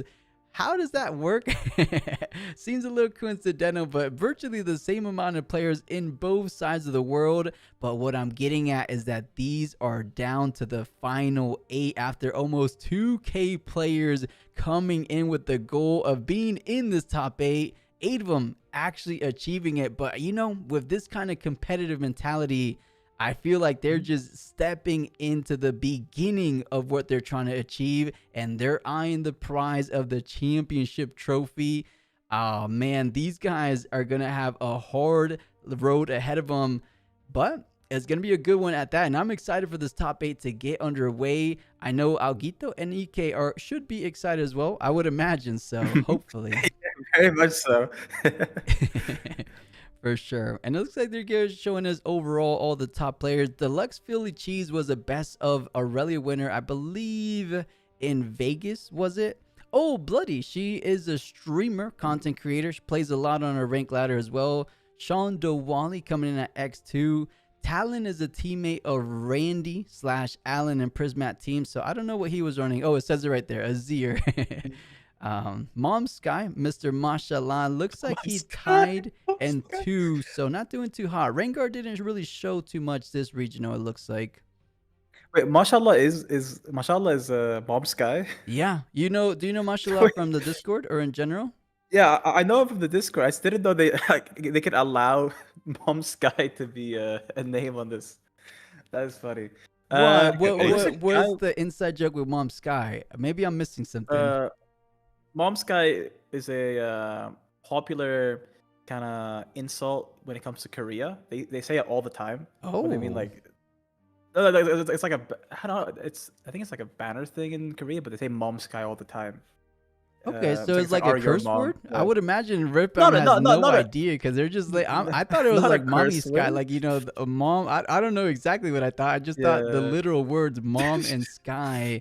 But chat, let us know if you guys have any idea what EK is talking about, whether it's a curse word or a kind of a defamatory kind of gesture you say out there. But hopefully it's nothing crazy. But I've heard rumors Mashallah has been getting himself into some troubles online with a little not toxicity, but something of that nature. So we'll let that be. Yeah, that's why. Mom Go Sky. Yeah, so that's what. Oh, like I see what you mean, like mom go to heaven. So it's basically like I see what they're getting at. So yeah, Riftbound should probably be a little bit careful about that. But To me, it just looks like the literal mom and Mom Sky. Sky. On Yeah, a yeah, note yeah. of mom, guys, happy Father's Day to all the Riftbound dads out there. Hope you guys are having a great time as we are just moments away. Top 8 is looking to get started momentarily. It looks like we've had a great weekend so far and looking to get even better as Top 8 gets started. Can we please get the Ezreal versus Pike matchup? Are we both in agreement, Aguito and EK? Is that the one we're gunning or any other one that really sticks out? I want to see hand rip on hand rip on hand rip on hand rip on hand rip. That's what I want to see. No one's playing cards this game. Okay, what about you, EK? Let's see. I'm just looking at it. So we have Diana Yi, but and then we have Yi. Yeah, no, I think we would like to see like a Prismat Diana game, but we've seen a lot of Annie Diana, and we're definitely gonna see it later because I think Prismat has what it takes to kind of make this top 4. I think and so. I agree. I want to see this Ezreal. So if Ezreal, I think his hardest matchup is probably the Prismat matchup, the Annie, because I think Ezreal has better ways of kind of stopping the infinite than Diana does. And the only issue that Brady might have is like these more aggressive decks, because it takes time to set up the combos, and these aggro decks can kind of play on low resources, while these the other decks kind of need them more because they're kind of built to be more efficient. So if Ez just goes Pike Diana, I can see him winning the entire thing. Right. I mean, he's done so well all weekend long, so I'm excited to see Braddock in, another big contender in our Discord. We see or on the online scene as well from the Runes and Rift events that we host. Real quick, since I see Beastio being a big Lux fan in chat. Guys, Linsanity was the Diana players mainboarding those Sprite Fountains. If there's one deck that could turn one Conqueror, it's going to be Linsanity. I believe he was the higher seed as well, so perhaps Lux has the toughest challenge of the day, trying to get over Linsanity with a little bit more unconventional pick on Diana. So or not pick, but build on Diana. So this should be cool. I'm looking at both sides, the tippity top of the bracket and all the way at the bottom. I don't mind seeing either of those. All right, so I think now it comes to the big question. Boys, who do you have as your winner? That's a good question, Aguito. Who are you gunning for? I'm still putting down Yi. He's got to do it. Yi? My heart says yes, but my body says it's got to be Ezreal.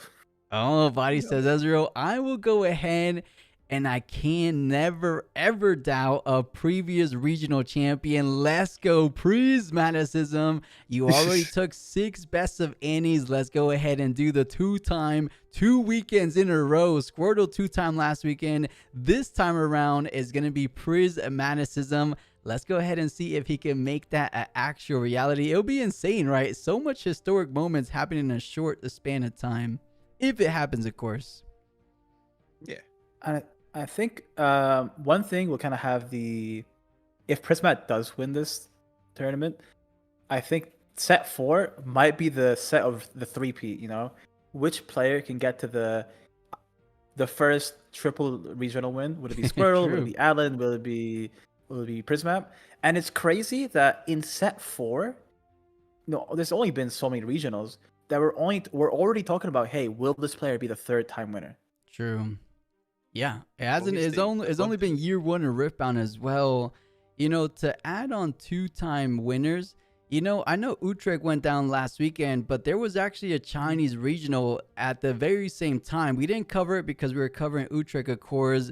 But in that regional, Aurelia won, and the winner of that Chinese regional was a previous champion as well. So I don't know what's in with these players. Like, once they win, they just can't get enough, because he wasn't a regional champion. He was actually the Spirit Forge national champion. If anyone that's been following the scene for a little bit, if you guys remember that Aurelia mirror match in the national where they premiered the Ultimate Baron, that was him. He won last weekend's regional in China. So 2 2-timers and a potential, like EK saying, being a 2-timer here. Craziness of a storyline. It almost feels like too good to be true, but let's knock on wood and see just how things kind of play out in front of us as they're kind of giving us the matchup breakdown of all these players. Is Evan Shrimp the Master Yi? I think he was the Diana, no? Eventually, I think it's Diana, yeah. I think Factor was the Master Yi. Oh, true. We saw a little winners interview from him. So yeah, I think he said his first time ever being in top 8. And, I kind of like your pick thinking about it as well. Master Yi, can he do it? I mean, he's been doing so well all set long. There's even a little meme I believe I posted a couple weeks ago. It was like the Attack on Titan, but they replaced one of the Titans with Master Yi. Can he do that here in top 8 Hartford? Aguito is a believer. I mean, every time I see this Master Yi, it's like him and just a sea of purple. That's always been the case with him. The only time it wasn't when it was like Kaisa. And he's one of those decks that can always do it. An issue with Moonfall is such a good card into the Master Yi. And we're looking at it. Oh, hold on. So, Master Yi did not go against a single Aurelia the entire time. Or a single Diana. Interesting. Imagine going a whole tournament run and dodging the second most and third most represented deck. That is interesting.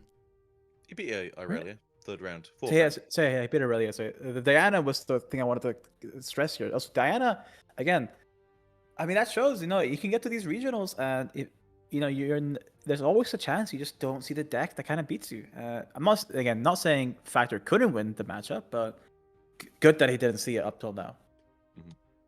But to be fair, if you look at a lot of these as they're going through, a lot of the people who have lost to another person is currently sitting opposite them in this area. So the only people they're losing to is essentially this little group of 8 or this little group of 10 that's just bubbled out.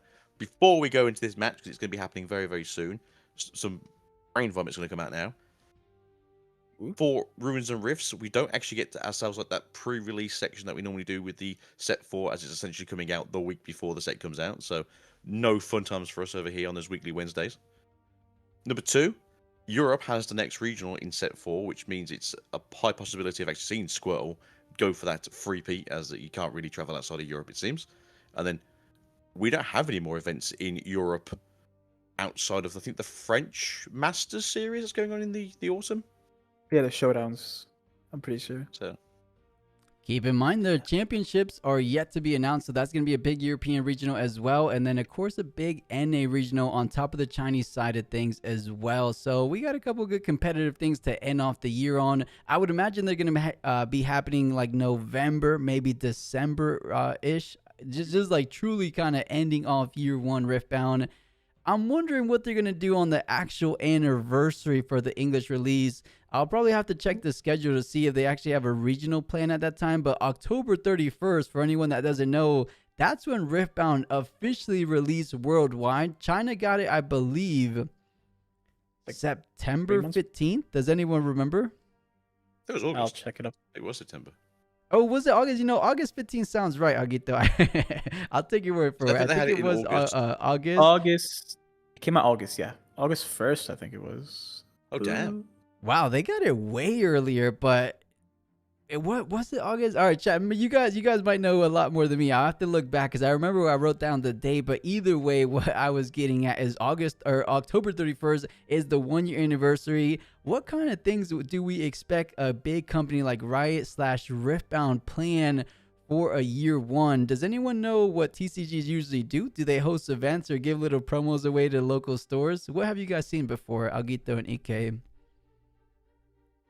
I know there's like you used to do this like these like special packs. It's like little. So we may get like a first anniversary pack. Have like a lot of like the alt art legends from set 1, maybe like new over numbers for them. Maybe we get a new set. Are we getting a new set around September time? When is Radiance coming out? October time frame. Okay, I guess Radiance is kind of like a little bit of a hoorah celebration. I like what you're saying though, EK. A little promotional anniversary set. We had the Worlds bundle. We had the Lunar New Year bundle. We should probably get a New Year's itself bundle for more of the English regions. So that would be cool. Aurelia was for the Chinese side. Who's going to be for the more, I guess English isn't the right word because it's worldwide, but I guess for the Western New Year, what legend would that be? I've said that'd be really cool if we got like an esports winners thing that they do for the skins. So if we also got a world's winners skin line, like bundle kind of thing, that'd be really cool. But I think it should be the same as last year. We'll get the world's tie-in, which I think is Spooky Demacia this year, so it might just be another tie-in. The thing that annoys me the most about the World's playmat that we got last year was we didn't get Zahan as a playable card yet. Oh yeah. Wait, what's up with him? I don't know too much about him. He was like the storyline for last year's events. Oh, he wasn't okay, the like big at bad, the League of Legends Worlds? Yeah. I Yeah. gotcha. He was the main push, and we kind of didn't get to see them. I think now moving forward, we'll see like Riot, because when Riot does a push in League of Legends, they make a push in TFT, and they make a push in all their other IPs, and they kind of push it together. So now with Riftbound coming out, will we see more? Because it has to be kind of disconnected from the other IPs. Will we see more kind of interconnective like events, or like, hey, there's this cool new champion in League of Legends, play him in our Riftbound game. Right. It'd be cool if we got the legend first as like a preview, and then we got the legend for the game. Yeah, imagine like an original legend for Riftbound exclusively. Like I believe they did it for Wild Rift, if I remember correctly. Yes, I don't yes. think. I think there's always going to be just the League of Legends first, and then kind of Riftbound being the TCG of League of Legends, of course. But that would be a world maybe like further future, a couple years down the line. Might be kind of true. But I think Cameron's saying we all want those KDA skins. Cameron, you the know Kaiser they're skins. coming. End of the year or / October, Radiant is gonna 100%. Maybe I shouldn't say 100%, but 99% certain that those KDA skins will be those over numbers in Radiance. Right, I'm telling you, Ultimate Skin KDA. Just watch it; it's gonna happen. Ooh. Say Ultimate. Honestly, though, I really hope that they take this time to go, instead of just focus on KDA, we look at Riot's other like musical stuff. I am a huge metal fan. I want to see Pentakill. Yes. Like Pentakill skins. Get my boy Pentakill Viego, Pentakill Mordekaiser. Give them over numbers. They deserve it. They like if Mordekaiser and Viego are in a set, that's the push. That's all you need. We can have the KDA ready. skins. Get Karthus Karthus up already there. We've got Sona. All we need is Yorick to come out now, and then damn it, we've got the whole crew together. Yeah, Hey, we imagine already have York, that last could be rights. We do super over fun. number. I can see it almost Over-number feels like, last, right? like Radiance is like a KDA-ish set, so I bet you there's going to be a little bit more of a Pentagon or Pentakill centered set, maybe set 6, set 7. That could be fun. I'm excited for something like that. You know what I will take, though? I'll take Heartsteel. Give me that new set. Ooh, Yeah. true. Isn't Ezreal part of that too? Ezreal's a part of it. It's Set, Ezreal, Cassante, Aphelios. Aphelios. Yep. Is there a fifth person? Oh, Yasuo. I think Yasuo's also part of it. He's the DJ. Oh, yeah, he's a DJ. Yeah, He's always a DJ. They have so many routes they can take it. I mean, I believe, what was this that Dave said, that they had like 30 sets already mentally planned / in production. Something crazy. At least maybe it was a number like 20 he threw out on the community Discord. Chat, let us know if you remember. Oh, Yone being Hearthstone. We have yet to see a Yone legend. Yeah.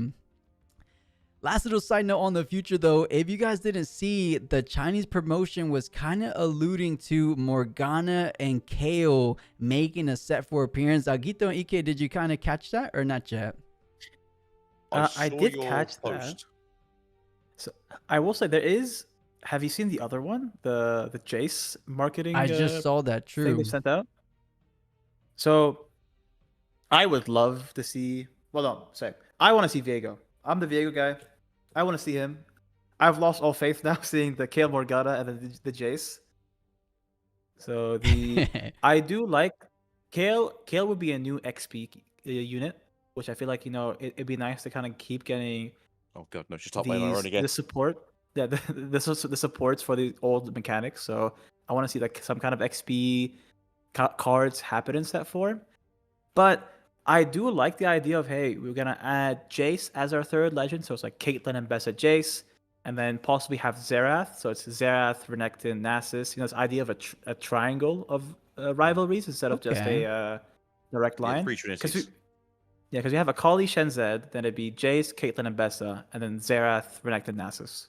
That'd be like your 9 champs. That kind of works out, doesn't it? Jace. Oh, Mel, sorry, Mel, yeah. That's their free. I think, like you said, Xerath would be really good, and especially since we already have like the turret shooting Xerath in this set already. I'm That's what excited. I mean, happened last set year, 4 is kind of not too far away, about a month away. But honestly, I think we're just 2 weeks away from the first spoilers. Or let me pull up a calendar. It's the 21st now. When is the 6th? Yeah, literally 2 weeks away before spoiler season for set 4 comes around. And DMW, I believe that would be cool, but that's just what the Chinese side. I think they're gonna give us the spoilers at that event, so we should have pretty much crystal clear knowledge of the final 9 legend. Not the final 9. We already know, I think, 7 of the legends so far. 7 for of set the 4. 9. Yeah. And then you get to play the guessing game for everything else. Like we've said, we want Jace and Zara because it makes sense to do the three trinities.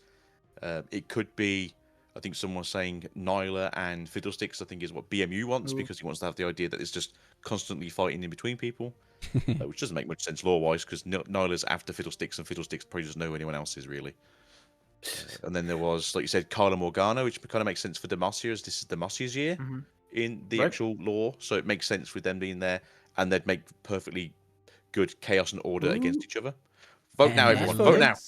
Like it is time. Top 8 matchup is right around. Let's see what they decide to vote, guys. Vote for A or B, wherever you want to see. Of course, not in here, but go ahead in the feature or the real official stream. I think we can't go wrong. This is what we were talking about before on both spectrums of the back bracket, all the way at the top, all the way at the bottom. Who are we leaning towards? It looks like Prismaticism not edging out ahead, but Braydikin versus Pyke is most likely going to be feature match number 8. I'm excited for it. That's exactly the one we were gunning at, weren't we? Yeah, that's the one I was kind of looking at. Either way, we're going to get blue-purple versus a red-purple. Which kind of flavor do you want between the two? Do you want the counter spells or do you want the hand rip? Your choice. It's going to be a good one. As we discussed before, I guess we could kind of break down what we expect from this matchup. Are you guys in a little bit of agreement with what I was discussing, where I think Ezreal might have a bit of that upper hand in this matchup, or do you guys see it any other way? I think I'm with you. If this was like a more of a aggro Pyke and he's trying to like run down the Ezreal in terms of points, he might have a better chance. But since both decks are kind of going for this control playstyle, I want to favor the deck that has access to more draw, which would be Ezreal in this case. And as you're saying, unlike the other lists of Pyke where they kind of run the slightly bigger units so they can kind of deal with being poked with Bella's Breath or tagged with some minus might, since this seems to be the everything has 3 might or less, it's not really going to be surviving very long in these fights. Yeah, the only where I see where Pyke definitely getting edge is I think he goes a little bit more on the game plan of discarding, but actually I do digress, because if memory serves me right, Miru doesn't even run Pack of Wonders. So I think if there is a Pyke that doesn't want to go ahead and go towards more of the controlling route we've seen traditionally from Pyke and actually try to push, progress, get some points on the table before Ezreal kind of controls the full board state, it has to be Miru. And I would imagine he's definitely coming to this regional as prepared as you can be for these blue-purple legends running around. But did he come prepared for Ezreal? Because I feel like he just has one too many combat tricks / kill spells that he might not be able to develop out as much units as he actually needs to close out the game. So it's going to be tough, but I want to give Miru some kind of credit here because he's made it to top 8 so far. So he knows what he's doing, of course. Yeah, just reading chat, I do want to ask this question too.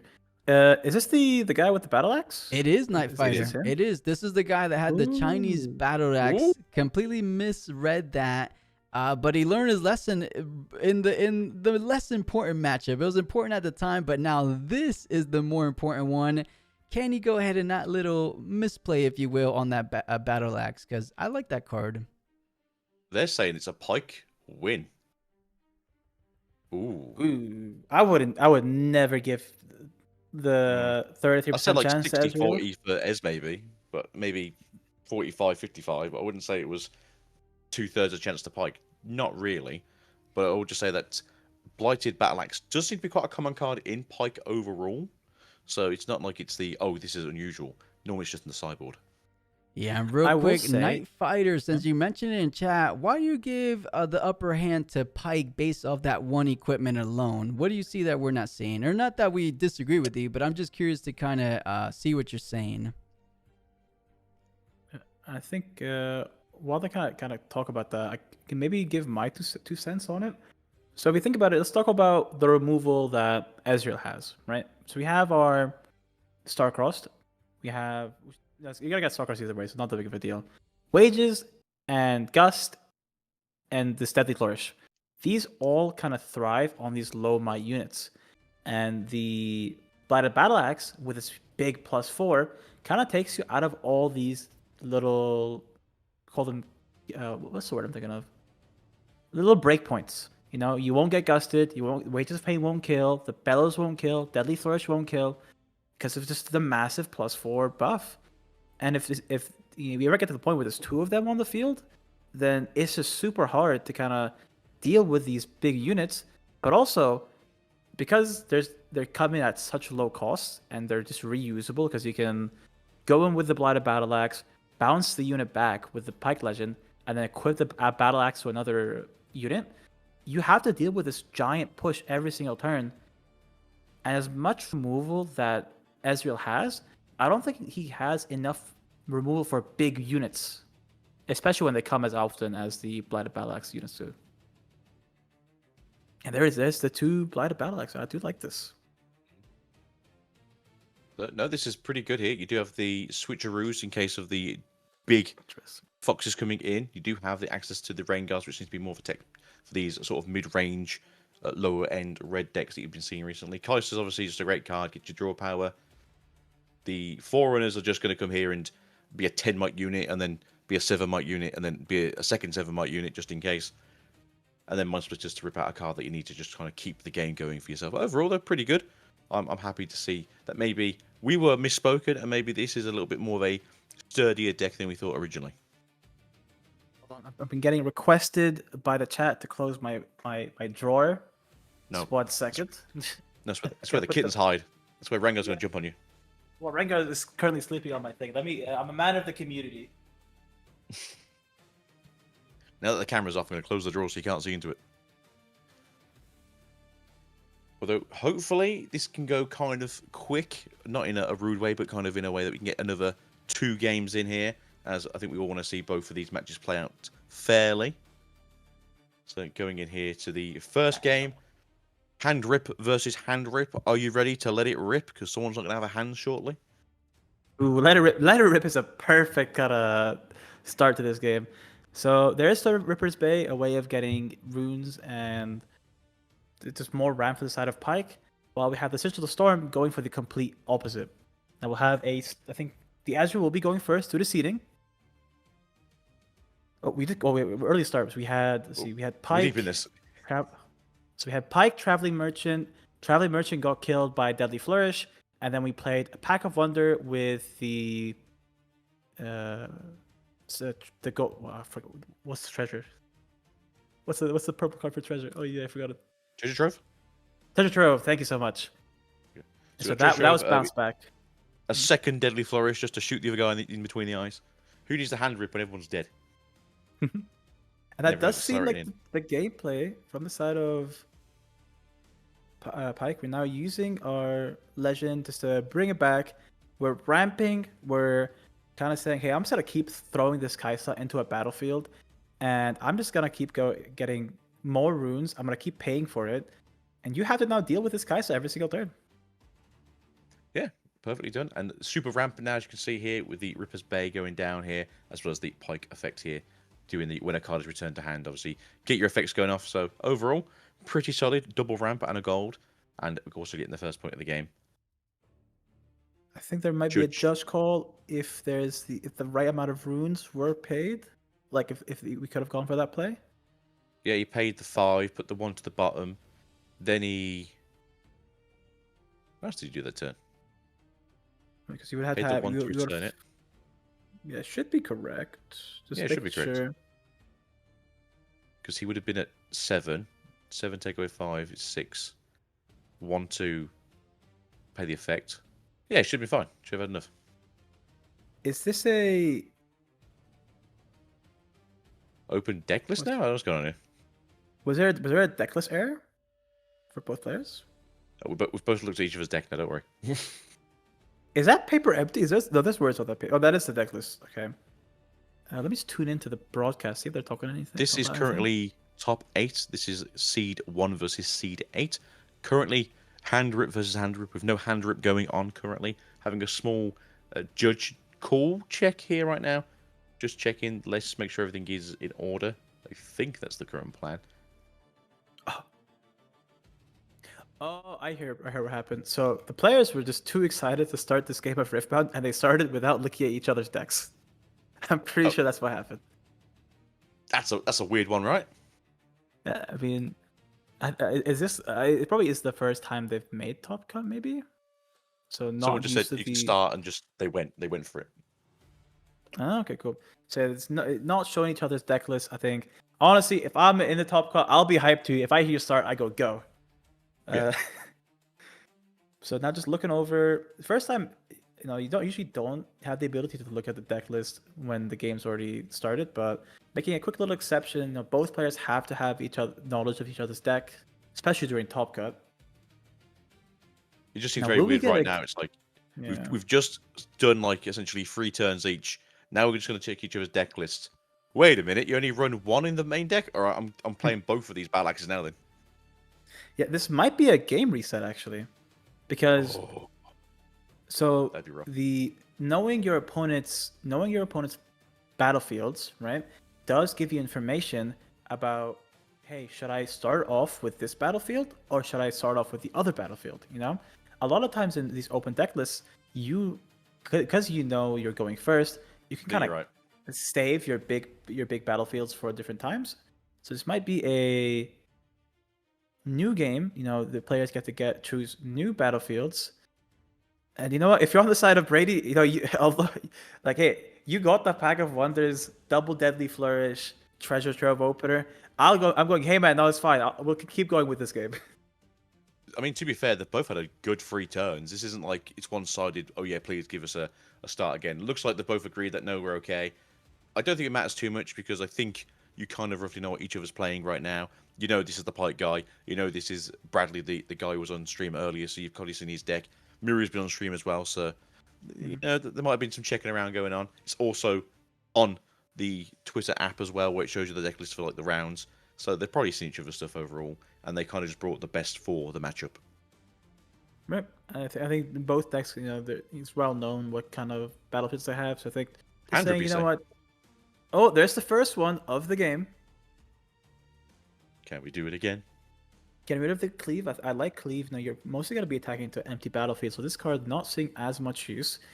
The Kaisa coming in accelerated every single turn, scoring a point. As slow as it is a way of just saying, hey, I'm going to get 2 cards per turn, so I can actually just live through your Boosting Spirit combo. So you have to now figure out how to beat me on an even playing field. I mean, right now, though, you can also accelerate the Pike. If you've got enough cards for it, you can get it into the Ripper's Bay, get yourself back. Oh, Fallen Star works pretty good too. No, I think Fallen Star are really good here. Usually you say, hey, it's just a Boosting Spirit, but with Ezreal, it's not just a Boosting Spirit. This thing is a monster. Yeah, because it's just going to constantly come back to hand, rip again. And we saw Bradley play it earlier where he did 3 in a row on like turn 6, 7, and then 8, got 2 off. I think played like another pack or a treasure trove. And it was just a case of the opponent just didn't have any cards in hand for essentially 4 turns in a row. There's the Blighted Battle Axe. We're thinking of whether we want to play it or not. There's no point equipping Sides it. against it. I say, as we learned from the other game, if you equip it early and you don't conquer, it explodes you. It will die. The unit will die. Good catch. You will explode by into Side of 1,000 Mirror. fish sticks. Do not do this. Yeah, good catch by the mirror. So now it's more about, hey, how can I use this on the attack? There's the Bellows Breath. So that unit was getting exploded no matter what. That's all good. Wait a minute. It's back again. Oh, that's it. There's the second one. I think that was the switcheroo going straight down there. As you know, it's a smaller might range. Trying to go for a sprite, you say? Okay. Yep. Getting our first point on the field. Mhm. This also kind of makes this incoming attack on the Ripper's Bay that much worse. Because, there'll be a Kaisa, we'll probably equip the unit onto it. There'll be 9 might. But that is an Ezreal. We have the Eclipses. We have a lot of ways of just saying, hey, by the way, There's no way you can get this conquer. No, but to be fair, there is a chance that we could see no acceleration. That is a big problem.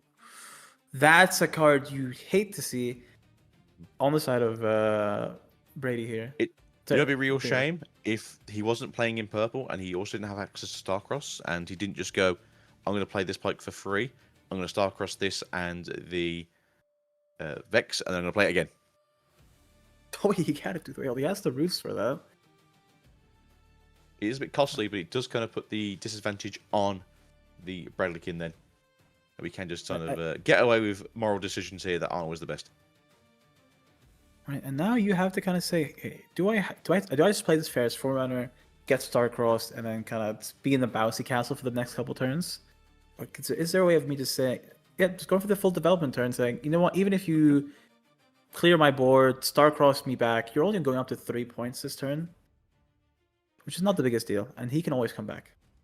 So I quite like it, like you said. It's very hard to get rid of these units in the back at that might range, so it's not as though it's all for nothing. If you're going to do it, it is your Starcross you're wasting. You are essentially having to go Bella's Breath into might disruption. Obviously here we've just seen the wonderful Starcross that we did mention the turn before, but it is going to be a case of this 8 might closer walking into this Vex in a second if they can't deal with the closer on this turn. Did they not want to play the Sprite from the Sprite Fountain that should have exploded this turn? Oh, we caught it. Wait, so I didn't know. Oh, so this is a niche ruling, right? With the Ripper's Bay, if the Sprite token goes back into your hand, even though it just disappears, you can still pay the 1 for the Rippers and get the extra. Same with is it Laboratory, Black Rose Laboratory, where it's like you can kill it and you get a draw, even though it's dying anyway. You can still go on then. I'll take a draw. Mm-hmm. So it's all these fun facts that temporary is only temporary if you can't get anything out of it. That deck going in now, 4 up on the side of the Ezreal. Might have to be worried about coming in with the Starcrossed again in case they drew into it on this stacked deck, but currently couldn't see the hand. If anything is interesting, we are going to go as to that mystical 3 points as you mentioned earlier. Right, and now we have 4 runes up. We are just we can just probably go back with this Vex. Not keeping the Vex there, saying I have 4 runes. You better have an answer because even your 8 might unit is not safe to even something like Stupefy Eclipse. Right, can we kill the Sprite? So if they have to do something, they have to Starcross straight away. So it's probably the easiest Starcross turn. You know, we need to get rid of this Vex. So is it Void Seeker, the 4-1 spell? I know he runs it in his deck for the draw power. Yeah, I think it's yeah, we run Void Seeker, deal 4 damage to a battlefield for 3-1. It might be. Is it 3-1? I think it might be 3-1. I mean, that's pretty good right now. You can obviously clear either battlefield if that's the case. Meaning that if they want to Starcross, it's a lot tougher. Right. And then the entire point is going down a rune, going for the Quip. I think not having the direct answer. Going for the Spray instead. Okay. Different. Maybe just saying I don't want to trade with a Eclipse Stupefy. So there's a Starcrossed. Well, 3-1, so we actually don't know if it's a Starcross or not. Do we have a bag is the question. With the bag would be pretty good here. No, it's changing the mind. Stack deck first, so we gotta make sure we have an answer. I think I saw Fizz, a Watcher there. Mm-hmm. Probably the Fizz getting added to hand. So get your third Starcross. Letting it go. Okay. It's not the worst position to be in because you're still ahead on points and you are holding the battlefield for yourself in that situation. So we float a rune due to the sigil because we had to recycle a rune for that. Now Ferris Forerunner, you know, as much as that you'd like to see that card be played, you know what's gonna happen. Oh, hand rip! Hold on. And you said nay. Oh, there's the gust. Okay. And then bringing back another hand rip? Question mark. I mean, I might as well. You know, one of us is gonna hand rip. We'll go for the hand rip deck. Oh, just going for the Ferris instead. I like this. That's fair. Yeah. Slowly hitting your opponent. You're making sure they're not as healthy on cards. you're still threatening an attack onto that Vex with the Forerunner, so you're forced to use another Starcross on it. You have the Fizz most likely. So Yeah, no that's it, shortage having of the those two cards. Having the 2 units does obviously help in that situation because that way you are either forced them to let you have a hold, or as you've just said, use the Fizz against the Forerunner. Because do you really want the 6 white Forerunner walking into your Vex and taking it off the battlefield that you're holding so kindly, so majestically? No, but I mean, the last thing you want to see, even if you like spend an Eclipse to kill it, it's still like a huge W, a huge win for the side of Mirror, because you do just get the. Oh, hold on, Watcher comes out. All right then. Wait, hold on. I thought it was the Fisk living here, but it's just a Watcher. StarCraft Just is a much Watcher, you weaker say? now. Just a Well, Watcher? All right, my apologies. This guy is the set one goat. I can't make too much fun of him. Is this a Starcross Watcher, you think? Oh, Fizz. Okay, hold on. So yes, it will be. No, you can target Fizz. Yeah, I think, yeah, we target the Fizz back. That does feel And rough. now- We do need to get something down here now. Do we have access to maybe a Falling Star? Yes, you will have to pay the extra to target the Vex here, but you need to start getting a little bit more aggressive on the points. And this is where, you know, this card, this Vex Apathetic, you had it as your number 2, I have it as my number 1. This shows this oppressiveness, right? Just completely countering this entire Pike strategy of, hey, I'm going to play accelerated units every single turn, especially with this Battle Axe. And we're looking at the hand from the side of Mirror. Not that we can Starcross it back, but then that's a lot of runes and not enough answers from the side of Mirror. I mean, right now you can just do the hand rip again. Use the star-crossed hand to send back the Vex. Play an accelerated Pike. You can bring that back if you want to with the Pike effect to just sort of do a bit more aggression. We're just going to try and play out the Forerunner and the Coaster again, which I don't hate, to be fair. Building up the board is still pretty good in this situation. You still got one turn essentially to sort of bring this back around. Mm-hmm. But if they do just somehow draw 2 fizzes, it's just over. Right, I think one more Starcross is just kind of the game, and I think Brady knows that, and I think Mirror knows that, so we're just kind of trying to go as quick as possible. Deadly First by Stupefy cleanly kills the Kaisa. Mm-hmm. That was Just number 3 as well. One more unit. Right. That's it. All those flourishes are gone. But this is not... Hand rip? Oh, okay. Get rid of our own Starcross. Yeah, we will. Oh, and there's the Starcross, and that's probably the game. Yep, that's it, because it's going to be hold for the following turn because you can't accelerate. And this is where you would put your Vex as your number 1 card for this format because essentially it kills red. And I think that's the thing that I don't like is when they bring one card in that just destroys one color's essentially whole scheme. I do agree. We know, especially with like the push with ambush, you know, all these cards that you want to come in, they have something to turn their played.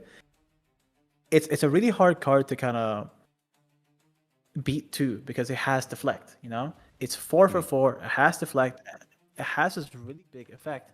It just feels so oppressive to play against. And we saw how good it is. You know, we can just you have the hand rips, you have the spells in hand. I can just say I can protect this. Do you have a direct way of killing it? And if you do have a direct way of killing it, pay up. You know, pay those runes. Yeah, I think it was just the situation there where it was a case of they wanted to be more aggressive as they could be with the Vex on the field, and they forgot that they're also a control deck and didn't play the control side of the deck that needs to be there. So yeah, he needed Voice Seekers. He needed to have used the Starcrossed when he could have done. Unfortunately, it did seem to have come undone when he put the switcheroo in the trash and could have used it against the Watcher. But again, hopes and maybes of something happening further down the line aren't always guaranteed in this game. We do play the Tide Turner, so a hidden card could be a Tide Turner as well. Swap places with the Forerunner. Forerunner then turns into 2 mechs, which is still a very good play overall. Be able to split your might up into 2 battlefields. But I think Miru just had to start looking at that more of like you're playing into a control deck and you can't be aggressive. You have to be controlling yourself. Right, and also I like the beginning of the game, right? I like the thought process we were going in of like, hey, I'm gonna keep attacking, I'm keep getting my accelerated things, and then my units will always stay in my hand. And the issue is we had the exact combo of, you know, the Sprite Fountain plus Vex, which allows us to uninterrupted, send a unit into the battlefield and play our Vex directly on there. Where before we had to kind of, keep a unit, have a unit stick until next turn. And this is where this matchup kind of crumbles. It's all about, hey, will now Brady find this card, this Vex, for games 2 and 3, or will Miro find the answer to it? I think, as you said, the issue as well is the deflect cost. So you're not only paying your cost to get rid of this card, you're also having to pay the extra cost to have the honor of getting rid of this card. So overall, we do have answers for the card. It's not like there's nothing in the deck to stop it. We do have the Death from Below. We do have the Void Seekers, Starcrossed at a push. Fingers crossed they can't get you off the board. You can walk into them. But overall, Pike isn't out, and behind the scenes, you think that it's actually a more Pike favorable matchup than it is into Bradleykin. But Bradleykin has essentially won most games today. He's won all games except for one tie. He's undefeated right now. Will he do the squirrel run? Could he go the entire way, all the way up to the regional qualifier champion without dropping a single game? I mean, at this point, he has to. I think quite a few of his games have been 2-1s. It's not like he's had a clean run all the way through. But at this point, if you're going to go up to finals, you've got to essentially not lose a game now, not lose a round. Mm-hmm. Good opening. We have the treasure trove. Do we have the big card, the Pack of Wonders? Oh, the Deadly Flourish is going to be annoying next turn. Miro can maybe hold up Gust on his side. No red runes, by the way, so we can't accelerate this Pike. Mind Splitter discarded. Thoughts on the Mind Splitter discard? Do you think it's we need to get discarded now, or do you think we can just keep it in hand? Aggressive he was with his runes constantly being tapped in the last game. Maybe Mind Splitter isn't good to deramp by a turn, but I think it can be quite useful for hand knowledge, especially with Ezreal when he does start digging into his deck later on. Oh, Miro, we're seeing hand rips from Pike. Okay, this game's set up. Right, do we have the Deadly Flourish? There it is. Of course you do. I make a gold. I love gold. Now, the issue is, do you now accelerate Pike over into a battlefield and then play your Bewitching Spirit to try and get rid of another card? We do see a Void Seeker, so that Vex won't be as protected as she was last game. I think we're going to go for the... I was going to say, I think we're going to go for... Oh, no. Okay. I thought we were going to go for the early Bewitching just to try and remove something from the hand early on.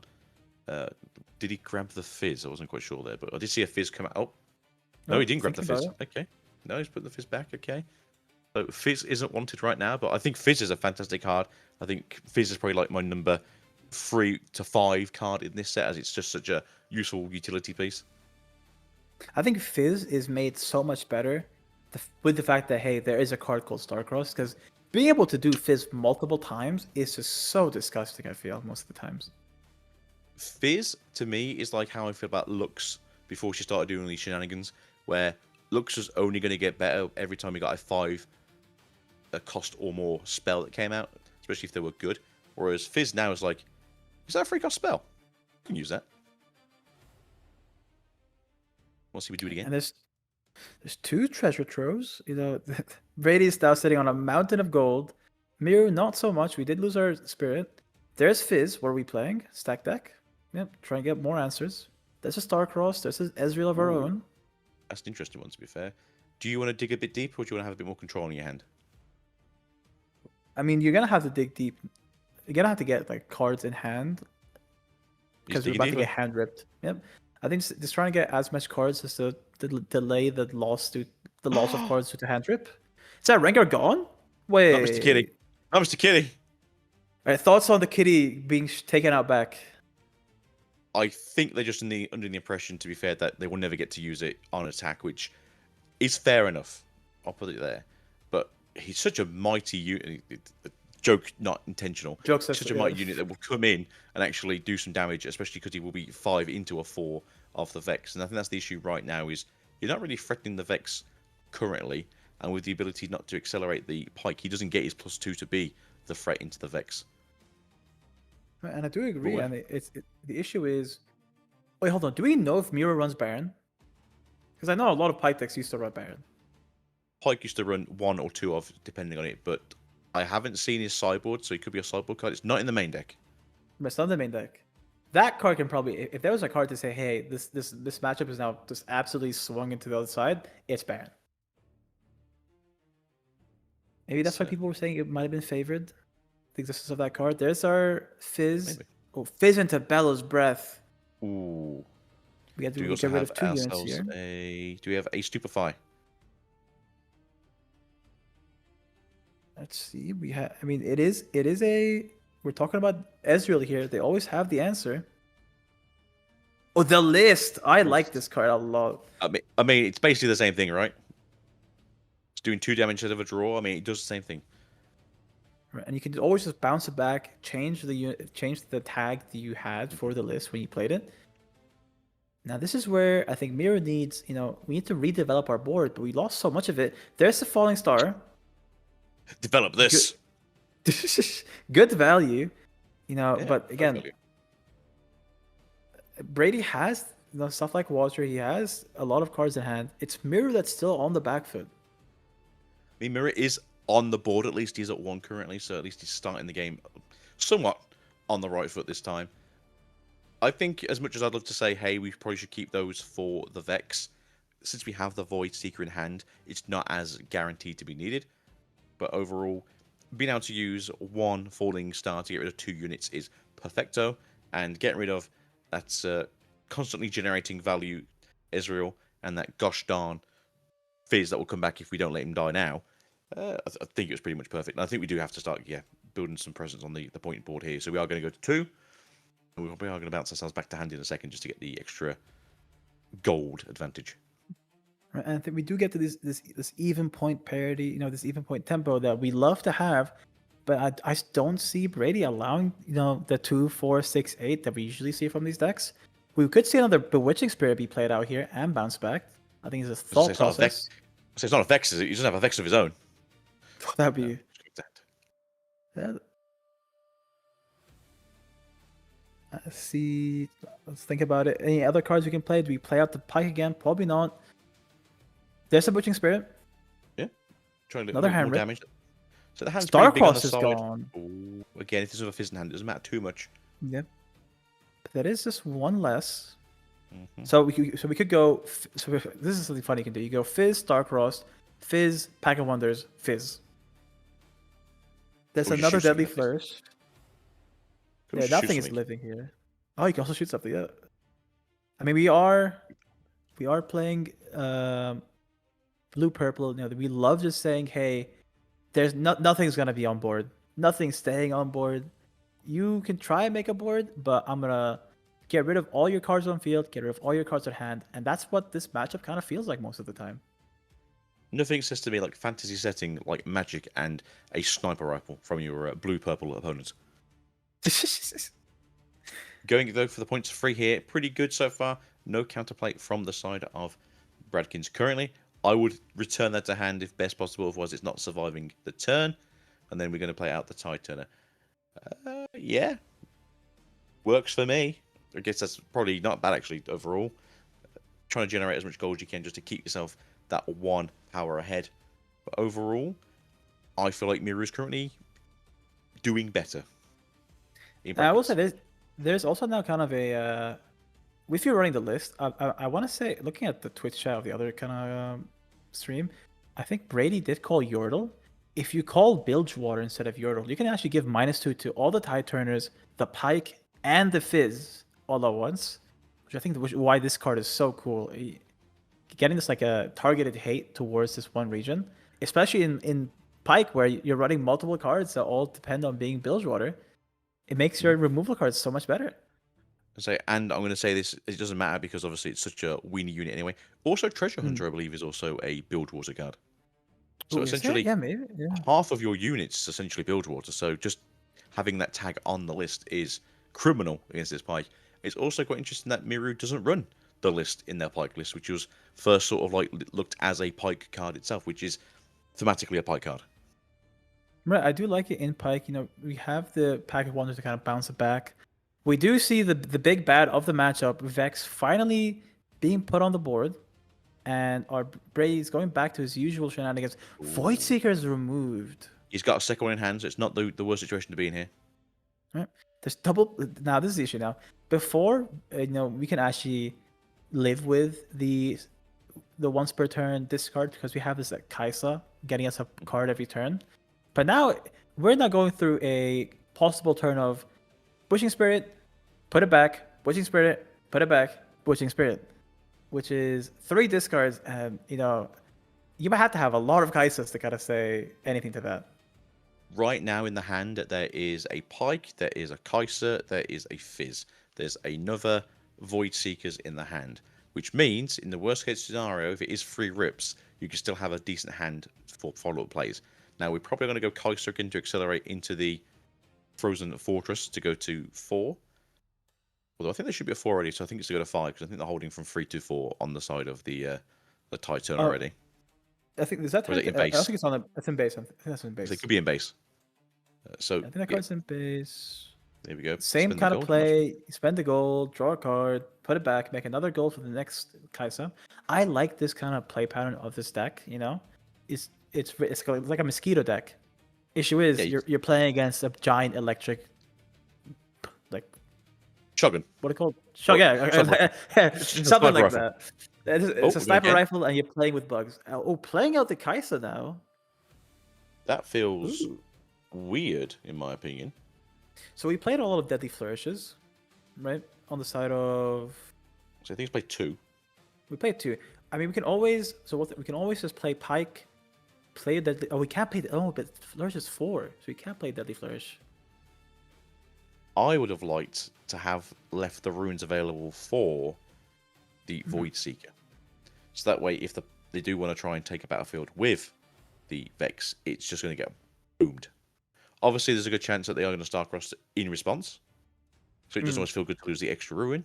But right now, you're having to trade with a body in retrospect, which, again, not necessarily feeling great, but you do have Pike in the hand where you can accelerate to the other battlefields. You would go from 4 to 6. Would you get the sprites coming out now? Okay. That's a sprite. We need to get back on the board, get those points. We're at 2.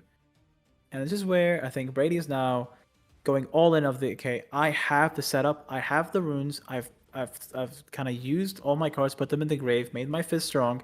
I can now start scoring points. And this is where Ezreal starts going on the offensive when he's been playing on the defensive the entire game. So as you said, now okay. Keeping everything up. Saying you're not getting this kill on this Vex. I am pondering if it's a case of they just realised the hand is a little bit too big to just try and rip 4 cards or 3 cards out this turn and just want to do a little bit of damage where they can, and seeing that the small travelling merchant wasn't exactly doing much for here. Also, how dare you people play Chinese cards and have to try and remember names of things from pictures? How dare you? I would use my knowledge as a caster. Oh, Bryn here. Ooh! There's I the like card. What? Starcross? I think this has to be a Starcross to save the Vex. There's 1 gone. Oh, wait, going for the... Yep. Okay, going for the Kaisa, now saying, hey, I don't think you have a way of accelerating. Now, this is where the Blighted Battle Axe... Voice Seeker just takes out our cleaning, no need for Battle Axe. We go down to the runes to deflect, but we have gold, we have runes. This Bryn here coming at an excellent time. Yeah, perfect. As you said, so many ruins up here. His plan was basically, I'm going to counter what you want to do. Well, right here, right now, he says, no thank you. Now, issue is, right, you can accelerate this Pike, go up to 6 points, but then you're kind of... I don't think you can... Pike's legend is 1 power, right? One power, yeah. to kind of... So you can't return him, but you can go to 5. Or you can go 6. Go to 6. 2 here. Yeah. They can't gust you off the points, so that way you have to get your 6. Next turn, you have the Brynir. They don't have an acceleration target other than the Watcher, so they could do some minus might shenanigans here, and then maybe Bella's Breath just to be a pain. But overall, they're not really doing too much damage to you, and they're only really getting you to the 3 points. Although, wasn't that a fountain sprite? Am I going crazy? Yes, there should be a sprite fountain. I think just forgetting about it. To be fair, we can still clear the board. We have the accessibility for... Oh, sorry, no, we bounced back Sprite Fountain with our Pack of Wonders. Ah, wait, that's pretty good for later on. I think that the one cool trick we can do is we can Fizz, Bellows, repeated, do 1 damage to the Pike, do 1 damage to the Tide Turner. Pike will die because it's on the Frozen Fortress, and then one stupefy, or even just pack of wonders stupefy the list. The list. And this is where I think if instead of calling out Yordle or Pike Actually, on that list, we could have called Bilgewater and gone for this now. So did he actually call Yordle? Did you I hear think on the chat? 'Cause I've got my. I think he said Yordle. Okay. or Fizz. But he didn't pick Bilgewater, because if he did pick Bilgewater, we just play our Fizz, repeat Bellow's Breath, kill both. No, wait, is it Bilgewater? Because he killed the Pike. Because if you pick Bilgewater, then yeah, this makes sense. Because now you do it again and just Yeah, yeah. target the other one. So let's give it -2. So it's currently 0. Any damage here will kill it. Yeah. So do you have that a is soft smart. breeze? We have the Pike. The Pike. You have the Fizz. Fizz is the provider of soft breezes. I don't have that. Ooh, this. Huh? So I think we listed so we took it back. We brought back the Bryn. okay. So brought back the list. We chose maybe Freljord, targeted the Bryn here, and then Deadly Flourish to get the kill, and then we just got an easy conquer with our Sprite. And now, even though our opponent's at 6, and that is the big bad of this format, this 6 might to 8 might victory window, we have game.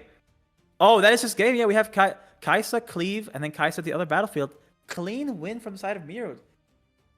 That was yeah. Maybe. Talk to The me. actual producers of Riftbound know this matchup better than we do, and forgetting that actually Pike runs about 7 different accelerated targets. Right, and the Vex is nowhere to be seen. Yeah, the Vex. I think the Bryn here, I think was the game-winning card there. We had the way of just saying, "Hey, nice Vex. You've done so well to protect it. You have figure out the card. Starcross it back or not." And that's where I would have liked to see the Starcross be used on the Vex rather than it being used on the Sprite. I think that's the kind of the thing that made us lose that game. Because imagine if you just bounce back the Vex instead. We just play her again next turn. Our opponent doesn't have the Bryn here. Then it's probably game on the spot. No, I have to agree. I think right there, that was I still want to make sure they can't accelerate on this turn. I'm going to get rid of their big unit, which obviously in this case was Kaisa, in case they want to trade with me. That's it. Correct. I'm going to get rid of the Sprite because it's technically done its job for now because it doesn't do anything on the hold. This makes sense to me as a safe play. And then obviously, bang, Voidseeker. Right, and we did see, I think, one Voidseeker discarded, so maybe Ezreal's thinking he was safe, saying, okay, there's one in the discard. What are the chances he drew into the second one? But if you can draw your Deadly Flourishes, this Pike can draw his Voidseekers. I think it's only fair. Yeah, I think Pike only runs the 2 Voidseekers as well, so it's not as though it's a free for free. Is a little bit more of a hope and a dream. But I'm pretty sure that Brynja was a sideboard card, so it has come in clutch here. I think it is the one. 10-point game! All right, so I hope you cancel your dinner plans today, Akito, because we are going to be here for a while. I'm not sure about yourself, but I'm pretty sure you are from the UAE region. Right, UAE, yep, it is 2:42 a.m. So it's stupidly early o'clock for yourself. It's nearly midnight for me, so don't worry. Dinner was a few hours ago, so this is now supper. All right, and for me, it might be breakfast by the time we're done with this game. Oh, good plan. Can we do something quick and simple? Getting the old treasure hunter down. Now this is the biggest part here, Akito. No Deadly Flourish on the turn 1 drop. Will this be the first time this might just be a guess. I might just be talking into existence this unit's death. It's got to be a gust, right? It's got to be a gust or a stupefy or a bellows or just something just to be hypocritical. Will I have brought the Caster's Curse upon this poor card? Let's see it. Get the gold from the movement. Yep, there's Wages of Pain. My bad, Treasure Hunter. My bad, Treasure Hunter. Oh, we got a replacement. There you go. So, what feels worse, being shot from the other side of the universe or being punched in the face? It depends on who's punching. If it's the guy that does the punch first, then that one's a bit personal. Oh, there's a treasure trove. Combo going. Yep. And I will say, in these long games, would you prefer? Oh, is that a second pack of wonders? Hopefully, would you prefer being in the Ezreal seat or the Pike seat in this 10-point game? I want to go home. I think it's really awkward because I think a more control style Ezreal has a longer game plan overall.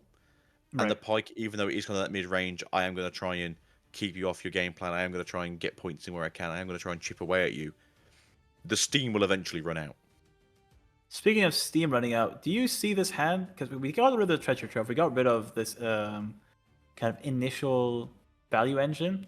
But we have Fizz, Starcross. So that's how many... So we play Fizz, play a spell.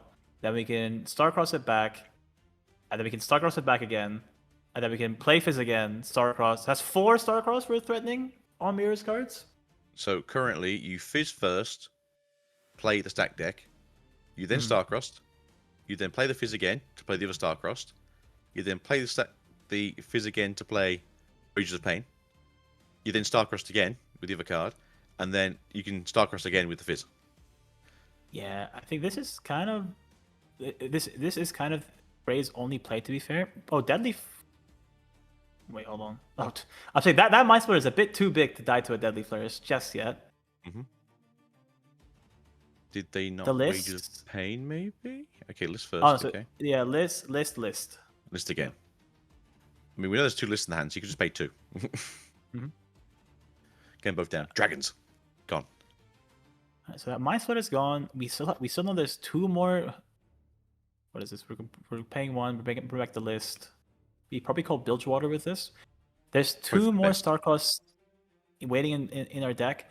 If we can kill this Pike, we can kind of actually stop a lot of the kind of shenanigans from the side of Brady. We did draw into the Falling Star. Do we use it? Do you use this Falling Star on this singular Pike, like knowing his hand? I say with the Fizz, I think it's always a really good value target. I would prefer, obviously, to use like a Void Seeker, as it does feel more genuine to go 3-1 it rather than 2-2. But at the same time, Fizz is a pain in the ass card. You got to get rid of this guy. He's just going to be here causing trouble for the rest of the game. While you have no units as well, he can't Starcross, so that way he can't retrieve himself back to hand safely. But do you just wait for next turn, so when they play out the Ezreal? You get the kind of double dip. Yeah, I do agree. We have to either wait a turn and get that nice Falling Star, or we just play our own Fizz. Yeah, I think going with what you're saying, hey, I'm gonna wait a turn, I'll get my resources for now, and then force you to kind of invest too much into your base, because you need to get these points eventually. Yeah, because again, he's done the same thing he did game before. He put himself on the scoreboard first, which means that you're now having to chase me, which feels better if you know the game plan is going to be this person's going to try and control the game plan afterwards. And I think So I don't know if I like the idea of developing 2 cards here because it's just more fodder for the control player. But at the same time, it could be coming down to hand rip in a second. So. And I think there's the hand rips, and we're gonna see a lot of it right now. So it comes down once, comes down again. What are we discarding? Starcross is gone. It's probably gonna come down again, or maybe we just pull it back and then that comes out again. It's gonna do 4 times this game. Don't worry. Right, we get rid of our own hand rip, and now 3 cards gone from the side of Mirror. Can he bring? And then there's the Starcrossed, and we get it back. So we are threatening another 3 discards on the opposite turn. We will get Fizz back, so we will get something out of this. But this is not the situation we want to be in. We don't have the kind of the Kaisas that we had in game 1 and 2, where we could kind of at least pay for these discard costs with these conquered stuff. We can only there's not that many cards that are in the discard that we'd like to use. We don't want to Starcross with Fizz on the enemy Starcross. If you say it's a hand, they'll get the gold generation. It's a very tough decision because I agree. Maybe you can. Oh, Mind Splitter 2. Ooh, Mind Splitter 2 gets rid of it. There we go. Yeah. Bye. You pain in the ass. Get out of here. Now remember, this card is not going to stick. This card is not going to stick onto the board with those 4 Starcross in the field. We could Falling Star now, get rid of the Fizz. Okay, not. No, no. Too crazy of a play. I think right now the plan is just to try and build that backboard again, because you know that they have to invest in the Fizz twice, or the Fizz once again, and the Starcross. They are having to go kind of all in again. They'll have enough points up then maybe to play out the Ezreal this time. And then you can have like, hey, look, I've just got this falling star. It's going to fall out my hand in a second and just dome both of you. I think this falling star is probably the card to see this game. He might have put back the one that we saw, or he might just be keeping it safe for a future play. Issue is, with this Mind Splitter, we are now kind of just forced to use our runes as, we Starcross every single turn, and we need to find a way of drawing new cards. So getting rid of Treasure Trove, that was another card draw engine saying, hey, I need another card engine.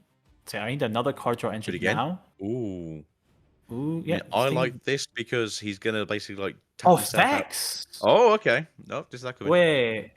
So, what do you think the Vex is supposed to be targeting here? Like, because it's not gonna be on the battlefield. We're probably gonna Starcross next turn aggressively. I think right now, you either get Starcross yourself and just go, sod it, I'm going to try and get my points. I'm going to then Starcross the Vex off the field, so you basically lose a turn with her. If I've got the points up, use the Fallen Star here. Just try and clear as much as I can. I can't let you get on a battlefield now. You don't run anything accelerated that isn't a Watcher. This Void Seeker is the card to see. Can we have a way of killing this Vex? The turn it goes in, add action speed. Blighted Battle Axe goes away, not liking it this battle... in a game where there's 4 Starcross upcoming, saying might is not the issue here. It's more about stickiness. I think that's it. We did see the Gear Hate go to the trash already, so you'd have to worry about too much being in the hand, sort of sticking around. But again, as you said, might isn't currently the issue. The issue is just sticking to the board. Now, how crazy is it? Oh, speaking of gear removal. Ooh. All right, tell me in set 2, would you have ever sided in Thermobeam against an Ezreal player? Because I would have never thought the day would have come. Yes, because it was very prevalent to get rid of their seals and their boots and their goddamn calls and their goddamn pit crews. Some things don't change then. Some things don't change. Moving back, our Traveling Merchant. We're probably going to play him again. Ooh, not going into the battlefield with the Splitter, saying, I'm not sure about how much I like this. I think not wanting to give the Ezreal this free trade, because he will just get the list off twice. She can get this Splitter down to 4. That might be what they're worried about. Just trying to not go onto the battlefield, get listed twice. No, they can't list twice because it's currently in the trash. Oh, they put it in the trash. Oh, wait, no, yeah. I thought it was download for some reason. That went back into hand. We got that Thermo Beam, baby. Oh, are you putting up the card right now to the camera? Is that what's happening? No. There's no cameras on right now. Otherwise, I definitely would be putting the card back up again. If Mirror does win, you have to show up with the card on cap. The first thing we do when we get back to the booth. I think if I had time, I'd go find all of my Thermo Beams and turn it into a necklace and just start acting like I'm prismatic. Go up to any like Jax or Azir players, giving them a heart attack. It's like, hey, I'm here now. The worst nightmare. I got DQ'd. Why? Well, I'm walking around with 5 Thermo Beams around my neck, so they thought I was cheating. And I randomly just pick up one of them. Oh, hold on. This is our own Mind Splitter coming out, I'm pretty sure. Watcher, maybe? Try to get the mics down? No, it is a Mind Splitter, you're right. Oh, getting rid of this Falling Star here. I said pick your poison. If they get rid of it, you can play the game with the Fizz, so it's not so crazy. Not the worst. And they are checking here, is it worth getting rid of the Fizz over the Falling Star? It's like, oh, God. Yeah, I mean, not terrible. They can't handle it again this turn.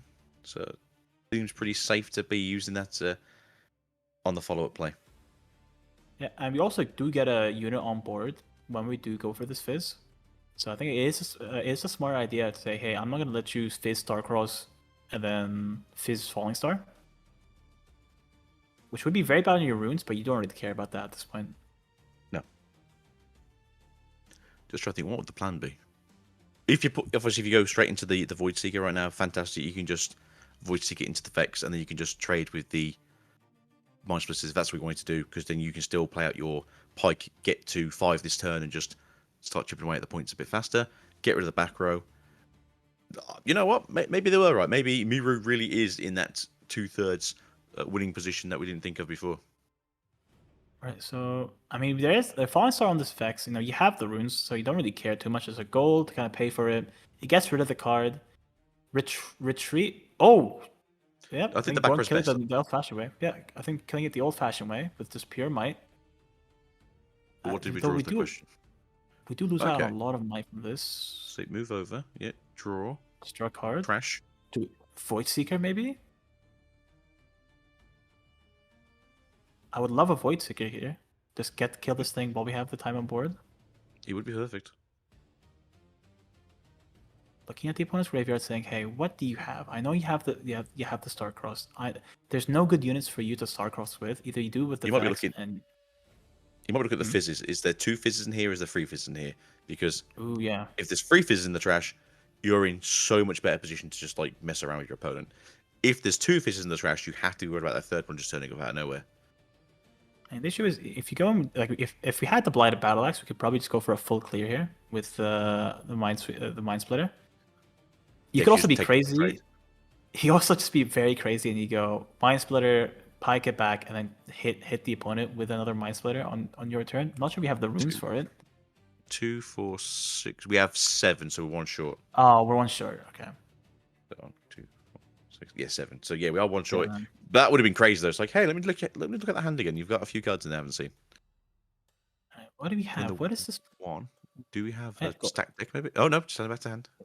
Just sending back, getting that gold. I think just getting ready for this incoming turn. We want to have as many units as possible. I think keeping it in hand, saying, "Hey, if you board wipe me, I can still play a merchant plus a pike." Issue is that's a turn with that Vex alive, and you know having that Vex stay alive is very detrimental to your game plan, especially when this Mind Splitter, even though it has 7 might, the list, I think not the list, we have ways of killing it. We have Watcher, we have Bellows. There's a lot of ways. This thing is not as big as it should be. See, personally, I was like, do you just want to like walk the... Oh, there you go, there's the third fizz or the second fizz. Do you just want to walk in the Mind Splitter and just take out the Vex and be like, I'll deal with the Mind Splitter later on? Thing is, you're looking at the hand, right? We didn't have the cards in hand to supplement that. If you had like a battle trick, like a cleave, like anything, I would be 100% with you. Issue is you go for this trade, you get the kill on the Vex, and the only unit you enable is that pike, and the pike is not going to do too much when Ezreal is just leaving that second battlefield open for you to conquer every turn. Yeah, that is the plan. You kind of do have to hope that you draw into your fizz maybe right now and then get access to the Falling Stars again, or draw into another Falling Stars, or draw into a Void Seeker. Whatever, really. Murder would be good, or if we just draw into the Death from Below and start stabbing things. Death from Below will also be a very good card. You just kill both units on the spot. Pack of Wonders not being used on the fizz. Always thinking about it. On board. No, it's passing turn. Okay. We know there's a Starcross in hand, so that's obviously the kind of next gameplay.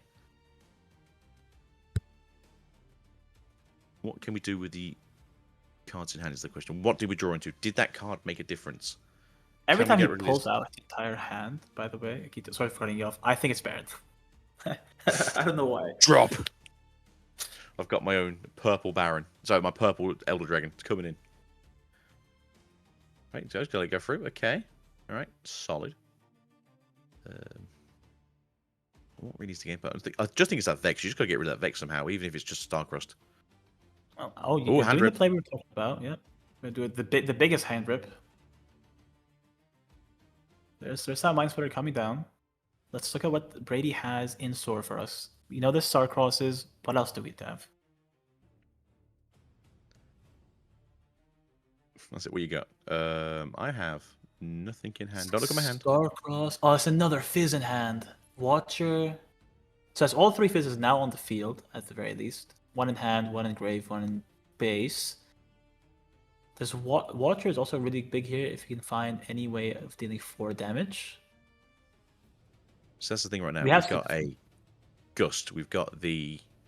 Is that a Stupefy, the first card that I can't quite currently see? Yes, that's Stupefy, yeah. So Stupefy, Watcher, Smelly Fizz, Gust, and Starcrossed.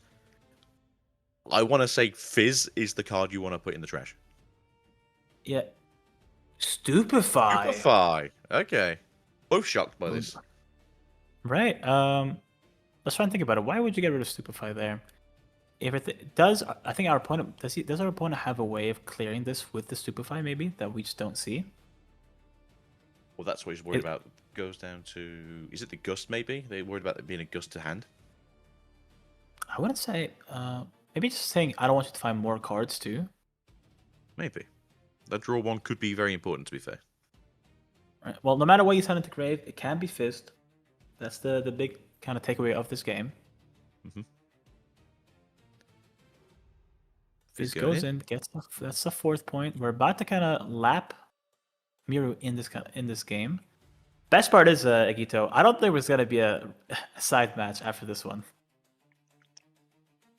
You say this, but I'm like 99% sure that me and Plus on multiple occasions have said the same thing. Oh, it's a 70-minute match. We're not going to see a round B. And it's like, oh, we're going to game 2 on round B. Oh, okay. Right, there's the Bellows. Actually, so I think we might have been scared of Bellows, Watcher, and then Stupefy. I think that's the reason why we've gone for that. So smart play from the side of Mirror. So 5 minus 1 would have been. I suppose it's also with a Fizz, right? So you're doing the effect again with a Fizz. There you go. Oh, that's that second Vex. The top decked Vex is huge here. And that's Fizz back to hand as well, making it even a little bit more awkward. And there's both. So there's both Fizzes. There's 2 Vexes on the field. Not much I think Miro can draw into it. We're gonna play out this Mind Splitter. You have to pick up what? Oh, this is a Falling Star. Ooh. Not gonna be enough. What are we getting rid of now? Is it Stupefy again? That's probably one of the Fizzes. Yep, there's a Fizz. Get rid of the damn Fizzes. Yeah. There's only one more left in rotation. One more left. We have the Falling Star to kind of catch him out. Issue is those 2 Vexes are going to be a lot of trouble for our deck. I'd say right now though, if you can survive the turn, I think you just go walk the Mind Splitter. Oh, don't do it. I don't like that. No, I don't like this either. Oh, you're just gonna kill one. Okay. Well, I don't hate it. Not a massive fan, but I don't hate it because you've just deramped 4. But it was 2 gold. We had gold at least, yeah. Well, we deramped 4 in this turn because we played 2 with the I forget his name. Mind Splitter. There we go. I was saying his name the entire game. So what do we have on the side of Brady? The Purple Dragon. Purple Dragon. Not we still have not Fizz. Yeah, no, that's a dinosaur. So you still have Fizz. Obviously, this is a 10-point game as well, so there could be a chance of somebody decking out here. We found the other Stupefy. Your own card. So, do we have another Bellows? Looking at the grave. That's a whole deck in there. Do we have the 3rd list? You gotta check it twice. Kill a Beldrewser once. Right, we have a Recycle. What are we playing now? Just Fizz? Probably Fizz. For a Star. Also remember, maybe? as long as Fizz is on the board, this guy is not gonna Brady's not gonna deck out because he always just recycle cards with the Fizz. Yeah, true. Oh no! So Fizz Starcrossed. You put back my hand rip target. How could you? My big guy. There's the Bellows, kills that unit. We get the Conquer with this. Now we're up to 5-5. Brady finally catching up. To 6 apparently. Apparently we jumped from 4 to 6. Oh, sorry. Oh yeah, we didn't do the whole point. I see a Flourish there, I believe. Don't want to put a small unit down. I mean, you're gonna have to put down the big guy again. Okay, so you're still 2 turns away from losing, right? So Miro, not like if you just go Splitter past, get rid of this last Fizz. You get Starcrossed again. That's the last Starcross I feel like you're gonna have to face for a long time. Issue is now that the Vex is on the field, you need something to get rid of it, and we use one of our Falling Stars. We don't have the Voice Seeker just yet. So this is probably Fizz going away. Yep. So one more star-crossed. Like, Flourish! Oh, Fizz. Okay, I was like, what? What happened there? There. Got our own Fizz. Are we going to bombardier him?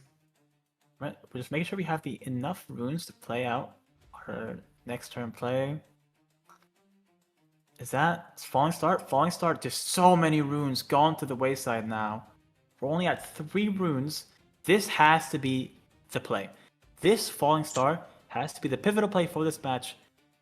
Can it make up? Can it kind of win us through? We have Watcher. We have maybe... I'm not sure if we have another Bellows to play with Fizz. Brady now, for the first time in this match, you know, I see a crevice in the armor. I see a weak spot. There's a crack, I do agree. Right now, it is essentially, do you get the Watcher online to go get your 8th point to hold then, to try and attempt to go into 10, as it's 2 7 might units on both fields to try and take out. You can, technically, crash into this with the Fizz and the Pike in one area. Hello. Yep, there goes. Ring on, no! Right, that's the Katie. Katie was alive. Katie would have been so good. That would have been perfect. That would have been enough might to punch over that big dragon. But we're not seeing the... Starcross? There it is. Now we can't play... We can't play the Butching Spirit one more time. We're out of runes for that. And we can't play our Mind Splitter too. With the Fizz and the Pike accelerated, it will go 7 into 7. I do believe there's a Gust in hand, though, which means that would fail that attempt. We can Starcross, maybe, but we don't really want to lose our Fizz here. And you don't want to Fizz him back to hand either, because that way he'll just start doing things to the opponent. But then again, it could be a stack deck. Yeah.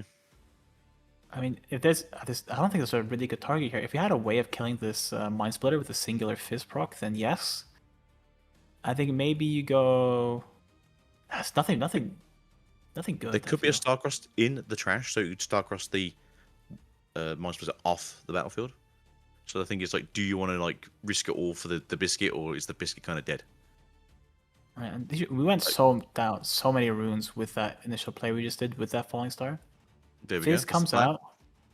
Yep, going for the Starcross. Issue is now we have, what is that, 2 cards in hand, and our opponent can't just play Bewitching, Pack Bewitching. Yeah. To be fair, though, the Pike is still available on the champion zone. He's not all out of cards. Not done just yet. Mirror still has some last slivers of life. Brady still on that odd tempo, so he has to go still 2 turns away from the win. We have Watcher to kind of get on the battlefield. There's the Spirit. We get rid of the Mind Splitter. He's done us so much. And ooh, hard bargain gotten rid of. Fizz survives. Ooh. Fizz survives 1 more turn. Is that another Thermo Beam? Doesn't really help right now, but is that another Thermo Beam we can just trash? We could hard bar... No, not hard bargain. We could just put the Fizz down again. Oh, that's okay. GG. Let's see. Maybe seeing the writing on the wall. I mean, I'm not sure if I like that play. I know there's going to be a Gust coming in a second, but I mean, I don't know if that was really all or nothing. Let's see. So if you play out the Pike, if you play out the Fizz, you can stack deck, and then you get a card, and your Thermo Beam gets killed by go in, Gust, kill. Well, he's 4 mice, so he can't be gusted. No, Gust on the Spirit. So if you don't want to Thermo Beam this turn, you get you play your Fizz, you get a card, and then your opponent just goes into a battlefield, Gusts his card back, and he has the Pack of Wonders. So it's just really hard to kind of come back from that position. I think we maybe could have played it out, maybe see what our top decks are, but Ezreal had it locked down at the end of the day. Yeah, I think Ezreal was still in the lead. I don't know if it was all or nothing, but I do think the deck was getting a bit thin, and maybe that's why it was just like, there's no point me trying, just in case I have 2 turns left to do this and I can't do it.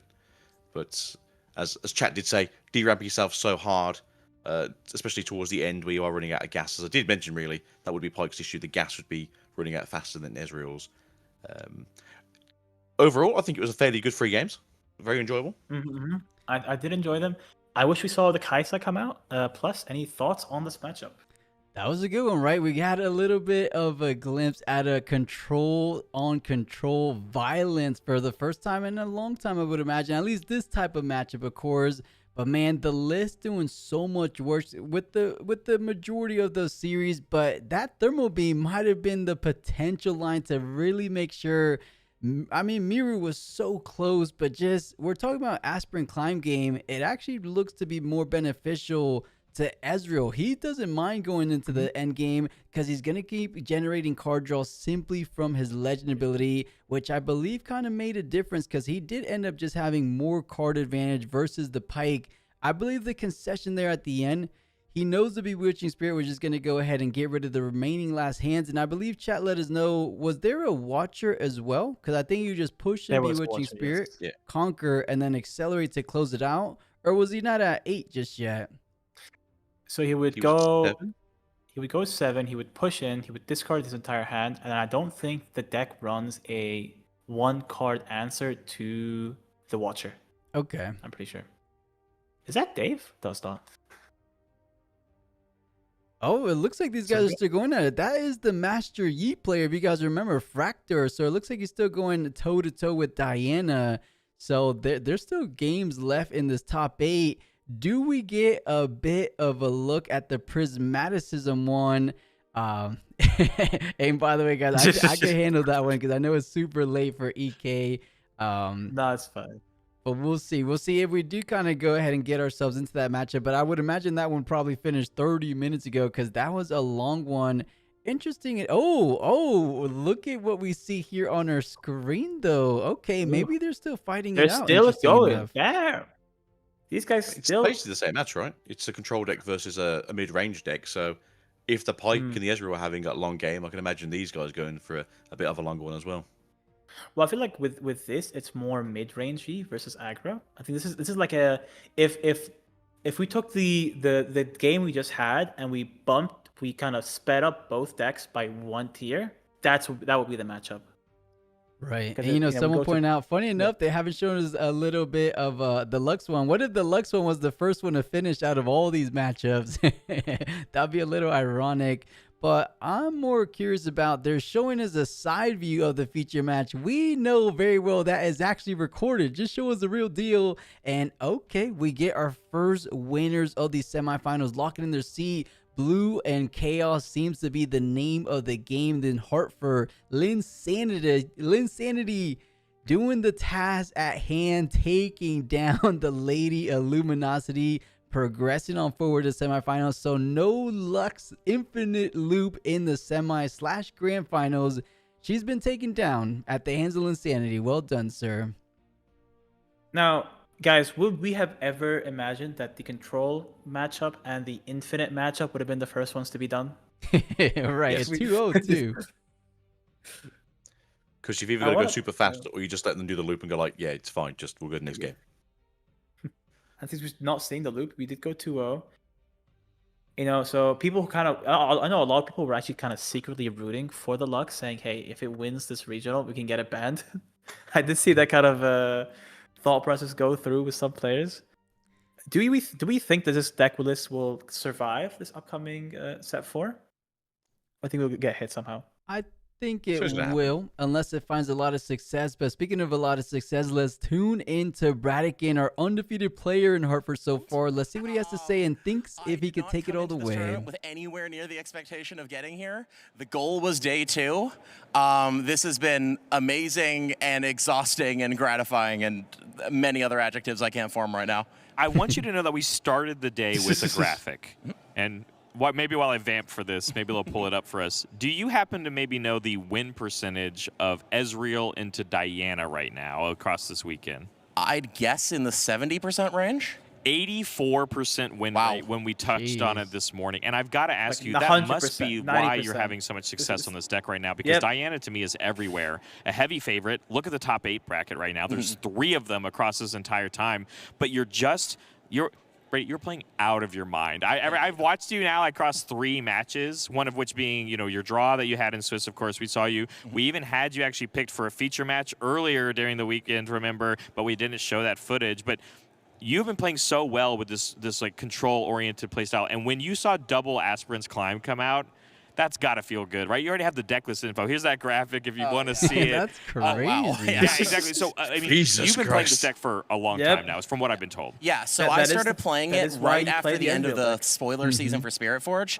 I did a big period of like doing online testing there, and I've played Ezreal basically nonstop since. We can talk about and it's showing. It very much is. Again, Swiss champ, your first seed coming into all of this. There's potentially a world where you have to go against more Dianas on your way there. I would imagine that's what you're looking to go yeah, no, that's what I was hoping to see in the pairings here. It is definitely my best matchup of the remaining decks. Yeah, and you've now also got a best of, so congratulations on that as well. Thank you very much. So, I mean, as my last question for you, as you must prepare for your top 4 game that you must get ready for. You've got a lot of fans here cheering for you. Gritton has been luckily telling us all about you back at home. This is even your Swiss run as well. Of course, that draw against Momsky, and then at the end, of course, against Factor, you were able to. But I've noticed, you didn't finally run into those Dianas until the end, 2 of which are the 2 that are in top cuts. Yeah. Do you think you have what it takes to take down the whole thing? I think it's possible. It depends on the matchups. I'm not familiar with what's been going on in the other 3 matchups. There is a terrifying matchup in this bracket, and I think everyone knows what it is. In case, for the record, it is the Lux. Not to sugarcoat it, if I face it, I lose. So there's a little bit of lottery there. I have no idea how the bracket is structured. I don't know who's won or lost or what games are still going. Against all the other decks in the bracket, I think it's possible. I mean, facing someone like Prismat's Annie is terrifying. Facing Master Yi is a daunting matchup with this deck. The Dianas, they're all great players, but the matchup just doesn't work very well for them. So my hope certainly is that I can play against them, and then I think I have a shot. And the hope is what we want right now because, again, you're playing so well. Bradykin, congratulations on that top 8 win. You've got a little bit of a break before you get into your top 4. And speaking of, we want to see some more action in this top 8, so we're going to send it back. Oh, kind of saying we might just go ahead and jump into that Prismaticism game. I'm excited for it. But wait a second, just so we're on the same page, Ike, I know it's almost 3 in the morning. Alguito, I know we're you're pushing keep going. Are you guys still ready to go? You guys are down for that last game of the day? We don't stop till Brooklyn, baby. Let's go. Okay. And we're a long way from Brooklyn. It looks like we probably will be getting to at minimum a game 2/game 3. I don't think they're gonna go ahead and show us the entire other side of the bracket, or not other side of the bracket, but the other Plan B feature match. But it looks like they kind of told us that we are going to go ahead and dive into that one. And I am excited for it because Prismaticism is my pick.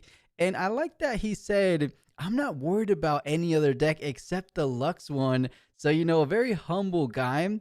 But I think he definitely does have what it takes as well. So I am a Bradikin fan as well. And we might be seeing him in the grand finals now that Lux has been taken care of. But the other little bit of a boogeyman standing in his way might just be the one we're tuning in shortly here, Mr. Prismaticism. First things first, he has to get over the first blue Chaos Legend, being the Diana. I don't remember who's he playing. Do you guys remember the actual name? Was it Ascension? It might be that. I'm not sure. Let me figure it out for you. Prismat is 3. Linsanity. Was it Linsanity? No, sorry. It's Linsanity is in semifinals now. Yeah, BS Whites. Oh, the 2 that kind of squeezed in from their last round wins. Right. Okay. Yep. And it looks like on paper, or is this matchup percentage? Because I think they showed us back matchup percentage. So a slight little edge given to Annie based on all the Annies in the room, all the Dianas in the room. Do you think that has a bit of merit to it? So I think that Diana loses to a lot of removal matchups. Anytime you can just keep removing units from the side of the base of Diana, you do have that kind of win. I know that Annie does run stuff like Falling Star. Annie does run stuff like Starcross to bounce those ways away. Also, BS White's going for 2 ways instead of the usual 3. So maybe this might be the perfect storm. Less ways of protecting him. This could just be a win for 3 Prismat. Sprite Fountains, though. That is aggressive. That's been kind of the pickup of Hartford, and is probably why Lux didn't find too much success into these kind of Dianas, because Linsanity was taking about the similar approach in those Sprite Fountains, but it looks like they are diving into the deck, so I'll throw it over to the final games of these top 8. From here on out, EK and Alguito, last couple games, guys. Yep. Akito, are we ready for a brawl? This is the kind of the two big decks we kind of saw into the top 8. I know if you're our Ezreal player, you're hoping this Diana wins. Who do you hope is going to win this matchup? Look, everyone should know me by now. I'm not a massive fan of control. And Prismat is currently jingling with 6 or 5 Annies right now. So I think the guy jingling with the 5 Annies might be with a win. And I kind of want to agree. We have a lot of ways of beating. We have a lot of units. We're very good on the attack. I would like to favor Prismat. You know, if those Falling Stars are in the side deck, then I really favor him. I think if Prisma, if it's just Diana, Ezreal, Prisma has a good shot of actually just winning the entire thing. Yeah.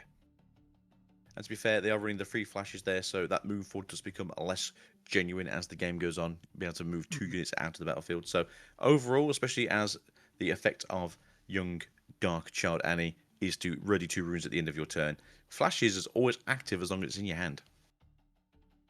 Right, and we're going straight into the game. So I knew based off the bracket that they were in game 3. So we're going straight into the kind of this pivotal game. This game 3, both Arita's Greatest and Seat of Power gone for both players. Abandoned Hall and Zon Warrens. This battlefields. So it's Arita's Greatest for Prismatic. It's Abandoned Hall for Blitz. So hopefully, being a 7-point game, it should be a little bit quicker. Right.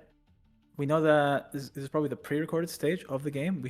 We miss our turn 1 drop. Missing your turn 1 drop, especially on a game where you start on Arena's Greatest, is very detrimental because we don't have the quick access to just going to that really good 2-point even tempo, especially on a deck like Annie, and we kind of give that up. White now has a very easy turn of just saying, hey, I'm going to play Diana, pass on to you. Yeah, I mean, that's what you see a lot of them do if they go second or if they go on their second turn either way. They will just generally play Diana, as it's a fairly good card to get out early, unlike a lot of other legends where you want to use them at pivotal points. But Diana's just like, nah, I'm okay if she just dies at some point. It's cool, guys, don't worry about it. But we are bringing out, a double drop. Pretty good, though. Hopeful's out. Now, issue is you would love to kind of say, hey, go on Diana, Moonfall, win the game on the spot. Issue is Prisma is always threatening Flash, especially with 3 Flash in his deck. Yeah, I say, as we said moments ago, end of turn, you're always going to ready those 2 ruins, so you always have access to some little tricks in your hand, and that is kind of the fun thing about Annie. Not always to your opponent, but for yourself, you always have a get out of free jail card, somewhat. Now, we did see a lot of this happen in the games prior, where players do play a bit more safe. You know, they develop their board saying, I don't want to give you a free kill with that hopeful and then get a double conquer. I know you're way stronger on the attack. You have cleave, you have longsword. I think I'll just wait. I'm gonna not score this point and let you do it, and then I kind of win on your turn. So we did see the game. So that's it. We did see the game against Cactus King earlier, where it was a case of, I'm happy to Mexican stand off this until you decide to pull the trigger because I can follow up a lot better than you can. But again, with Diana, she just have a few combat tricks when when battle happens. So not always as simple as just I'll fight you when I want to fight you. Right, Annie's stubborn here. You know, being played just to enable this second hopeful to be played. We get the sack deck. We are very much winning on the board right now. We have 2 format units. We have 3 and 2s. We have cleaves. We have long swords. Prisma is building up to just say, hey, no matter what you do, I'll have Starcross. I have more units. I'll win in this board matchup, especially if you start bouncing that Annie back to hand. Yeah, that does seem to be the sort of game plan. Correct me if I'm wrong, because it's been a while, and I'm not always super up to date with the set free battlefields, which I should be at this point, as it's the last regional. Abandoned Hall's the one where if you use a spell, you can give something +1, right? Yep, that is correct. So I am pondering if it's the case of we return the 1-cost spell to hand, just in case we need to do a little bit of pumping on the following turn. Yeah, I think that's also true. I think we get a lot of stuff. We get, we get this hopeful, we get this stack deck, we get this pumps. And not a line a lot of Annie players see, getting rid of this Annie early, like throwing it out early. But Prismat, probably the Dark Child himself, if anything, just going for this really strong play, and now going for this Vex Apathetic. Akita, are we sure about this? Do we like this play?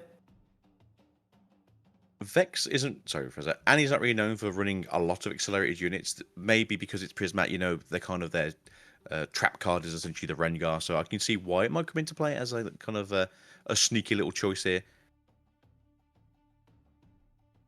But right, and I don't love it. We have enough might to kind of just say no. If we go in with our 2 hopefuls and we get Moonfold, then we just flash our way out. We have Hard Bargain if we need it. So I do think that is a Rengar in hand, isn't it? Yeah, Rengar in hand probably is more than enough. Actually, we can't. We have to get rid of this Vex first. Yeah. This is where Moonfall is probably going to be played, if there does exist one. So you enter battle, right, and then this is where you play out your stack deck to go +1, so you get a 5. There is 3 up on the side of Bwets, so that way they're going to probably use their own version of the spell themselves. So Stupefy, okay, so you go down 1, they go up 1. Do they have the Gust in hand? That is probably the issue now. Right, so Stupefy plus Gust, we buff up our Vex by 1 because we know there's an incoming stack deck just if we do keep our Vex at 4. We do lose our Diana here, but not the end of the world. That goes for the trade. So I don't hate this. I think this is pretty good. You're still getting some value out of it overall. Now the second one comes out. This is where we use our stack deck, make it go up by 1, and now it's Prismat has the cleave, Prismat has the longsword. We have ways of killing this card if need be. What does Whites have to kind of counter this push? So the fun thing, obviously, with the cleave in this matchup specifically is it's not just a +3; it's now a +4. Right, and this +4 is gonna beat out I think everything Whites can have for 2. Something like the smoke screen, not as good into this. And if we do lose this, if we get this trade, we just go so far behind on board. And this is where Prismat shines. Seeing these lines, seeing, hey, you were patient, but I found the little break. You played this Vex when you shouldn't have, and now I'm going to take full advantage of it. That's it. It wasn't exactly I have a ton of runes in the back. I can't protect the Vex. I seemed like I was going to be in the winning position here by having the extra spell to play. Hopefully the Stupefy can get me into the next 1-cost or 2-cost spell to let me ramp a little bit more. But currently it is a case of, would you like to trade with me, sir?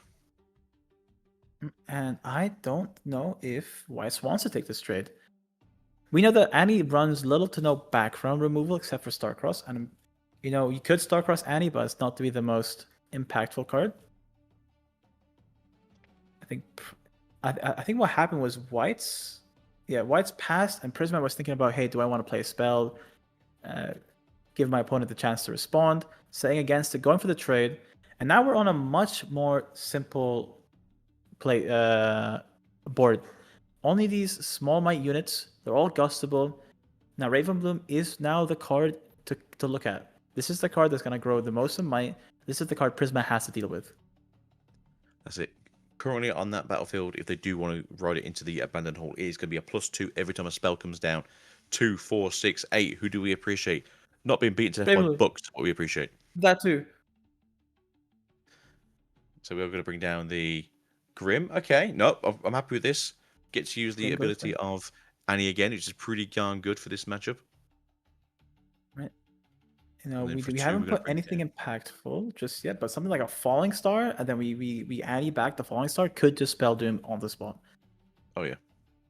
But I like this as well, just because you've got yourself a little board state. If you want to battle me, you have to come meet me on my demands. You've got to essentially waste all your runes to deal with me. On the attack, Inferno goes to 3. When you move the Traveling Merchant, you can just clean your hand up a little bit, draw a new card. 3 might from the Grim. Currently, just from what you can see here, you do have the bigger units just to deal with what they have on their side. So it is a case of how spell heavy is the hand of Wheats. Right. You also have to take into fact the incoming Rengar. This way, this card does, if allowed to, will win the matchup on its own. We have a board set up. We have 2 runes. So we can maybe hard bargain a Starcross if it comes out. This is where Prisma has to have the answer. Do we have the Falling Star? Do we have something to kill this on the turn it's played? Do we have it? So we have seen the Rengar in hand. We have seen the Four in hand. We can, if we really, really have to, build up a little base here. Again, trying to hold with Forerunner as long as you're in Starcrossed isn't the worst thing to just essentially make your opponent fight into to make 2 more 6 power units overall. And I mean, as you said, if you got the Falling Stars, use them. If you don't, make a board. I don't hate the fact that, hey, if you don't have the answer, just, we throw down this Ferris Forerunner saying, hey, come into my battlefield or Starcross me early. Either way, I don't mind it too much. I can get... Prismat is ahead on point tempo, and I think it's time for him to use it. Going in with this Traveling Merchant, thinking about it twice. See, how nice is the hand is the question. Is it not perfect, or is it still playable enough where you don't want to be losing any cards? Right. I mean, on the board right now, issue is Prismat is much worse on the defense. There's not much defensive tools aside from Longsword and Starcrossed. And when you put these units out, you put them to die, and this Rengar going away. I don't know how I feel about that. No, Kitty's gone. If there's a player who I can say, that's probably the right play, it'd be Prismat. But even I like the Rengar. We can bounce him back. He's safe from removal. He's the only card we have to just easily trades with the way. But I think Prismat's thing different lines than what we are, which is, it is Prismat at the end of the day. That works. Flash, right? And now we're actually forced into attacking on the side of whites, And Prismat, we talked about how we use bad on defense. Well, if you have Flash, you're never on the defense, which means we can just get a nice turn next turn. Annie is also get rid of the Annie. Feeling the burn maybe. Overall though, we've all heard of the insect if you play League of Legends. I might start calling this the Prismat because the amount of times you see this man double score and then flash back to hand on the same turn is becoming a choice that seems to be quite common for this man. Right, and I mean, this is the power of this card. We've seen it kind of get dropped on some other lists. Prismat just really believing in it, saying, no, this is the card that kind of pushes me into these top 8s, into these situations where I just completely give up my deck's weakness of being on the defense if I never have to defend. Exactly. So if you want to be an aggro deck all in, all out, then if you're never defending, you get to be aggro. Right. We see this a lot happening from different kind of decks. We see Victor saying, if I'm defending with a recruit. I couldn't care less. We have a lot of ways of doing that with Azir. Annie doing it with Flash and having that always up, is really good. Now, it's Whites who now goes in with the way, does not buff it up to 8, gets rid of the Gust. Now we go in with the other Ravenloom student. Go up to 4. We allow this to happen. Do we have a Flash of our own? Because I would like to see it. Ooh, double stacking. Ooh. I think that's very brave from the side of Whites. We know how oppressive this deck is on the attack. I mean, to be fair, it is a spell-heavy deck with the best spell tutoring cards available right now. Every time you play a spell, that's an extra 2 might on the field. So currently 4 into 6 into 8 into 10. We don't appreciate anything. Again, a book to the head hurts.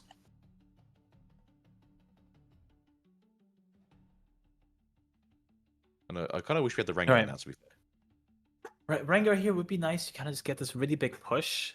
But then again, your opponent's holding how many runes? 1, 2, it was 10? Is that what you counted? 1, 2, 3. So I was counting the might bonuses for the Ravenbloom students. But yes, currently 10 open with the extra 1 from Diana if a battle happens, if a showdown starts up. So technically it's 11 runes available. Right, and that is more than Prisma has. So now it becomes a battle of, is my defensive cards better than your offensive cards?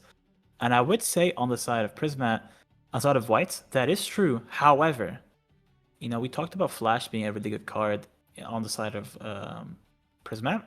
Whites can now use a defensive Flash, where if Prisma ever invests any amount of resources into these upcoming battles, you go, okay, that's cool and all. You use your cleaves, you use your long swords. I'm gonna flash everything back, and now you have to play with a way smaller hand on the opposing turns. It'd be nice to see if we have like a longsword in hand or a cleave, just so that way we can have a little bit more interaction on the battlefield. We do have a second flash. That is good to see. Obviously, you want to be at that on 2 units rather than the 1. Now we can always send this Forerunner out to die. We like getting those tokens.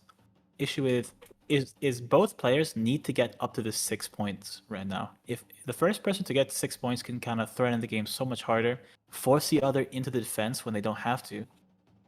And now, if Prismat gets this double conquer, his chances of winning go up. His chances of going to the semifinals go up tenfold. Issue is, there's 10 runes up, a lot of cards in White's hand, and you have to think of every single combination, and you pair it up with every single one of your combinations.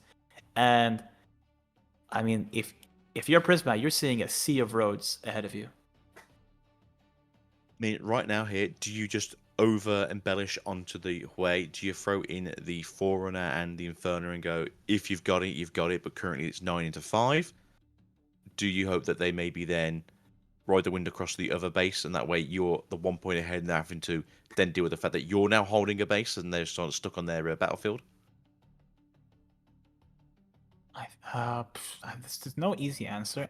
Maybe you... If you go into the Ravenbloom, right? They play one spell and you're suddenly trading. Like a simple stack deck is now a trade, which we don't really care about. A single Superfy is now is a winning defense. So you had to go with something else, going with the Traveling Merchant. This makes us slightly weak to Moonfall, because we can't just Moonfall, go for a really big push here. It is 4-8 though. It does have flash in hand, so it's not the worst trade possible. You can get something out of it at least. But again, it is a case of, hey, do you want to trade what I have, or are you actually saving up for the Hawaii to be more of a menace in the following turn? And Starcross always a possibility. I think Prismat definitely just accounting for it. Maybe saying, if you Starcross my unit, I'll Starcross yours. There's the Eclipse. Eclipse puts that down all the way up to 2, so that's 4 might versus our incoming 6 because we played a spell. We still get rid of one of these Ravenblooms. Do we have access to the longsword is the question.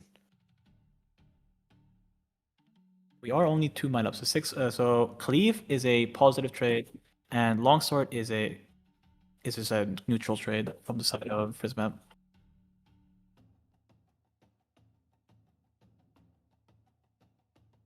Do we have a second Rengar, maybe?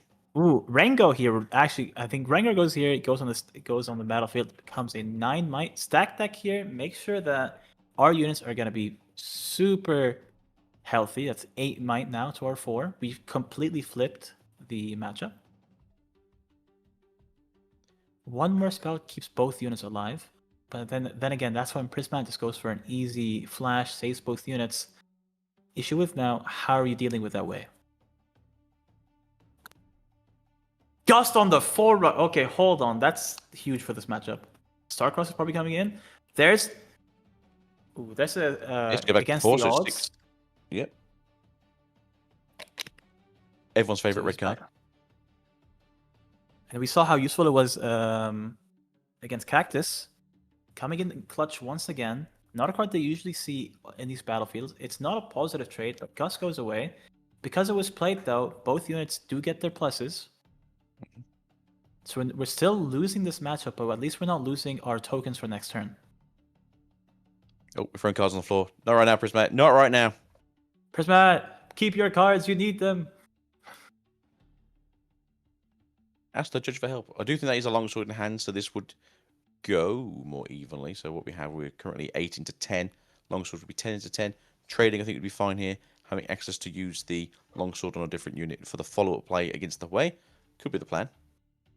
And it's this dance now between both players. How many resources can I use on this battlefield before a flash becomes too much, you know?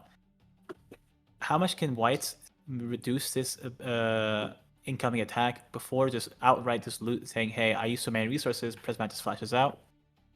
There's the Rengar. We did have the other one. Kitty's still alive. He's pouncing. It's 13 might.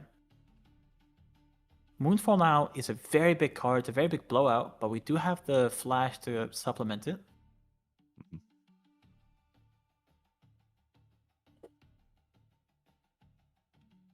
So I want to add waste, slowly but surely getting stronger and stronger in the background. Stupefy comes down. That makes it back into an even trade. It's 12 to 12, yeah. 12 to 12. Again, we're trying to force out every small bit of resources from Prismat.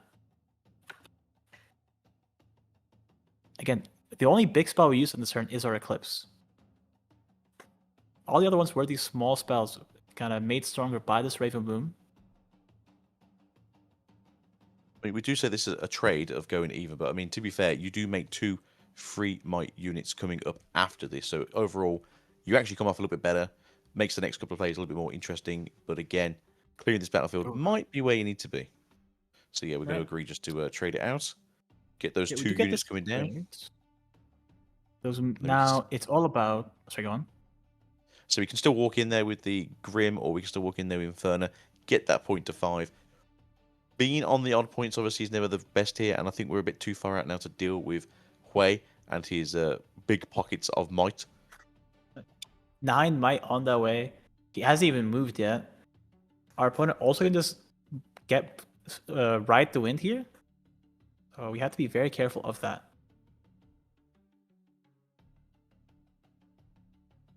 Have we got the flash in hand? Is there anything more interesting? I think the question there. But it's just worth saying, nope, I'm going to leave it be this time and then just go for as it is. Don't want to be upsetting the play, as we're currently in a good position for the follow-up play. If there is a Starcross in hand, it's only really dealing with one of the units, and 3 might is essentially your sort of baseline right now. Going in, do you have Ride the Wind, is the question. Ride the Wind is huge. We go in with a 9 might saying, no, I don't want to. I'm going up to 6. I'm going to 6 points either way the next turn, so it's not going to win me any favors. Passing the turn, now it's Prismat on the defense with 7 runes.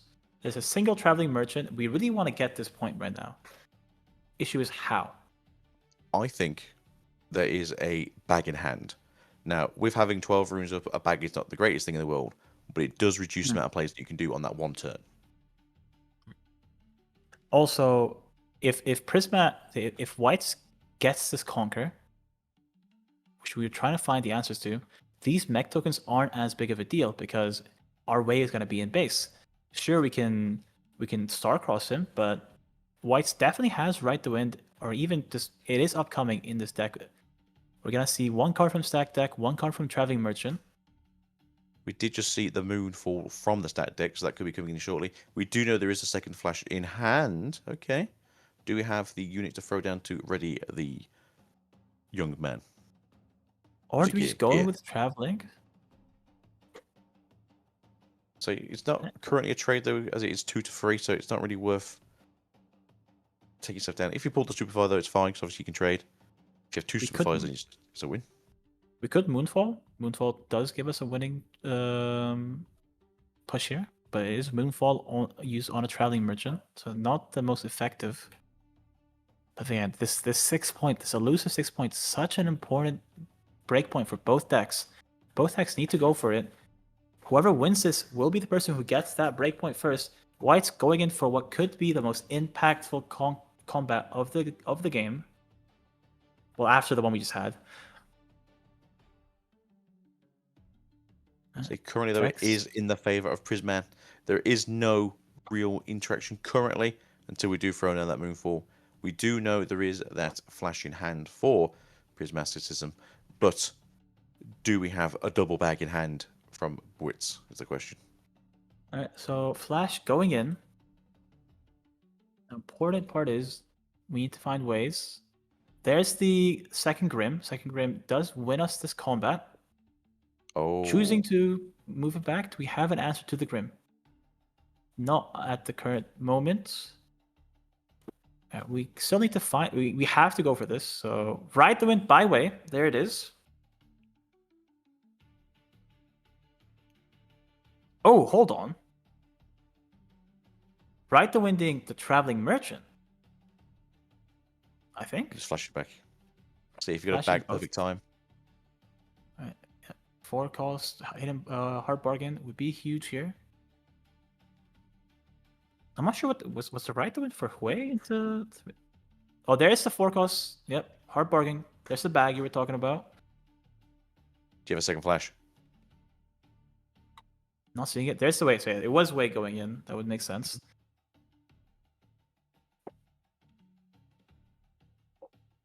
And after all is done, you can just move him back out again. So he's not exactly in the worst position to be here. He is currently taking over the battlefield as he is a 5 into the 4. Although you do get to take out the traveling merchant if you are allowed to. Right, so we're thinking about it. We still haven't done our weight trigger. Not sure what we're going to discard. If we discard a spell, you get to draw a card, but leave yourself... Oh, discarding a gear. So we have more runes. What does Prismat have? There's the Inferno. We knew it was coming. We're threatening to kill the Wei if unanswered. It's 5 into 7, so it would be a Hui takedown. Hold on, does this go through? Wei gets taken down. This is a very important part of this match. I would assume we could have kept it alive. Oh, that would make sense. Wait, even if you do have one in the back, it's not exactly the same as being one ready to go. They are all tapped out now, so it's not as though they can ride the wind in and essentially steal some points. Overall, though, right here, as you are tapped out, these do get to take both battlefields and essentially just go to 7. And now you have to essentially hope that you have the second ride the wind in the hand or draw into it. Currently, though, it is Witz's game to essentially try and steal away. Right, 1 ride the wind, all it takes to win this game. We have a Moonfall. Moonfall Ace buys us a turn. Starcross, we have Fizz. Fizz is I think that was Fizz, so we can ride the wind with Fizz. So gets a draw trigger. We can get rid of a tide turn and make that up to 8. Starcross here is the card to see. Doesn't that's the first conquer. Fizz ride the wind will be the second one.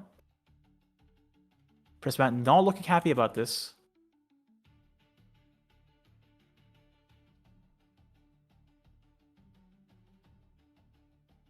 Yep, you said rather it makes no sense to do. That's it. What's our hand looking like? Do we have the answer? Has he got no. Nope. And that's Prismaticism going down to Diana. Just a wonderful, wonderful push from the side of whites. Having those double Raven Blooms on that defense was the kind of key to winning the entire matchup. Yeah, and it just steamrolled from there. We went from the 4 might to 12 might, trying to push it down. We did have the second cat, which did help, but having the first cat originally probably would have helped a little bit more overall. But again, it's not exactly a holding deck. This is meant to be more of a, I'm going to jump in, take what I want, and then leave, which didn't really go the way you wanted it to go. Right, for sure. And I feel like now, if you're the Ezreal player, you are just smiling. If that Yi also lost, you're just saying, no, bring over the playmat. I'll be taking my win. We can just get it done with now. Ye, please. Ye, please. Right, just Hold hand over the trophy. We are moments away from looking at a full blue-purple semifinals. Of course, we could probably go ahead and take a look at the standings, as I believe most decks or most matches have already finished. You know, while they're still here talking in the commentary booth themselves, let's get a little bit of look at this. Refresh the bracket. Master Yi is almost the last hope, if not. Bradican at that 85% win rate against these Dianas is going to have a field day. Wait a second. Why isn't it updated? They don't show top 4 or they don't show top 8. Let me refresh one more time. Maybe not then.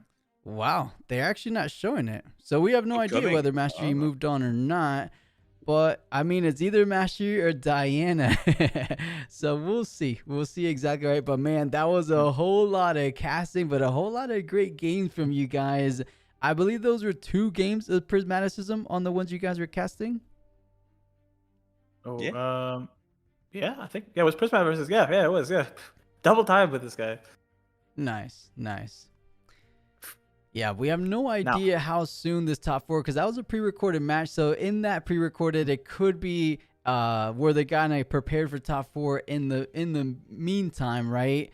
So, man, that was a whole lot of fun is what I was getting at. But Alguito and EK, you guys been casting for quite some time. I appreciate it very much. I know chat enjoyed the commentary, but I'll go ahead and let you guys do your sign-offs as I go ahead and make a little preparations to bring our last set of casters to close out the Hartford Regional for the semis and the grand finals.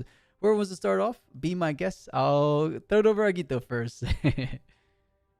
Hi, it's me, Agito. You either like me or you don't. Have fun, everyone. This was great. It's nice to work with Iko. We don't get to work together too often, and hopefully you remembered me this time.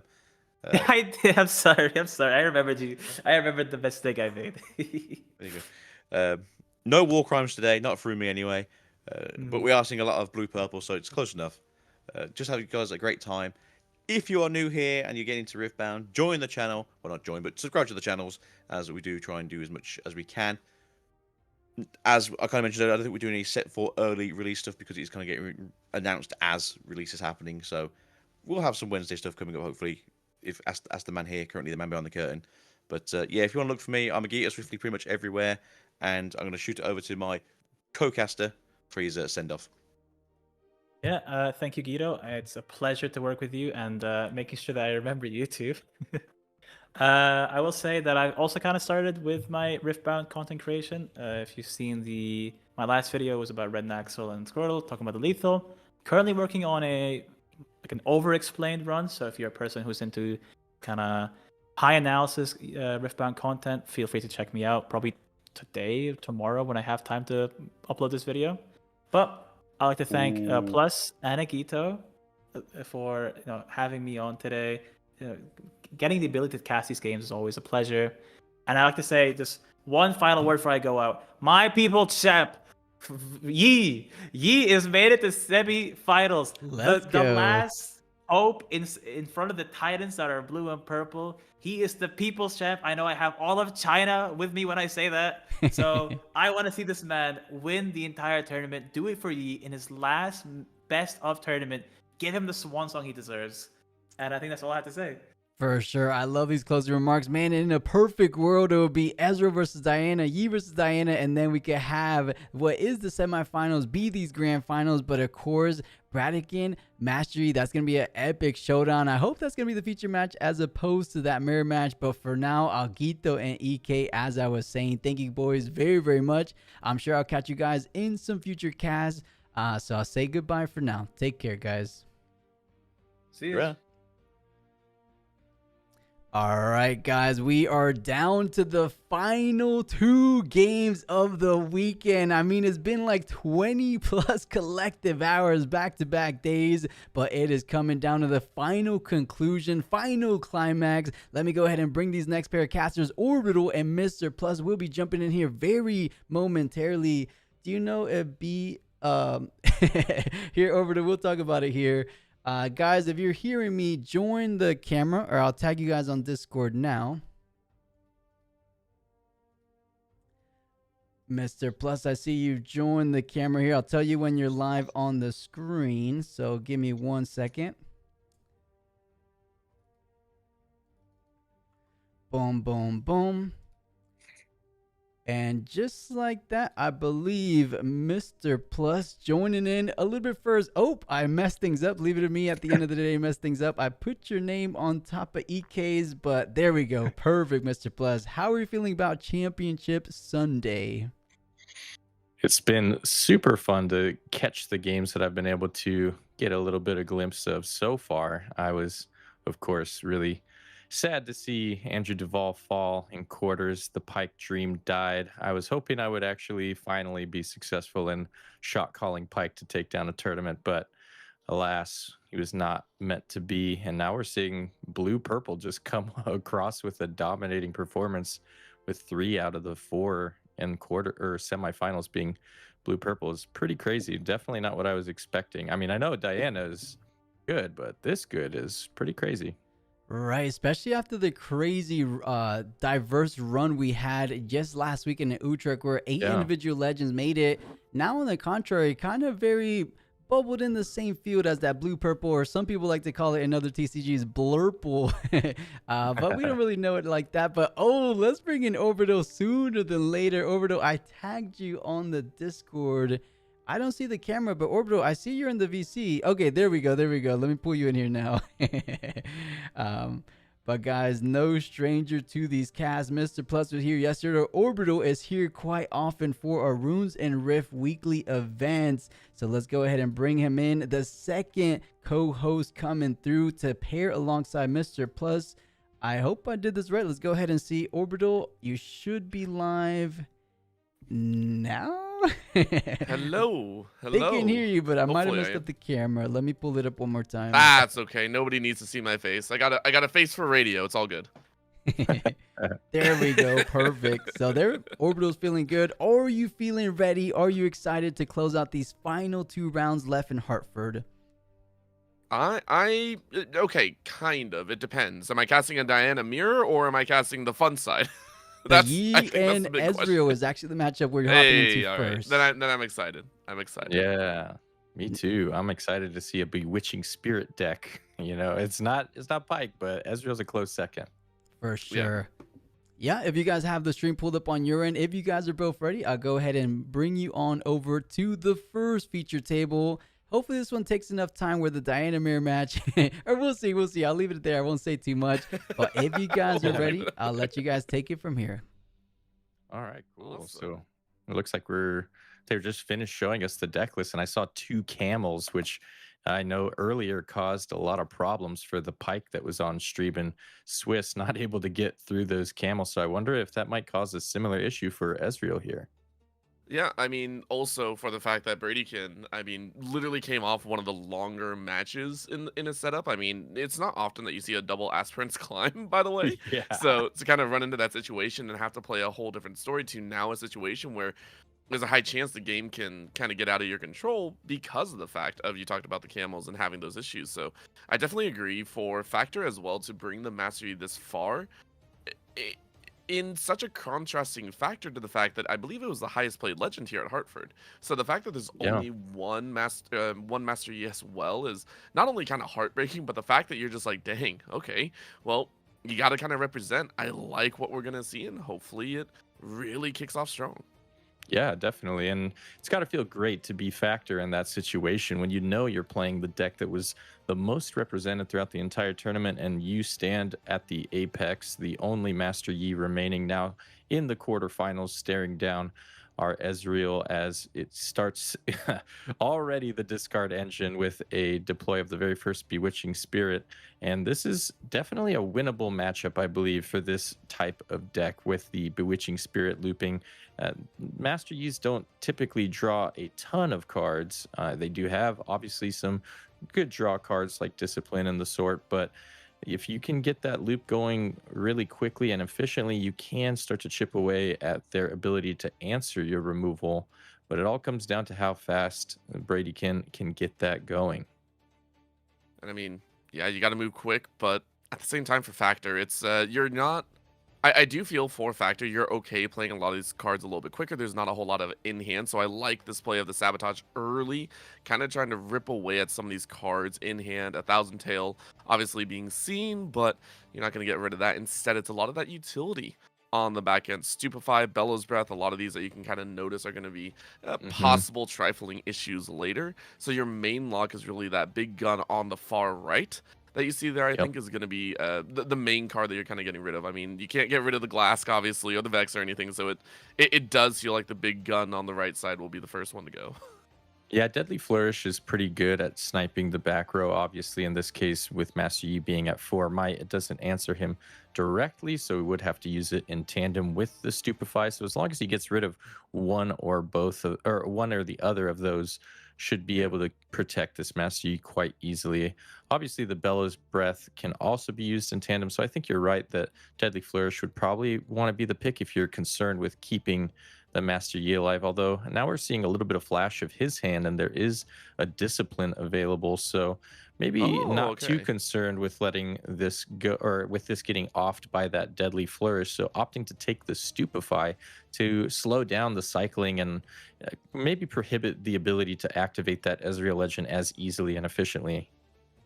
I mean, I kind of get it as well. We talked about literally both the Bellows and the Deadly Flourish both can activate, but it has to be worked off the Stupefy, right? So take out that key card. Just be like, no, we're not dealing with that today. So I agree with that.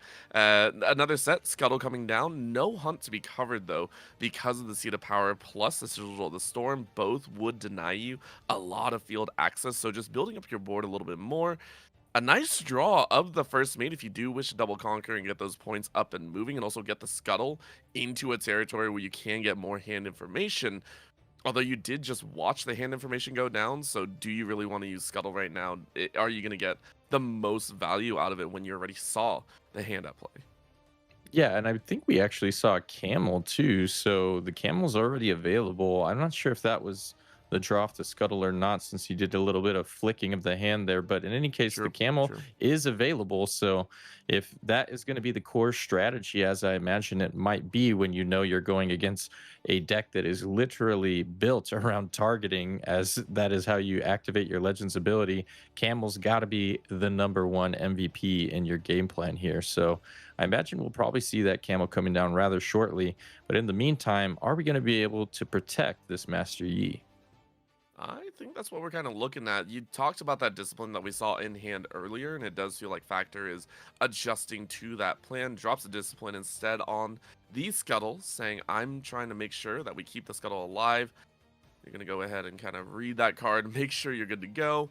It is at 1 damage down, but you had 2 might, so it is a little bit more alive. It isn't defending or attacking or anything of the sort, so no extra buff behind. It is sitting at basically 1 HP is that poor Scuttle. Yeah. Scuttle living longer than most other Scuttles that we've seen before, and out comes the list that we've seen as well. List gonna snipe that Scuttle down and trigger another look at the hand. Obviously, we already got to peek at it before with the Sabotage and see if we gain any new information. Looks more or less the same. We see same Deadly Flourish, the Thousand Tail Watcher. The list was already seen as it just came down. And then I think the only new card that we really saw there was that Gust. So not crazy impactful on the Scuttle's effect, but in any case, it was enough to get our Ezreal to proc and draw an additional card, which is going to be very paramount for Ezreal to be able to have enough fuel to get across this Camel when it does eventually come down. I like it. Good job by Bradykin to go ahead and clear the board. We mentioned before that, hey, yep, this is going to be a really quick start. This is going to be that board clear ability, and Factor kind of recognized that as well. So an unfortunate situation where you're back to basically square one, but Bradykin already on step number 4 had the Ezreal in play along with that Bewitching Spirit, and the Bewitching Spirit, instead of getting bounced and now being used to capture and conquer some of these battlefields, moved into a 2-1 position. And again, for Factor, you got to kind of build up. You do have what looks to be a little extra piece with that orange Rengar. We love this jump forward, a quick ambush onto a blank battlefield, an open battlefield on your end, at least played into the Ezreal, saying, let's see if we can get some advantage. Not a whole lot available, but the Gust to keep the Ezreal alive, I believe, and just saying, okay, we got to be a little bit safer on that one. Yeah, I actually enjoy the utilization of Gust in this way as this kind of early game removal, early game stifling of aggression against certain decks where you just bounce those 2 drops in the early game. But then in certain situations like this, you actually end up using it to save your own unit and use it as a weaker version of retreat, since you don't get that ramp. But it's still a protection nonetheless. So Ezreal gets to go back to hand. And we've seen across Bradykin's games so far today how impactful that Ezreal is at being able to continually filter through the deck as he can loop it with the Pack of Wonders and repeatedly get that discard draw 2 effect. As Fiora, the Peerless, is going to come down, the 1v1 champ herself. This is the orange Fiora unit from Spirit Forge that says, when I attack or defend one-on-one, double my might this combat. So you're going to be able to come across and deal with any solo defending unit rather easily, and then be kind of a tricky unit to get over herself, outside of course, the hard removal that Ezreal more than likely has. Yeah, I mean, locked in together. I also don't know. You might have to let me know about this one. When it doubles the might, does it double after the Wuju Bladesman effect comes in? when you're on a battlefield? Yes, I believe that because Wuju Bladesman is a static effect, not a triggered effect. I think it says while it's defending alone. So as long while it's defending alone, it should be at 5. So that should happen before the trigger of the Fiora. I might be wrong about that, but I believe that is how it works. So it should be a 10-10 in that Yeah, case that's what I was when about it's to say. It defending can get- alone in a one-on-one. You can see So why it works, right? yeah. Definitely time something to be afraid of, especially in tandem with some of those buffs that Master Yi's known to play too. You don't want to see the punch first come down and have to deal with a 2020. Don't say that. I will go cry in a corner at that point. I just feel like, nah, I'm good. Listen. It's Irelia. It's like a flash of PTSD Irelia at that point. Just like, where did you get that from, bro? I'm not dealing with that today. Yeah, now the Vex apathetic being established in base, so Bradykin just getting a board presence established, a healthy board with the Bewitching Spirit, Ezreal, and Vex all in base, going to be able to start to come in with a counter push and deter any future ambushes from additional copies of that Rengar Trophy Hunter. And also just wondering if you are going to start bouncing any of these cards. I like that factor, by the way. These units are almost as mighty as his hair. The hair just propped up, ready to go for battle. But this dude is also just primed and ready. We heard, I believe, a little short interview earlier talking to Factor, seeing them get ready for their matches and heading into this next, into these semifinals. You kind of recognize that, yeah, you're up against one of the favorites. Obviously, Bradykin coming in here as the undefeated from day 1 and 2. Really set for battle. So for Factor, this is also kind of, I want to say, a test of themselves, being able to pressure in with the Master. You kind of represent all at the top, and you recognize if you win, you're going up against the Diana at the end of the day. So good coverage for Factor, covering both battlefields, recognizing Sizzle of the Storm, not exactly favorable in the rune position, but you're not too worried about that. You're just trying to get that defensive, getting that defender tag on the Fiora. Yeah, and the Gust coming down for Bradykin, the last rune available, going to attempt to Gust this Fiora, but there is an On Guard in hand, so can respawn with the On Guard and bump this up to 5 and make that Gust fail to go through. Contemplating that now, maybe deciding whether or not they value having the On Guard for a more crucial situation, but instead is going to elect to deploy the On Guard. So keeping this Fiora at that battlefield, will be able to come across with the Conquer. Should score us up to 4, which is exactly where we want to be on that even point threshold. Now will we see the camel finally come down, and now contemplating whether or not we want to move back the Rengar as well. I imagine you might have wanted to deploy the Ruin Runner to the battlefield if you were going to do that. I think you always want to have something to force the Ezreal to walk over, especially with your Master Yi effect, but maybe valuing the ability to just come in with big numbers next turn with the Rengar and the Ruin Runner together. I could definitely see that. I do wonder if you are just also very hesitant about some of the other might swing positions.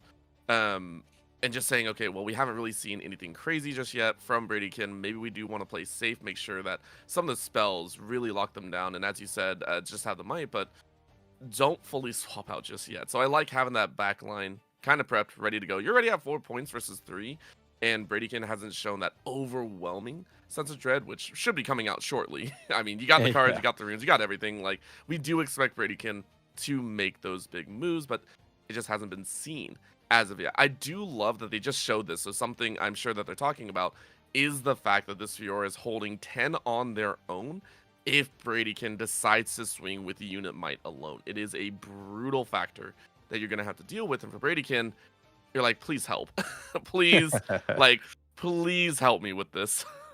Yeah, the other thing that we want to is worth mentioning here is that by moving back the Rengar, that does open the possibility to conquer that battlefield once again, and this battlefield is the seat of power, so giving us the ability to gain another draw should we be able to conquer both battlefields, or perhaps even hold this one with this Fiora, which does seem like quite a tall order. I think there are quite a few ways to slice it in Bradykin's favor to be able to remove this unit from the board, as we see the Bellows Breath repeated coming down first. Yep. And now we're going to Pack of Wonders our list back, redeploy it, and then utilize the list to finish off this Fiora. So made quick work of this unit. Didn't get to see that big 10-10 1v1 champ on display, but still got its value, I think, all things considered, for Factor. Oh yeah, I would say when you force the second Bellows to come out and to be used only on you on a repeat value, I think that's great. I think that's an amazing value set, and you just burn that, which now means you can kind of count off in your head, well, some of my bigger might units are going to be safe. That list has to be redrawn, safely brought back, which it will. Obviously, Pack of Wonders more than able to kind of draw it back again. But now those removal attempts won't be able to really target the Rengar unless it's in hand right away. So we saw the Gust earlier. It is a way to remove that Rengar, but this Camel will be having a lot of fun here at the end. Looking into the eyes, though, we are at 4-4. Big turn for Factor here, if you so wish. Rengar held and ready to play here. Let's see what you decide to do for Factor. Yeah, Rengar getting bounced back by that Starcross. So that's a Starcross in the bin, ready and waiting for a Fizz to come down and replay it in the future. But now, Surprise Defender, 8-8 Rengar at the ready should he need it. And another copy of Camel in hand. And I believe when we looked at that list at the start of this round, it is 2 copies in the main. So this will be the second and final copy. But that might be all you need in this type of matchup. If you can get both of these established and get a good hold down with these Camels, and then just leave all your runes up for defense for your buff spells, you're sitting pretty, I think, for Factor here. Currently, though, not a lot of buff spells in hand. It's very minion dense. It looks like we have Pit Rookie, First Mate, Camel, Rengar, and then just the one punch first. So needs a little bit more reinforcements if you want to keep this Camel alive. Poor Camel needs some more water. It's been a couple days. What is it? Is it 3 days or what? It's longer, right? Like, I don't know. Yeah, it's like some crazy long time that I can't even remember. I'm saying like days. We should be talking about weeks for how long this camel can survive. I'm like, I need to brush up on my on all my animals out there. There it is. Another pack runner being laid down. Question 4 Factor. Do you wish to ready this immediately? Cover 2, push to 6, and then force a confrontation with Brady in a situation where you need a might battle to overcome these two? You could, but that would leave you very few runes to actively be aggressive at the end. And that, I think, is the big question at the end of the day. You would still be able to play, like you talked about, that punch first that has been in the backlines the entire time. But no, it's going to be the Pit Rookie. Instead, get a little bit extra on the buffing power. Make sure it's sitting at a 6, which would put it at an 8 next time it swings on its own. Yeah, and we do go ahead and... I do apologize. Yeah, you're good. We have the Pit Rookie coming down, like you said. Actually, instead of that First Mate, we had the option to go in for the Double Conquer, like you mentioned, or alternatively bring that Ruin Runner from the Seat of Power back, and instead elected to drop the Pit Rookie to leave that one rune open in case of emergency, break glass, and deploy the punch first. So now we're sitting a little bit more comfortable at this Seat of Power, knowing that this Rune Runner is going to defend for 7, plus that punch first up to 12, and only presenting 7 might on the attack currently with these 2 units on board. And this is where you start to see the power of Rune Runner, because most of this deck cannot answer it, but here comes the one card that can. It's the Thousand Tail Watcher, which, if I recall correctly, was a 1 of in the main board for this Ezreal list. And now coming across with the Ezreal is going to present 10 might. And after the -3 effect, we are sitting at 4 for this Ruin Runner. So 10-4 is going to be a tall order to get over. Even for a punch first, that'll only bring us up to 9. So played perfectly to his outs. Bradykin has really been on the ball all day. Yep. Very, very nicely done. And the question is of course, are you going to try and threaten? Are you going to try and remove any of those big units? Obviously, doing this here would be a little bit interesting. Maybe the thought is, hey, I can swing later when the effect wears off for that heavy purchase, but you're still 1 turn behind. You're only sitting on 5. Bradykin with 3 runes up, does threaten some extra on the back end if you have that ability to also pump a little. I don't think there's too many in that favor, so I don't think you're overly worried in that respect, but still, it's 4 factor. Do you wish to commit at this turn to save this single runner, or do you wait till a little bit later? Yeah, right now, punch first is the only thing we have available that will bring us Which only up still to wouldn't clear, 9, right? so is not Yeah. enough to survive. So this camel is not going to be sticking around. However, could elect to deploy it simply to remove the Thousand Tail Watcher, which may seem like a waste of a punch first, but yeah, also have to consider that that Pack of Wonders is there, and being that Thousand Tail Watcher is probably the best answer that Bradykin has to the Ruin Runner, it might be worth packing the Thousand Tail Watcher back to hand after this Conquer, just so that you can reutilize it again to answer that second and final Ruin Runner. And it looks like we determined that paying the punch first was not going to be worth it. And now we'll see if Bradykin does value bringing the Thousand Tail Watcher back to hand with that pack, as we look to maybe move in our Vex here for the double Conquer and set us up for lethal in the following turn. I do wonder for Factor as well, if you're wondering, well, that Watcher is such an expensive cost at the end as well, so maybe if they bounce it back to hand, it would be too much of a heavy cost to do yet again to be able to kind of convert over the top of you need more units out or anything like that. But I like this coverage with the Vex behind, so instead of even drawing it back just yet, you are looking to force the hand. There's the Bewitching Spirit. I said there weren't too many threats. Well, threats to the tabled units, no. In the hand, very much still a threat. And with that Pack of Wonders now, it's going to be sitting with a Bewitching, and you're going to have to toss out that first mate. Bye-bye from the unit on hand. And you are going to tap, bring back that list instead. So some of the units that we normally see taken back to hand, relieved and happy that they get to stay put for a moment, catch their breath. But the list will be coming out next turn. Let's see if Factor has anything to overcome what I believe is 11 might on that Seat of Power. Yeah, interesting from Bradykin, thinking that he is capable of just getting this hold across with these 2 units here.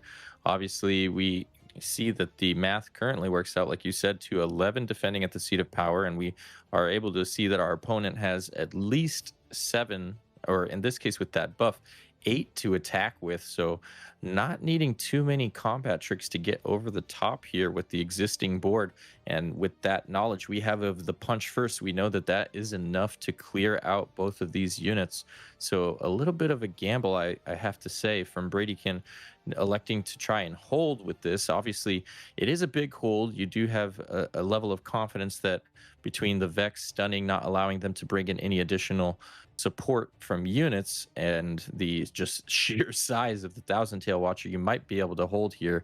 But I think this might turn out poorly if Factor does go ahead and deploy the punch first and come over the top of these 2 units at the Seat of Power.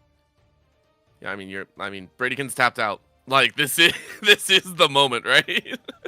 Yeah. It's like, if I'm going to do anything, I got to do it now, and I got to hit hard. And you recognize this window of opportunity, so send it. Come on, Factor in the knowledge. Factor in all the moves. I know you got this division in hand. Is it division? Nope, I lost it. I didn't pass a lot of my math classes. I'm so sorry, everyone. Let's see if you can rise above, knock out this 11, and push this Master Yi to a game 1 victory. Obviously, you're not winning this turn, but clearing that Watcher would be an amazing status for yourself. Yeah, and the Watcher would need to actually, no, you would need the Pit Rookie and the Ruin Runner here to take out the Watcher and the Vex. Did draw a challenge off that Scuttle Crab, so challenge is available also. I'm not sure that we need it necessarily currently, but if we want to take out the Spirit, we could do all of that in one fell swoop this turn by bringing in the Camel. But the other issue is that the Camel only goes up to 11 exactly, so it would trade away. You would clear out the board, but that would be your final Camel going to the bin. And I think that's probably what's giving Factor some pause here, is he really wants to keep this unit alive and kind of ride it to victory. and trying to figure out if there's a way to do so currently, as without utilizing that camo plus punch first, I don't think he has another way to get over this battlefield. Still tanking it a little bit. I do still see that we have the Rengar, but obviously that unit would be stunned. Could elect to maybe utilize Rengar plus challenge, but I think any way you slice it, he's in a little bit more of a pickle than we initially thought here. That makes me really sad to hear. I was like, yeah, I agree with you. I'm looking down at the cards now, and you're just like, oh, there's a question. Tap 2. Holding on for dear life here. It is going to be a challenge. Swing 1 for the Vex. Clear the Vex. Damage stays. Yeah. So two might remaining on the camel then. I mean, you could swing and hold. I mean, or not hold. I guess you would Oh, here we go. The pit rookie comes in, utilizes the punch first. It'll be a 7-7 trade. Willing to off the pit rookie to clear it out and then throw in the Ruin Runner. Unless, okay, going to Sigil of the Storm. we're both like, hold up. He wants to get the cleanup from that showdown to remove the damage from that camel. So camel sitting healthily back at 6-6, and now with Vex off the board, can ambush our Rengar in. It looks like that's what we're going to be doing, and then on top of ambushing the Rengar in, we're going to, I guess, punch first it from there. Nope, changing our mind to just deciding to this is why we don't predict what players do, man. This is why we try not to predict, because they know better than us. It is going to be the Rengar. Okay, there were 3 lines, and they chose line 1 instead of our line 2. That's fair. That's fair. Yeah, Factor doing a little bit of ankle breaking on us as casters here. Keeps going back and forth on which line he wants to take, trying to trip us up. But in any case, he does get there with the Rengar plus punch first. Able to go up to 7 points and has still 1 rune and 1 card up. So feigning the possibility of another punch first, but that is all it took for Factor to come away with game number 1 in this semifinals against Bradykin. And I give a lot of credit. So the reason that scoop happened at the very end is Bradykin might have had some options, which we, recognizing might wait alone is heavy. So that was already, hurdle number 1. Hurdle number 2 is you had the Scuttle plus an extra in the back already primed for Factor to go for another double conquer swing, right? So in that situation, double hurdles are just way too painful to deal with. Bradykin scoops, Factor comes away with game number 1, and looking at game number 2, interested to see where they go. Really well done by Factor, though, getting over the Watcher and Vex situation. It looked scary at the time, but not only was able to clear, but also force pressure down on Bradykin's side. Very well done. Yeah, well played by both sides here, and I think I'm just curious to know, or I'd have to go back and rewatch it and see how and kind of goldfish it out and see what could have happened. But I wonder if there was ever a world where utilizing that Pack of Wonders on the Thousand Tail Watcher was the correct line, and just acknowledging that they're not really a hold deck. They're not able to get those holds like they really want to in that scenario.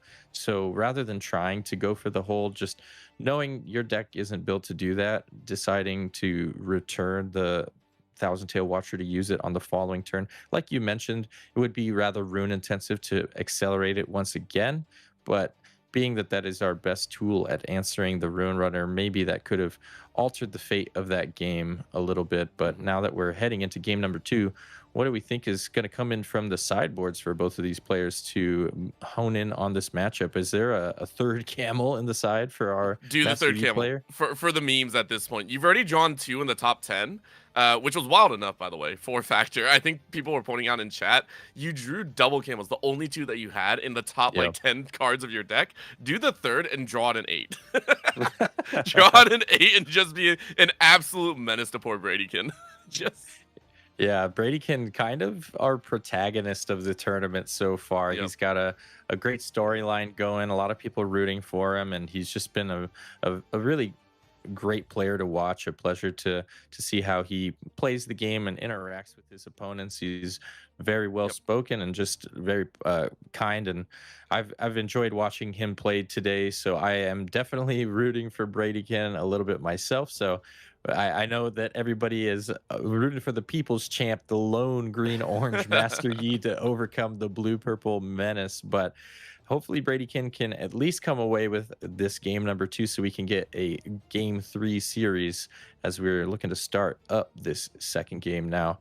I wonder what the battlefield selection will be in game 2.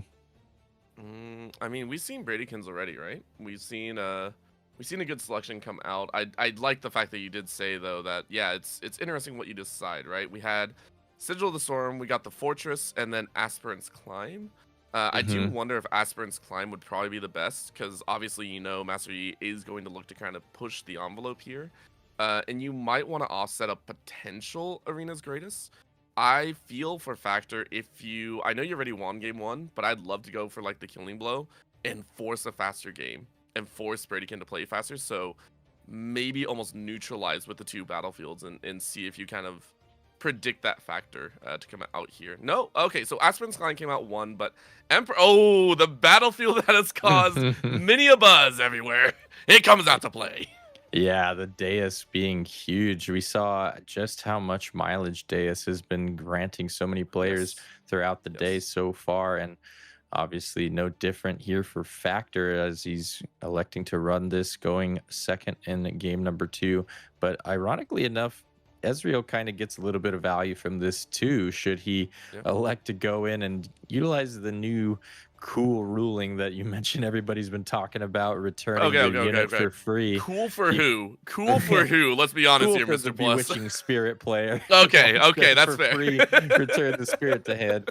As we see, turn 1 is actually nothing coming down for Bradykin. An unfortunate start to this game number 2. No turn 1 play, but is going to start off turn number 2 with a Stupefy into Bellows Breath. This has to feel like the most egregious waste of resources to utilize these on a Scuttle Crab, but it is going to afford us a draw off of the Ezreal. So just trying to dig a little bit deeper into the deck after whiffing a turn 1 play, and now we're seeing a Kha'Zix from the sideboard coming in, which is really cool to see. That Thousand Tail Watcher as well, a Gust Stupefy, and I didn't quite catch the final card. Off the top of my head, I would not be able to tell you either. I was not looking at the far was treasure end. trove. Oh, there it is. All right, that's the one we didn't call. That's perfect. Thank you very much, Bradykin. You heard our issues on our side. So Treasure Trove comes out, able to give a little extra once it leaves the board. You are hoping for the Pack of Wonders to come down later, but net 0 for Factor in this situation does not feel good for a Master Yi. You do wish you had that Scuttle to at least earn a point, especially in a 9-point game, being set behind even further. And there's the push of the Master Yi, which even back in game number 1 did not have that much value. Yeah, and you're always a little bit trepidatious about doing this. So against a heavy removal deck like Ezreal, you play down your Master Yi and just hope that it isn't going to get sniped away with something like that Deadly Flourish plus a Stupefy or something like that. And luckily got away with it scot-free, as it was just a Vex Apathetic deployed for Bradykin, and now a pass back over to Factor, who is going to move up our Master Yi Chosen Champion unit to get the first point of the game, just deciding which battlefield he wants to go to. Do you wish to spawn a Sand Soldier? Check here for yes. Check here for no. I'm sorry, just the discourse around that battlefield was so weird to watch, man. I just can't get it out of my brain. It dominated my feed. It dominated my social feed for far too long, and I was just like, that's crazy. It is going to be over to the Emperors, though, and saying, okay, let's go ahead and push a little bit on that side. You are going to utilize the full effect. Thank you very much. And a Sand Soldier comes on out. Happy days. Welcome to the battlefield, my friend. And actually, tracking the XP here, I was just thinking whether or not the XP is ever relevant for our Proving Grounds Master Yi, the Wuju Bladesman, as you know, this is obviously a mechanic that was centered around our Unleashed Master Yi, the Wuju Master, but it still can be relevant if you are able to creep up to that 6 XP. Now all of a sudden that orange chosen champion Master Yi does gain deflected ganking, which is nothing to scoff at, but we did elect to instead just get that MVP on the board already. Ruin Runner is down and ready to play. I still can't believe he pulls that so early. Like, I can't do that when I'm trying to Bella's Beth Imperial Decree. Like, I can't even pull that stuff. I play Victor. I play 3 of each. Like, come on, man. You're drawing this off top deck all day long. Yeah, the second in hand, it's so free for you. Like, I need his luck. Yeah. I need Factor's luck all day long. That is ridiculous. Like, Factor, why don't you just play a Stellacorn Herder and draw that every game? It's like, geez, dude. Come If you have on. that kind of consistency, you might as well. Yeah, it's brutal, but such a reliable tactic for Factor, who obviously is here representing the Master Yi's, as we said, and is looking to try and power through in a 2-0 fashion. Ezreal, though, for Bradykin, being populated onto the base, making sure to try and build up their own backline access for kind of these, I would say, larger loops than we saw before as well. We've seen Bradykin do this very well in previous matches. Let's see if he can do it once more. He's kind of in a tricky spot once again, as he does get the Ezreal plus Vex set up in base, but now going over to Factor's turn, we are looking at 9 runes, and Rune Runner is able to easily come across and get us a conquer on one of these battlefields, and from there should have a pretty easy time holding with that massive hand, which seems to contain quite a bit of answers as well. I see at least 1 discipline and 1 punch first, another camel, chosen champion. Looks like maybe 2 Zanya's hourglasses in hand as well. Oh my god. So much redundancy to keep this camel alive. And now we're playing Protect the Camel in this game number 2 of the semifinals for Factor, as this card is the bane of our spell-slinging Ezreal's existence. Yeah, that's crazy to actually see in there. That is, I'd never heard of a Protect the Camel comp. That's actually pretty impressive, but it's true. And having those Zanyas, those double Zanyas, means that Bradykin, if you're not ready for it, which, again, in this situation, you see the camel again, you're just like, okay. Well, you see the double, and you're like, okay. Even Bradykin's laughing. Bradykin is laughing in a situation like, there is no way you did this on turn 5, bro. Like, are you out of your mind with the amount of luck? And bring in the Poro, the lonely Poro, the one on the stump. Sad days, but so good. And our glorious overnumbered art as well. The beautiful Christmas lonely Poro. Poor little guy just sitting on that stump while all those other Poros are having a great, jolly Christmas. And the hide over at the Asper's Climb is more than likely going to be that Zanya's Hourglass. So even if Bradykin is able to piece together a way to come over the top of this Ruin Runner, it'll just be sent right back to base to come back again the next turn. So really putting Bradykin through the blender here. Factor has really gotten things coming up his way this game number 2. And I feel like for everyone that watched the stream earlier, when we watched that the top 8, I do apologize, and we watched Bradykin play a 10-point game, you got to see so much cycling, and there were a lot of people going, well, dang, the Ezreal is so powerful. Well, now you see the opposite side of it, where you're being pressured into this position of, I have to play as quickly to remove these units, and these might be like suboptimal positions, even if you're dumping the hand a little bit, which we see here with the Bewitching Spirit to be tossed, but not before a card, card is shown, and then you toss the Master Yi out, which, again, Master Yi not a big factor in the winning game 1, but Bradykin being pressured into this position of, okay, I have the cards, but I can't hold as long as I wish. I do need to apply the pressure as fast as possible and look to shut down Factor quickly. Yeah, I think he's more or less just trying to piece together a big enough board set up to push in with that 1,000-tail Watcher, but the more time you give Factor to set up and acquire more defensive pieces, as we see that second Zanya's Hourglass in hand, the more difficult it will be to overcome both of these Ruin Runners. And I really got to feel for Bradykin here, as it just is so daunting to have to deal with these Ruin Runners as a spell slinging deck. And now the Zanya's Hourglass being deployed. Ruin Runner going to come over into the Emperor's Dais, score us another point. Up to 4. We are playing to 9, however, so kind of on that even threshold, but we want to be on an odd threshold this game. But all things considered, not really too concerned with that, as we actually elect to return the Ruin Runner back to hand and then redeploy it to Yes, base. sir. Just playing as safely as possible. Factor is not going to get these camels or let these camels go down easily. However, this does open the window for the Zanyas to just be wasted on a Sand Soldier, which I find a little bit questionable. It could, but at the same time, just keeping the board alive. I will say it's also leaving a large opportunity for Bradykin to get even more chances at denying that hand if you want to toss that Bewitching Spirit further down. So, I mean, a silver lining, right, for Bradykin, who at this point hasn't been able to remove these 2 Rune Runners. A lot of runes up, though. So you're looking at 10, tosses 1, drops 1 in the back, and you are going to go ahead and Bellows a Breath the Sand Soldier once more. A peek at the cards for Factor. Do you truly wish to be that big of an annoyance? Are you going to do it? Please do it. Please do this right now and just force Bradykin to have to fight. You are going to do it. Yes, you're going to force Bradykin to fight over a lonely Sand Soldier.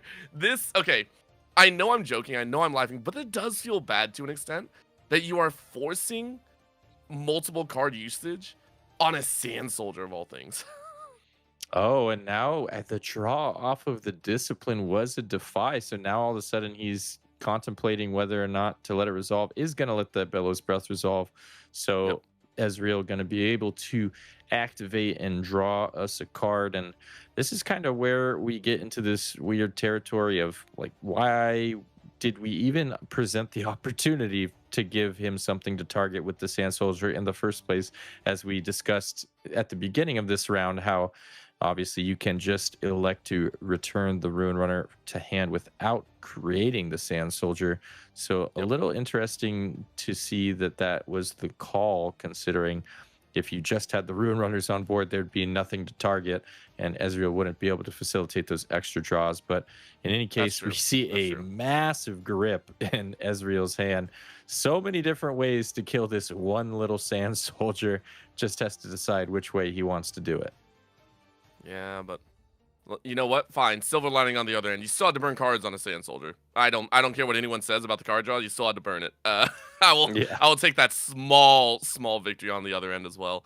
Eyes out, though, as you said, it is a massive hand for Bradykin. And we know in Ezreal, if you're able to get the hand rolling, the 4-point difference doesn't truly matter. You are able to continue to just be a frightful pain in the backside. Another Stupefy drops, get another card draw, bring it to your hand, and now you got about 5 runes up and available. The other idea is if you wish to swing on in, you absolutely can, and you will.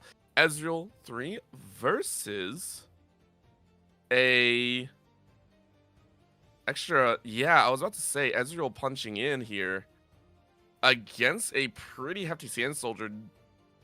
Bradykin has to have an answer, right? You didn't forget about you're just offering a trade. Well, it ain't going to be a trade at the end of... Oh, wait, it will because of the HP difference, but... Yeah. It will be. Okay, interesting. Yeah, so the trade because of the Bellows Breath, which I guess Bradykin was okay with, just wanting to get rid of the Zanyas, I suppose. Interesting use of our Ezreal to do so. But now we're seeing the Bewitching Spirit move into the Aspirant's Climb, and after that second Pack of Wonders was deployed, we are going to return it back to hand and then redeploy it to base, which will buy an On Guard out of the hand of Factor. But Factor has to be feeling pretty good control of this game with double Runa Runner on board and all of their runes at the ready. Despite the big hand that Ezreal has, a lot of those cards do nothing against the Rune Runner. Yeah. That's the other side. It's just like, they're nice to look at, but in this situation, it is Bradykin's almost worst nightmare, because I know we've seen the Mind Splitter be played before, which is another hefty, and as we saw the Thousand Tail Watcher before, a lot of options in the weight department, but those are far and few between. I think we're looking at maybe one-ofs I don't remember when I was taking a look before. I think it was pretty low. 2 was what Bradykin had before, but I mean, have you drawn them though? Do you have Factor's luck in drawing these mighty pieces? Well, that's a big question. You are going to take a look though, and big eyes out for a Sand Soldier swing on its own, forcing another defensive position, pushing Factor up to 5, and then we've seen this possible loop once again. Rune Runner over to Emperors. Drop it back to your hand for a quick Sand Soldier once more, replay it towards your base, and you got a pretty much, you know, very safe haven play. Easy setup. And you spawn yet another token drop. These 4 Might Sand Soldiers on the defensive are a pain in the backside.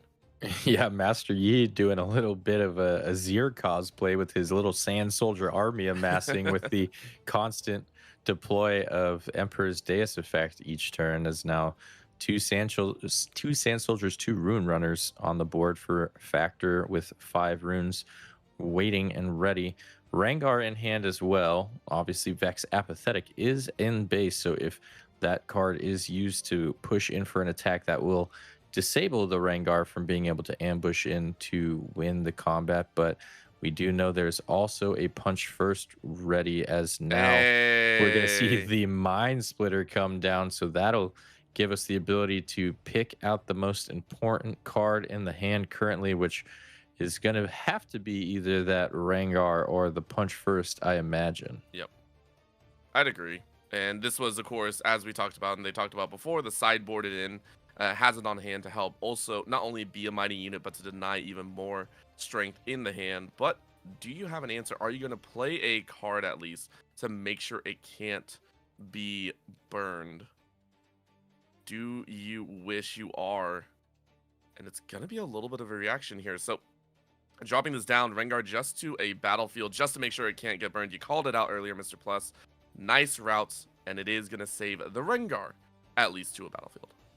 And this obviously plays around that Vex Apathetic stun as well. So now we have that Rengar available to defend, turning off the Master Yi effect at the Emperor's Deus, but still defending for 8 regardless. And now looking at this hand with Double Defy, Punch First, and Zanya's, you got to wonder what he values as the pick here. I imagine it would be the Punch First, and it looks like that will be the call. As Punch First heads to the trash, we're left with just a Zanya's and 2 Defies. We are tapped out, so no Defies coming out this turn. And Zanya's obviously not going to be very useful at the current junction either. So it's really on Bradykin now to determine the best way to proceed here, as it will just be another Vex Apathetic play to base and pass, which will give Factor the hold up to 8, putting him 1 point away from going to the grand finals. As Bradykin is sitting at only 1 point, he has an aspirant's climb of his own to make if he wants to get out of this game alive and send us to a game 3. The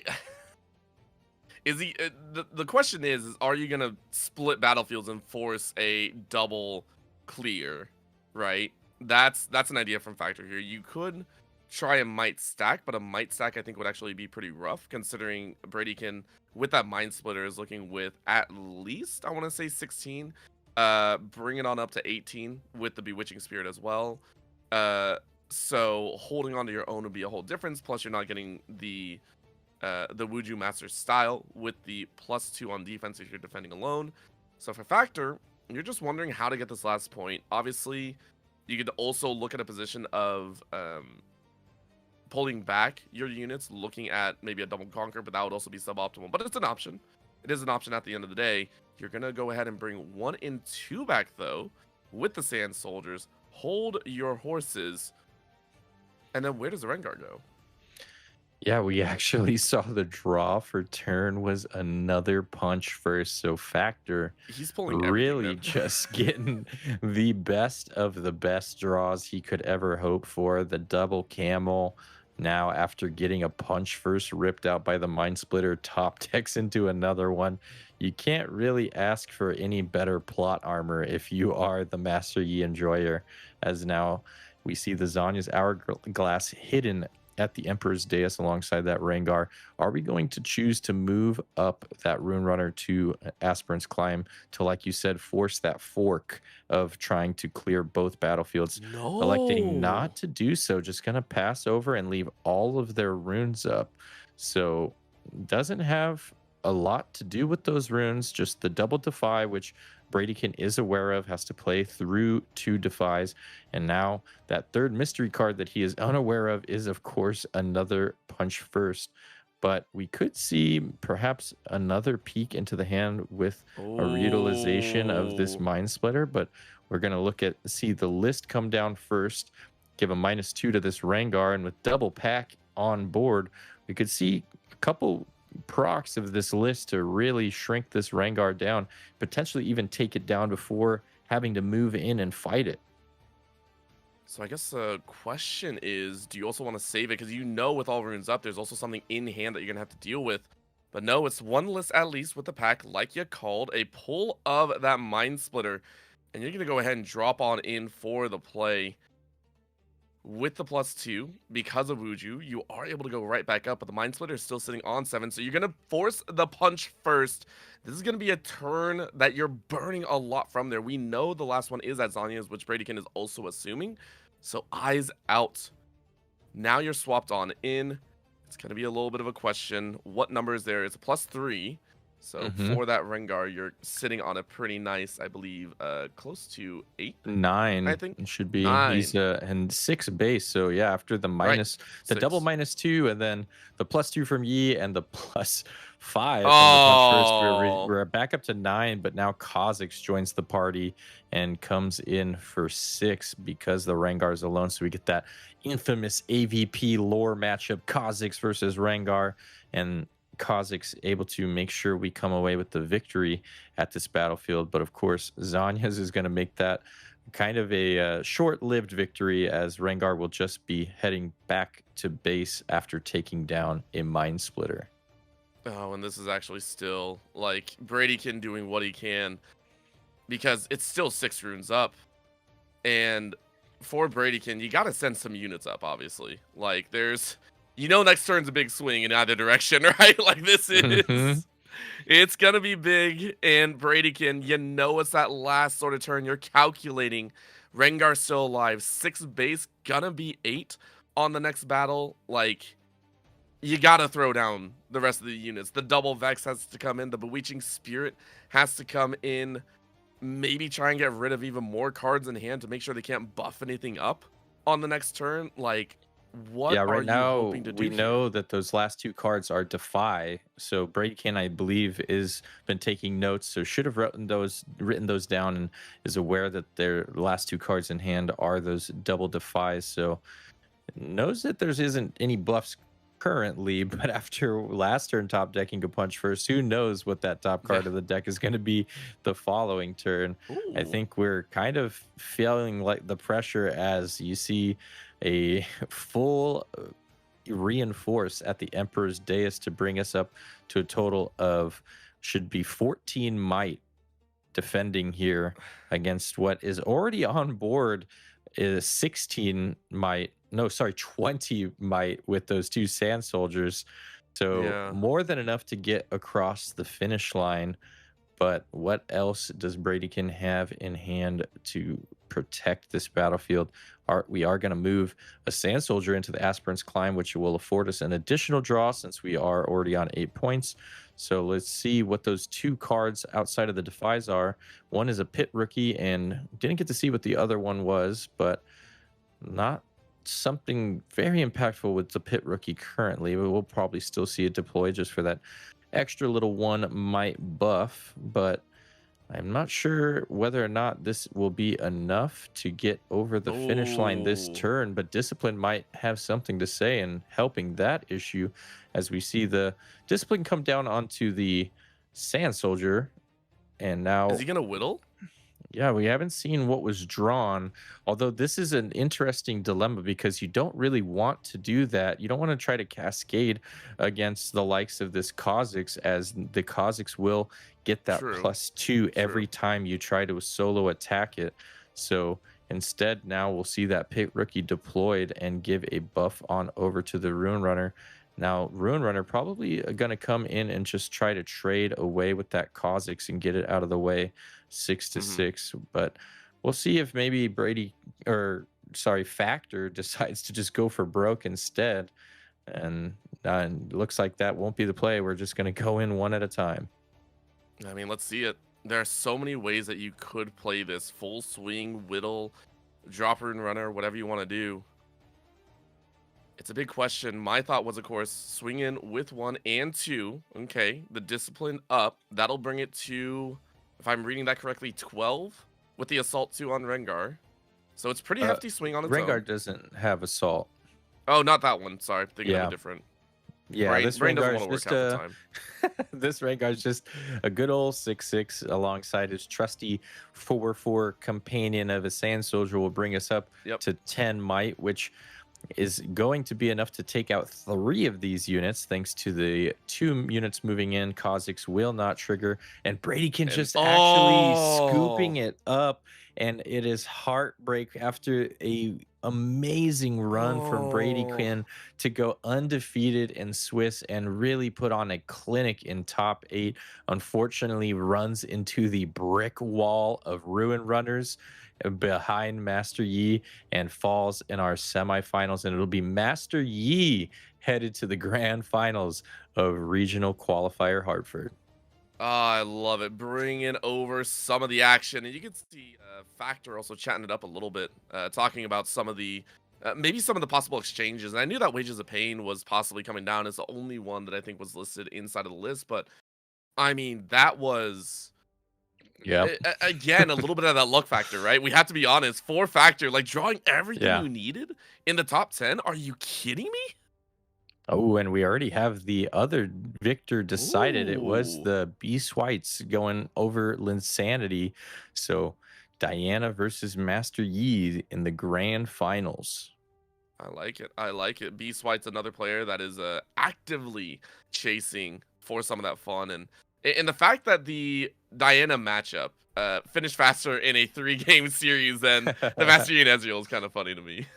Yeah, like I mentioned before we hopped into that game, I saw the Swiss round earlier today where CTG Rossum was not able to deal with the camel himself, and we saw that happen to our poor boy Bradykin. That camel is just too strong for these spell slinging decks to deal with, and now we have to wonder, is that going to be more of the same in this grand finals? Will Ruin Runner be ruining the day of all of these blue purple players and send Factor to a regional qualifier victory? You know, that's exactly what I had in mind. I was like, wait a minute, Factor just got done beating the best blue-purple deck of the whole weekend. What is stopping him from doing it one more time here in these grand finals?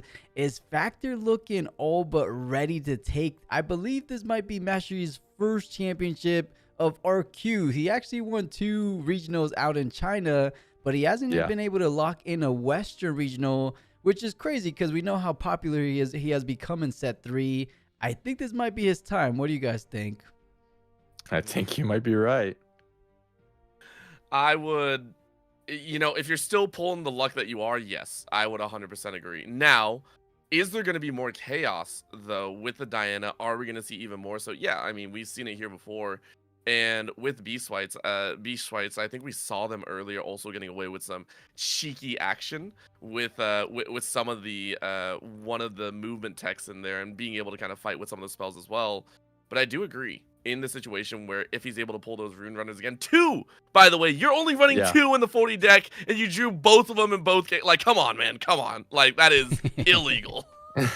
Right, and you know, I like the little counter argument being thrown out from Amy and Cake. They're saying Moonfall wrecks Master Yi. I mean, we can't discredit the ability of moving units over and kind of doubling up, nullifying the Master Yi Legend ability. I do like that potential, but again, if that Ruin Runner comes down sooner than later, Diana has to rely on things like Watcher, which I believe a lot of Dianas have cut from the list. unless this list was different. Of course, we will be finding out once that grand final starts, as they will be showing us those lists that made it all the way there to the very end. I don't remember, but there might just be like a single watcher. How else? Chat, you let us know, and we'll brainstorm here in the commentary booth. How else do you deal with that notorious camel/alpaca? Should we settle the debate before we go into the grand finals? Orbital, Mr. Plus. If you look closely at the card, yes, he's at a desert, but he's kind of furry, isn't he? Oh no, we're really gonna analyze this card right now. Oh my gosh. We already were unable to determine how long a camel could survive in the desert. I don't think you want us to go into that well of knowledge. I'm not fit to make that determination. But I will say the other thing that we're not considering here outside of the Moonfall, which of course is a great answer to Camel, being that it doesn't target. It gives you that little Thousand Tail Watcher effect. Pseudo basically is -2 instead of -3, but at action speed, very helpful in getting over those Rune Runners. But as well is Hui. Hui can become massive on his own. All you need is Hui to move into an opposite battlefield, discard a unit, go up to 8, ride the wind back to base, go up to 11, and then run into that Rune Runner. And now Hui by himself is attacking for 14. So a massive unit to try to get over the top of those Rune Runners. So there are some ways that Diana can get away with the victory here. And I think, all things considered, probably more geared to do so than Ezreal was. Unfortunately, as great as that Ezreal list was, and as expertly as Bradykin piloted it, it just was a bad matchup at the end of the day, I believe, into this Master Yi. And I think Diana has a little bit more ability to get there. So hopefully we'll see that come to fruition here, as percentage-wise, it's almost dead even. 46-54 is what they're showing us on screen right now. Nice. That just goes to show you we might be into a little bit more of back and forth than we originally were taking into account. And we do have to, of course, I mean, I believe Cake brought it to our attention. Moonfall doesn't necessarily target. It targets in the ability to move a unit, but if Ruin Runner is already on a battlefield, it just minuses 2 across that battlefield regardless, or not targeting, I should say. So you still get -2 on Ruin Runner, just making it that much more manageable for you to deal with. So I like what everyone's saying. You know, for a second there, I was a little bit worried that we would just get a little bit more of a one-sided matchup, similarly how we saw. I mean, there was good plays there in the semifinals, but it was a 2-0. But can these grand finals deliver 2 new heroes? I like how the recent achievements here. Yeah, that's new cool. heroes and a potential the win prediction is almost 50 future champion. It's a good sign. It's a good sign. I will say, I think it all is only determined by one thing. Will Factor draw both Rune Runners, or will Factor draw 0 Rune Runners? That's the only thing that matters at this point. Only thing that matters. Nobody else worries about it. That's basically it. No, in actuality, I love the fact that you pointed out that that we are seeing some strength. But B. Schweitz, the list of achievements so far kind of running on through. You could see that loss there at round 11, by the way. I feel for B. Schweitz, you were like, dude, at least it wasn't, you know, that side. But for Factor on the other end, taking drawing out with Bradykin in that 13th, obviously no big deal there, but dealing with some of the other Master Yis to get here, it's like a battle of the best, which I do love to see in there. I saw that earlier and I was like, I love that kind of read on the list of on the list of achievements through this tournament so far. One thing that I would like to point out real quick that we just saw from Beastwhites across those 13 rounds, not a single Master Yi. He dodged Master Yi the entire tournament. So this will be his first foray into the matchup, as he hasn't had to deal with it thus far. And now that makes me even more excited to see how this finals is going to play out. Absolutely. And speaking of grand finals, it is time, guys. Let's go ahead and join the last 2 remaining players out in Hartford for the last regional qualifier of the Riftbound Unleashed season. I couldn't be more excited. Let's get into it. Diana, Master Yi, who will be crowned champion? Let's go ahead and find out now. Mr. Plus, are you ready? I'm ready. Are you ready to throw down? Finals ready. Yes. I'm not gonna lie. I'm still wondering if that's a camel or an alpaca now because I did see the fur on the card. I'm like, dang it, gosh dang it, I saw it. But walk us through this a little bit. The fact that the Diana did skip out on any Master Yi, what do you feel like that kind of signifies in this matchup? Well, given the predictions and the win rate that we were displayed by the production, it seems like overall it's been a relatively close 50-50 matchup across all the tournament this weekend. So even though Beast Whites hasn't played it themselves, I imagine they have to be fairly well tested into it, given how everyone was aware that Master Yi was more than likely going to continue to be the most represented deck in the room. So I imagine he will have a game plan, and I want to see how it is executed here as we're looking at the list. I didn't get a full look at it earlier, and now I'm seeing that we do actually have that Kha'Zix as a one of in the main, so as well as a one of Rebuke in the main. The acceptable losses as well could come in clutch to deal with one of those Zanyas, perhaps in a key moment. And outside of that, I'm not really sure if any of this is particularly geared towards Master Yi in the main board, having only the 2 Moonfall, which has become kind of the standard ever since Alan decided to make that the play for all of our Diana enjoyers. Now, looking at Factors list, we just got to see this on display, but take another look at it. We do have that one Primal Strength, the Houses Are Big special, and only a single challenge in the main as well. The double Ruin Runner that we have fortuitously seen in the top like 10 cards of our deck, both games and semifinals. We'll see if that kind of success can be replicated here in grand finals.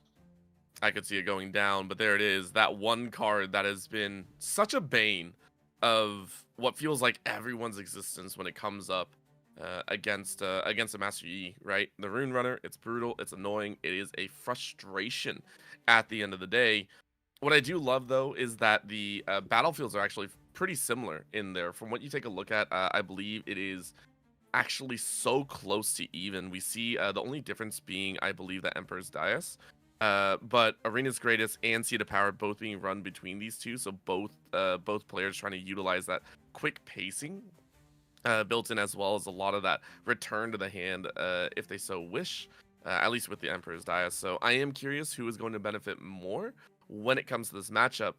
And not only that, I do want to see if Beast Whites, I mean, obviously Master Yi played probably every single local, every single online matchup. You're going to run into it at one point or another, but I do want to know if Beast Whites has that ability to play into a matchup that they haven't played against all tournament long, because not only are you in the grand finals, a lot of pressure on you, it's also, 12, 13 hours in. This is a very long day, and if you're not on point with some of your interactions, some of your amplifications, you can cause a massive misstep in your own plays. Yeah, and this is kind of a really big tell to just exactly what it takes to come away as a regional qualifier champion. Obviously, a tremendous amount of preparation and skill, but a little bit of luck needs to go your way as well, not just in how your deck draws up, but also across that bracket. I'm sure there are quite a few players that wish they could have dodged Master Yi all weekend long. And now as we enter the grand finals, we'll see if that ends up being more of a bane than a boon for B. Schweitz, as he will have far less reps this weekend than many others into this matchup. You say that like it's like, no. It's, he's got reps. We just didn't see it on stream, We just didn't see it here on the day. But I gotta agree, it's a little bit tough. And we'll see how it pans out. You can see the multiple judges all getting ready here on the feature table, and it is the final match of the day. Everyone getting I don't know what B. Schweiss just saw, but his eyes went as wide as saucers. I'm just like, what did you just see, my man? It was that double Ruin Runner in the main. Oh, God. Oh, my gosh. You only had 2 and you drew it each time? You're in the top 8? My gosh. Crazy work. Yeah, now looking at getting, I believe B. Schweitz is on the top end of the bracket, so should be the one selecting first or second, if I recall correctly. I'm Not sure entirely if that is correct. I have to take a look at that bracket one more time. But getting ready after taking a gander over at the side, or the deck list rather, getting ready to start our grand finals of our regional qualifier in Hartford. And this is a big moment for Factor, not only as the only Master Yi remaining at the end of the day, but now being the last winner of the Master Yi best of, as this will be sunsetting our Proving Grounds and Origins Legends from the best of prizing going forward. So already gets to walk away a winner in that regard. The best Master Yi of the day gets that best of legend, but let's see if he can also add a trophy to that collection, as we're still going over the deck list, trying to formulate a game plan. Try not to get too psyched out. This is when the pressure is at its apex. This is what it all comes down to, and what you've put all those thousands of hours of reps in for. While we do have a moment, Mr. Plus, I'm gonna step back just a moment. Plus, am I allowed to detour just a tiny bit away from this game? Am I allowed to do that just for like half a second? All right. Well, while we do wait, obviously this is a very tense moment, but I want to take this time to also shout out Plus, who, Plus, obviously you're watching Plus RB's channel, but I want to give a big shout out to Plus, who has been consistently covering all of these RQs, has consistently given us chances to watch a lot of these streams, and Keep Eyes has also been pumping out content. So while we're here in the grand finals, after nearly 12 hours of streaming and running production and covering and also commentating as well, please go ahead, show a lot of love to Plus RB. Normally I do it at the end, shout out Plus and all that, but please give a lot of love to him. The man's been putting in the grind, has been awesome, letting us be here as well, and we get to see all these awesome matches and commentate it on top as well. So big shout out to Plus RB. Yeah, drop those subs. You just gotta support.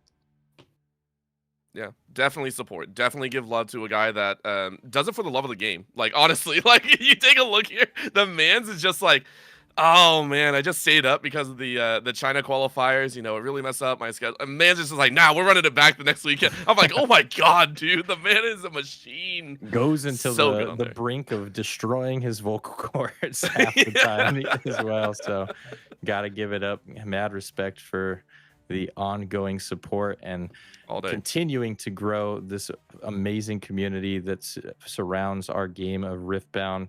And this game is going through the stratosphere, in my opinion. I think that we keep seeing these numbers for these RQs go up and up, and it's thanks to support like this that'll keep everybody coming back for more. As we see the Seed of Power mirror in game number 1 of our grand finals. So let's see how Seed of Power mirror factors out for our game number 1.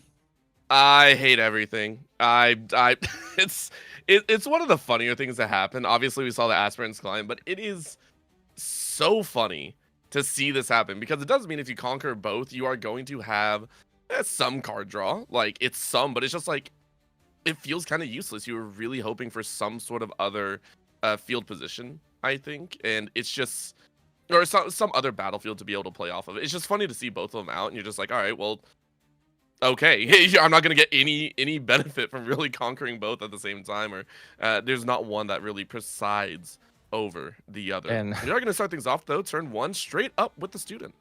And Lady Luck is smiling upon Factor today, as we no, got to don't see tell me. I didn't check. Ruin Runner is no, starting hand. Bro. So he's bro. already prepped to get us off to the races with our alpaca, as it's been decided by chat.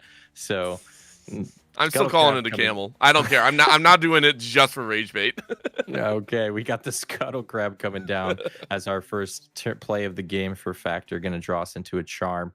And now the chosen champion for Diana coming down alongside our Ravenbloom student. More than likely just going to pass it on over. Not too eager to get to 1 point. Want to stick on that 2-point threshold, as well as offer us the opportunity to get a draw on one of these Seed of Powers. I will say I also saw in Factor's hand, I believe he actually drew all 3 scuttles. So he has a scuttle down. I'm pretty sure I saw the other 2 on the far left of his hand. Right there. I thought it was a discipline or something, but I'm pretty sure those are both scuttles. So yeah, maybe right. not as much of the spell set as well. Normally, before we saw the punch first, you had it in hand. It was a little bit of a safety mechanism.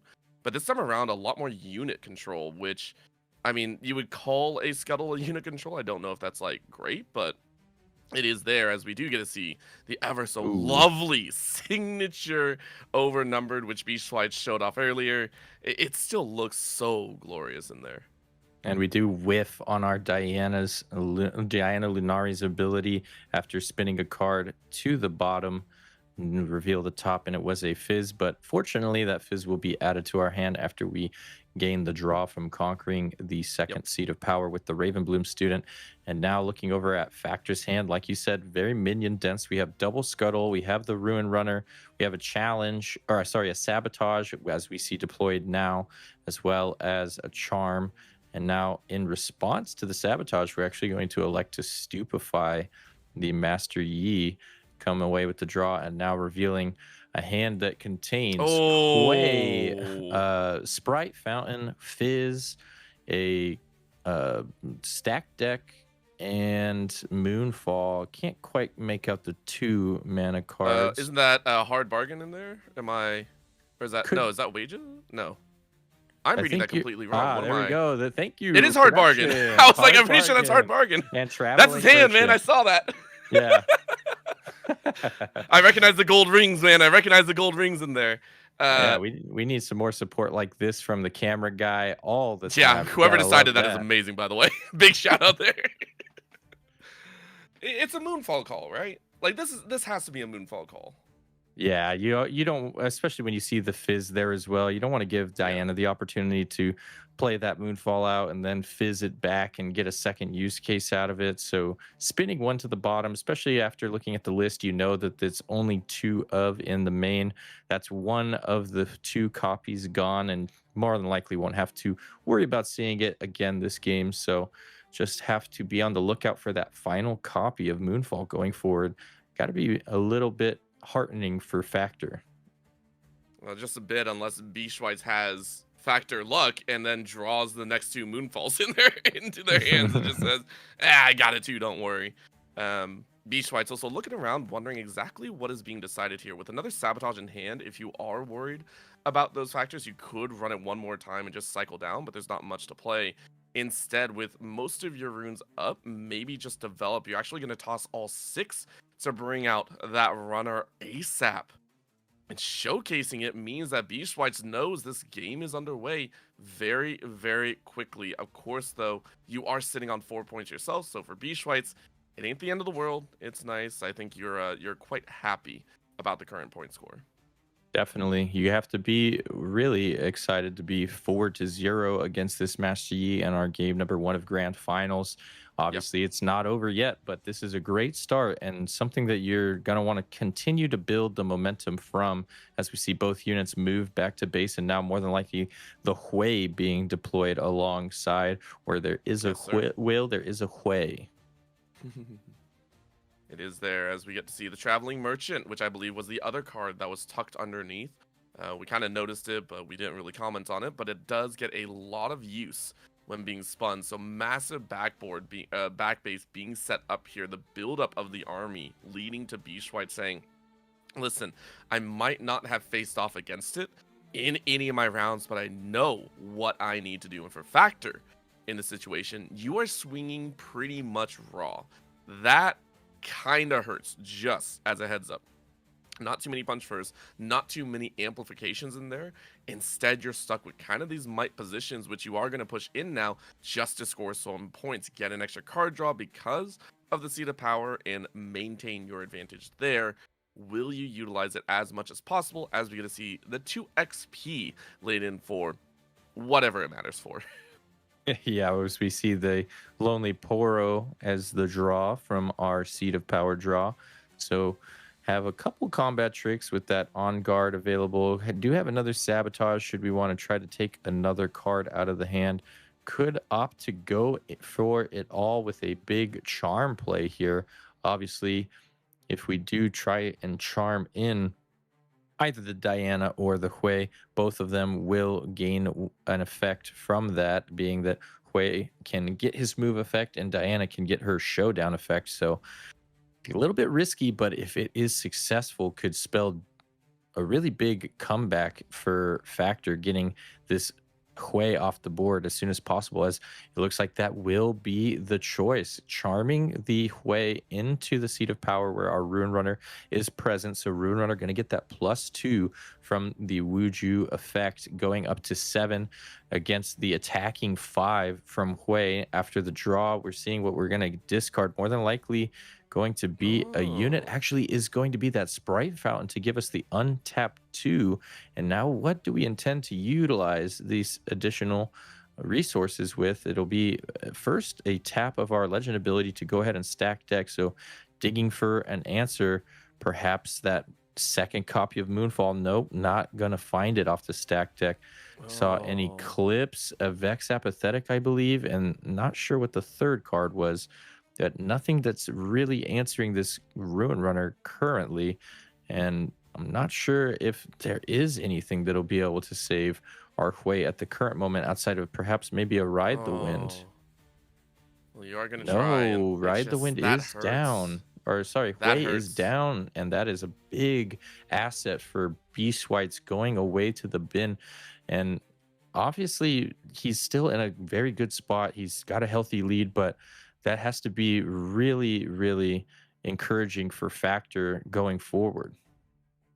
I mean, for Factor, that Charm just got rid of a decent chunk of the plan, 100%.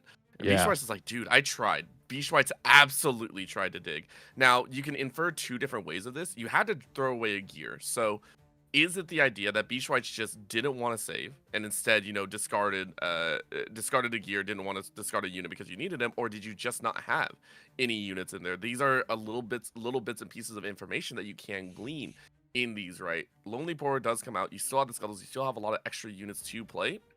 But do you really need to?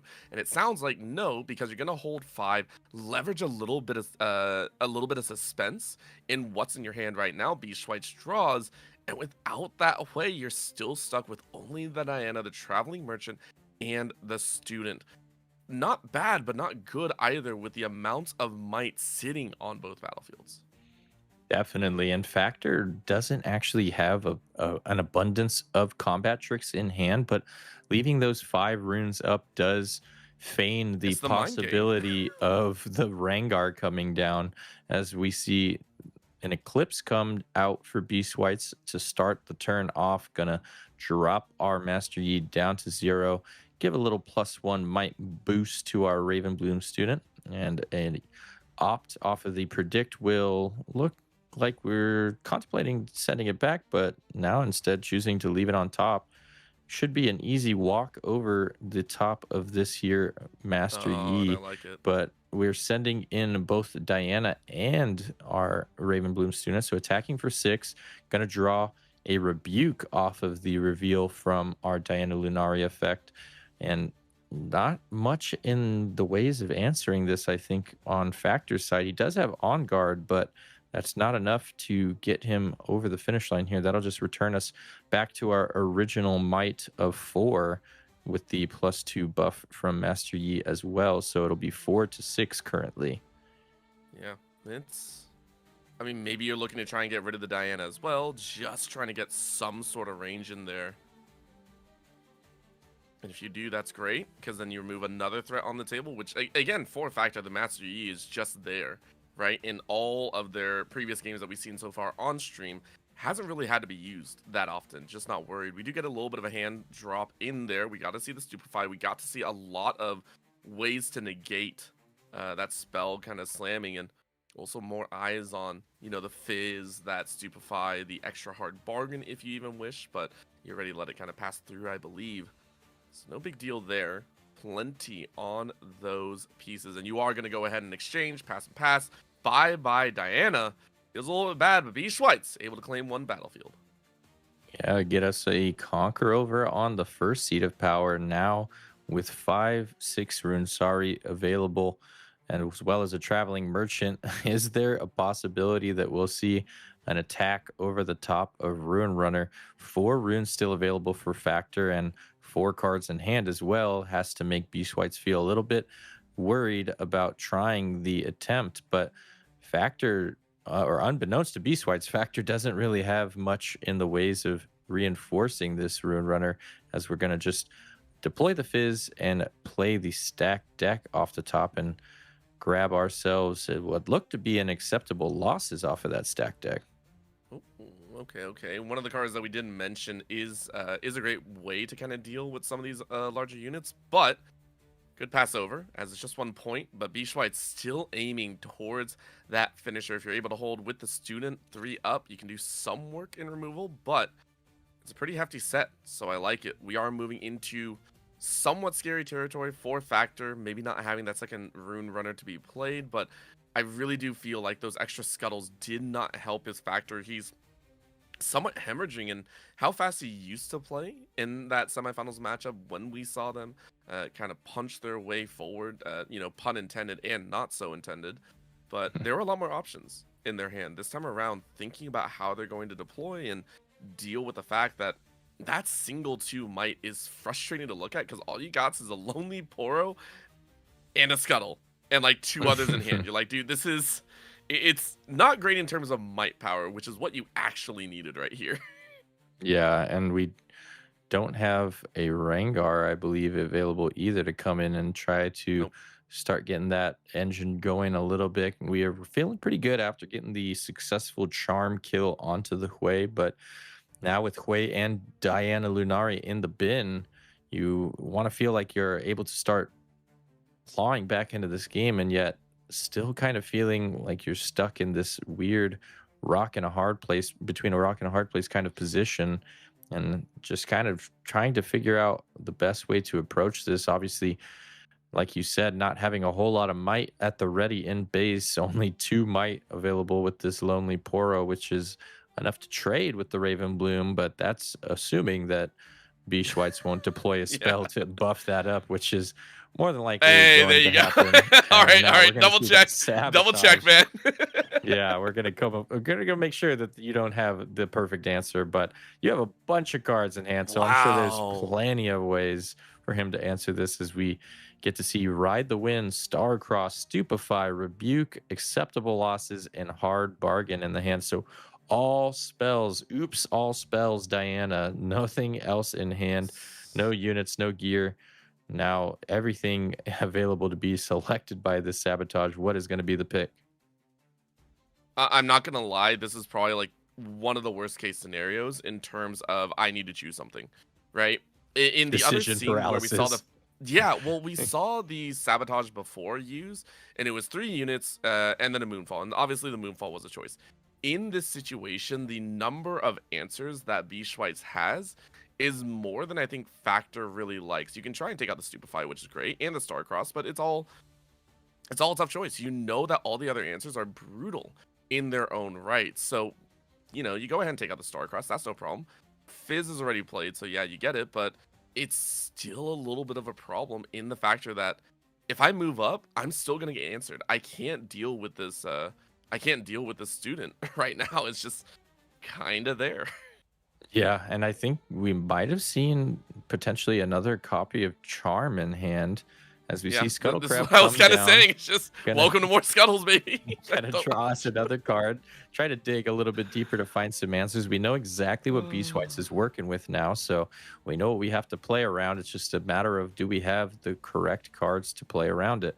And kind of sitting here going into the tank, gonna review what we saw off of that Sabotage and try to determine whether or not it's even possible to get over this Raven Bloom student with what we have working right now. And I believe that is a challenge there in the hand of Factor, which we could see be deployed right now and have the Rune Runner go ahead and challenge one of these units. And then looks like that will be the case. Challenge coming down and is going to select the Raven Bloom student. So he must be confident that given what he knows Beastwhite's has in hand, he will not have a way to buff this up enough to cause a trade. So gonna come away with an easy clear on that Raven Bloom student, which will allow one of these little guys to walk in and get us another draw thanks to the Seat of Power. I love that play. I really, really do love that. And then at this point as well, I would love to hopefully follow up with the Rune Runner being called back to base and replace it with a Scuttle. That way you can actually get some of those advantages, but to ride the wind to try and stall out and force a play differently. So yeah, you're going to bring the Fizz in, force a battle behind Beast White, saying, I'm getting ready to rumble. Whatever you decide to do, let's go ahead and do so. Fizz to the battlefield. Is there an answer from Factor? I know we saw some cards, and yeah, you'll tap 4. Bring out the primal answer. You said a house, I say a mansion. That Lonely Poro is pissed, my dude. Yeah, Beast White's trying to take advantage of the fact that Lonely Poro was the attacker there, so not afforded the additional +2 from Master Yi. So who tried to come in with a cheeky ride the win on our Fizz to go in to defend for 3, and was brutally answered by a Primal Strength and raising that Lonely Poro all the way up to a whopping 9 might, more than enough to deal with Fizz, and that has to feel pretty good for Factor. I mean, that is a one of in the list, and it is a little unfortunate to have to use it on a Lonely Poro so early on, when you would more than likely prefer to keep that for something like your Ruin Runner. But in any case, you've really bought yourself a lot of breathing room, leaving Beast Whites with only a Traveling Merchant sitting in the base now. I mean, yeah, and I was about to point out the fact that you just saw Beast White's hand, almost no units in hand, right? Which normally you'd be sitting there, it's a Diana. You have the spells, you can always play around it, but you looked at the board and you go, there's nothing on the board either.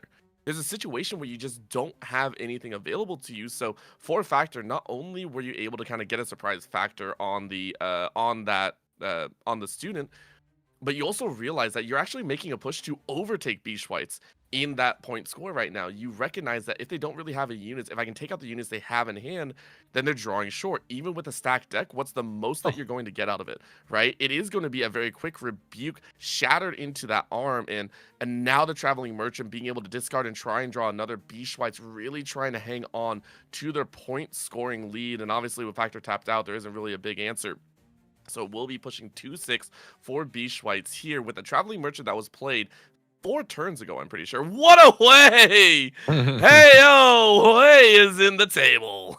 Yeah, we saw off the stack deck, the options were the second copy of Moonfall, a Sprite Fountain, and the Hui. So now, after choosing the Hui, because like you said, we were out of units, there was nothing left to play in hand, and Factor knew that. Beast Whites elected to grab the Hui from the stack deck, but that means no more Moonfalls this game, more than likely. Factor, of course, unaware of that fact, but in any case, this is gonna make it a little bit harder for Beast Whites to close out the game, I think, but we are at that 6-point threshold, so able to go in for a double conquer for game next turn if the cards align just the way we need them to. As we get a peek over into Factor's hand, we see the final Scuttle Crab, another Lonely Poro, or the rebuked Lonely Poro rather. What was that the Punch First as well? Is that what I? Punch First. Yeah, It was a Punch 1-2 First in as there. well. So yeah, we have the Punch First. Are you gonna send it just to peek at the hand? I mean, I think he's thinking about it. I think he's thinking about it.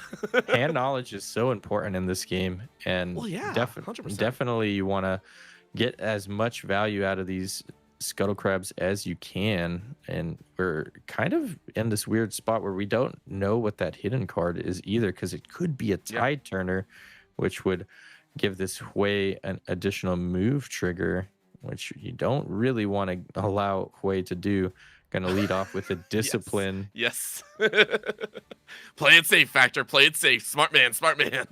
Sorry. I just want to see these Scuttles move. These Scuttles have been stuck in base the entire time. Normally we see those eliminated pretty much off the next turn. Just like you called, though, the Tide Turner being drawn out, it was a gamble that you did take, and you do recognize it. But here's the deal. What are you going to discard for this Hui? It is going to be a unit buffing it up big time, sitting on a +3, which brings it to a total of 10. Now, here's the downside. We saw the Punch First. We saw that before. It's only a +5, which naturally you'd be bringing out. It would be a +7 status, which still, on the Scuttles, sorry, which still wouldn't be able to get over that Hui number right now. Yeah, Hui's able to come away staying alive even through a punch first, even with Beast Whites being tapped out. You would think this would be a golden opportunity for Factor to capitalize, as the Scuttle's going to reveal a Ride the Win and Acceptable Losses as the final 2 cards in hand. But Ride the Win is exactly the card you want if you're Beast Whites to go for game next turn, as now we'll probably see this Charm come out, knowing that there currently isn't a unit in hand to grant us another buff. You might want to take that gamble and bring the Hui over. And if he doesn't top deck a unit off of that draw, won't be able to gain an additional 3 might and would just be attacking 8 to 7. And that punch first will be more than enough to get us over the finish line here, as we are going to draw off of the Hui. What was the draw? What will be the discard? Is it going to be one of those 2 spells, or was that card off the top just the card he needed? That face says no, though. That face says no. I think you were looking for a unit. Oh, you did? You had the Vex. Might as well slam it down. That was a top deck Vex, I'm pretty sure. That was. Yeah, it was top that deck was Vex such... to get us up to 11, but the punch first but it brings still us to doesn't 12. matter. That was such a good top deck, though. We gotta give credit to Beast Whites. That made us jump a little bit. That was... Yeah. Gave Factor a little bit of a flash of his life before his eyes. But unfortunately for Beast Whites, punch first was enough to solidify that conquer and send Hui to the bin. And now we know those final 2 cards in hand are just Acceptable Losses and Ride the Win with a Tide Turner on board. It looks like after what was a amazing start for Beast Whites, Factor was able to piece together a comeback, and now is sitting in a position where just needs to hold these 2 battlefields to win against what is a very unthreatening board. Yeah, I mean, I have to give credit as well. These Scuttles that came out to play, like, I've never seen Scuttles be used offensively like that. In a way, outside of, the Aurelias, we've seen Aurelias try and buff up as well, which is funny, by the way. If you've ever seen a Scuttle with, like, a few extra pieces of gear on it, it's pretty funny. But the idea that these Scuttles, which we said were going to be a very slight detriment earlier on, just not having a lot of those pulls that you wanted, the fact that you've been able to utilize them to kind of overcome some of these barriers, use it for that card advantage, which, by the way, Factor has seen with 2 sabotages and a Scuttle, 3 times has taken a peek and really been able to circumnavigate around Beast White's masterful plan. And in this game, number 1, by the way, of the grand finals, 25 minutes deep, is on the verge of overtaking in that point score position. And that's the scoop. That's it. Yep. That was Beast White's conceding. Well done to Factor for the dig. Definitely well played from Factor. We thought that things were going so well for Beast Whites in the early game.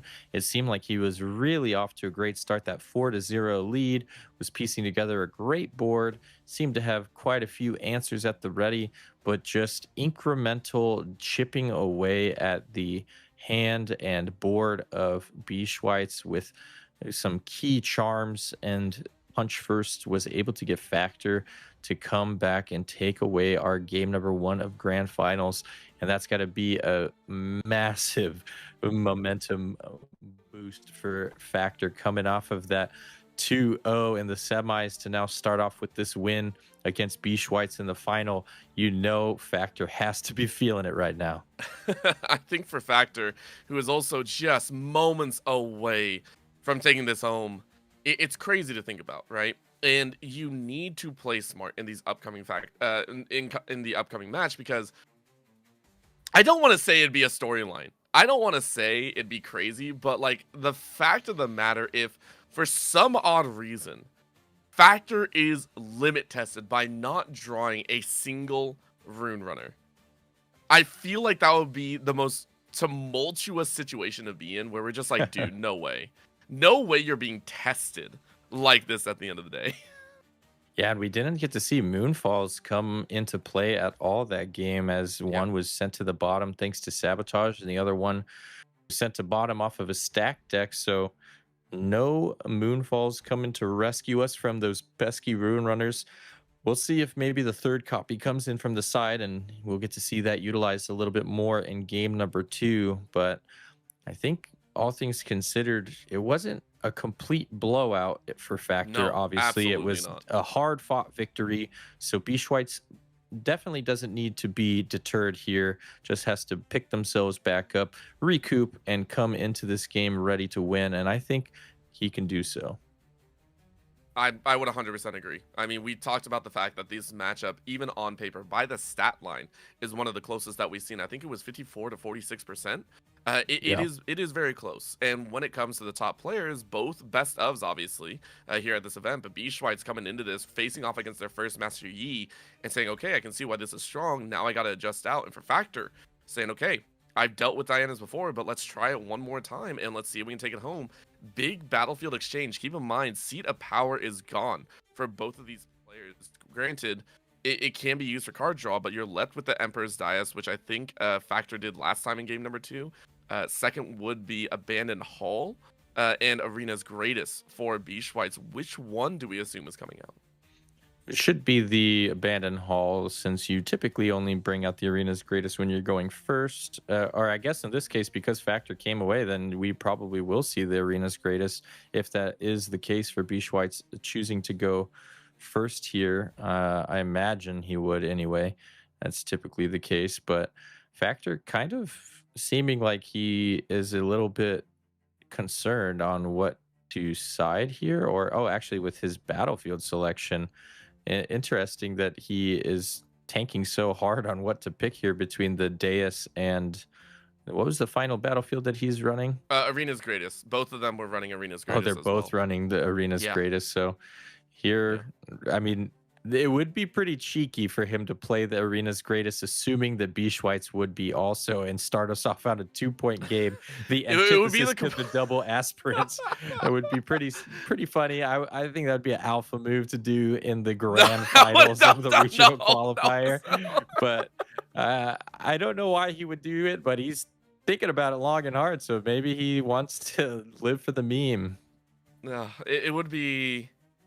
It would be such a wild call as well, but I think you're also worried about the Emperor's Dais getting so much value for the Diana, who also wants to possibly bounce some units back. Do you want to give B. Schweitz, who very quickly climbed to 5 points? Let's keep that in mind. Very quickly bum rush up to that 4 or 5 status and was such a problem to deal with. So, eyes we go. There it is! We got it, baby! Battlefields again. Let's go! Double it's either going to be a fast night or a fast game 3. Let's go. Double Seat of Power, double Arena's Greatest. I love it. That is awesome. Factor coming in hot after win streaking his way into the grand finals, is feeling himself enough to drop the Arena's Greatest in game 2. We're going to start game number 2 of our grand finals in Hartford at 2 points apiece. So only a 6-point game essentially in game number 2. Gotta be crazy right now to see if you're B. Schweitz. Those Sprite fountains would go so hard here, by the way. Those 3 Sprite fountains, if somehow you can knock those out, it would be so funny to just see like 7 points bearing down where Factor's just now playing that Rune Runner. Here's the other side though. For Factor, the fact that both Arena's Greatest are coming out here means you are going to have a clean game 3 of 8 points if you are worried about that situation. That's a good point. That could have been a factor, pun intended, in why he decided to go with the Arena's Greatest here in the game 2. Just wants a standard game 3 if we get there. But I see a lot of, cheeky grinning and some laughing from Factor. So I think he's well aware that this seemed like kind of a long shot, a crazy call. But wow, what do you know? What did I call? What did I call? Come into play, turn 1 of the game. We're going to really speed up this pace. I called it, Mr. Plus. I feel so validated right now. A first mate play raw. Oh, all right. We're sitting at a 4-2 status already. B. Schweitz is off to the play another, my dude. Please play another. I want to see that second come down, and Factor will laugh so hard. Doesn't look like he did though. Obviously, no. You're gonna bring out the Diana, much more stable board development instead of whatever I was thinking of.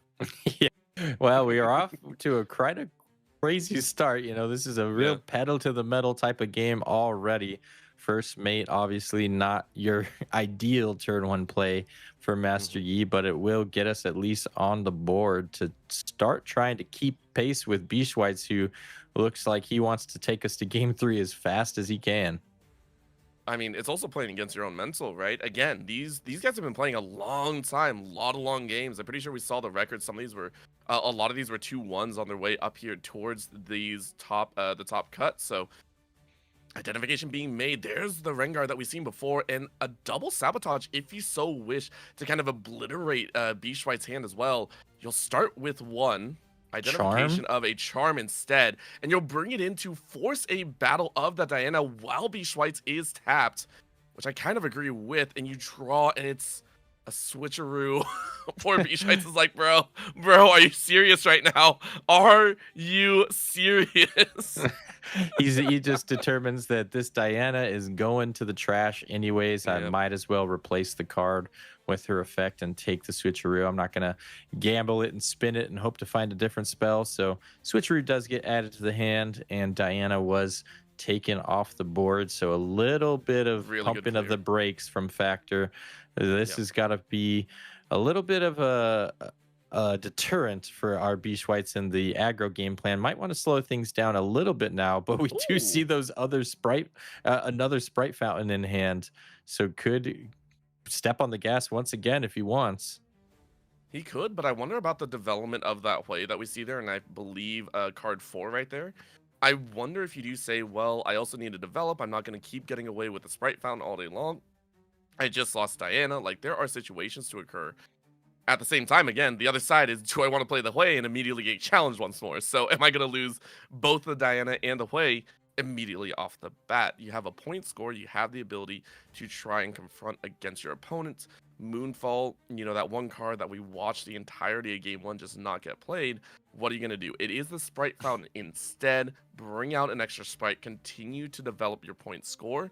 Force up 2-5. No other push on the other battlefield, but you are threatening into plus a gust just to move it further away. Nice utilization of our Diana legend ability. Float that one resource during the showdown. Use it to gust away that first mate. Trying to slow Factor down a little bit now.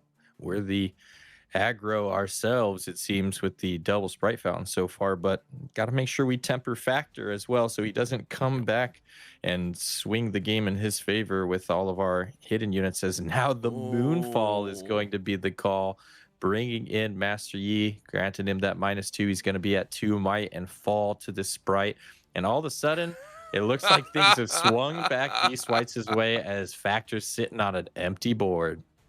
I will say I love the fact that we are seeing a much more accelerated game where both players are kind of losing runes at a fast pace because they're developing as fast as they can, right? They are constantly outputting spitting cards. They recognize the faster that they board clear, remove. I mean, you're seeing a removal deck played out with kind of ramping cards here. I feel like constant exchanges, constantly bullying each other out. Fiora swinging in with a heavy burst of might, 6 on that swing, so easy coverage. First mate back in the pocket. Another sprite coming out on the flip end as Beachwhites is on to turn 4 or 5, but you're only sitting on 5 runes itself. And you're like, dang, bro, this is where we're currently at. And Factor's still sitting on 2 sabotages in hand, so can start picking away at that hand of Beachwhites. Wait, are you serious? Right Did he draw the 3rd? I don't see 3. I only see 2, but we do have 2 well, he played sabos. One. Was that last game that he played the other sabo? Yeah, he hasn't played a sabo yet. Right, I'm an idiot. Never mind, don't listen to me. I was so excited. As we see now the sprite come in to get us up to 6, we're already threatening lethal the next turn as Tide Turner gets played to base. Not a big unit, not a crazy unit, but it is something that can bring us to victory if the window of opportunity is afforded to us, as Sabotage is going to lead the turn off for Factor.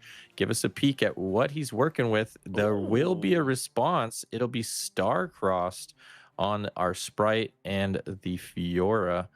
I don't think there is a response for Factor. Would need something like Repulse, but Not looking like that's in hand now. Actually going to just respond with the Rengar going to the Sprite's battlefield, and the Sprite will then be returned to hand, which of course just sends it to the Nether Realm since it can't go to hand, and that'll give Factor a conquer onto this arena's greatest and bring us up to 6 and be threatening lethal of our own. And I do think Factor also scores on that battlefield. Yeah, so you move up to 6 as well because of that surprise conquer. So we're sitting at a 6-6 game right now with only a tied turner on field. You have the way back, but you have to remember for B-Schweitz, it's a full turn cost. That way isn't going to get any value in the next turn because you're threatening. Look at this. This is so good for Factor. Factor turns this around in a single turn again, and you're going to remove his hand again? No way, Factor! What? A turn of your own! Wow, the double sabotage taking out the 2 spells he had. No! No way. No, is that it? I don't think there's anything that our poor Diana player could do now as he gusts and deploys the Hui. He's going to go for a last-ditch effort. No cards in hand, just these 2 units on board at the arena's greatest. Rengar holding up to 7, and the first mate is going to show us that Rengar can come up. Get ready. Punch First is going to send Factor to the championship podium. We have our winner of regional qualifier, Hartford Factor, on Master Yi in a dominating performance, 2-0ing his semifinals, 2-0ing the grand finals, looking unstoppable with plot armor that Jon Snow would be envious of. Jon Snow? What are we looking at? John Wick? I mean, every single John that you can think of. What a play! Your champion, Factor, coming in with the Master Yi. Amazing play from Factor.